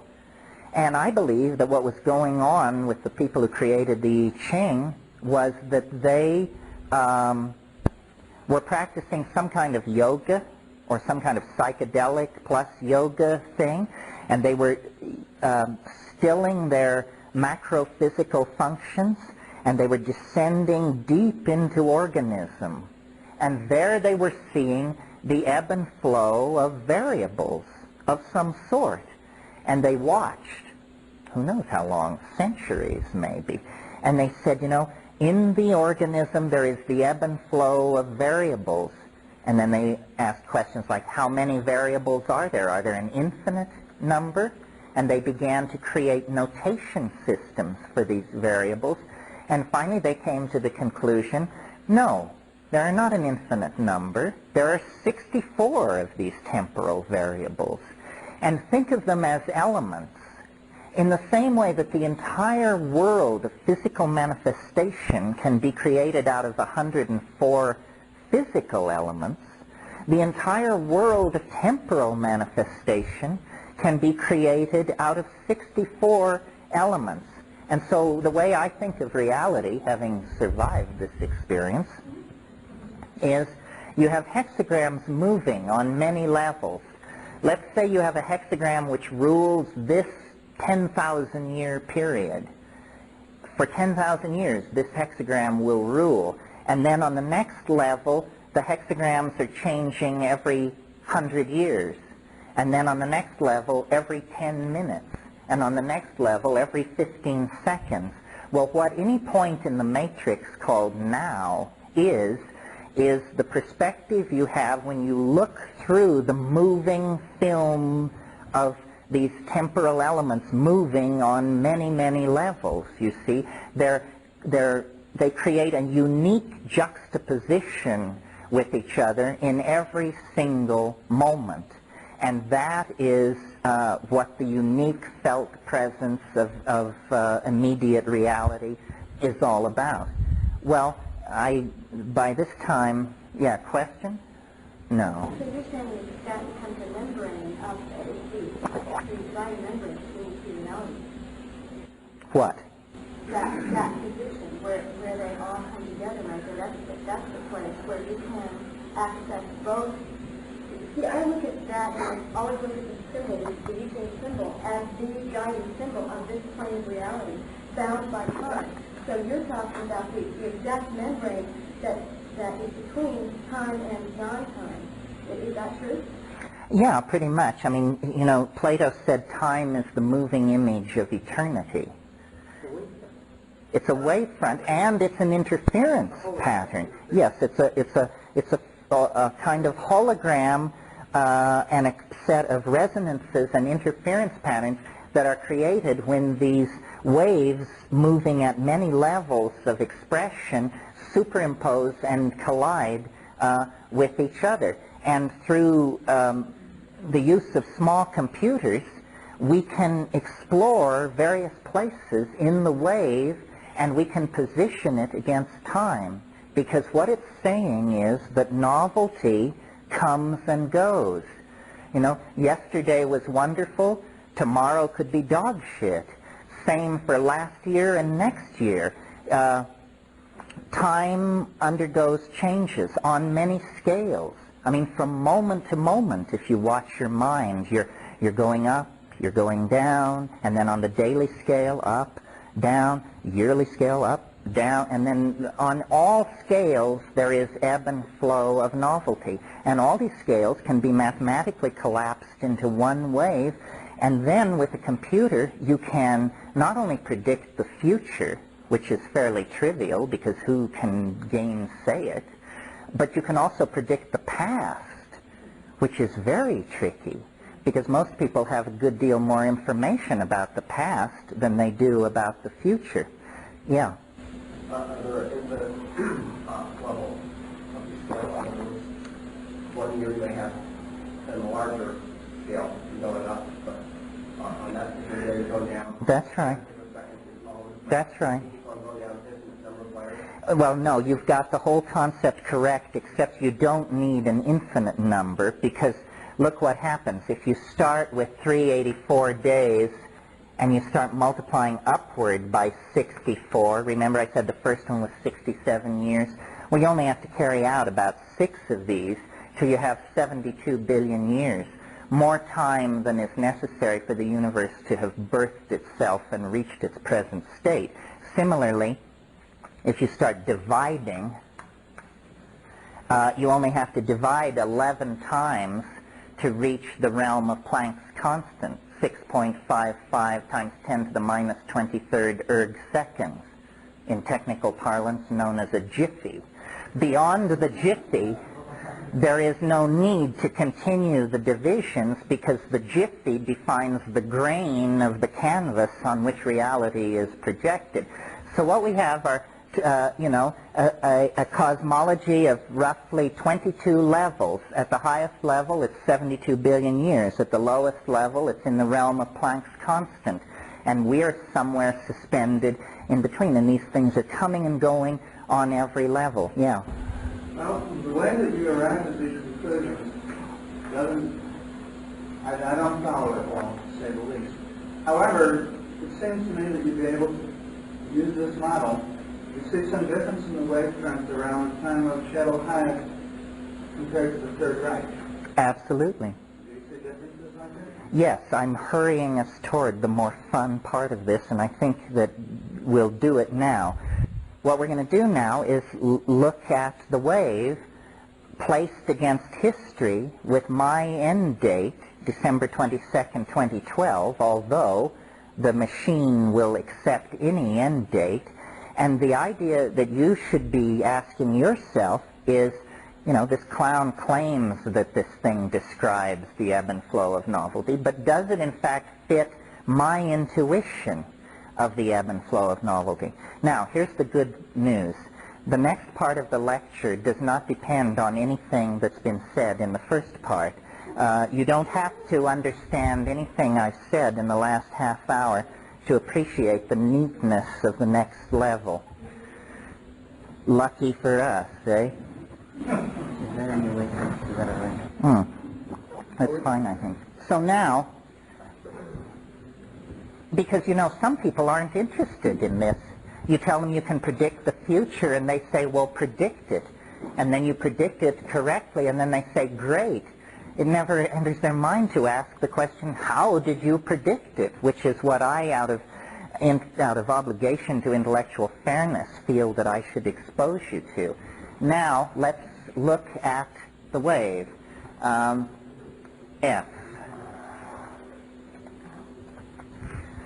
Now, let me explain the rules of the game here. There are 6 billion years currently on screen. Today is over here at 98.8%. This is the last 6 billion years. And let me explain to you how you interpret the wave. And if you want to take a moment and rearrange yourselves, the rest of it is going to be fairly close focus on this thing. So don't be shy and don't make yourself uncomfortable. The end date. I got it by fitting historical data to the wave and seeing. I had certain intuitions. I mean, for instance, I said, well, if I have a wave which describes historical novelty, by God, it better do well on the Italian Renaissance. It should do well on the 20th century, and it should do well on the golden age of Greece. If a theory of novelty incorrectly predicts those episodes, it's a pretty worthless theory of novelty. Once I had chosen an end date, and I chose December 22nd, 2012, I got a lot of support for that by realizing that the Mayan calendar chose the same end date. Now, the only thing I had in common with the ancient Maya is that we both take psychedelic mushrooms. Now, is it conceivable that there is a message in the mushroom as specific as no matter where in space and time you are and you take these mushrooms, it says December 22nd, 2012 AD? It appears so, because the Mayans, their civilization rose and fell at a very uninteresting part of their own calendrical machinery. They predicted the end of the world 1,000 years after their own eclipse, and they predicted the birth of their they set the birth of their calendar 1,000 years preceding the emergence of their civilization. Yeah. So now this year 2012. Is this what the Mayans have as a completion of a large cycle, or is it what they are believing is the completion of all their cycles? It depends on who you talk to. The Mayan calendar is built up of nested cycles, some 20 years in length, some 240, and there are 13 Baktuns, which I think a Bach tune is 396 years in duration. And most Mayanists believe that a set of 13 Bach tunes is the complete calendrical set. There's a minority of Mayanists who want to argue that there are greater cycles than that. In any case, Bach Tune 13 will come to an end December 22nd, 2012. So, you know, it was good enough for me. Now, could you say just a little bit more about the property of novelty? Is it synonymous with complexity? Well, you know, since this is a push-pull theory and we have novelty versus something, the opposite of novelty is habit.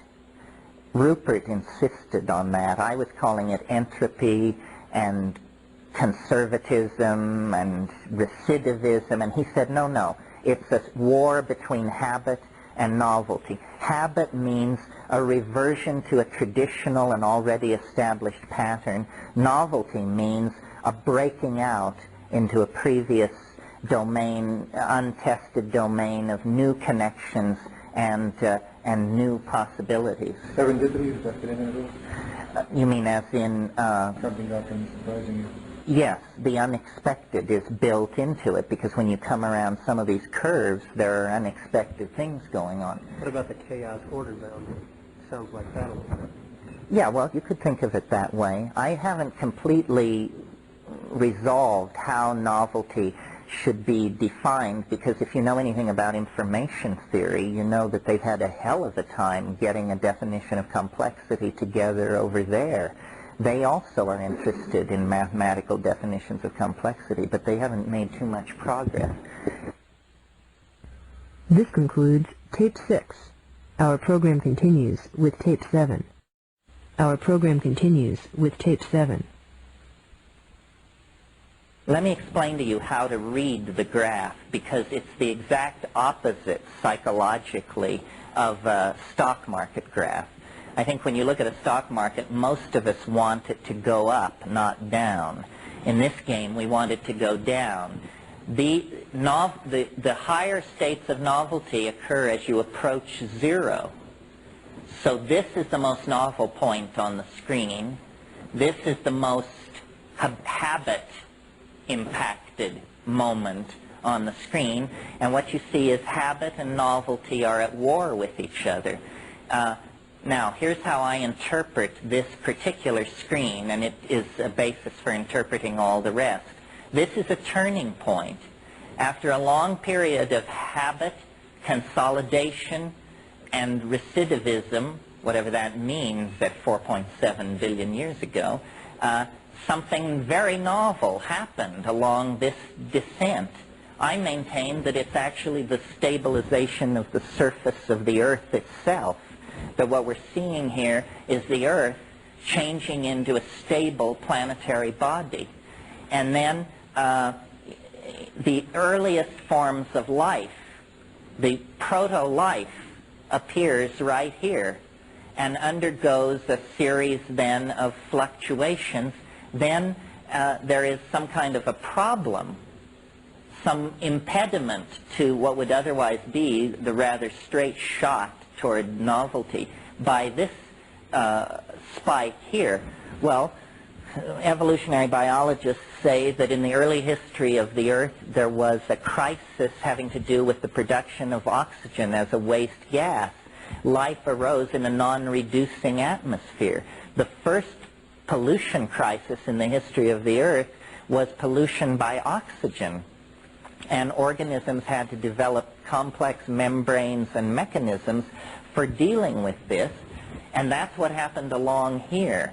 And once that was achieved, then the pace of novelty quickened and the descent continued. And our entire civilization, in fact, you know, the last million years, as a matter of fact, is lost down here in this stochastic fluctuation near the 0 point. In other words, relative to these places in the wave, we're so near the maximum of novelty that it's practically punching in through the walls. And in fact, human civilization correctly mirrors that. I mean, where you would expect to find a civilization on this graph is somewhere down in here. Well, now, if everything is working right, Are you at the 98.8%? 98.8% is the target date of today. Now, what I'm going to do is there's a zoom function here, and we're going to start flying toward the present. And every time a screen changes, we're going to see half as much time on the screen. We have 6 billion years up, we'll go to 3, then 1.5, then 0.75, and so forth. This seems to be an excellent computer with a fast chip, so...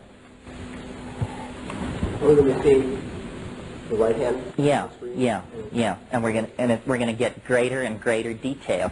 And your attitude toward this should be, I'm asserting that this is true. You have a notion of where the high points in evolutionary and human history have occurred. You should be asking yourself whether this fits your intuition. Now, obviously, it's pretty vague stuff when we're looking at 6 billion years, but on the other hand, we can take this thing down to 3 days if necessary. And we know where the great changes have come in the last 1,000 years. It's not that ambiguous. So let's test the zoom function. Zoom, it asks me. Yes, I reply. Seek minimum, it asks me. No, I reply. Approach factor, it asks me. And I'm going to tell it 2 in order to have the screen each time. It would accept any number, but 2 seems rational for demonstration purposes. Did you select a timestamp? No, it's going to slice the time. It's going to slice it each time and rescale. I'm just coming up with minute and hour and day instead of year. So is the origin of time here also like the origin of the universe? You would presume so. So the Big Bang would kind of like be in the middle of the novelty scale? The Big Bang would be, no, the Big Bang would be very high because there's no life, there's no atomic systems, there's no molecules. It's a very low complexity situation at the birth of the universe. That's not the graph, this is only got this billion. Yeah, no, yes, that's right. The Big Bang is somewhere up here, okay, now before I do this, let me locate escape, okay. This is such a pleasure to do it with fast machines. Okay, there's 3 billion. See how detail is coming up as time is lost? And if anybody wants me to stop it at any point, I will. Just read off what it is as it goes on. Here's 750 million years. This is virtually the entire history of life on Earth. And in fact, of higher life, I'm sorry, you know, organisms, not multicellular life. This is the history of multicellular life. And what you see is there was a steep descent into novelty until about 300 million years ago, and then there are a series of oscillations close to 0 until about 65 million years ago, and then there's a sudden plunge deeper into novelty immediately preceding the concrescence, which occurs at dawn, Greenwich Mean Time, December 22nd, 2012. One thing about this theory, it's not vague. And notice that it doesn't hedge on predictions either. It fills, every screen is full of predictions. 2. Approach factor, yeah. Okay, we've got 750 million years on the screen, 375 million years on the screen. Now I want to talk about this for a minute. Now this is a screen full of dramatic predictions. These are tremendously punctuated and temporally defined plunges into novelty. And we don't have tremendous paleontological records for what's going on 275 million years ago, but from studying these low points and talking to geochronologists about them, I've decided that these are planetesimal impacts on the Earth. Now you know that the last one was 65 million years ago. That's this one. right there. But there were others. There was one, this one, 220 million years ago. Can you define when? Oh, asteroid strikes on the Earth. But I think you said there was one closer to 65 million years. Oh, well, there was a little tiny one in Arizona. Those happen all the time in cosmic terms, every 100,000 years or so. But this thing that happened 65 million years ago was a planet shatterer, and they're rare. They're rare. Okay, so I'm suggesting that these are asteroid impacts which then evolution has to restart, reclaim its territory, and then there is something else happening. They may not all be asteroid impacts. They could be, enormous episodes of volcanism on the Earth, such as the Deccan Traps in India or something like that. Now let's start the thing again. And that was how many million? 350? What we're looking at now, 375. Seek minimum? No. Approach factor 2. Go for it.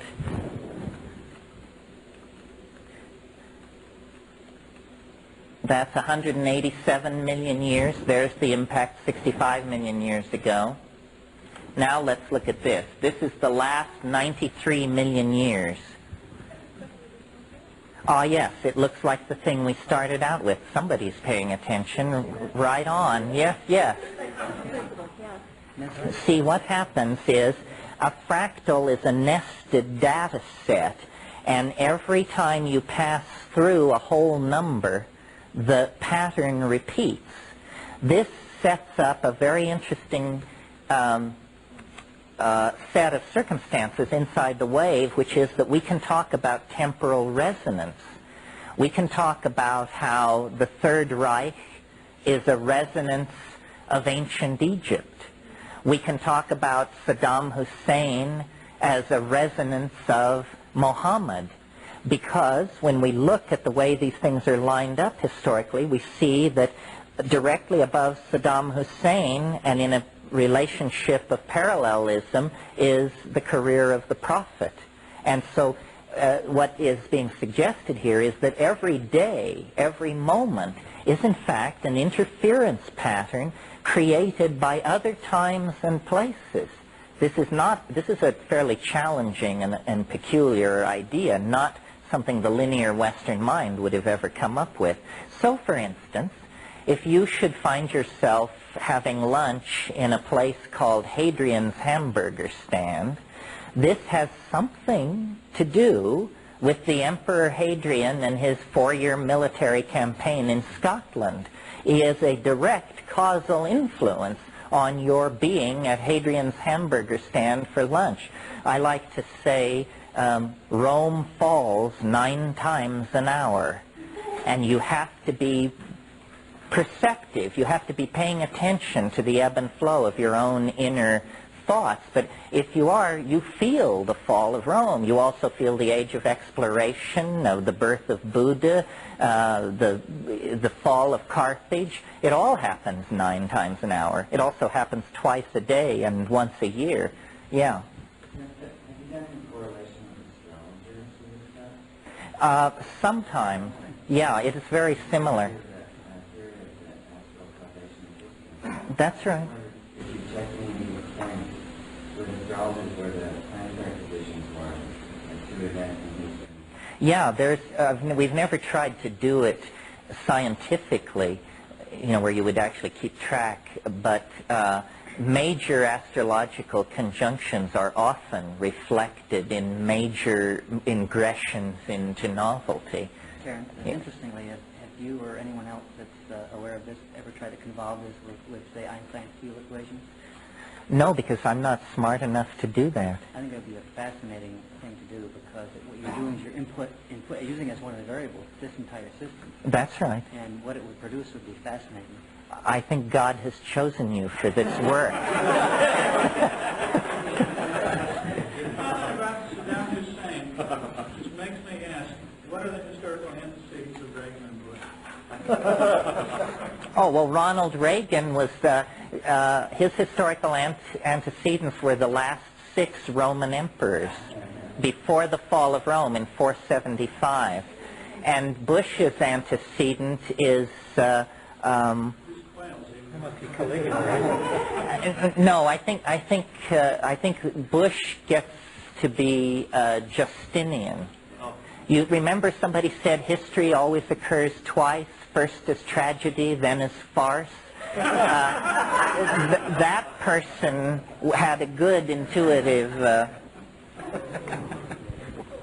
So now, let's go into this a little more. How much time do we have? Oh, 93 million years. Okay, so here's the asteroid impact, and dead on, I mean, 65 million years is right there. To the degree that we can date these two events, it's a winner, it's a bullseye. And, it was a huge setback for organic life. As I said this morning, nothing larger than a chicken survived it. The mammals began their radiation, and these are, just different vicissitudes. I'm not sure what to make of this spike here, but I haven't really spent a lot of time on that period from 40 to 36 million years ago. Somebody else may have a notion as to what this represents. The recovery, though, was fairly rapid.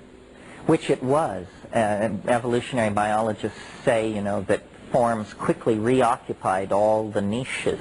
And remember, if this hadn't happened, we wouldn't be the planetary rulers that we are. We'd still be little furry creatures trying to steal eggs out of the nests of the saurian masters who ruled the planet. Why? Because all the dinosaurs were killed in this impact, and that allowed these little egg-stealing, rodent-like furry creatures to undergo an explosive evolutionary radiation leading directly to our own vast superiority over the rest of nature. Yeah? Oh, well, that's a whole different scale. You see, the dinosaurs died off 65 million years ago. The ice ages are a phenomenon of the last 5 million years. And we'll see the ice ages, but not there. Right now, those ice ages are down in here, somewhere lost in the detail. Let's go back to our zoom. We'll get there, won't we? Oh, yeah, we'll get there. I'm waiting for you to get to my writing spot. Don't worry. No, we don't want to seek the minimum. The approach factor should be 2. Okay, 93 million years on the screen, 46 million years on the screen, 23 million, 11 million, 5 million.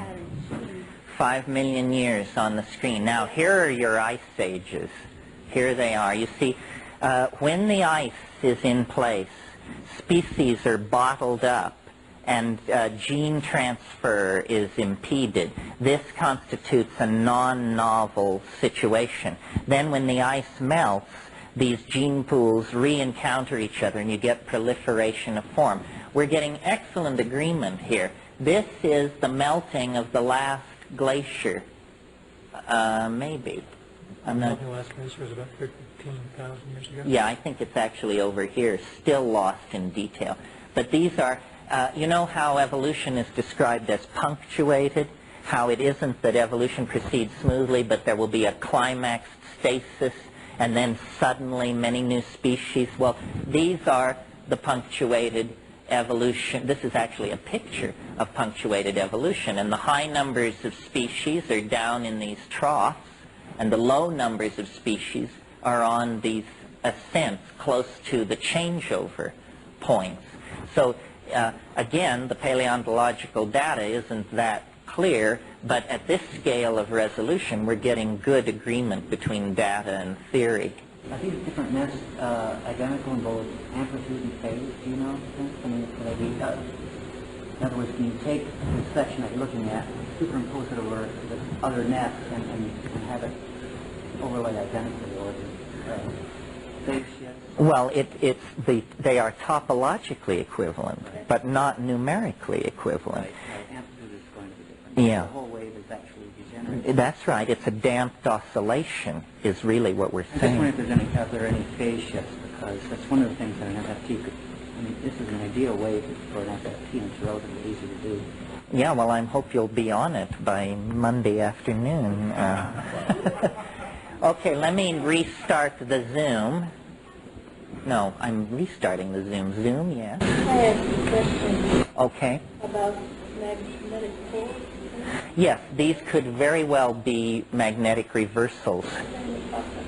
Yeah, they very well could be magnetic reversals. And well, what we're looking at is I'm suggesting they're ice ages. It was suggested that they're geomagnetic reversals. Geomagnetic reversals and ice ages may even have links to each other. Do we see anything there that might indicate the increase of human construct rain? Well, we see that over here, a steep descent into novelty going deeper than we've ever gone before, and that would probably indicate that an animal or an organ has appeared of a density of complexity greater than anything which preceded it. So I would say yes. How ago is that? Well, let me start the Zoom and we'll get over in here on a big scale and then you can see. Okay, we're going to go from 5 million down to 2 million. Now let's discuss this, because this is the domain in which we evolved. Our story is on screen at this point. It said that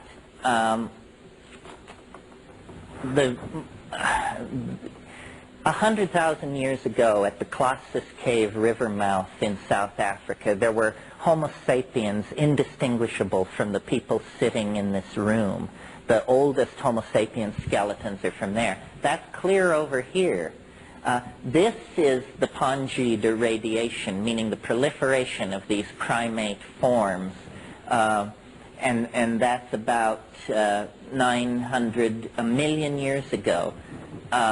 This is the whole period in which the primates were breaking away from the rest of nature, and this is, I think, probably where the mushrooms begin to come into the picture, and see how the whole system is propelled into lower levels of novelty than anything which preceded it. Higher levels of novelty. When the wave moves down, novelty is increasing. Zoom? Yes. Minimum? No.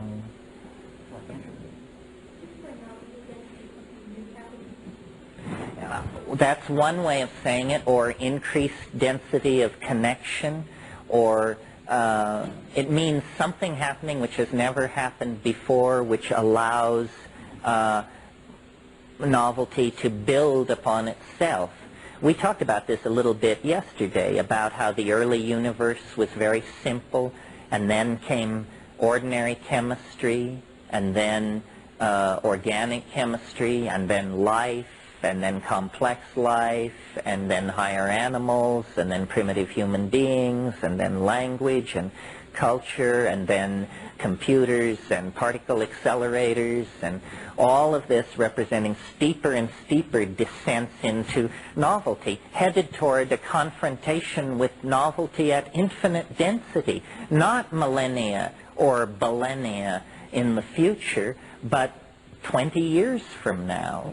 It's not only that something's being created that was never created before, but it's being stored or imprinted in the entire system. Conserved is the word I use, but yes, that's right. And how does this relate to the fact that the last 20-year cycle when we're dating on June 28th, and we're entering the supposedly last 20 years of the calendar? Is that, am I correct in? That's right. Well, when we get to the present, you'll be able to see, you know, the past few months, the next few months, the next few years.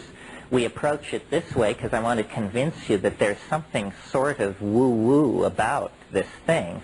It does seem to have an uncanny predictive ability. Now, the most commonly met objection to this, and it may be forming in your mind, is that this guy just doesn't understand patterns, and that every pattern can be used to describe a different pattern. But I resist this, because notice that this whole set of correlations is dependent upon this zero date which we inputted. If we shift the zero date, then all the other predictions would be thrown off.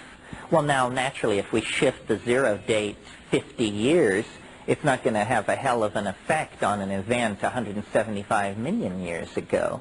But if we move the date 50 years and we look at 1492, you know, it's all screwed up. You have to be right on the money when you get into the historical data field, because the historical data field can vary over a 24-hour period. I mean, John F. Kennedy dead, John F. Kennedy alive, the difference is 10 minutes. So it can be very highly quantified, specific, yeah. Okay, enter. That's 2 million, roughly 3 million years on the screen. 1.5 million years on the screen. 700,000. Let's look at this for a minute. This is the last million years.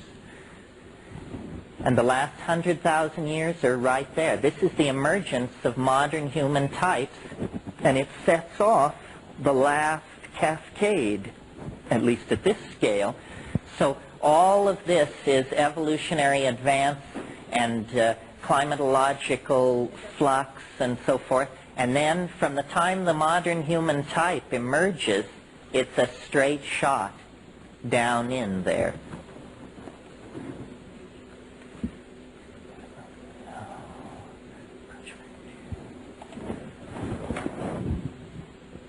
Now, obviously, we all know more about time as we get closer to the present. This is 366,000 years. It's 100,000 years up there. There's the last 200,000 years. There's the last 100,000 years. This is the environment in which we were shaped. These are these are climatological fluctuations here.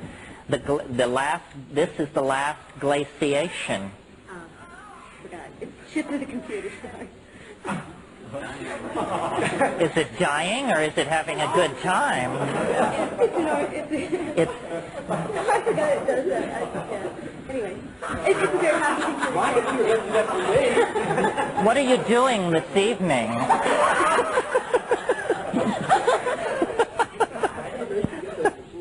You can't. When Harry met Sally, remember that orgasm in the restaurant? Remember the orgasm in the restaurant when Harry met Sally? Vaguely. Okay, this is the last 91,000 years. The glaciers melt here. The glacial melt begins around 19,000 years ago. And as you see, it's just a straight fall from there to the moon flight and to H. Ross Perot and to all the rest of it. And these are, again, episodes probably of glaciation or flux in the incidence of incoming cosmic radiation. It's hard to say what it is. Oh yeah, we can go down, we can take it down to very small. I mean, understand that the program does many wonderful things which we're not doing. I'm just doing a simple demo, but obviously all this stuff has got to be about something.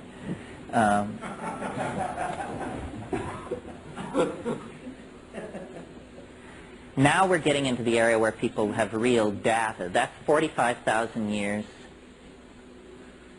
22,000 years on the screen. Let's look at this for a minute. This is worth talking about. Now the pressure begins to come on. It's all very well to predict interglacials that may or may not have occurred. Predicting assassinations of dynastic families is a little trickier. Here's the glacial melt begins. And species, this is the descent, this is where the mushroom paradise existed in its fullest expression from about 17,000 years ago to about 10,000 years ago. Well, now what is this sudden interruption of the descent into novelty here? I maintain, based on the archaeological record, that it's what is called the Tanged Point Technocomplex. Do you all know what that is? It's, does anybody know what it is? Tanged Point Technocomplex means that before this point, when an arrowhead is found, you find one. It means it was lost by somebody who was hunting. Around 10,000 BC, you begin to find large numbers of arrowheads all in one place without chipping fragments. This was not an arrowhead factory. This was the site of a battle between human populations. War is invented here because agriculture is invented here. You're looking at the end of the partnership paradise. The era of orgy gives way to the era of anxious monogamy, warfare, agriculture, egohood is born. Now, somebody asked about, who asked about Çatalhöyük? Somebody. Çatalhöyük, bottom of this stab here. The fire that burned through Çatal level 5A occurred in 6500 BC. We know this from charcoal dating. It's right there. It's on the money. See, somehow this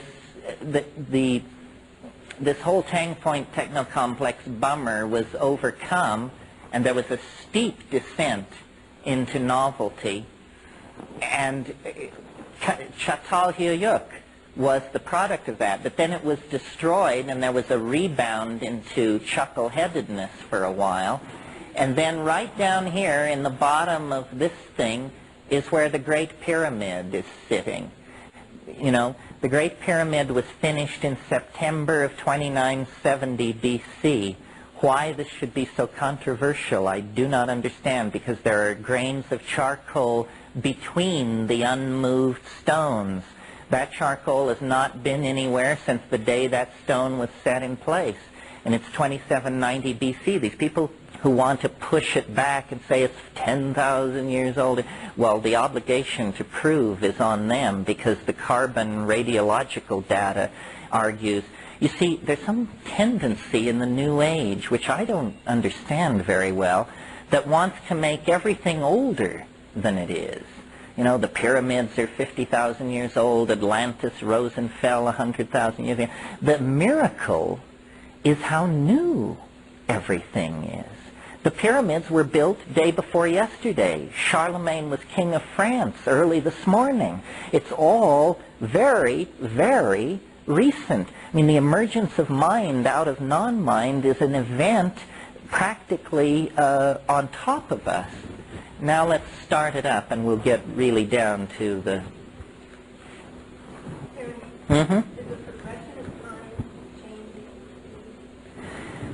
Well, yes, in a sense, because you see what happens is when you... It's a built-in mathematical property of this wave that when you get to the end of a big wave, when you get to the end on any scale, there's a sudden drop to the next scale, and then it goes along to the end, and then there's a sudden drop.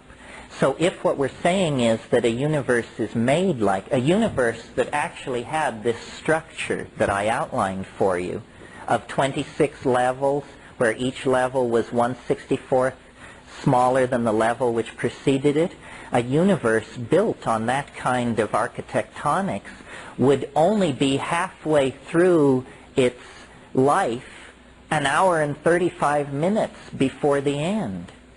Do you see how that would work? That in the last hour and 35 minutes, it's going to go through as much development as it went through in the previous 72 billion years. So yes, time is accelerating into, you know, we've gone from barely moving to approaching a staggering speed. And I maintain, you know, that in 2012, the last 6 days preceding the approach to concrescence will be the jackpot. I mean, the laws of physics will break down. Everything will be in a state of visible motile transformation. This isn't happening in the human world. It isn't happening in our minds. It's a crisis in the structure of physical law itself. And that's why this theory will be hard to disprove or prove until so close to the end date that you'll barely have time to make a telephone call to say whether it's true or not before, if it is true, your telephone call becomes totally irrelevant, you know. But you're essentially saying the fabric of the space-time itself is being contorted, twisted, and involved. Yeah, that's right. That particular No, that's right. And if that seems unlikely to you, let's never forget what the orthodox guys are peddling. They're peddling the Big Bang theory, which says the universe sprang from nothing in a single instant. I would prefer what I call the big surprise cosmology, because it seems to me if you have to have a singularity, the least likely place to find a singularity would be in a featureless high vacuum. If you want to find a singularity, look in a corner of the universe where there are planets, stars, elements, organisms, alphabets, civilizations, minds. In other words, look in a complex domain if you want to find a singularity. That's where you might have some chance of finding it. But finding it in an unflawed nothingness is a strange place to look, even. One of the arguments maybe being proposed by those on the fringe is that, in fact, it's a very complex universe that's then pushed through a membrane into the singularity, which then creates another entire...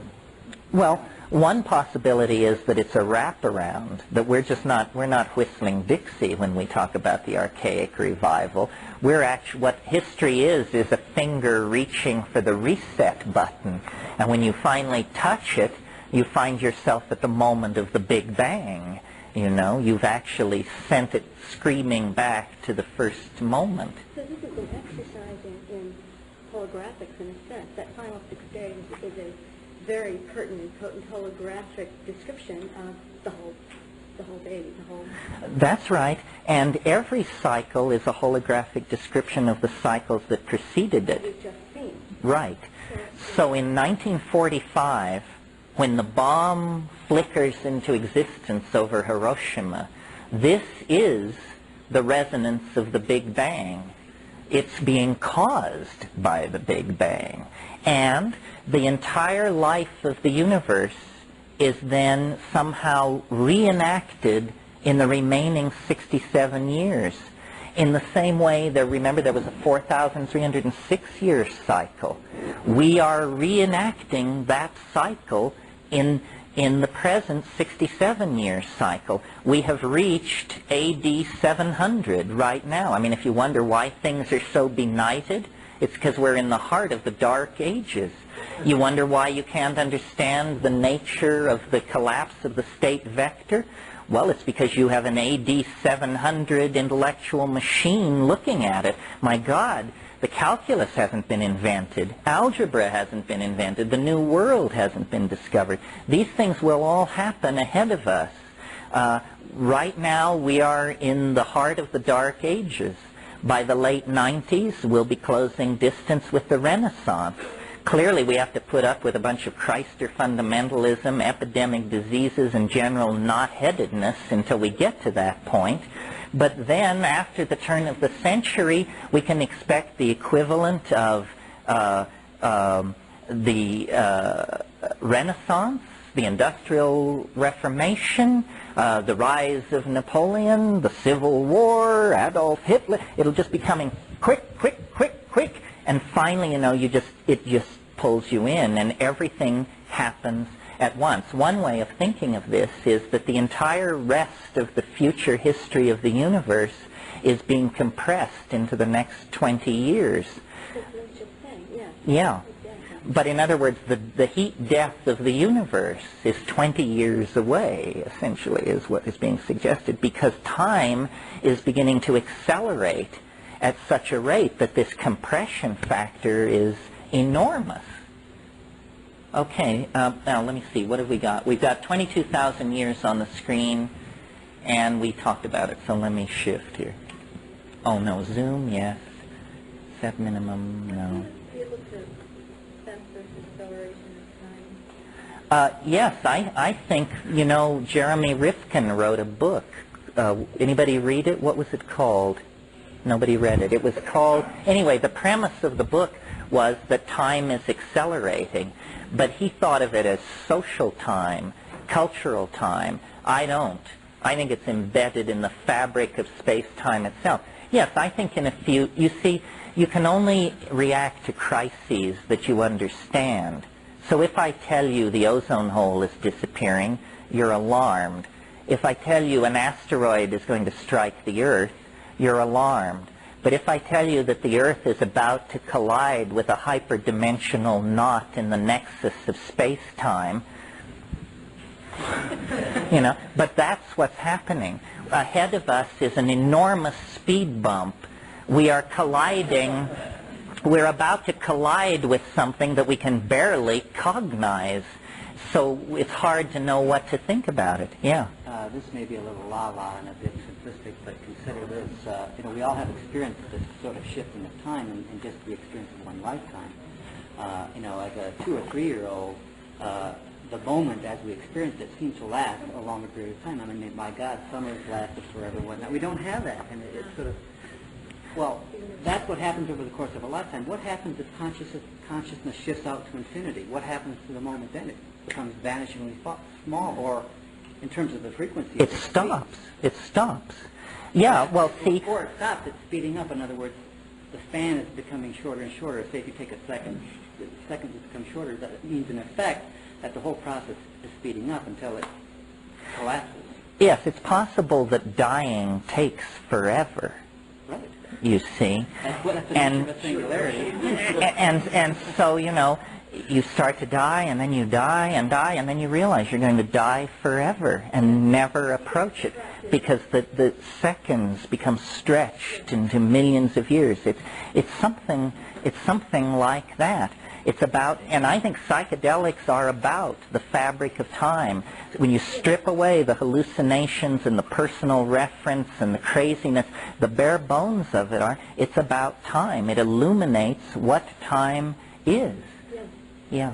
Something I've asked you is the movie The Highlander. They have a term called the quicking, and I've noticed a lot of people in ecstasy circles on X feel this sense of quicking time, of something approaching when time is quicking towards that end point.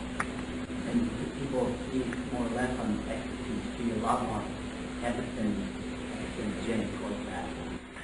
Yeah, I mean, see, part of the problem with perceiving what's going on is that we're like mayflies or something. I mean, we live so briefly that to us it looks like the world is standing still, but in fact, staggering amounts of change are going on. I mean, the automobile is 100 years old, for crying out loud. We can't conceive of a reality without the automobile. So, and just in my lifetime, you know, I've seen immense change. So, and this is going to accelerate eventually to the point where I believe they'll hold conferences on the acceleration of time, and boards will be appointed to try and figure out if anything can be done about it, and stuff like that. I know you have a distaste for quantum physics, but there was a conference apparently last spring in Spain. Actually, it was a conference of astrophysics, I believe, because I heard some reports on it. And a serious topic of discussion was the fact trying to attempt to answer the question, does time exist? I mean, this was being serious on the agenda at some astrophysics conference. Yeah, time is the great misunderstood or ununderstood quantity in our lives, for sure. Terence? Yep. You referred to those orthodox guys and their Big Bang theory. Right. So you reject the Big Bang theory. I don't necessarily reject it. I just think they shouldn't sneer at me when their theory is so cockamamie. I mean, in other words, I haven't proposed anything weirder than the Big Bang. Saying that a universe can condense itself faster and faster down into a super novel object sounds to me like a considerably more conservative statement than to say that a universe can spring from nothing for no reason in a single instant. They've cornered the market on the unlikely approach to cosmology. Do you have any books refer to as an alternative to that? To their theory? No, but I'm going to write one. There's actually been a serious debate on the whole topic. I mean, there was a book recently published in the last year. Did the Big Bang happen? It was written by another cosmologist. Well, the Big Bang looked like it was in real trouble as recently as 6 months ago, but the new data from this, is it Ogos 3 or one of these satellites, they finally actually found irregularities in the microwave background, and until they found some irregularities, they were in a real mess because they couldn't figure out how you get from the super smooth initial conditions to the clumpy present situation. Now this new data appears to have pulled their chestnuts out of the fire. But I think the Big Bang may be in need of serious revision. I mean, you have the superinflationary cosmology as an attempt to fix some of those problems, but it gets, you know, there are problems, yeah. Well, of course, if it's true that this derivation on the machine doesn't apply, then you would expect small fluctuations in background radiation because of the fractal nature of what you were talking about. That's right. At the very beginning.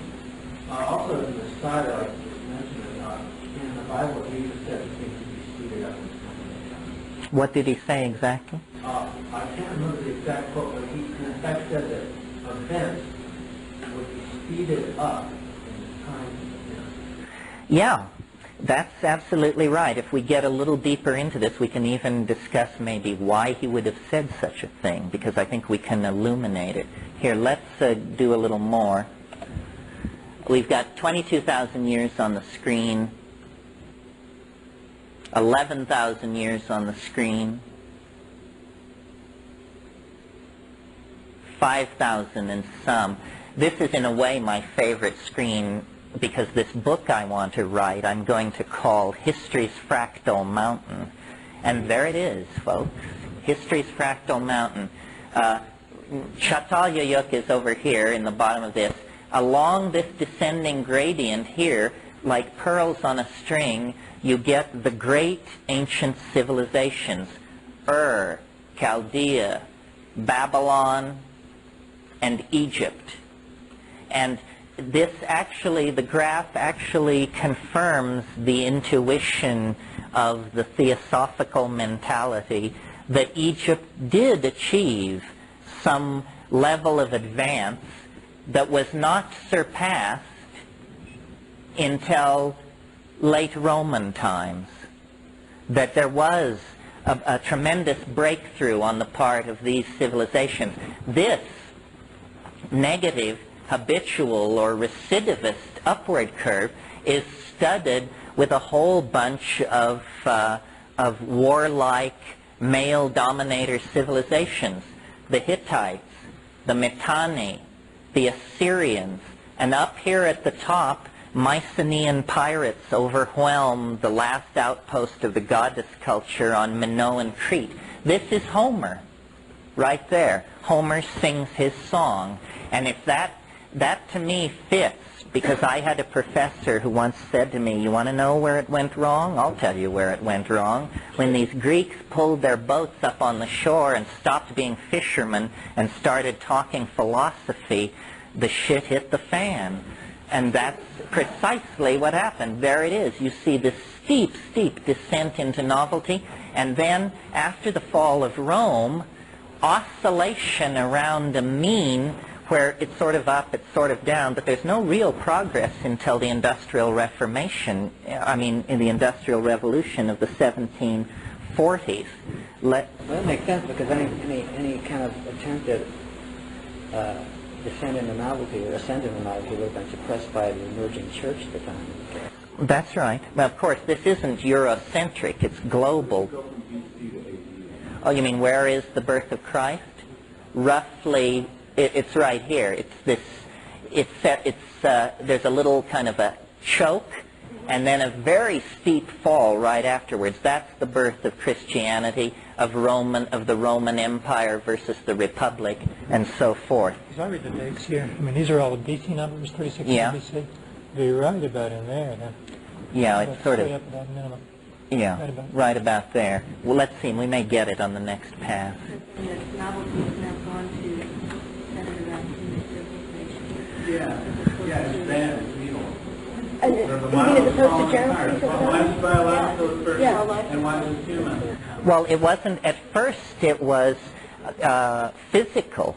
It was that atomic physics gave way to chemistry, which gave way to molecular biology, which gave way to life. It keeps moving, it keeps being active at the front of the wave, but it leaves a residuum behind it of these previously created structures. Right now, the wave is clearly lodged in our species, while everything else is under the aegis of Darwinian mechanics. We're apparently under the aegis of cultural mechanics. Well, absolutely. It depends on the intensity of the prominent feature. You know, if a meteor came in the middle of some of this, it would obliterate what you're seeing there, and another feature would stand out more. Yeah, that's right. It's not really being dominated or dictated by human life, but it just so happens that it's the most prominent. Well, Like quantity being measured changed here. how so? It seems like that first we were cosmological, now we're entropic. And you know, I'm really, this is very speculative stuff. It keeps condensing toward, it builds on complexity. Wherever there is complexity, you will get more complexity. It doesn't build on simplicity. It builds on the last most complex achievement, see? So intelligence rests on animal organization, which rests on cellular biology, which rests on molecular biology, which rests on physio... You got it. Okay. 2. Another feature that could be clarified by a transform of the wave. Now, pretty soon now there's the descent. Here, let's stop and look. The crucifixion is right there. And it's interesting, you know, Christ was an absolute contemporary of Caesar Augustus. So you get this great religious reformer at the same time that you get the great reformer of Roman polity. So 2 of the most important personalities who ever lived are alive at that point. That, strangely enough, does not win the prize. See this deep little chip here? If we were to blow that up and look at the bottom of that trough, there was a moment when you could have had a dinner party when Lao Tzu, Confucius, Mencius, Pythagoras, and Ezekiel could have all gotten drunk together had they been able to find each other, right back there in the immediately preceding the Greek Renaissance. Now, the fall of Rome is in 475, right there, and you see how the time after the fall of Rome is all of a certain general character clear up to 1700, and then certain technologies and mathematical techniques propel to an even deeper level of novelty. Now, the next screen is the one that I think is probably where we either win or lose you. Look at the overall shape of that wave. It's clear that there's an overlying principle at work here. I mean, the birth and death of Christ is practically noise on that curve. I mean, there's a deep, strong move into novelty, and those superpositions of those events are relatively minor. That's true. His argument that maybe Christ was a... Well, it just points out that it's not being driven by what we would perceive as the... No, it's not being driven by these great personalities. They are being driven by it. I'm sure that if you could have stepped into Christ's mind while he was undergoing the Passion, the main question he was asking himself was, what is going on? You know, why do I say what I do? Why do I do what I do? I don't seem to be my own person. You know, I seem to be a puppet of some cosmic force. Because he was a puppet of some cosmic force. You see, the transcendental object at the end of time is like one of those reflecto balls that hang in discos, you know? And as it turns and spins, it sends off distorted reflections of itself, which ricochet into the past. And if you are correctly situated, it'll turn you into a Christ, or a Buddha or a Lao Tzu. If you're not quite correctly situated, it turns you into a Madame Blavatsky, a Meister Eckhart, in other words, second stringers. If it's, if you just get a little of it, well, then you're a person with strange insights and great personal charisma, and the people around you love you. We all are very close to this thing. Every night when you dream, you come into the presence of the transcendental object at the end of time. We are all distorted reflections of the last thing. And as we get closer and closer to the eschaton, the last thing, the distortion begins to leave. And you say, my God, it's like watching a photograph from an SX70 develop. First it's just murk, and then you say, oh, there's a person there, and it's getting clearer and clearer. You know, we are actually being pulled into the attractor. The veils are being parted. The truth is becoming more and more and more eminent. And if in the final confrontation with it, you know, it's the apotheosis. It's the apocalypse, the apotheosis, the apokatastasis, a whole bunch of Greek words beginning with A.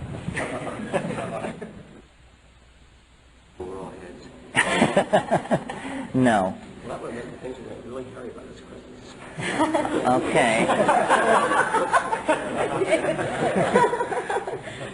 Did you enter a time span in there too? Well, no, it picked up the time span that we had. See, it just accepted the correction. Thank you very much. Good thinking. Now, is it all right? Yes. Okay, now, this is the screen upon which the theory will stand or fall, because this is the screen that is filled with the history that we know. We're not talking fossil records or Çatalhöyük or any of that. We're talking very precise dates. It's saying that there was a very steep descent into novelty around 948 A.D. What is this? What is this sector again? 1,400 years. And this first steep descent into novelty is the intellectual flowering of Islam within the confines of the Umayyad and Abbasid Caliphate and the invention of algebra, an intellectual tool that sets the stage for modern science. Essentially, this is the birth of modern science, and you see how steep, sudden, and precipitous it was. Okay, then you go over to this next one, and let me try something here since this is such a fast machine.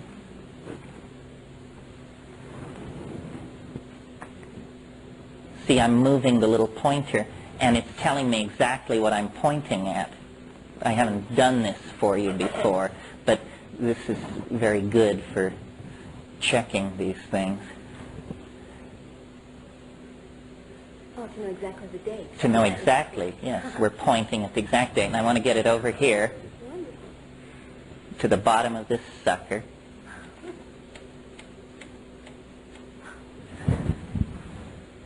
(1121), the First Crusade, the collapse of Fortress Europe. This is the beginning of the globalization of the European mind. We're dead on here. Okay, now the next steep descent into novelty is this one, obviously. Let's go over there and see what it is.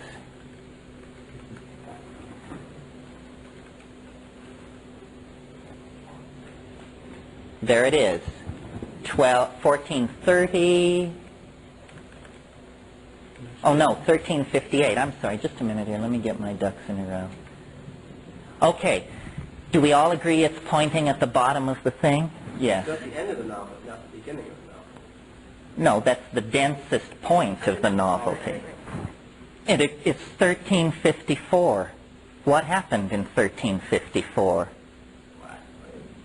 That's right, 1/3 of the population of Europe dies in an 18-month period beginning in late 1354.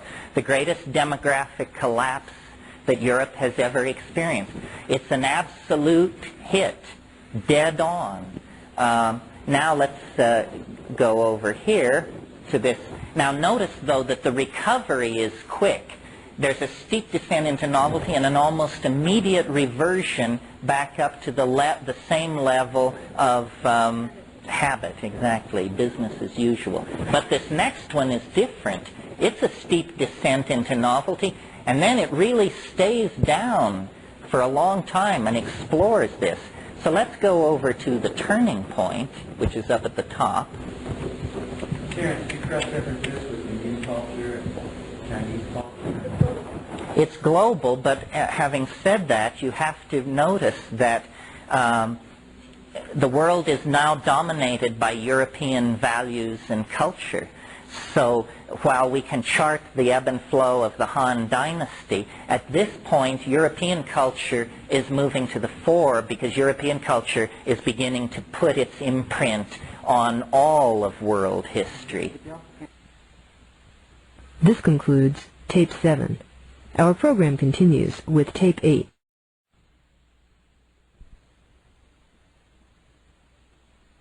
Continues with Tape 8. But you also can't forget this is a superposition of many different factors. That's right. This is a picture of a resonance pattern, an interference pattern of many times and places. Now, up here at the top of this thing, at the very top, it's 1455. What happened in 1455? Does anyone know? What? Columbus was born? Thanks for playing. In 1455, Constantinople fell to the Ottoman Turk, making European access to the Far East impossible. Therefore, the age of exploration begins, and you get Vasco da Gama and all those people. This was a tremendously shattering event for European civilization to lose Constantinople to the Ottoman Turk. Now let's go over to, to this place. This is another very seminal event which, combined with this Constantinople loss, sets the stage for this descent into novelty. Even though it's way up here in habit, there's a little chip out, as there's a novel invention of some sort that happens in 1440, I'm sorry. The invention is the invention of printing in Mainz in 1440. That did it, friends, as far as most people are concerned. Enlarge it one set now? Good idea. Yeah, let's do one zoom. I think I have to move it over clear all the way before we do that zoom, or there'll be some kind of a screw-up. Yeah, you focus on that one. Right. Let me... This is absolutely incredible. Well, I'm glad you like it because it's my best trick. Not bad. No, don't have one for Macintosh. You really I do. Oh, you do? You do? It's just we haven't written the manual yet. Oh. How much are these going to be? You know? Oh, hard to say. Oh, too bad. Okay, now it's pointing at today. Now let's do our zoom. Approach factor 2. Strange that it didn't ask for the seek minimum, isn't it?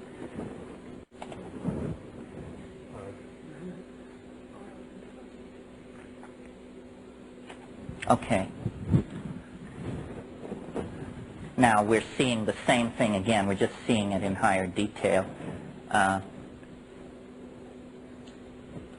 But what I'll fudge by telling you that up here, 1455, down here, 1492. Along this screaming descent into novelty are all the painters of the Quattrocento. This is the Italian Renaissance, this descent into novelty. And this is the era of exploration. 1492. Good, huh? Good, good. The absolute thing is in 1485. And all the painters of the Italian Renaissance are along this thing. Now, notice that in 1492, there isn't an instant rebound. There's 1492. But instead, because the lost half of the planet has been discovered, this sets off the age of discovery. And habit is unable to reassert itself because too much peculiar data is flowing in. Too many new lands, peoples, materials, philosophies, alphabets, languages, sexual styles, cuisines, and it's like they're overwhelmed.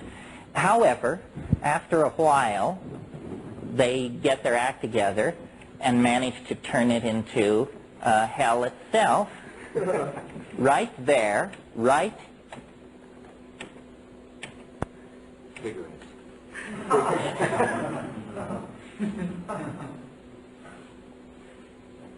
what that is, what ends the era of discovery and optimism and psychedelic exotica is the 30 Years' War.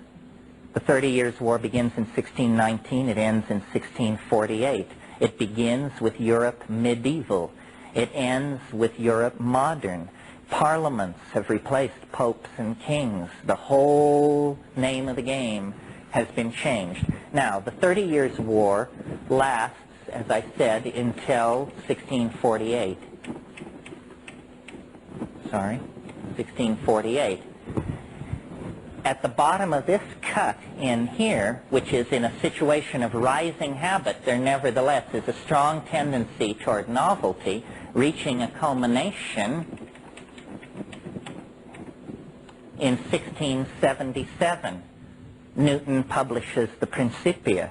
The celestial mechanics are put on a firm basis. The calculus has been invented. The world of modern science is now completely in place.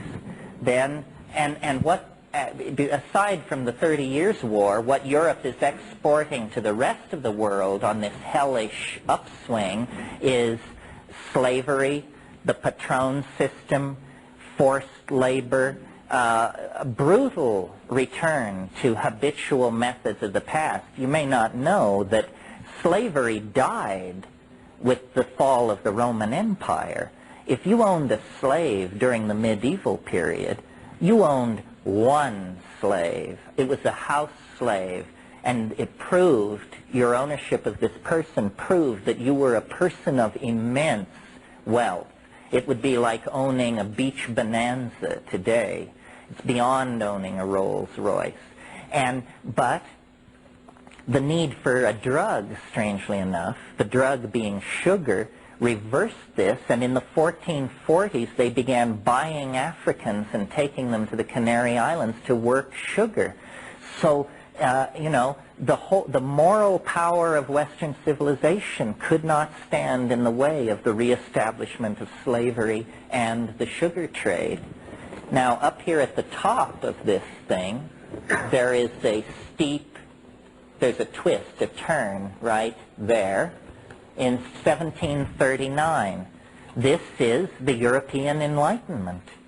The European Enlightenment was the great intellectual step that set the stage for secular civilization. People like Voltaire. And out of that came two revolutions.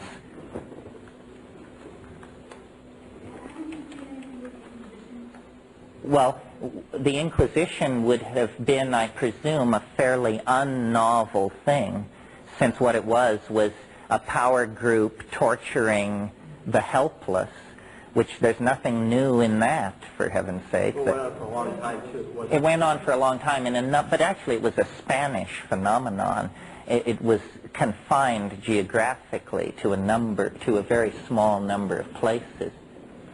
Right there, August 1st, 1776, the American Revolution takes place as a consequence of this steep descent into novelty at the beginning of the European Enlightenment.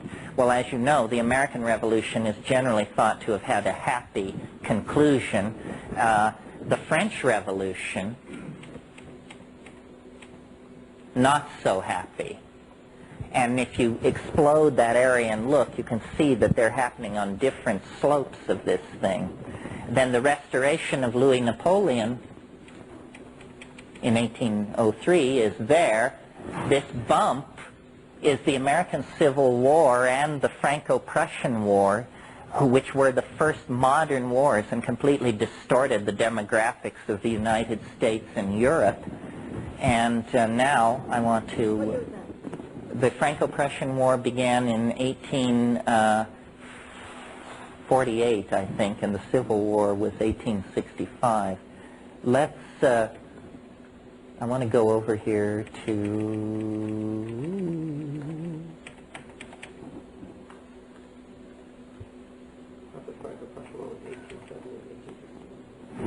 I think you're right. I didn't feel right about saying that, and that was 1848 was the year of revolution, but the Franco-Prussian War was at the same time as the American Civil War. You're right. Okay, there's today's date. Now let's do the approach. Approach factor 2.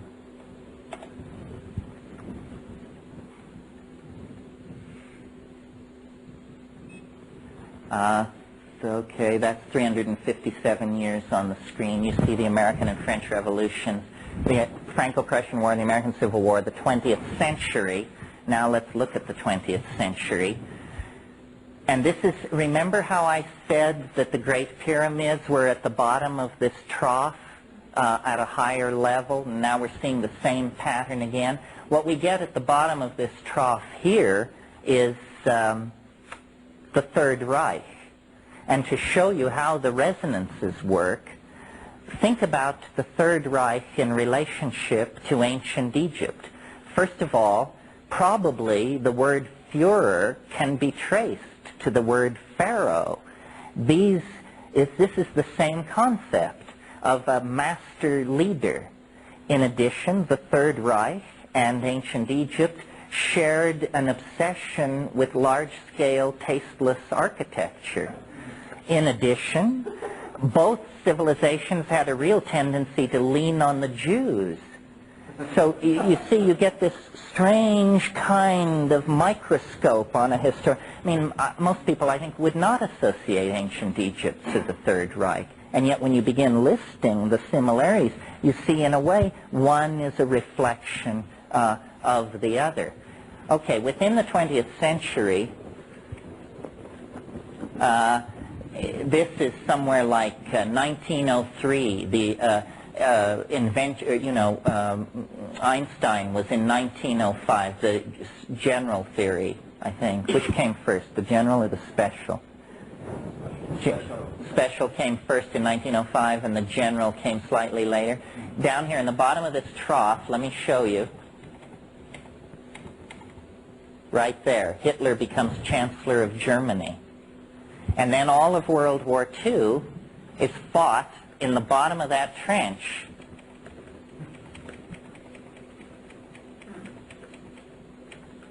Here's 39. Here's August 39.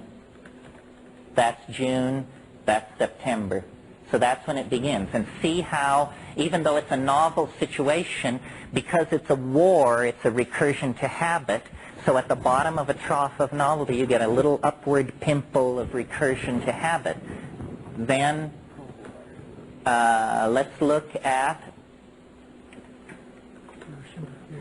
there it is, that's Hiroshima right there, and Nagasaki right there. The war ends, and novelty is left behind. And remember that the psychology of the post-war mind was everybody wanted things to just get back to normal. I mean, certainly the Europeans wanted things to get back to normal. Their whole scene had been bombed into the Stone Age. And in this country, people just wanted to get their place in the suburbs and marry the girl next door and have a slew of kids and buy a Chevrolet and forget about, 1,000-year millennial plans and all the rest of it. And so this is the post-war, Cold War era. And it lasts, let's look. Oh, there's 1952. Here's The launching of Sputnik is there. It was 59. No, October 1st, 1957. A day graven on my mind till they lower my box. The first American satellite was launched right around there, Explorer 1.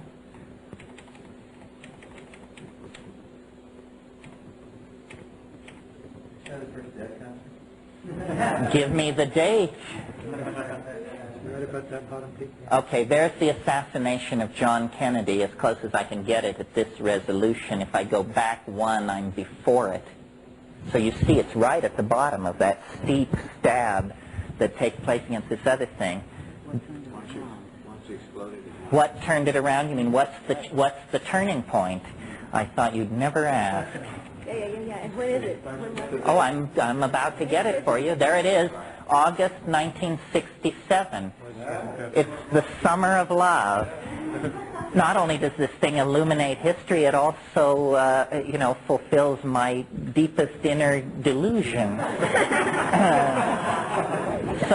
And remember I said when we were looking at history's fractal mountain that this was Homer up here? So then you can see that the freak thing, the hippies, were like the pre-Hellenic Greeks. I mean, all those, all that bralessness and loose-fitting clothes and tambourines and ecstatic bacchanalian with a philosophical undertone. I mean, it was a Greek mentality that broke out in 1967. Well, then here's the long descent into, the dreary present moment. And what can I show you here? Richard Nixon getting the axe. Yeah. Now we're into the Reagan era down here.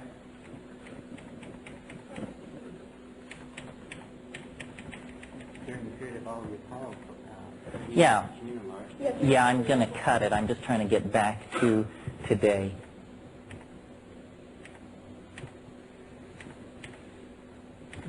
There it is. Okay. Cut it. Zoom, yes. Approach factor 2. Enter. Well, it's going to be... There it is. That's the hippie thing, and then the descent. Now that's the 70s and the 80s. That's the last 11 years. I want to stop it here. Now,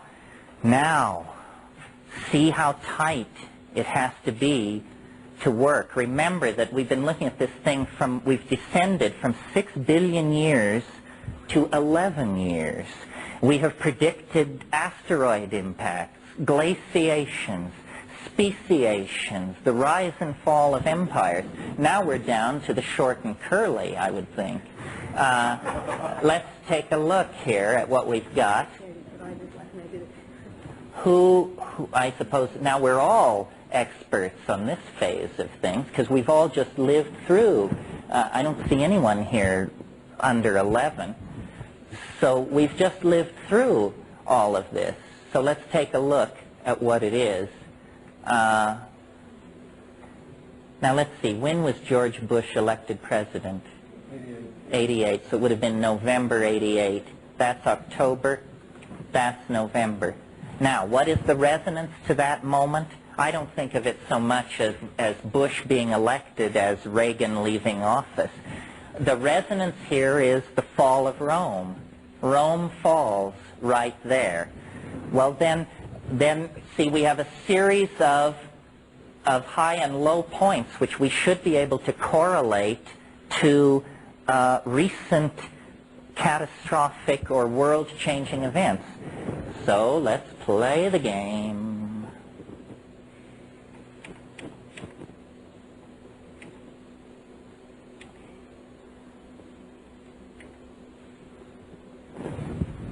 What's happening down here for the 30 days preceding that day is 1 million people are camping out in Tiananmen Square. At the very bottom of the trough is the night that they had the most people in the square.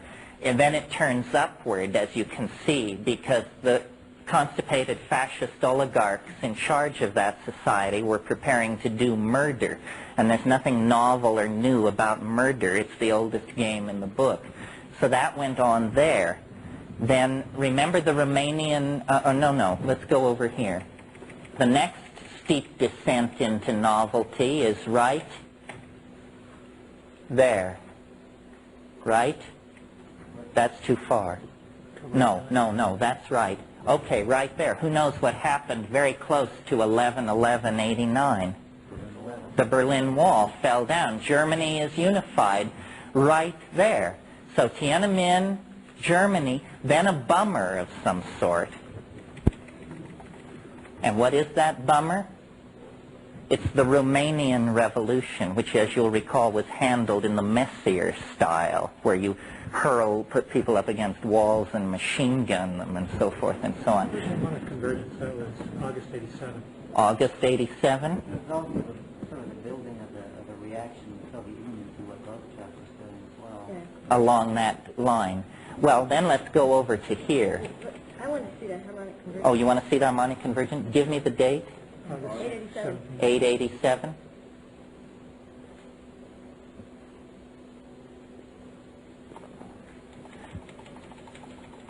In judging this, you have to ask yourself, was the harmonic... That's 88.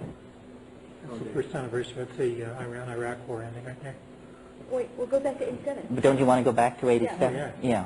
Interesting thing with harmonic convergence is on the anniversary every year something interesting happens. In the 6-month anniversary. Well, maybe it's not... Oh, okay. August what? 17th, 19th. There is as close as we can get. What it shows is that a long descent into novelty that had previously been impeded, but there isn't anything particularly special about that date, but it does fall in the domain of going over this hump. Over here, you'll recall the Gulf War and all that. Here's how that looks.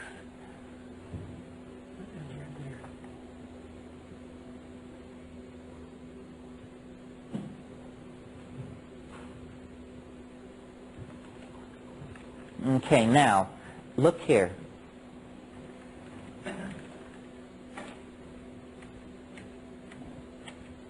August 3rd, 1990. There's where Saddam Hussein invades Kuwait. It's also where Muhammad is born, one level up. I can get higher and lower resonances simply by touching I here. We haven't done that, but it's possible. Now, remember how after he invaded, then there was a lot of breast beating and armies being moved into position and so forth. That goes on until there. Now, there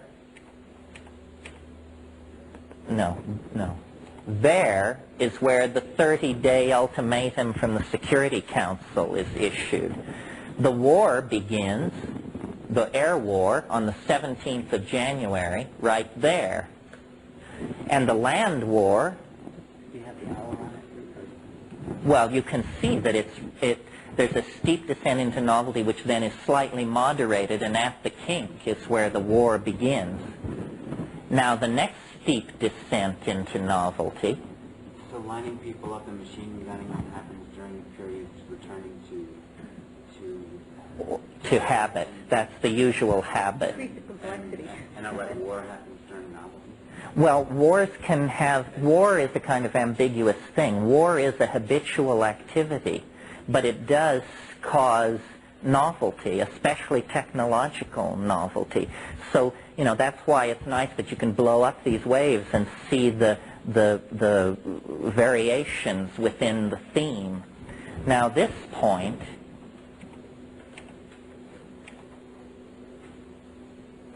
In the Soviet Union. that's it.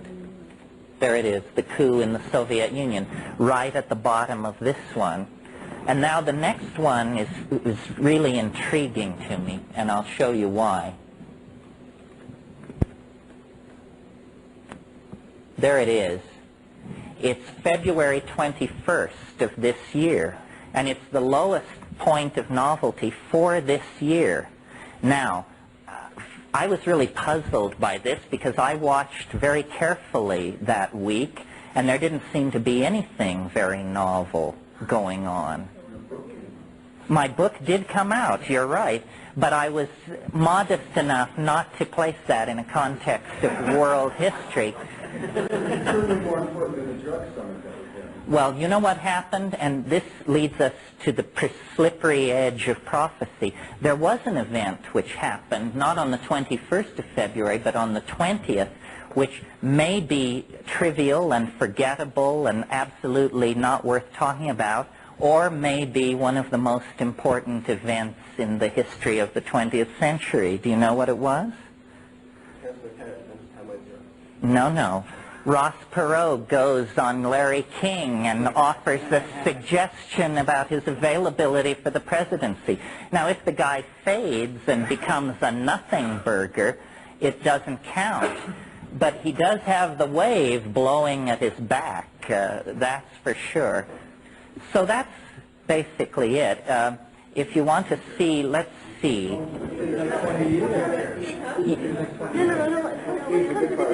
No, well, let's look at the future.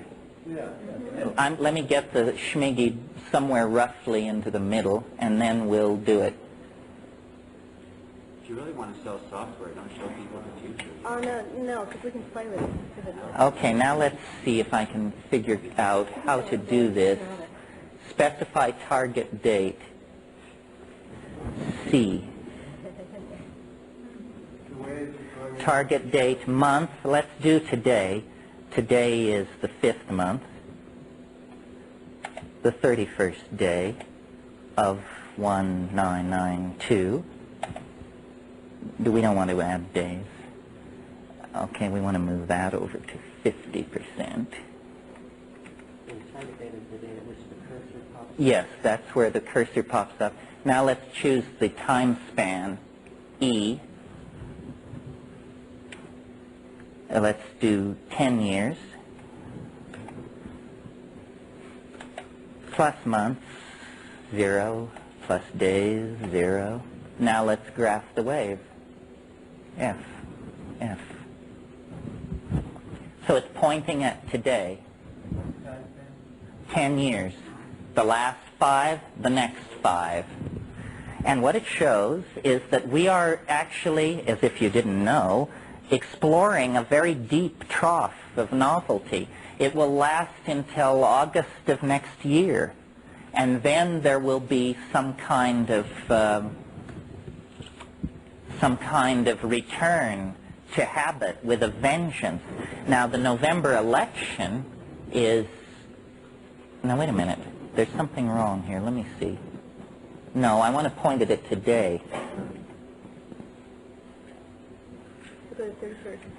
You can see what they are right there, right? Yeah. Go back. Okay, that's as close to today as we can get. We're getting ready to go down into creative. Yeah, we're definitely getting ready to go down into novelty. Now, how long is that space of that next little novelty space? You mean clear to here? Yeah. Okay, well, it's all going to last until August 93. The thing to keep your eye on is this, which is such a spectacular drop. I mean, look how much weirdness we've been through, but it's taken us this much time to do it.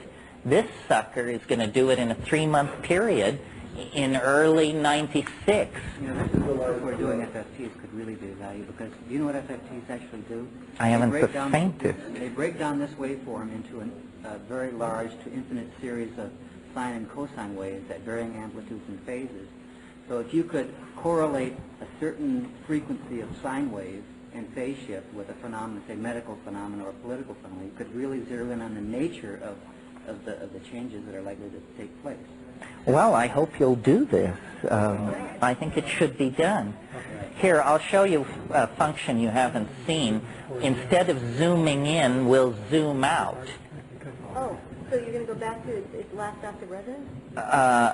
well, no. I'll just, instead of 10 years on the screen, we'll see 20. Oh, I see. Now, it's still pointing, well, no, wait a minute. Okay, there you see it. Yeah, we're at this little peak. Yeah, right, right. And there's the whole thing. So that's the idea. Now, the notion is that, remember how I kept talking about how a cone contains all possible ellipses and you section it? What the psychedelic experience is a sectioning of eternity. And you can build up a picture of the cone by sectioning eternity sufficiently that you get a map like this. I mean, I'm convinced by this that time is fractal, that instead of treating time as a zero quantity, as the Newtonian equations do, or as a very gentle curvature, as the Einstein equations do, that we have to sub in this fractal dimension, and that this will make possible a science as more powerful relatively to present science as present science is through the power of the calculus to Greek science. Time, about which we previously knew next to nothing except that it seemed to keep happening, can actually be described in the same way that energy and other factors in the universe can be described. Now, the last thought I want to leave you with is I don't think anybody could make this up.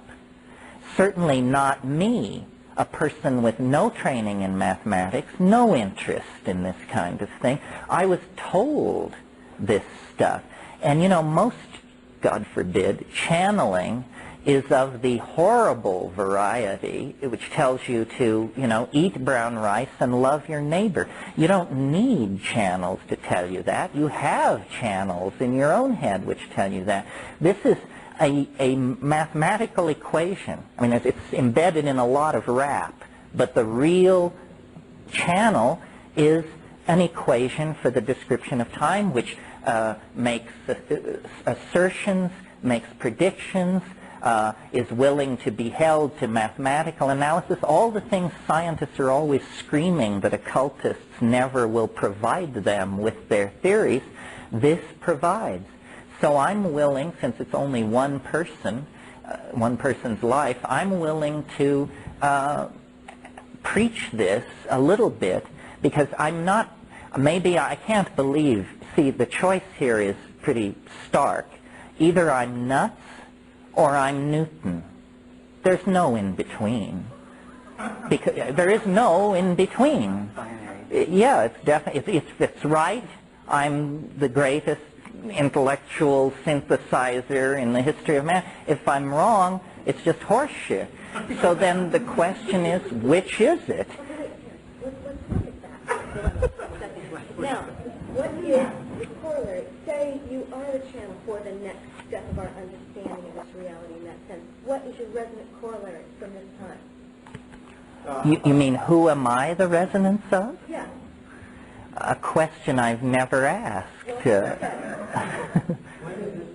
did you first publish?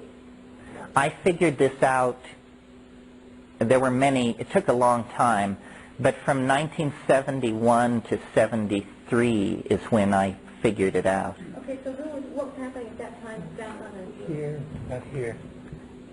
Here to, let's see, let's go back, let's go there and see. I really think this needs to go into Einstein's equation. And the reason I said it is because basically that's a description of the fabric of space-time.